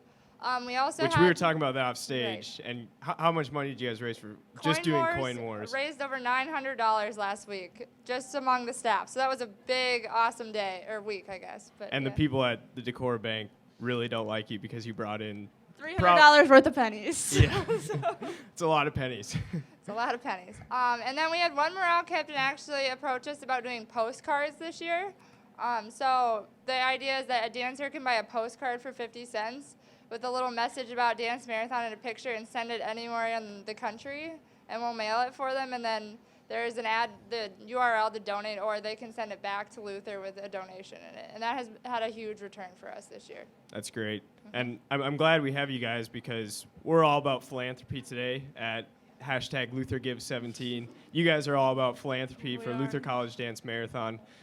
So I can totally relate to where you're coming from and the amount of effort it takes to fundraise heading up to this event and the impact that money has on kids at the University of Iowa. So that's really cool. But you mentioned, so you have these morale captains and their teams.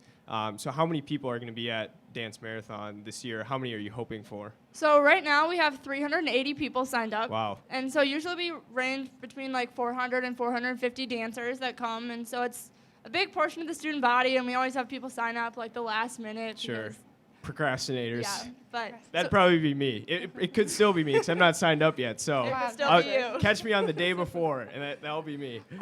So each participant has to raise a minimum of $25 to come to the event, and that includes their T-shirt and the food the day of, so it's just kind of a coverage cost. And then they get to come to the event, and so like Malia said, we have a ton of dancers. We're actually the largest student organization on campus. Cool.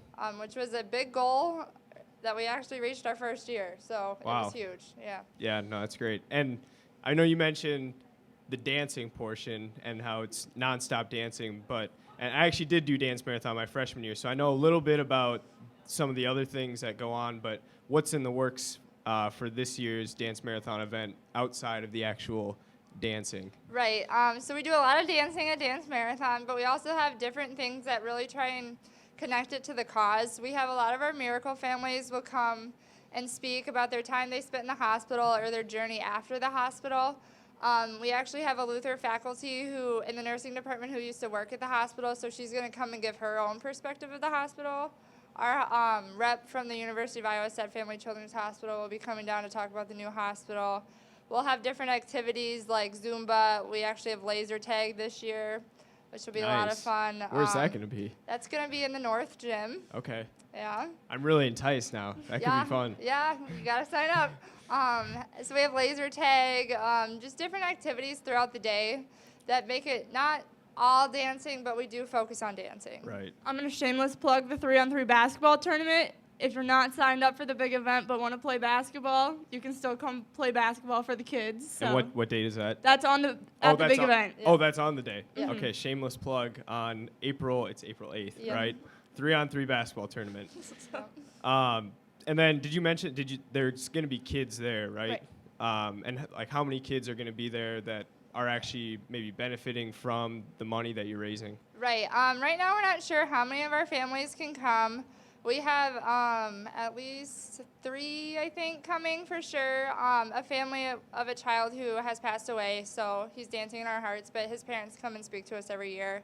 And we actually have one miracle kiddo who is going through the process of doing a new treatment for SMA at the hospital right now. She'd be the first patient to receive the treatment in the way that best fits her. So it's a big step and a big leap, but we have high hopes for her. So I don't think she'll be able to come to the big event, but her parents always kind of do a little video and tell us where she's at and her progress. She had a long hospital stay this fall.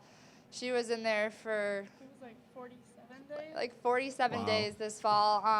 And almost lost her life, but she fought hard, and the hospital was a very, very wonderful place, and they help families that have no hope. So Yeah.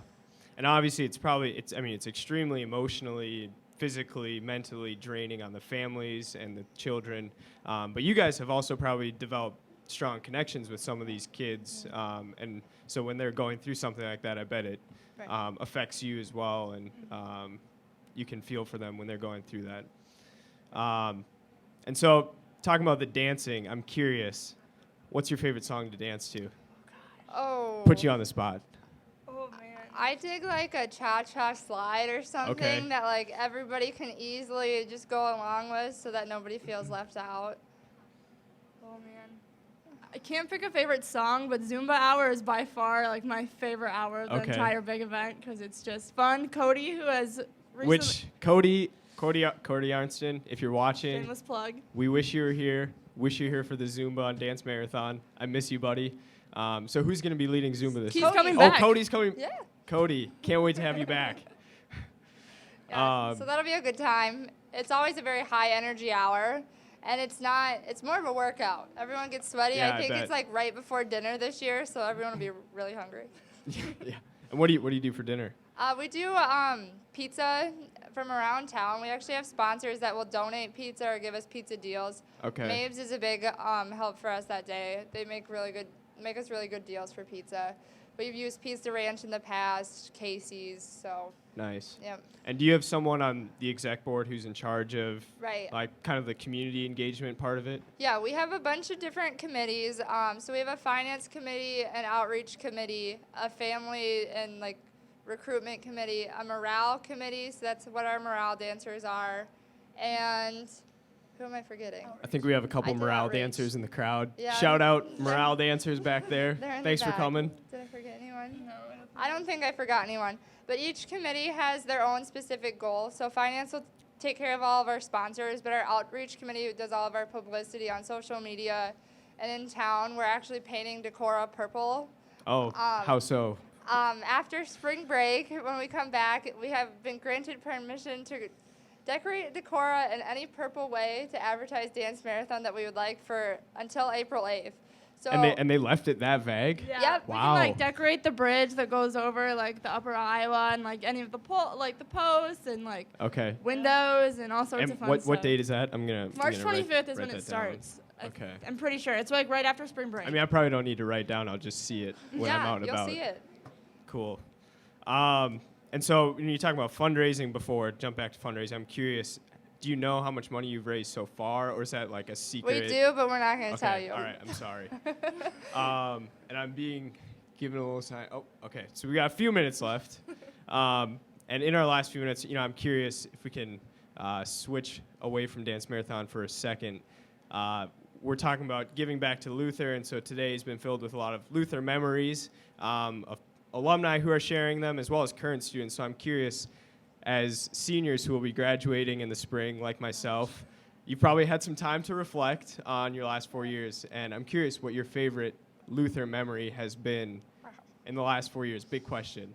That is a huge question. This was the one curveball I was talking about before we came on stage. My so. favorite Luther memory.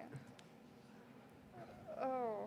I know we were going to stray from Dance Marathon, but being in Dance Marathon has been my favorite Luther memory and involvement, and I think it's really Luther has enabled us with the support we get from the staff and the Decorah community to really run with it and kind of let us do what we want with it, and it's really enabled us to see how we can make a difference and how we can make a difference on campus and in the community and all over the country. So definitely Dance Marathon. Cool. I am going to say the same thing. Dance Marathon. Are you guys twins or something? We are twins. Oh, no. I just think Dance Marathon was a dream for us when we came in as freshmen. And it was just a something we didn't know would ever happen. I remember standing there that first year not knowing if anyone would show up. And it was something that we had 400 dancers show up that first year. And so that was a huge day for us, and we've come a long way since then. So I think Dance Marathon has really given me a community at Luther and really given me a place to still give back to the people that I care about. And it's been a really wonderful experience. That's great. Well, I appreciate you coming on today. I've been with Miranda and Malia Gumpert, and they're with Dance Marathon, so be on the lookout for Dance Marathon. It's a great organization, and they'll be dancing. It's their big day on April 8th, so thanks for coming on.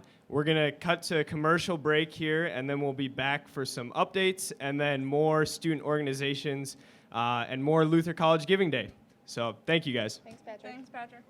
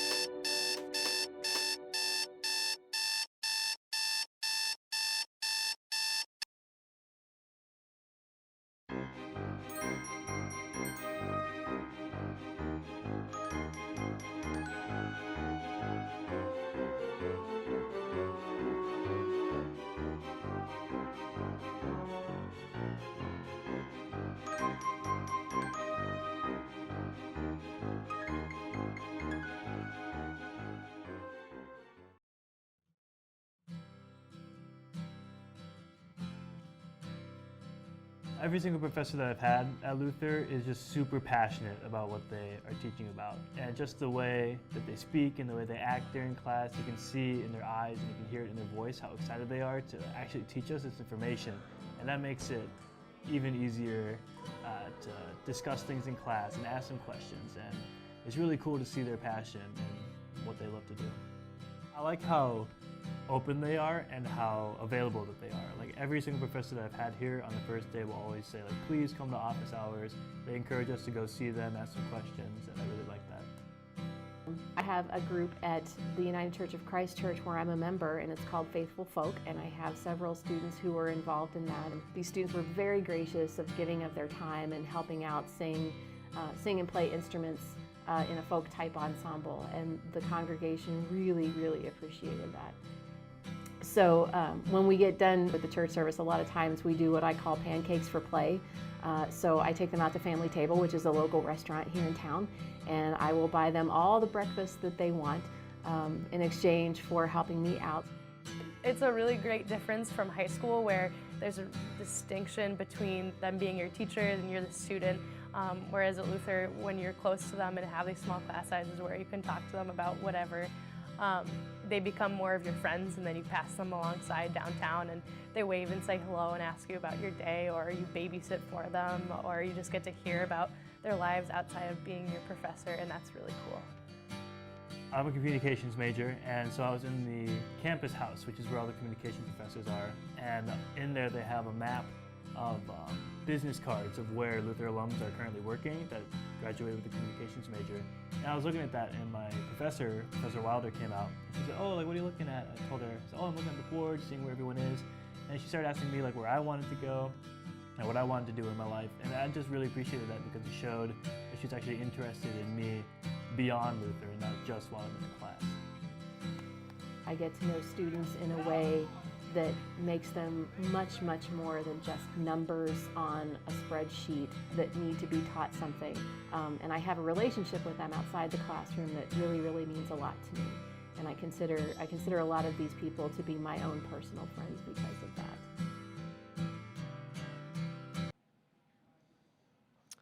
All right, we're back to Luther College Giving Day 2017. My name is Patrick Larson. I am a senior here at Luther College. I'm studying economics, and I have the pleasure of working in the development department with so many wonderful people, including James Odegaard and Megan Torkelson, who you've been with all day. They are my supervisors, mentors, and friends, and just great people. So we've had a wonderful day today, and just as we were at break, we had some huge things happen. We had the Board of Regents super awesome surprise challenge, which is the 1,200 donor challenge, was met. So that unlocked another $50,000. We also have had a donor from each state, so all 50 states, which unlocked another $50,000. So just like that, we bumped up all the way to $412,585, and we still have just under 4 hours remaining. So plenty of time. There's some great challenges that just started. The Vicky Donhow Phonathon Challenge just started. Phonathon, something that probably a lot of the people watching have been a part of. A lot of current students have called alumni. Really great activity, really great way for students to give back to the college. So that's going on right now.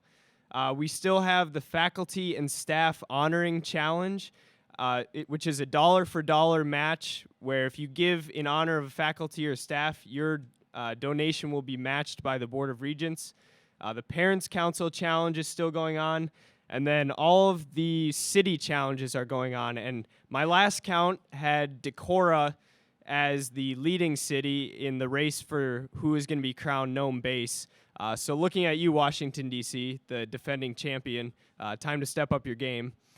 And before we have our next student organization on, I'm just going to read a couple of quotes or comments that we've had from donors today. One of the great things about Giving Day is having so many wonderful alumni give back and then share why they're giving back, share why Luther is important to them. So I'll share just a couple. We had Katrina give in honor of Dr. Kate Elliott in the art department, and she says, Dr. Kate took the time to get to know me personally, worked with me in the fine arts collection, and was my advisor for my senior paper, which was the first group to complete a senior paper for art history. I'm so glad Dr. Kate took the time to throw out the idea to those interested in writing senior paper for art history and worked with a small group of people, including myself, who was interested in the project. So thank you, Dr. Kate, and thank you, Katrina, for your gift today. And then Jenna is giving in honor of Virginia Strauss and says, to the violin professor who challenged me as a violinist and helped to further my passion for music. So we've been able to hear a lot of these great stories today. We still have just under 4 hours to hear even more of them. So head on over to luther.edu/giving-day to see how you can impact students right here at Luther College, including myself. So next up, we have another great organization here on campus. They're called Hola Enlaces. So we have 4 members of Hola Enlaces who are going to be on. Only 3 microphones, so 2 of you will have to share, but we'll make it work.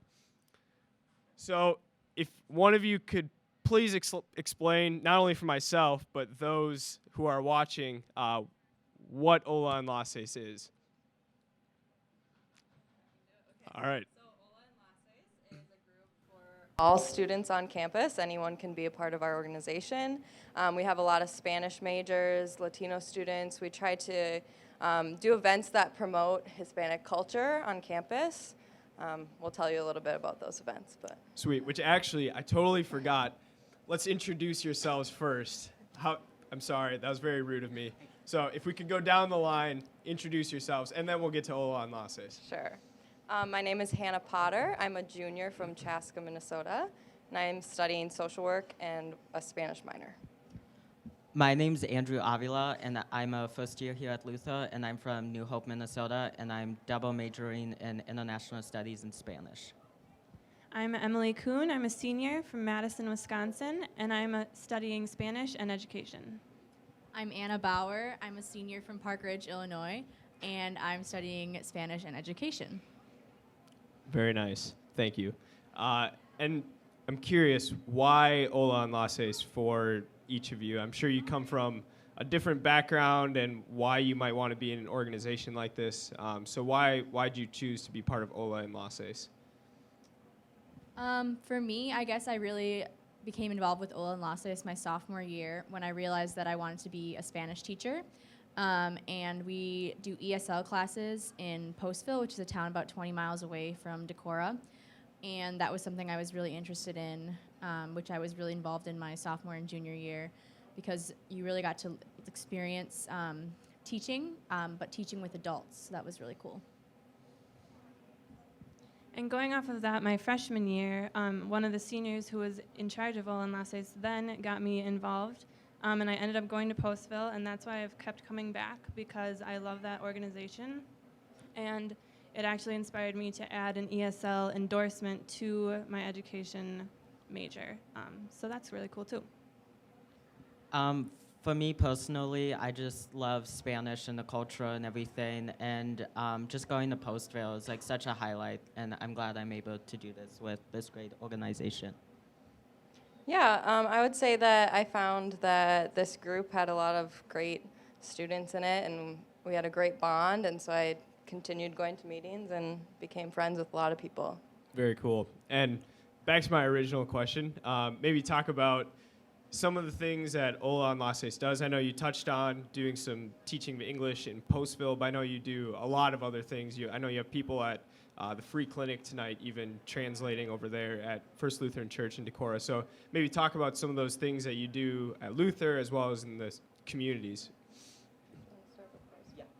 Yeah, so twice a week we go to Postville, and we just teach English to people who want to learn English and improve their English skills, to the refugees and the immigrants in Postville, and we do basic level all the way up to students who want to attend college. So you're teaching people of all ages? No. Or mainly just students? We teach adults. Oh, adults. Okay, Yep. Got it. And so what's the main motivation for learning English, or what do you find as the main motivation for why these people want to learn English? Do you want to answer? Well, a lot of times they come to our class because they want to improve their English for work. And also, if they have children, to be able to communicate with their child's teachers in the schools. Got it. And then other activities in the community, free clinic I know is one of them. So is that through Ola and Laces, or just some of your members do that? The free clinic is through another organization, but we send some of our members who go and they translate for the patients that come in. And from personal experience there, it's really rewarding, and it's really interesting to see that side of healthcare and the interpreting side of everything, which is something I don't have a lot of experience with. But being here and being in Decorah, that's one of the really cool opportunities that Luther offers. And then we also send people to a legal clinic through Justice for Our Neighbors, which is also has a base here in Decorah. So it's a couple times a semester. They have a legal clinic in town that we also go and translate at. Very cool. And I'm sure, the legal clinic in town, they're working with refugees, possibly undocumented immigrants who are needing legal counsel. Maybe talk a little bit about that experience of working at the legal clinic. Okay, from my experience there, we work it's mostly immigrants, generally undocumented. I haven't seen many refugees lately, but nevertheless, we do mostly like intake information.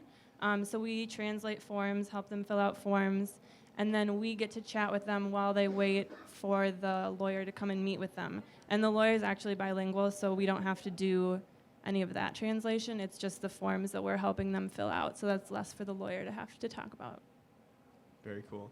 And I'm curious, are you guys all interested in doing something related to teaching English after college, or related to working in this kind of area after college, or is this just an interest for you guys? It might be different for each one of you.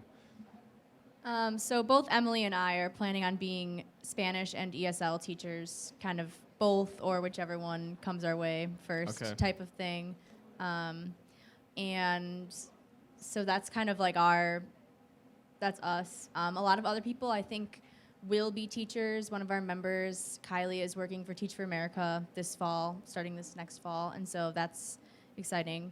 But some other people are also just international studies majors with Spanish or just Spanish, and they have interest in helping people in the community to learn what they need to learn to be more successful and help immigrants that don't have the resources. Very cool. And I heard that you helped coordinate campus response to immigration to immigration and some of the issues that have been happening with immigration. So maybe talk a little bit about that. That was a recent thing, I believe. If one of you could talk about that. Yeah, so recently there's been kind of a team formed at Luther, a crisis response team for international student emergencies. So that goes along with the existing Sonia Lund fund for international students in any unanticipated emergencies that they might face, whether that be due to an executive order that might trap them at an airport and they need some funds and they're in a situation where they need that kind of help. They don't have the finances for that. So actually we're doing, our current fundraiser will be t-shirts. So we just came out with our fundraiser today. We're selling Somos Norse t-shirts, which means we are Norse. And those will be $10 or $12 if you want them shipped somewhere away from Luther. And the proceeds are going to that fund. Great. And do you have, where can someone like myself get one of those t-shirts? Yeah, so the t-shirts are advertised on our Facebook page. It's Ola and Laces at luther.edu. Great. Or at Facebook, sorry. Very you can cool. find us at the Luther page or the Facebook page. So that, I know that's one fundraiser. Do you guys do other fundraisers throughout the year to raise money for either your organization or just causes that you might be interested in supporting? Yeah, so in the past we've done some different fundraising for many different organizations. Most recently is an organization called Open Windows that sends students to school in Guatemala. And we've done things like quesadilla nights and stuff like that. Very cool.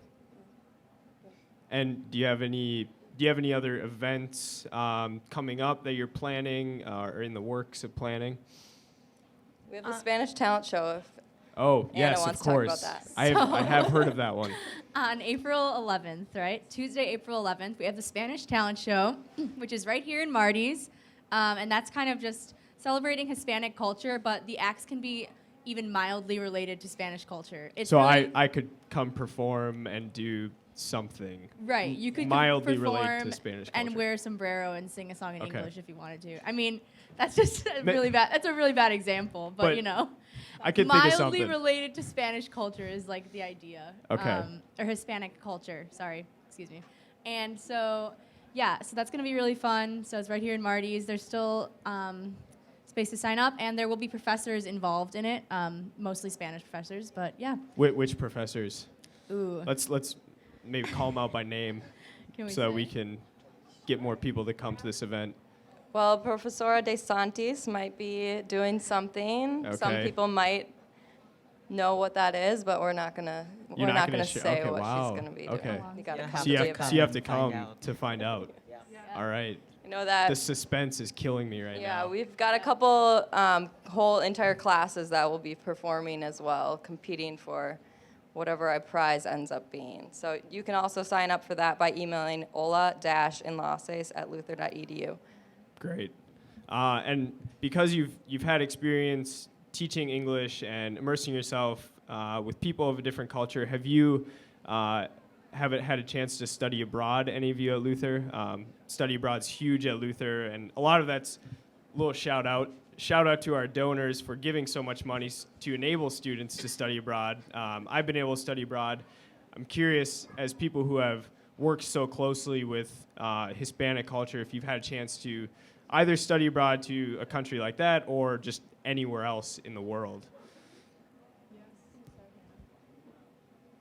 Anna and I both studied abroad in Salamanca, Spain, 2 different semesters, but we were both in Spain. And so was that 2 consecutive semesters? Or? No, it was a year apart.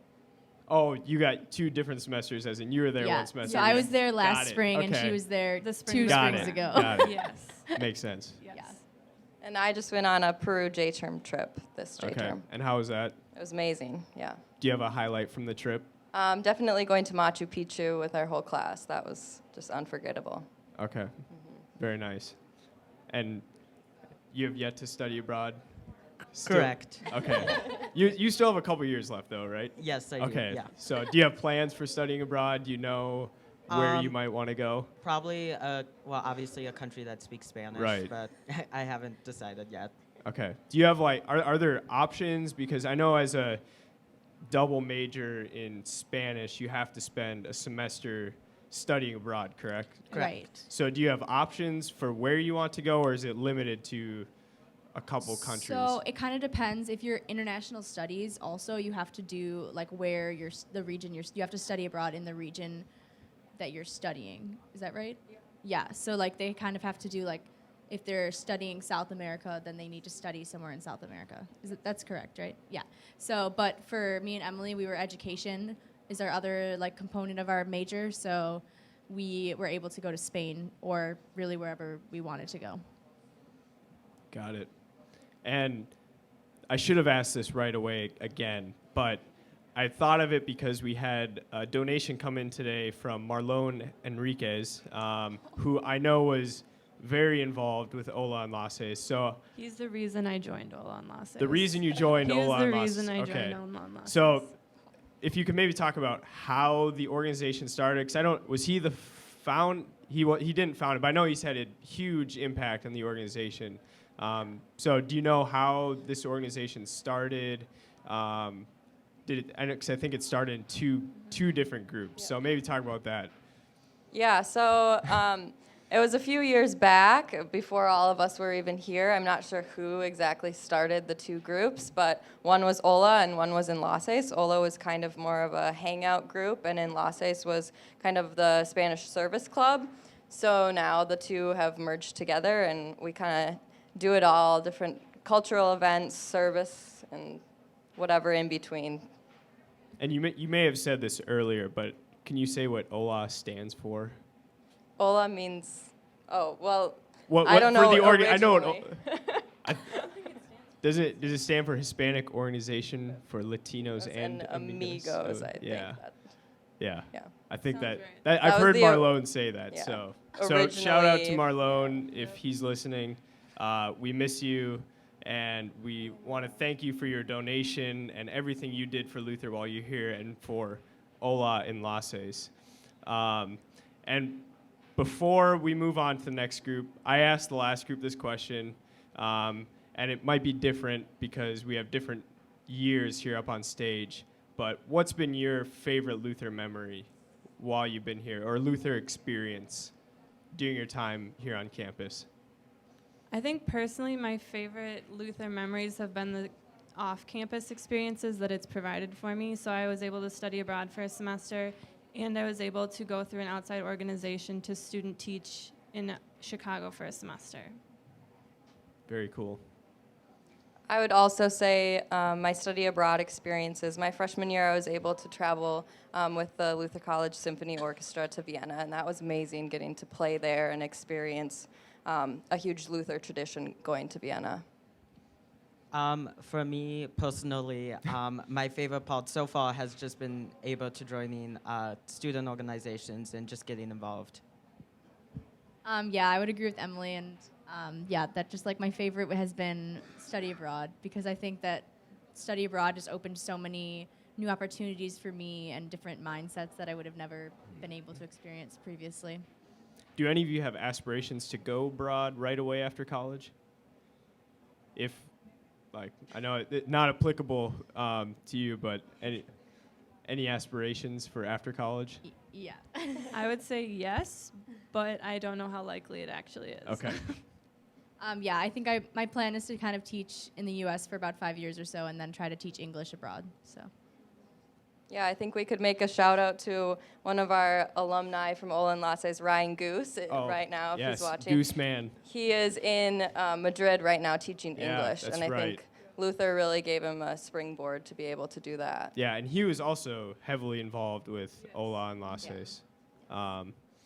And any other events or anything coming up in the schedule? Do you have a Cinco de Mayo celebration that you have coming up? Yeah, we're in the works of planning our annual Cinco de Mayo. This will be our 3rd year celebrating. We usually do it outside, have tacos and activities related with that. Where will that be then? We haven't quite decided yet, Okay. but in the past it's been outside the Ilva Soccer where the volleyball courts are. I'll smell my way to the tacos. Yeah. Who do you bring in to make those tacos? I've gone to it in the past, and they are delicious. In the past, it's been actually a Luther student's parents. Oh, really? Yeah. Okay. And who is that? Which Luther student is that? It's Martin Enciso. He's Okay, actually got not it. here right now. So Okay. we're figuring out what our Gotta get event a is going to backup be plan. this year. Yeah. Okay. Got it. But that will be on May 5th, outside, hopefully, if the weather cooperates. You never know with Iowa, but hopefully the weather cooperates. Anything else coming up, or I know it's been a pleasure having you guys on stage here with me. I've gotten to know a little bit about Olan Lasse's. Just another great organization on campus, does so many service things in the community and on campus, and it's really been a pleasure to listen to you and hear your story. So thank you guys.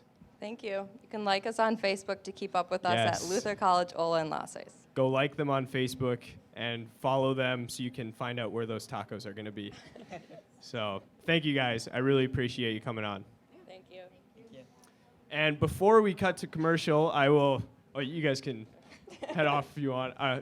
Before we cut to commercial, I'm going to go through just a few more updates because I think we've increased our total since Olan Lasse's came on.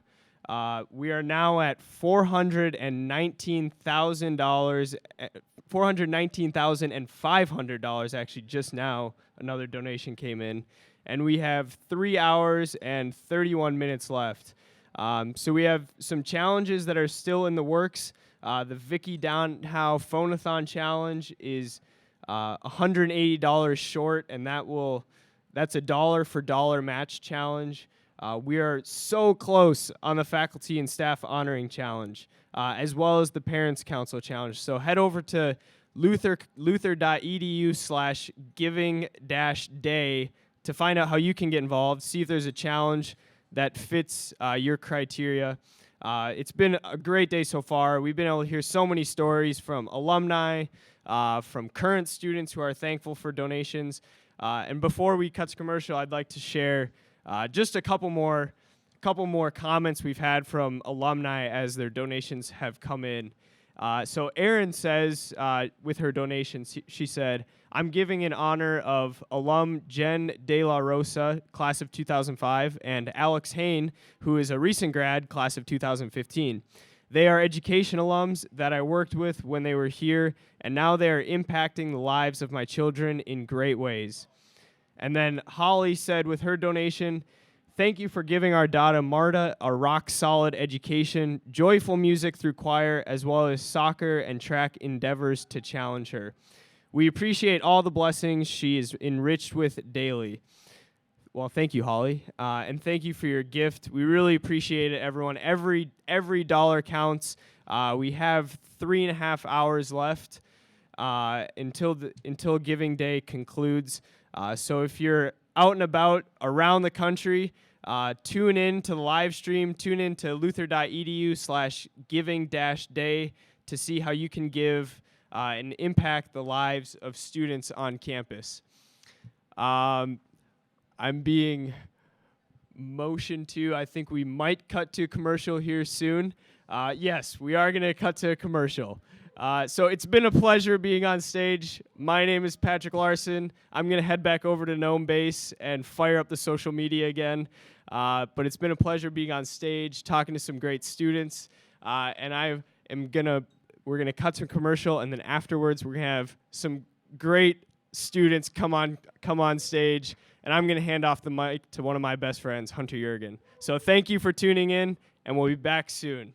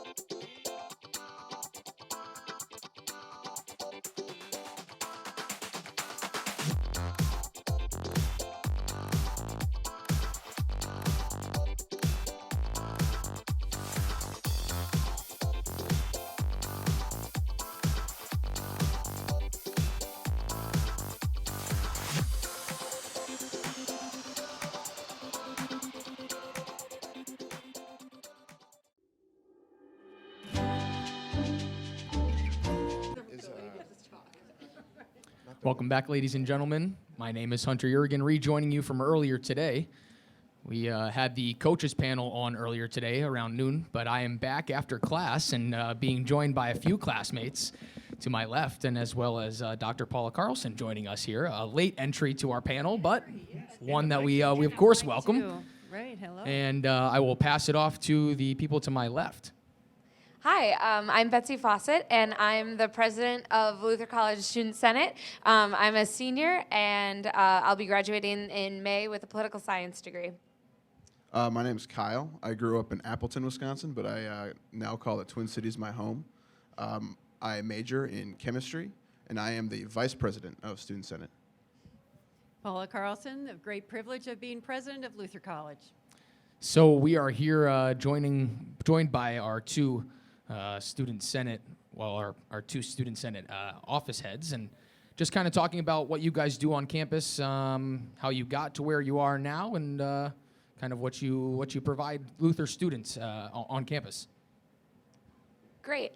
So I came to this position last year, right around this time. Last year's Student Senate president and vice president, I was friends with them, and they kind of said, "Hey, Betsy, have you thought about this? Have you thought about running?"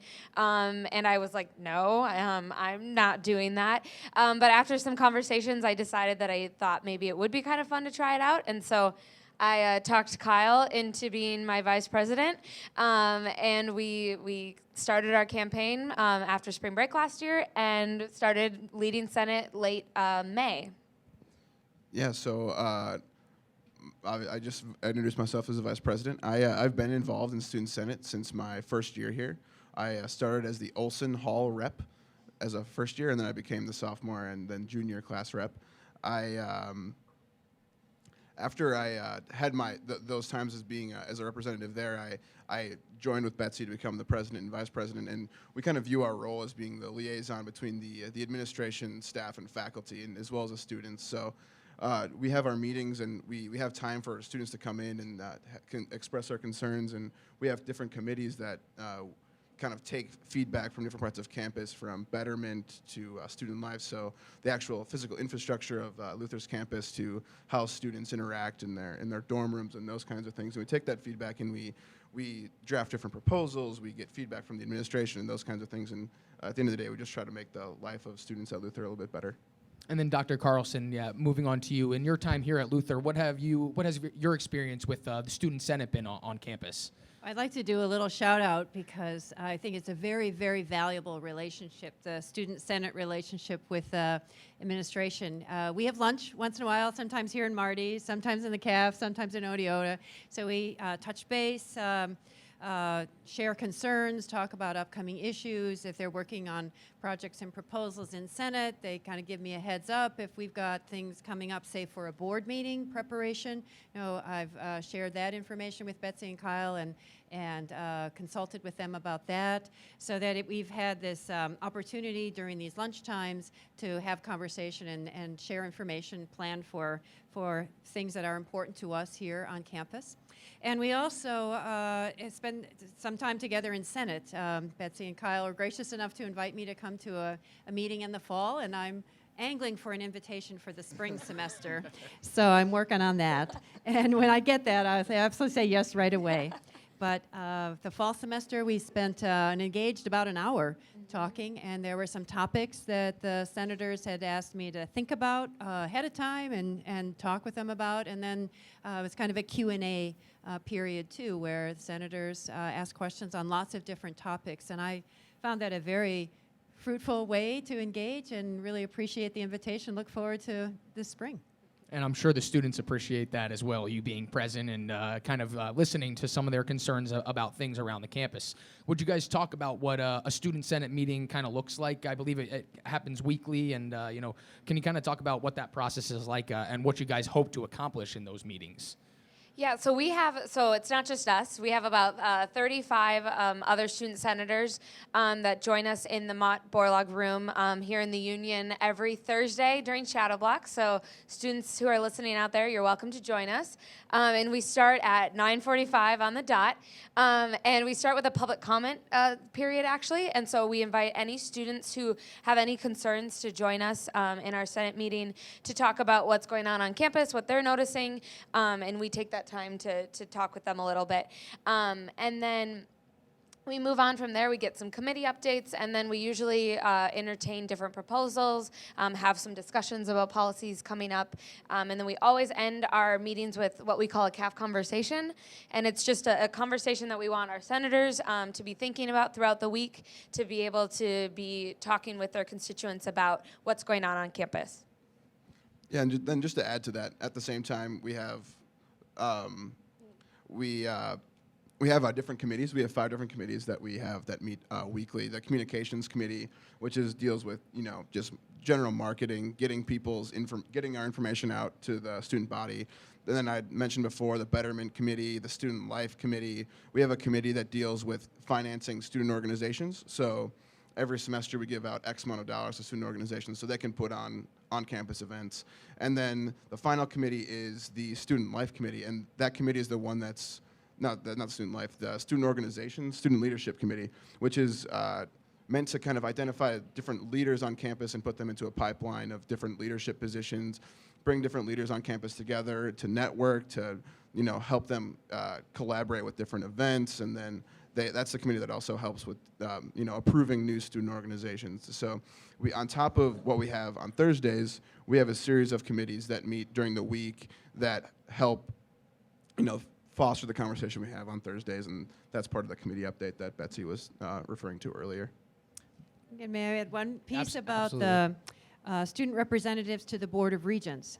They work with the Senate too, and at each board meeting, they do a presentation to the board members, usually at a lunch or a dinner. The students will do a presentation and then join the faculty for the meal. We invite some of the student senators to come and fill in the tables so that student senators have an opportunity to engage in conversation with regents after the student has presented the report for that meeting. And that's something that's been a very valuable addition to our conversations at board meetings. Appreciate that.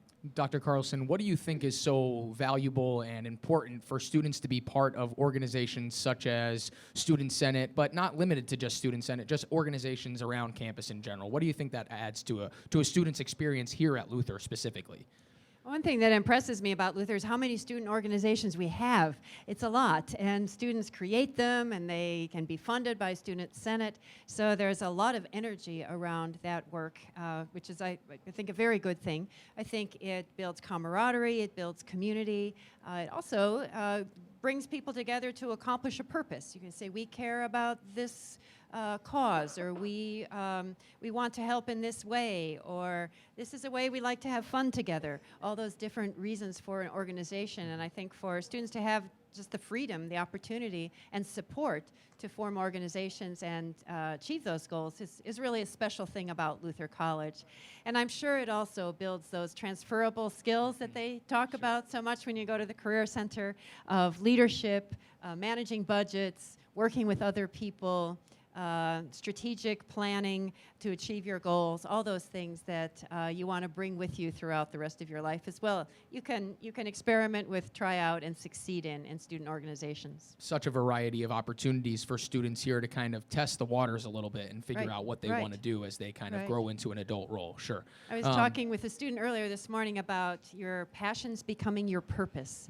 And I thought that was a really good way to think about something like this, that get excited about a student organization, that's your passion, and that in pursuing that passion, you discover your purpose. I think that's a very, very good thing. Yeah, very, very interesting for you, Betsy and Kyle, specifically towards Student Senate. Are there any other organizations that you work closely with on campus, or anything that you that you fund or are involved with in particularly more often than others?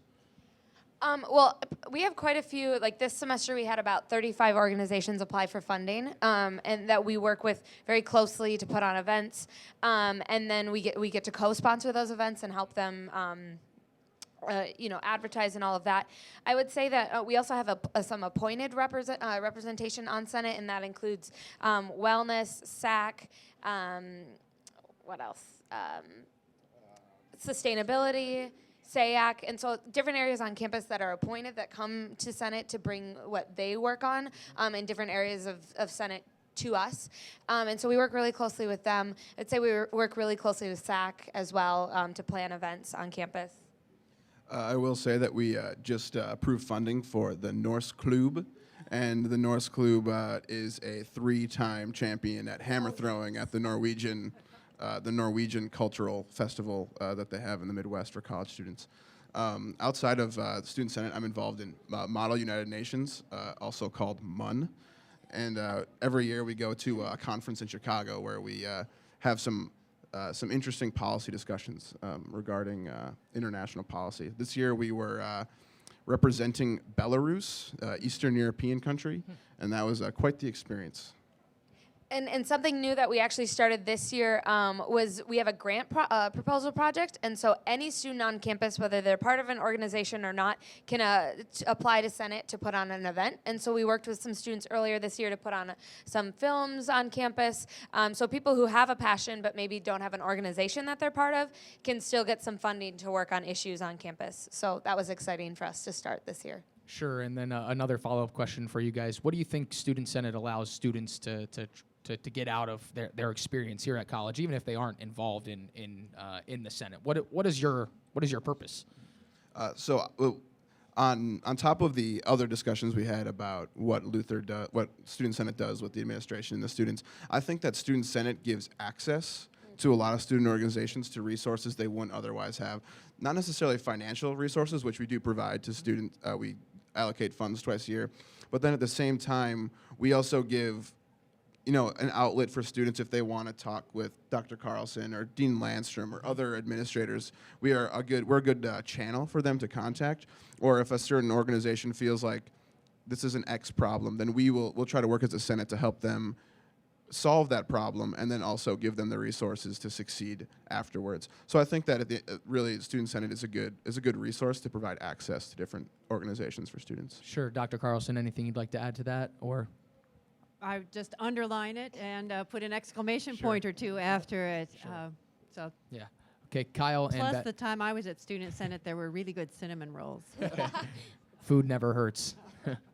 Kyle and Betsy, what have you guys gotten out of your experience as leading a Student Senate, leading a group of people that sometimes people are happy with you and sometimes people aren't happy with you? You have to make decisions that sometimes not everybody is thrilled with. But what has that kind of taught you as an adult and as you head towards graduation, as all three of us head towards graduation in May? So I tend to joke a lot that I used to think leadership was hard until I became Student Senate President, and then I realized just how hard leadership is. And a big part of that is, like you said, making decisions that sometimes people don't agree with, but I think I've learned the importance of kind of doing my research and understanding the context behind decisions, so that when somebody comes to me and they say, "Hey, Betsy, I'm really upset with that decision you made," I can back myself up. I can say, "Hey, we thought about that. We didn't just do it out of the blue, but we really did think about that," and then kind of explain that to students. And so, but I think I've also learned the importance of the access piece and giving people the agency to find solutions to their problems, kind of to help them find solutions to their problems. And so I've learned a lot about how I've been able to help students figure out how to help themselves in some ways, and I think that that's been really valuable. Yeah, one of the main takeaways I have after being on Senate for the last 4 years is a better appreciation for communication, and that communication can be individual or that can be an institutional communication with Student Senate, communicating with the administration, and then Student Senate also communicating with the student body. I feel like communication is a super important piece of being part of Student Senate, and I'd say that's my number one takeaway from a leadership perspective. And then I also feel like I have a pretty good understanding of Robert's Rules of Order now. Could you explain those? Are they too long? So Robert's Rules of Order are how you run a meeting in the Senate, and we actually have a more relaxed version. We call them Bert's Rules of Order, Okay. because they're not quite as intense. But it's, I move to do this or I table this, and it gets pretty weedy pretty quick. But it's definitely an important skill to have. You've got it figured out by now. Okay, glad to hear that. And then for you, Dr. Carlson, could you just talk about your experience with Student Senate over your time here, and kind of just what you think it really allows these students to really get out of their college experience? And I've, each year with the Student Senate that I've been here, this is my 3rd year, we've had these lunch meetings with the president and vice president to plan, to think about the issues that are coming up, concerns that are being raised, and just kind of try to get the creative energy going to move towards solutions, to bring people together to solve problems. And it's problem solving, but it's also creating opportunity. So I think of problem solving is you look at something that's here and you need to address it in some way or another. But opening up creative opportunities is looking for a new path, looking for new opportunities. And I think Student Senate is good at both of those two things. And that's one thing that I really have appreciated in the time that I've been here, these 3 years. Of course, different presidents and vice presidents, but that same tradition of commitment to problem solving, and then also really interest and eagerness in thinking about new opportunities and how do we move toward new opportunities. We'll take a short break here, but just one more question for our president and vice president. Kind of been asking this question, well, at least in my first panel, I asked this question to the coaches about a certain memory or time at Luther College that can kind of maybe sum up your experience here at Luther. I know it's kind of a loaded question, but one that I think a lot of us probably will look back on once we graduate and think about that moment.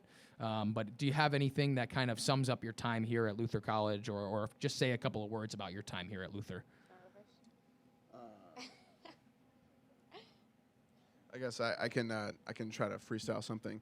I think that one of the, maybe not necessarily a memory, but just a highlight of my time here at Luther would be my diversity in education, right? So I said this earlier, I'm a chemistry major, and as a chemistry major, I also feel like I can articulate a pretty good argument in the history of Christian thought, for example.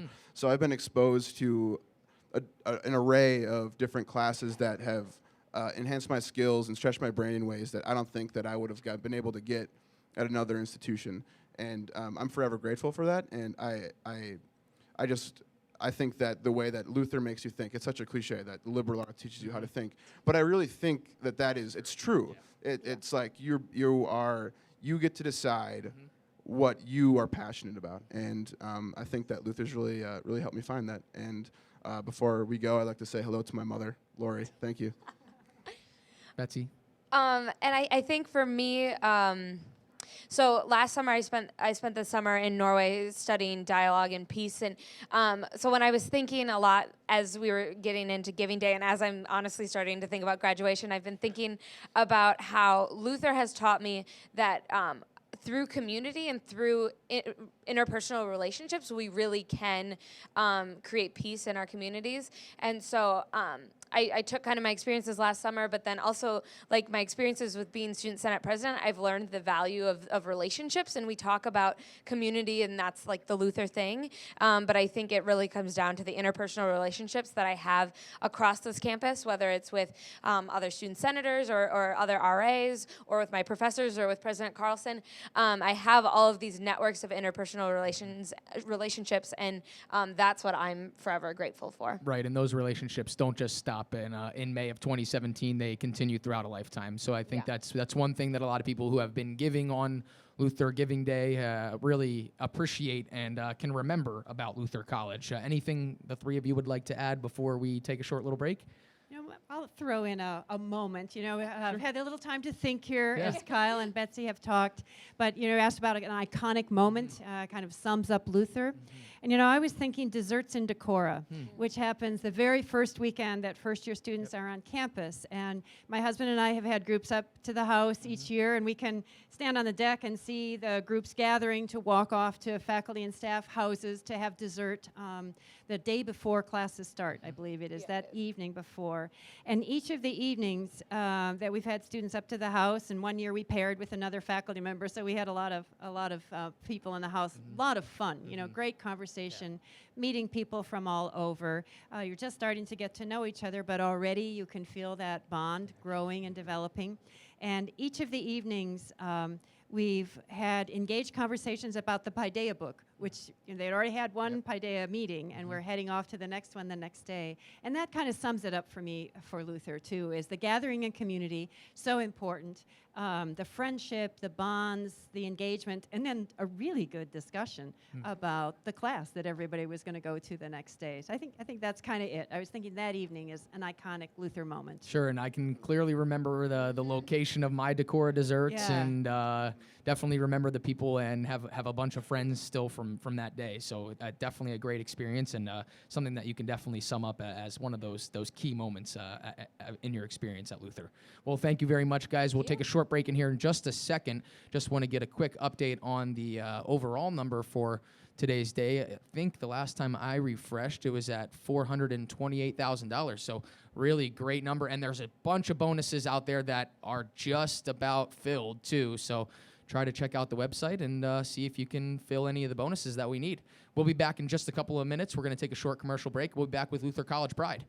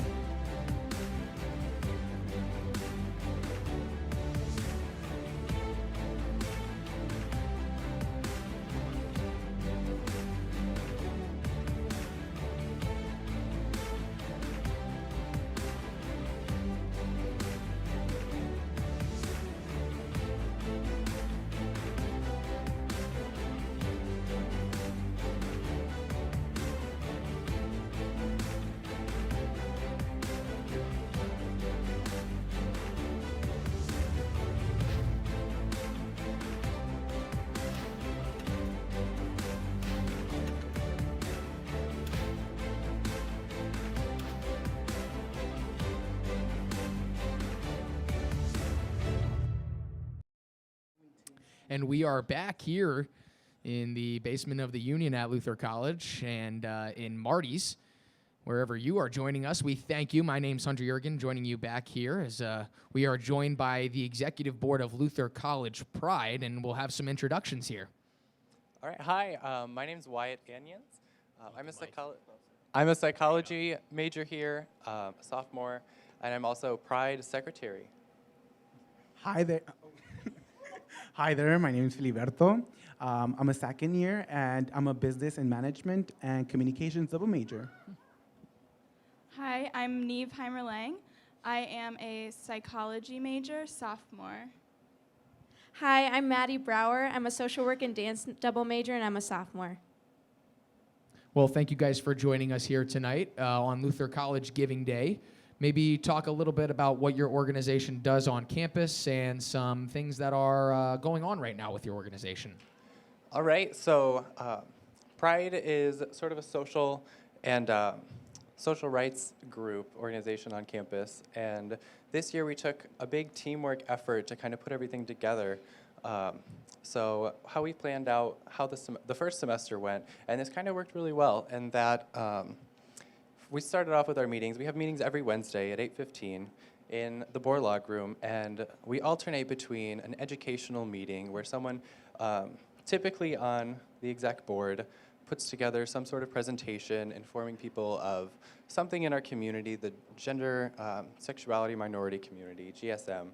And the next week we'll do a social meeting where it's sort of a place for people to come, de-stress from the week. It's usually in the middle of the week. And just get together. And it just feels like a really safe place to come, especially in certain climates that our community faces. Sure. Anything else you guys would like to add to maybe what Pride offers students on campus or what your involvement is with the organization? I just would like to add, I just am really happy how safe space that Pride is, and it's just a really nice community to have. Yeah, we definitely have a lot of fun. There's always giggles during our meetings. Yeah, adding on to that, we've been able to kind of build a sense of community within the small group, even though we're still trying to kind of recruit more people within the Luther community, but we're still a growing kind of organization. And I think that we've been able to accomplish what we kind of targeted at the beginning of the year. And I think that that's just to show that, we're growing, but, we're going to get there. It's taking time. Sure, yeah, and sometimes getting the word out is the most important thing, and some people may just not know that the organization is on campus. Do you guys have any way of getting involved with other students, advertising for meeting? We actually do. We have our Facebook, Okay. our Pride Facebook Sure. page, and we also have our email in where we do tabling at the beginning of the school year, Okay. and where people who come and sign in will send reminders and stuff like that. So pretty much, and also sometimes we have flyers out and about. So if students, are interested, they could just come by, and pretty much anyone in the exec board and pretty much going in Pride is very approachable. So yeah. What are some of the things that you guys like most about having an opportunity to meet with your organization weekly? What's the best thing about meeting with each other? I feel that being able to meet weekly kind of helps us really be able to interact with one another, first of all, and kind of stay connected. There's kind of activities that we've been planning out through this semester that I feel if we wouldn't have been able to meet weekly, would have not been able to accomplish at this point. And there's still things going on that we'll talk later about, but that we're planning, and that I feel that it's necessary for us to meet at a constant basis in order to be able to, fulfill that. Yeah, we talk a lot about community at Luther, and I think everyone's part of various different communities, like maybe your floor or something like that. But Pride is a different community that it's just really nice to be able to meet with people and have one extra group of people that you know and that supports you. So. Absolutely, and that's one of the nice things that Luther's campus offers. It offers a wide variety of different organizations for people to join and really kind of find your niche and find a group of people that you can really get along with and feel comfortable with, right? So a couple of things that you guys have planned in this semester. You want to talk about those and kind of how you got to planning those things, and obviously looking forward to them, and maybe when they are, and kind of talk about what they'll be. Okay, so what's coming up this upcoming semester, we still don't have a for sure date. This information will be released by the end of hopefully next week. We'll have an official date. We actually have our annual drag show that we actually want to start and kind of implement and make sure it kind of continues throughout Luther. So that's something we're working on right now. We're pretty excited because we're going to start recruiting students and faculty, whomever wants to pretty much participate. Even community members can come, and we're going to have slots in where they can come and perform, and yeah, we'll have fun and pretty much, yeah, that's it. Yeah, and our drag show, we haven't gotten an official name yet, but hopefully something around the area of like a drag ball. We know for sure it will probably be held in the CFA. We're opening it up to the entire Decorah community. People can come. There's a small cover charge, and we're soon going to have participants kind of come to us and say, hey, I would like to be a drag king or a drag queen. And we're actually partnering with the sorority ABY on this. And so there's a lot of power, human power, kind of putting their hands in this. And we know for sure that we have a makeup donation day coming, and people will see that in the res halls. We know that is on April 19th, which is a Wednesday. And people, or all kinds of people, are encouraged to get their old makeup and from their room and just bring it in, and we can use it for the drag show. So it's going to a good purpose. Plus, a lot of people just have makeup sitting around in their room. Sure. Yeah, that should be a fun thing for sure. And I believe there's 2 other things that you guys have planned this semester, or excuse me, one other thing that you're involved with, Happiness Week, and then you have a conference in Chicago as well. As a matter of fact, our conference just happened a couple of weeks ago. Sure. 2 weeks ago. It's called MumbleTech. It's one of the biggest gay conferences in the Midwest, pretty much. So yeah, we had the opportunity to go. We traveled with a total of 10 members within our Pride, and we had a faculty member accompanying us there. And it was a 3-day event that we had the opportunity to attend. We got sponsored by the Diversity Center, by Trio, College Ministries, the Wellness Department, and a variety of other organizations that were very helpful and that really helped us get there. Yeah, it was a big mission to kind of scramble to get that together, but we've gone for about 6 to 7 years, and this year it was on Navy Pier in Chicago. And MumbleTech stands for, it's an odd acronym, but it stands for the Midwest Bisexual, Lesbian, Gay, Transgender Ally College Conference. And it started, I think, in 1991 at Iowa State University. And Philly and I had gone last year when it was in Purdue in Indiana, but we have 2 people who have never gone before, and I would love their take on how it was for them. Yeah, MumbleTech was an amazing experience. It was just like, it just felt like a way bigger version of like our weekly Pride meetings, because it was just one of those really communal feelings of just like being around people that are going to accept you and just being able to get to know people on whatever basis they're on. And there was a lot of really cool workshops that we could learn a lot about. And we got some inspiration for our drag show coming up, because there was a drag show like the Saturday night that we were there, and it was the best thing I've ever seen. The most beautiful drag queens. It was awesome. So it's going to make our drag show this spring really fun. Yeah, so going to college, you get to meet a lot of people who aren't exactly the same as you. You know, you didn't grow up in the same town. You're coming from all different places, sometimes from all over the world. And MumbleTech was sort of an expansion on that. We got to meet a huge variety of diverse people, and I feel like my knowledge of the world was expanded by the opportunity, and it was super awesome. Sure, and those are the type of experiences that, the things that allow you to get away from Luther College that really can broaden our experiences and make us kind of see the world as a whole place rather than our Decorah bubble, which sometimes we tend to get trapped in. But and then talk about your involvement with Happiness Week, which I believe is in 3 weeks. It's somewhere in April. April. Okay. See, I was under the impression it was the first week in April. I'm obviously wrong. So we're going to say it's the third week in April.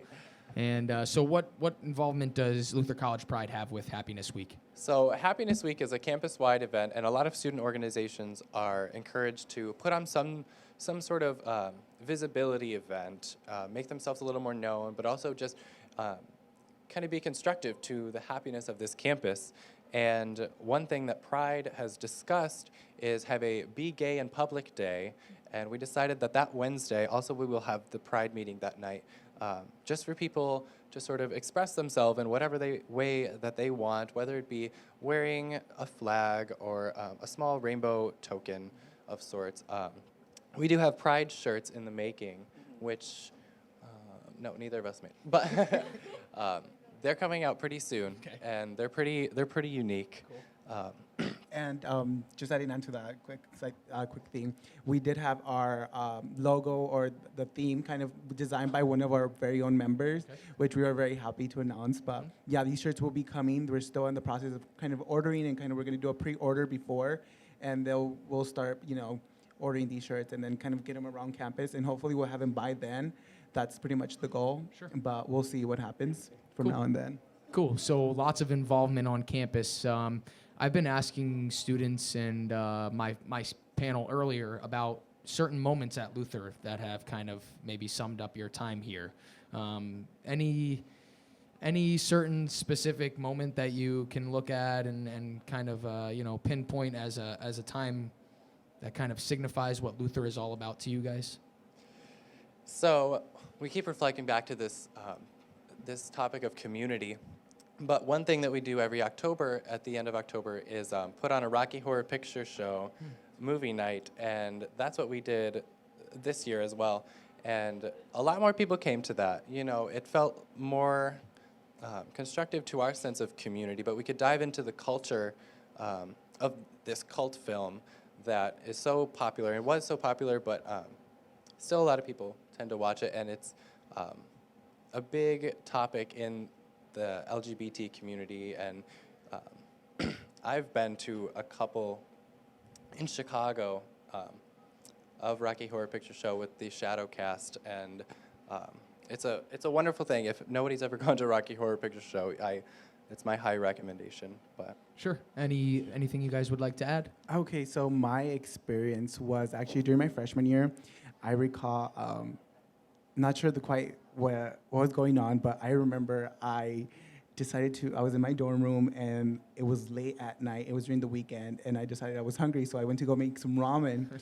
And in the way, there was this, in my study lounge, because I live in 3rd floor in Brant, there was Wyatt, Luke, and Trevor. They were in the study lounge watching something. They were watching some anime. I can't remember, some cartoon that was very gruesome. That's all I remember. And basically, I went in there. I was like, hey, you guys, can I join you? And they're like, yeah, sure. But after that moment, I remember distinctly Wyatt asked me a question, which I had never been asked before, because people were smart. He right away, he's like, so you're gay, right? And I was like, that was the first, before that, no one had really asked me that question, because I'm guessing people kind of knew that I was just not ready. But after that moment, he asked me, I kind of was like, you know what, I'm ready. Just whatever. And he was actually the first person to ask me that I actually said yes to. And I feel that just the idea that you're able to go in any group or just be able to integrate yourself with anyone and just talk within anyone within campus is just something that I really find very powerful, that I find unique to Luther. Sure. So yeah. Sure. How can I follow that? Sometimes people have really good moments, and it's hard to top them. I'm sure you have a good one. I don't know. I mean, every day at Luther is Sure. just filled with Lutherness, I mean, this is my favorite place in the world, so I don't know. Pretty much, you summed it up right there. I think that's a pretty good quote. Yeah, I think one moment for me is now that I'm thinking about Mumble Tack, I remember the drive back, which was pretty rough, but I just remember we were like all reflecting on the trip and like all our workshops and everything, and being able to collaborate and tell each other what we thought was interesting and what our favorite workshops were, or ones we like couldn't go to, and explain them to each other. And it was just like a really cool moment for me, because then we started kind of planning things for the spring, and then that is when I like felt like I was really getting more involved with Pride, and I hadn't reached that level of like involvement with a group yet since being here at Luther. So I think that was just a really exciting moment for me. Kind of just a question for you all. What do you think the opportunity of those organizations like Pride, specifically for you guys, what do you think it's done for your college experience? How do you think it's helped either enhance it or kind of change it? What do you think the opportunity for those outlets for students offer? I feel that before Pride was actually the first organization I joined as a freshman. I didn't take any position until this year, but it was the first organization on campus that I actually decided to join, and it was because of Wyatt pretty much too. But basically, I went there and I really felt like a sense of community, which I really, really liked. I wasn't kind of trying to join anything at this point. I was very involved back in high school with leadership in a lot of organizations on campus. So I just told myself in college, I'm just gonna go there, get my degree and get out. That's all I'm gonna go to do. But no, with Pride, it kind of pushed me to kind of reach a different level. I started joining more because of Pride. I feel that it pushed me to become more involved. After that, I decided to join Student Senate as a diversity representative of gender and sexuality. And that's the position I currently hold as well. And then I also decided to run for Pride Treasurer. So I think it kind of pushed me in a way to kind of become more involved within the community at Luther and just kind of find my niche here in school, and my leadership role as well. Yeah, some of us, I know I'm in this boat, come from a very small school, and there was not much of a sense of community, especially with the LGBT community. There were, I could count on one hand how many students that came out as some sort of spectrum, in the LGBT spectrum. And coming here, it was super welcoming in the fact that they had a Pride organization. It was warming, and it's really been constructive to my own identity. And I don't know where I'd be without this sort of organization, and I'm incredibly involved with it, so I'm really thankful for it. Sure. Yeah, I think every new thing that you decide to become a part of at Luther offers new friendships and new communities and stuff. Like, as a psychology major, pretty much all of my classes are in Valders. And so, but then I work in the CFA, so I know a lot of people from that side of campus as well. And then when I go to Pride, it's like a different group. And so I just feel like everything that I'm a part of on campus, I get to know more people. And for me, that's like the funnest thing ever. Most fun. I am so sorry. We're not the grammar police right now. You're not being graded. I swear I'm in college. Yeah, I would definitely agree with Neve. Like, I think one thing that's really important for me is just making those connections, and also just realizing that the more I get involved, the more I'm gonna get out of it, and that's something that like I've never stopped seeing within any of my involvement in anything. It just, what you put in is what you're gonna get out, and it's really rewarding in the end. So. Well, we're going to take a short break here in just a couple of moments, but anything else you guys would like to add? Maybe what else you guys are involved in on campus? I know you all mentioned about kind of being actively involved in multiple things. Other than Pride, are you guys involved in anything else on campus? Groups, activities, stuff like that? Philly and I are actually both part of Student Senate as diversity representatives for gender and sexual minorities. And one thing that Pride does stand for, and I neglected to say this, is Pride stands for the people for the rights, inclusion, and diversity of expression. So that's one. Also, Wyatt and I are in the LC3. We actually just we just recently received our acceptance to the LC3, which is the Launching Luther Leaders. Launching Luther Leaders. We just currently got accepted. We had our first meeting just this week, actually. So yeah, we're part of that as well. Part of with the Diversity Center. I was a peer mentor for 2 incoming freshman students. So that was a very interesting experience, and it was pretty fun. I think that's, yeah, that's about it for me. I'm part of an orchestra on campus. That's fun. It's cool that you can do things at Luther that are like really different from one another. Like, you know, at a bigger university, I wouldn't be in an Sure. orchestra. I wouldn't have touched my cello in 2 years. But now I have to play it every Monday, Wednesday, Thursday. So that's fun. Yeah, I'm the same way. I am in Collegium, which is a Renaissance and Baroque ensemble, which I never would have done if I like wasn't attracted to like one of those small kind of communities. 2 other communities I'm a part of at Luther are Gospel Choir, which we do once a month, which we're doing this weekend also, woot woot. And then I'm also in the Women's Ultimate Frisbee team, Freya. So just a last reminder, we will be having our drag show by this semester, and we will come up with a date by next week, and just keep up for that date. And also a reminder for anyone interested in donating makeup, where that's awesome. We need makeup. April 19th, you'll April see it coming to you. 19th.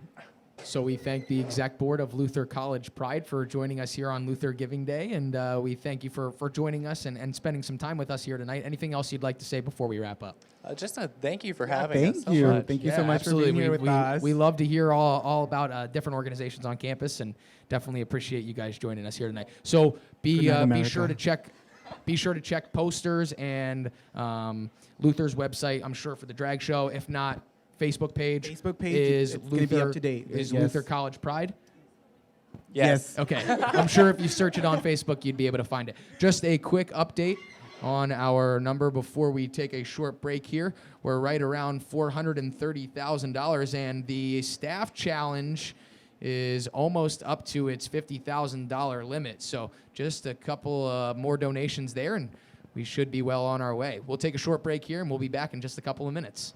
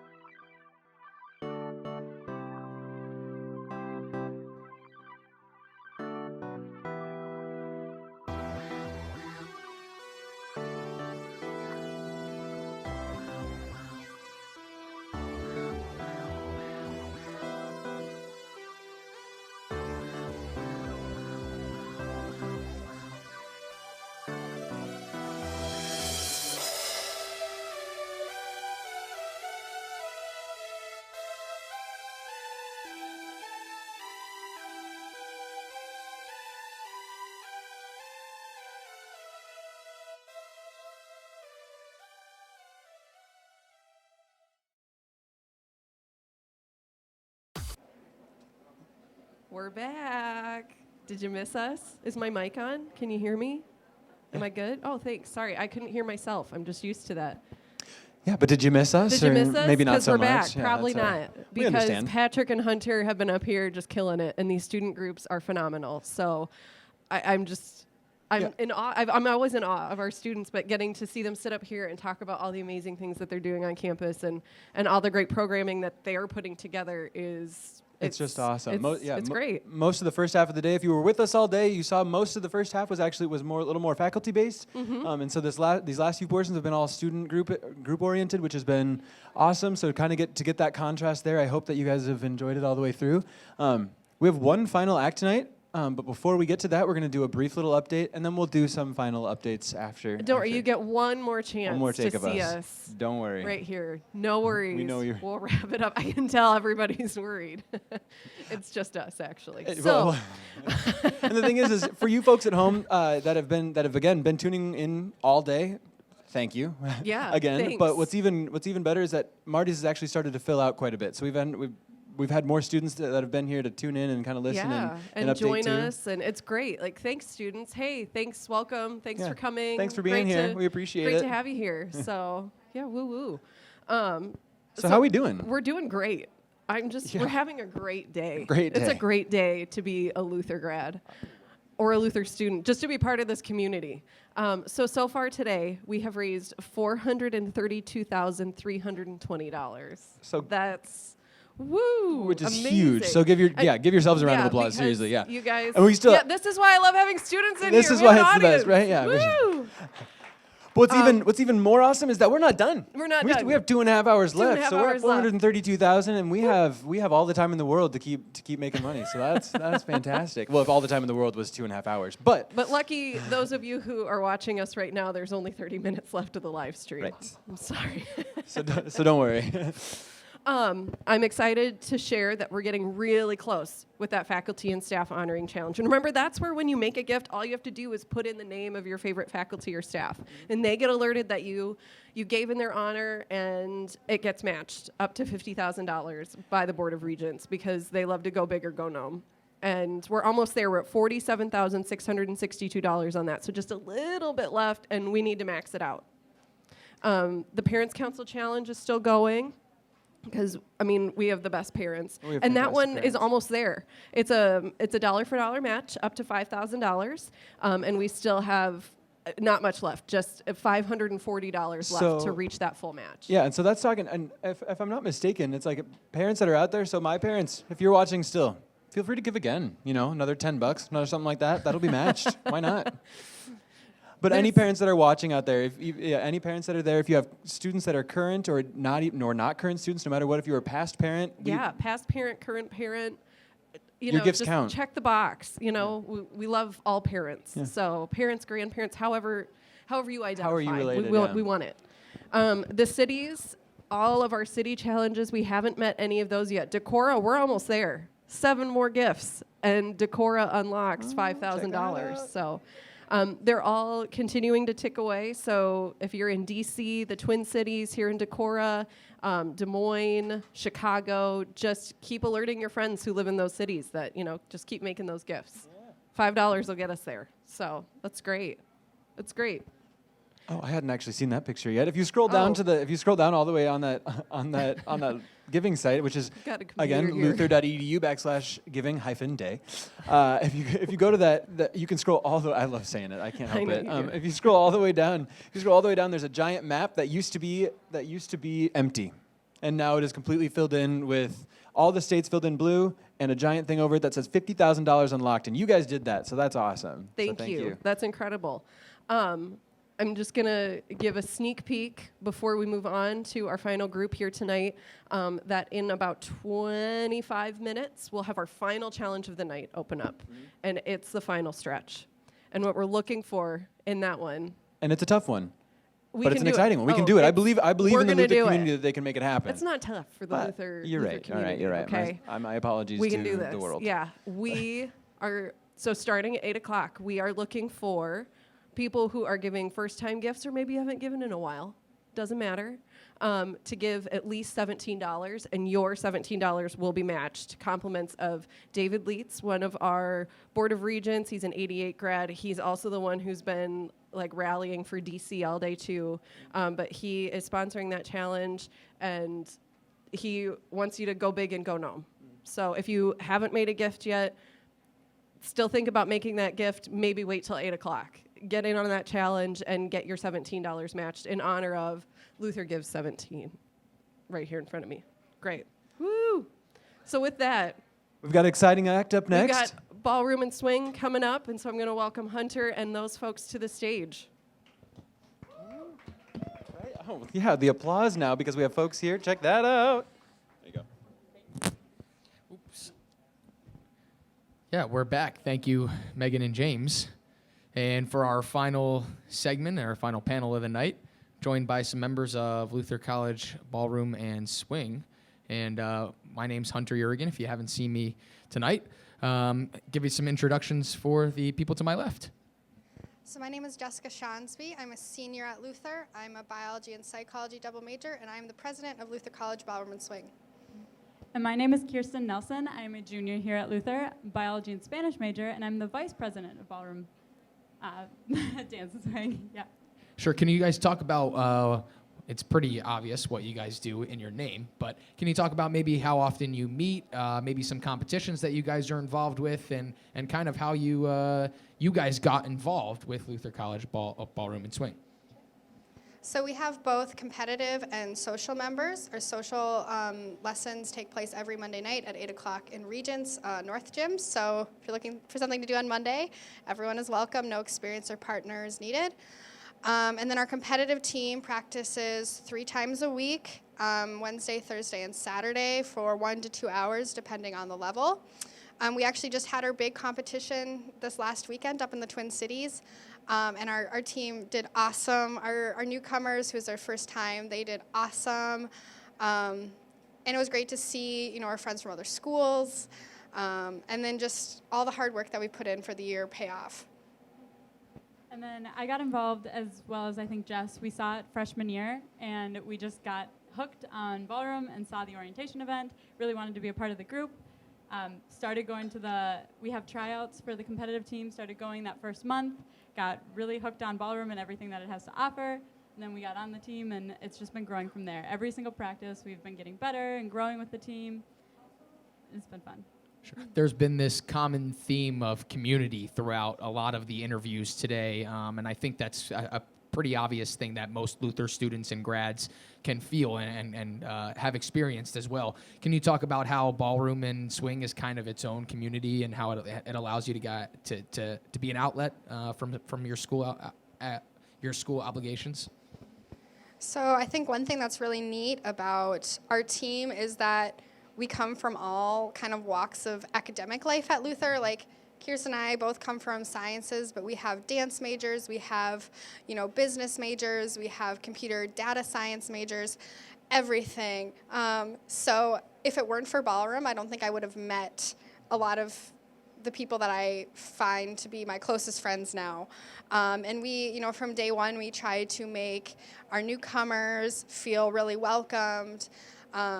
And for everyone to just, know that this is a place where we're supportive of each other, no matter your level or your prior dance ability. And we have a social event both in each fall and spring semester. So we really try and incorporate the campus. Anyone who wants to learn Ballroom, we have those events that are open for everyone, including to the community. And those are fun ways that we get to just share our passion and love for Ballroom. As well as Ballroom Dance is a very strong community out in the Midwest, as well as anywhere in the world. You'll find it all over the place. But it's really, really fun through competitions to really get to know all of the people that are competing from different schools, people from like the University of Minnesota, Chicago Loyola, UNI, all of these places that we really dance with and compete with for 4 years straight, and then you get to know them so well, and then it also leads into possible job opportunities in the near future, and just it sticks with you beyond your time here at Luther. Sure, and we've been talking about that. Doesn't end. Those relationships don't end at the end of your graduation. They kind of continue out through a lifetime. Do you guys have a certain dance or style of dance that you like the best? So we kind of have two main overarching categories, either rhythm and smooth. So rhythm is, your cha-cha, your rumba, and your smooth is kind of like the waltz, foxtrot, tango, what people kind of think of as being more ballroom. I'm definitely a rhythm dancer. Triple step swing is my favorite. You'll get to see that in a little bit. But yeah, rhythm all the way. And I'm actually the opposite. I'm a smooth dancer, and I love the waltz. The waltz is just elegant and beautiful, and it just makes me feel like I'm floating in the sky. Sure. So. And are you guys involved with anything else on campus, or do you kind of just stay to the ballroom and swing? Well, now I'm realizing that Kirsten and I are more alike than I originally thought. I'm actually an assistant hall director in Brant. I've been an RA and an assistant hall director for 3 years. So res life is a huge part of my world. I've also, I was in varsity band my freshman year. I was in Orchesis, which is another dance group on campus, for 3 years. So yeah, definitely lots of things. Sure. And I'm also an RA. I'm an RA in Miller Hall. Have done that for 2 years. And as well as that, I'm a part of the admissions team here and the security team here. I love both of those jobs. They're really fun and great experience in both areas. I also participate on the Ultimate Frisbee team, and I'm a part of Ola and Lefse, and love that wonderfully. So it's great. Great. Well, I've been asking my students and my coaches earlier today kind of for a moment about Luther College, and kind of what I was asking is kind of a sum-up moment, or an experience that you have of maybe your time here at Luther. Do you have anything that you can kind of look back and maybe it does relate to ballroom and swing, and maybe it doesn't? Well, I would say one moment that I have that I absolutely love to death. My Paideia class, actually freshman year, we were really, really close and tight and had wonderful discussions. Since then, we've actually created a book club for our class and have been meeting every other week, usually Friday mornings.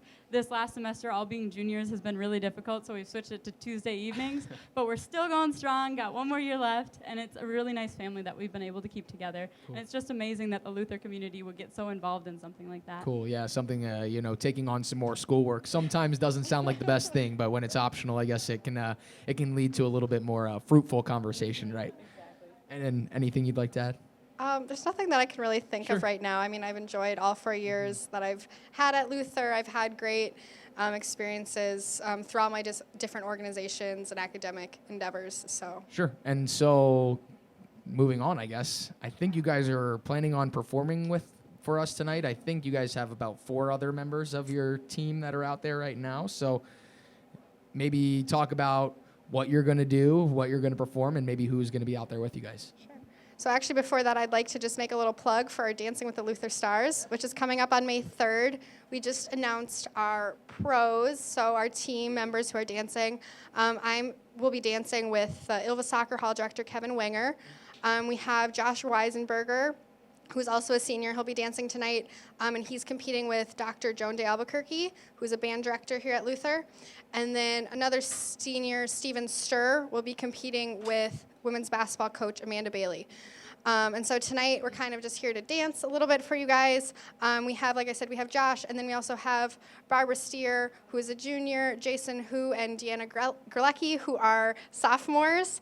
And yeah, we're gonna do those 3 rhythm dances that I talked about, so cha-cha, rumba, and swing, just to show you a little bit of what we do to have fun and compete with. Hope you enjoy, and if you like what you see, feel free to come and join us on Monday nights at Social, 8 to 9:30 in the North Gym in Regents. Great. And April 9th, you said, for Dancing with the Stars? May 3rd. May 3rd.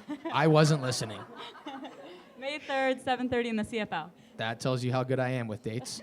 So, May 3rd, 7:30 in the CFL, Dancing with the Luther Stars. A really fun event last year. I was there, and it should be another fun event this year. So, without any other any statements or any other interruptions, why don't we see you guys dance?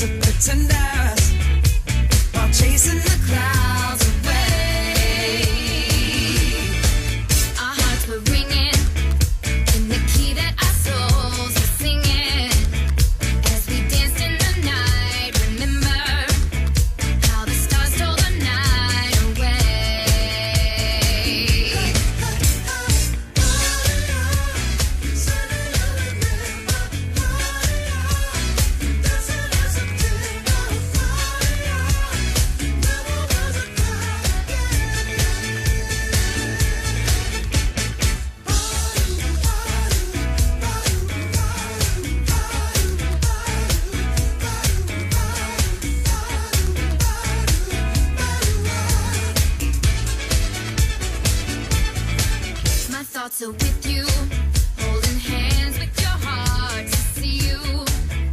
Only blue talking love, remember how we knew love was here to stay.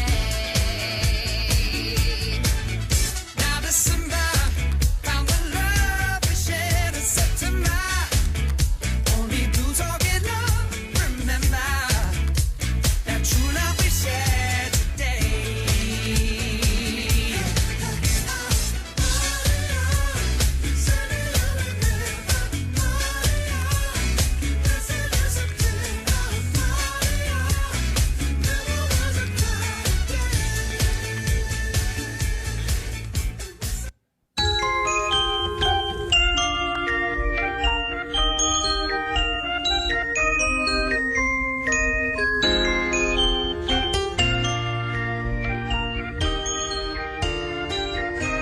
We get it almost every night when that moon is big and bright. It's a supernatural delight.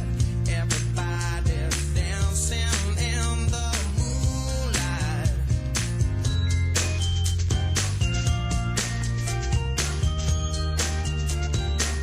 Everybody here is out of sight. They don't bark and they don't bite. They keep their snooze to keep it tight. Everybody's dancing in the moonlight. Dancing in the moonlight. Everybody's feeling warm and bright. It's such a fine and natural sight. Everybody's dancing in the moonlight.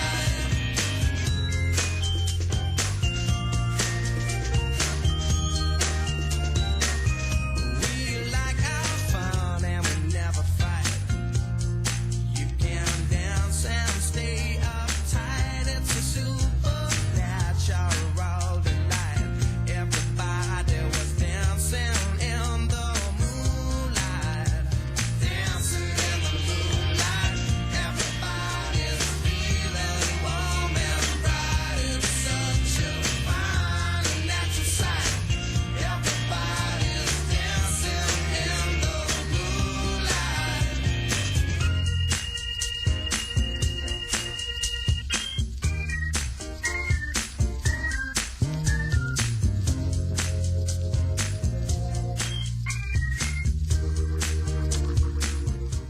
Been working way too much. I need a day off. Damn, this beat go hard. And all I wanna do, that's all I wanna do. Don't worry about the way you look. There ain't nobody judging you. No, no, no. I want you to dance like your daddy. Dance like your daddy.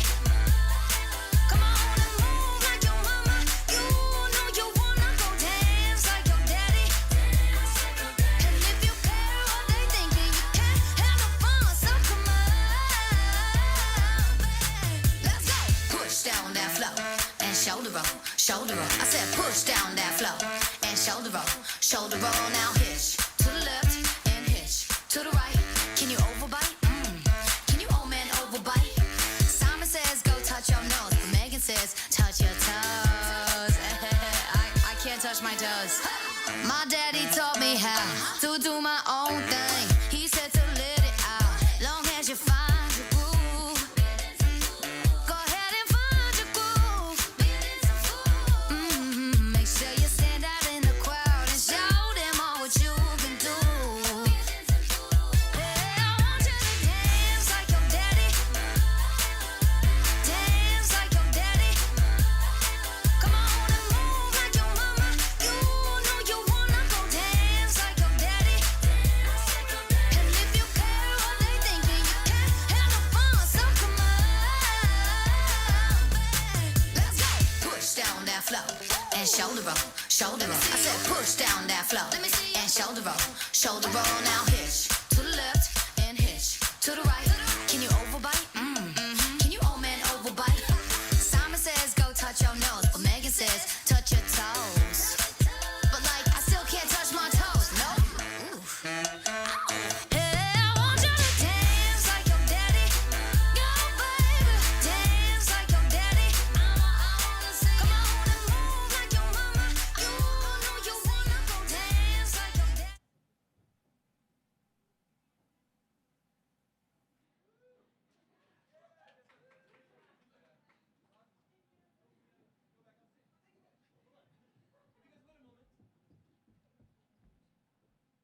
Bang. And we're back. Thank you so. My apologies for that one. That was James. That was me. Excuse I have James. I have more of a booming voice than I care to let on sometimes. But That thank was you. amazing. Seriously, thank So you much so fun. much, Ballroom and Swing. That was awesome. Thank you. So good.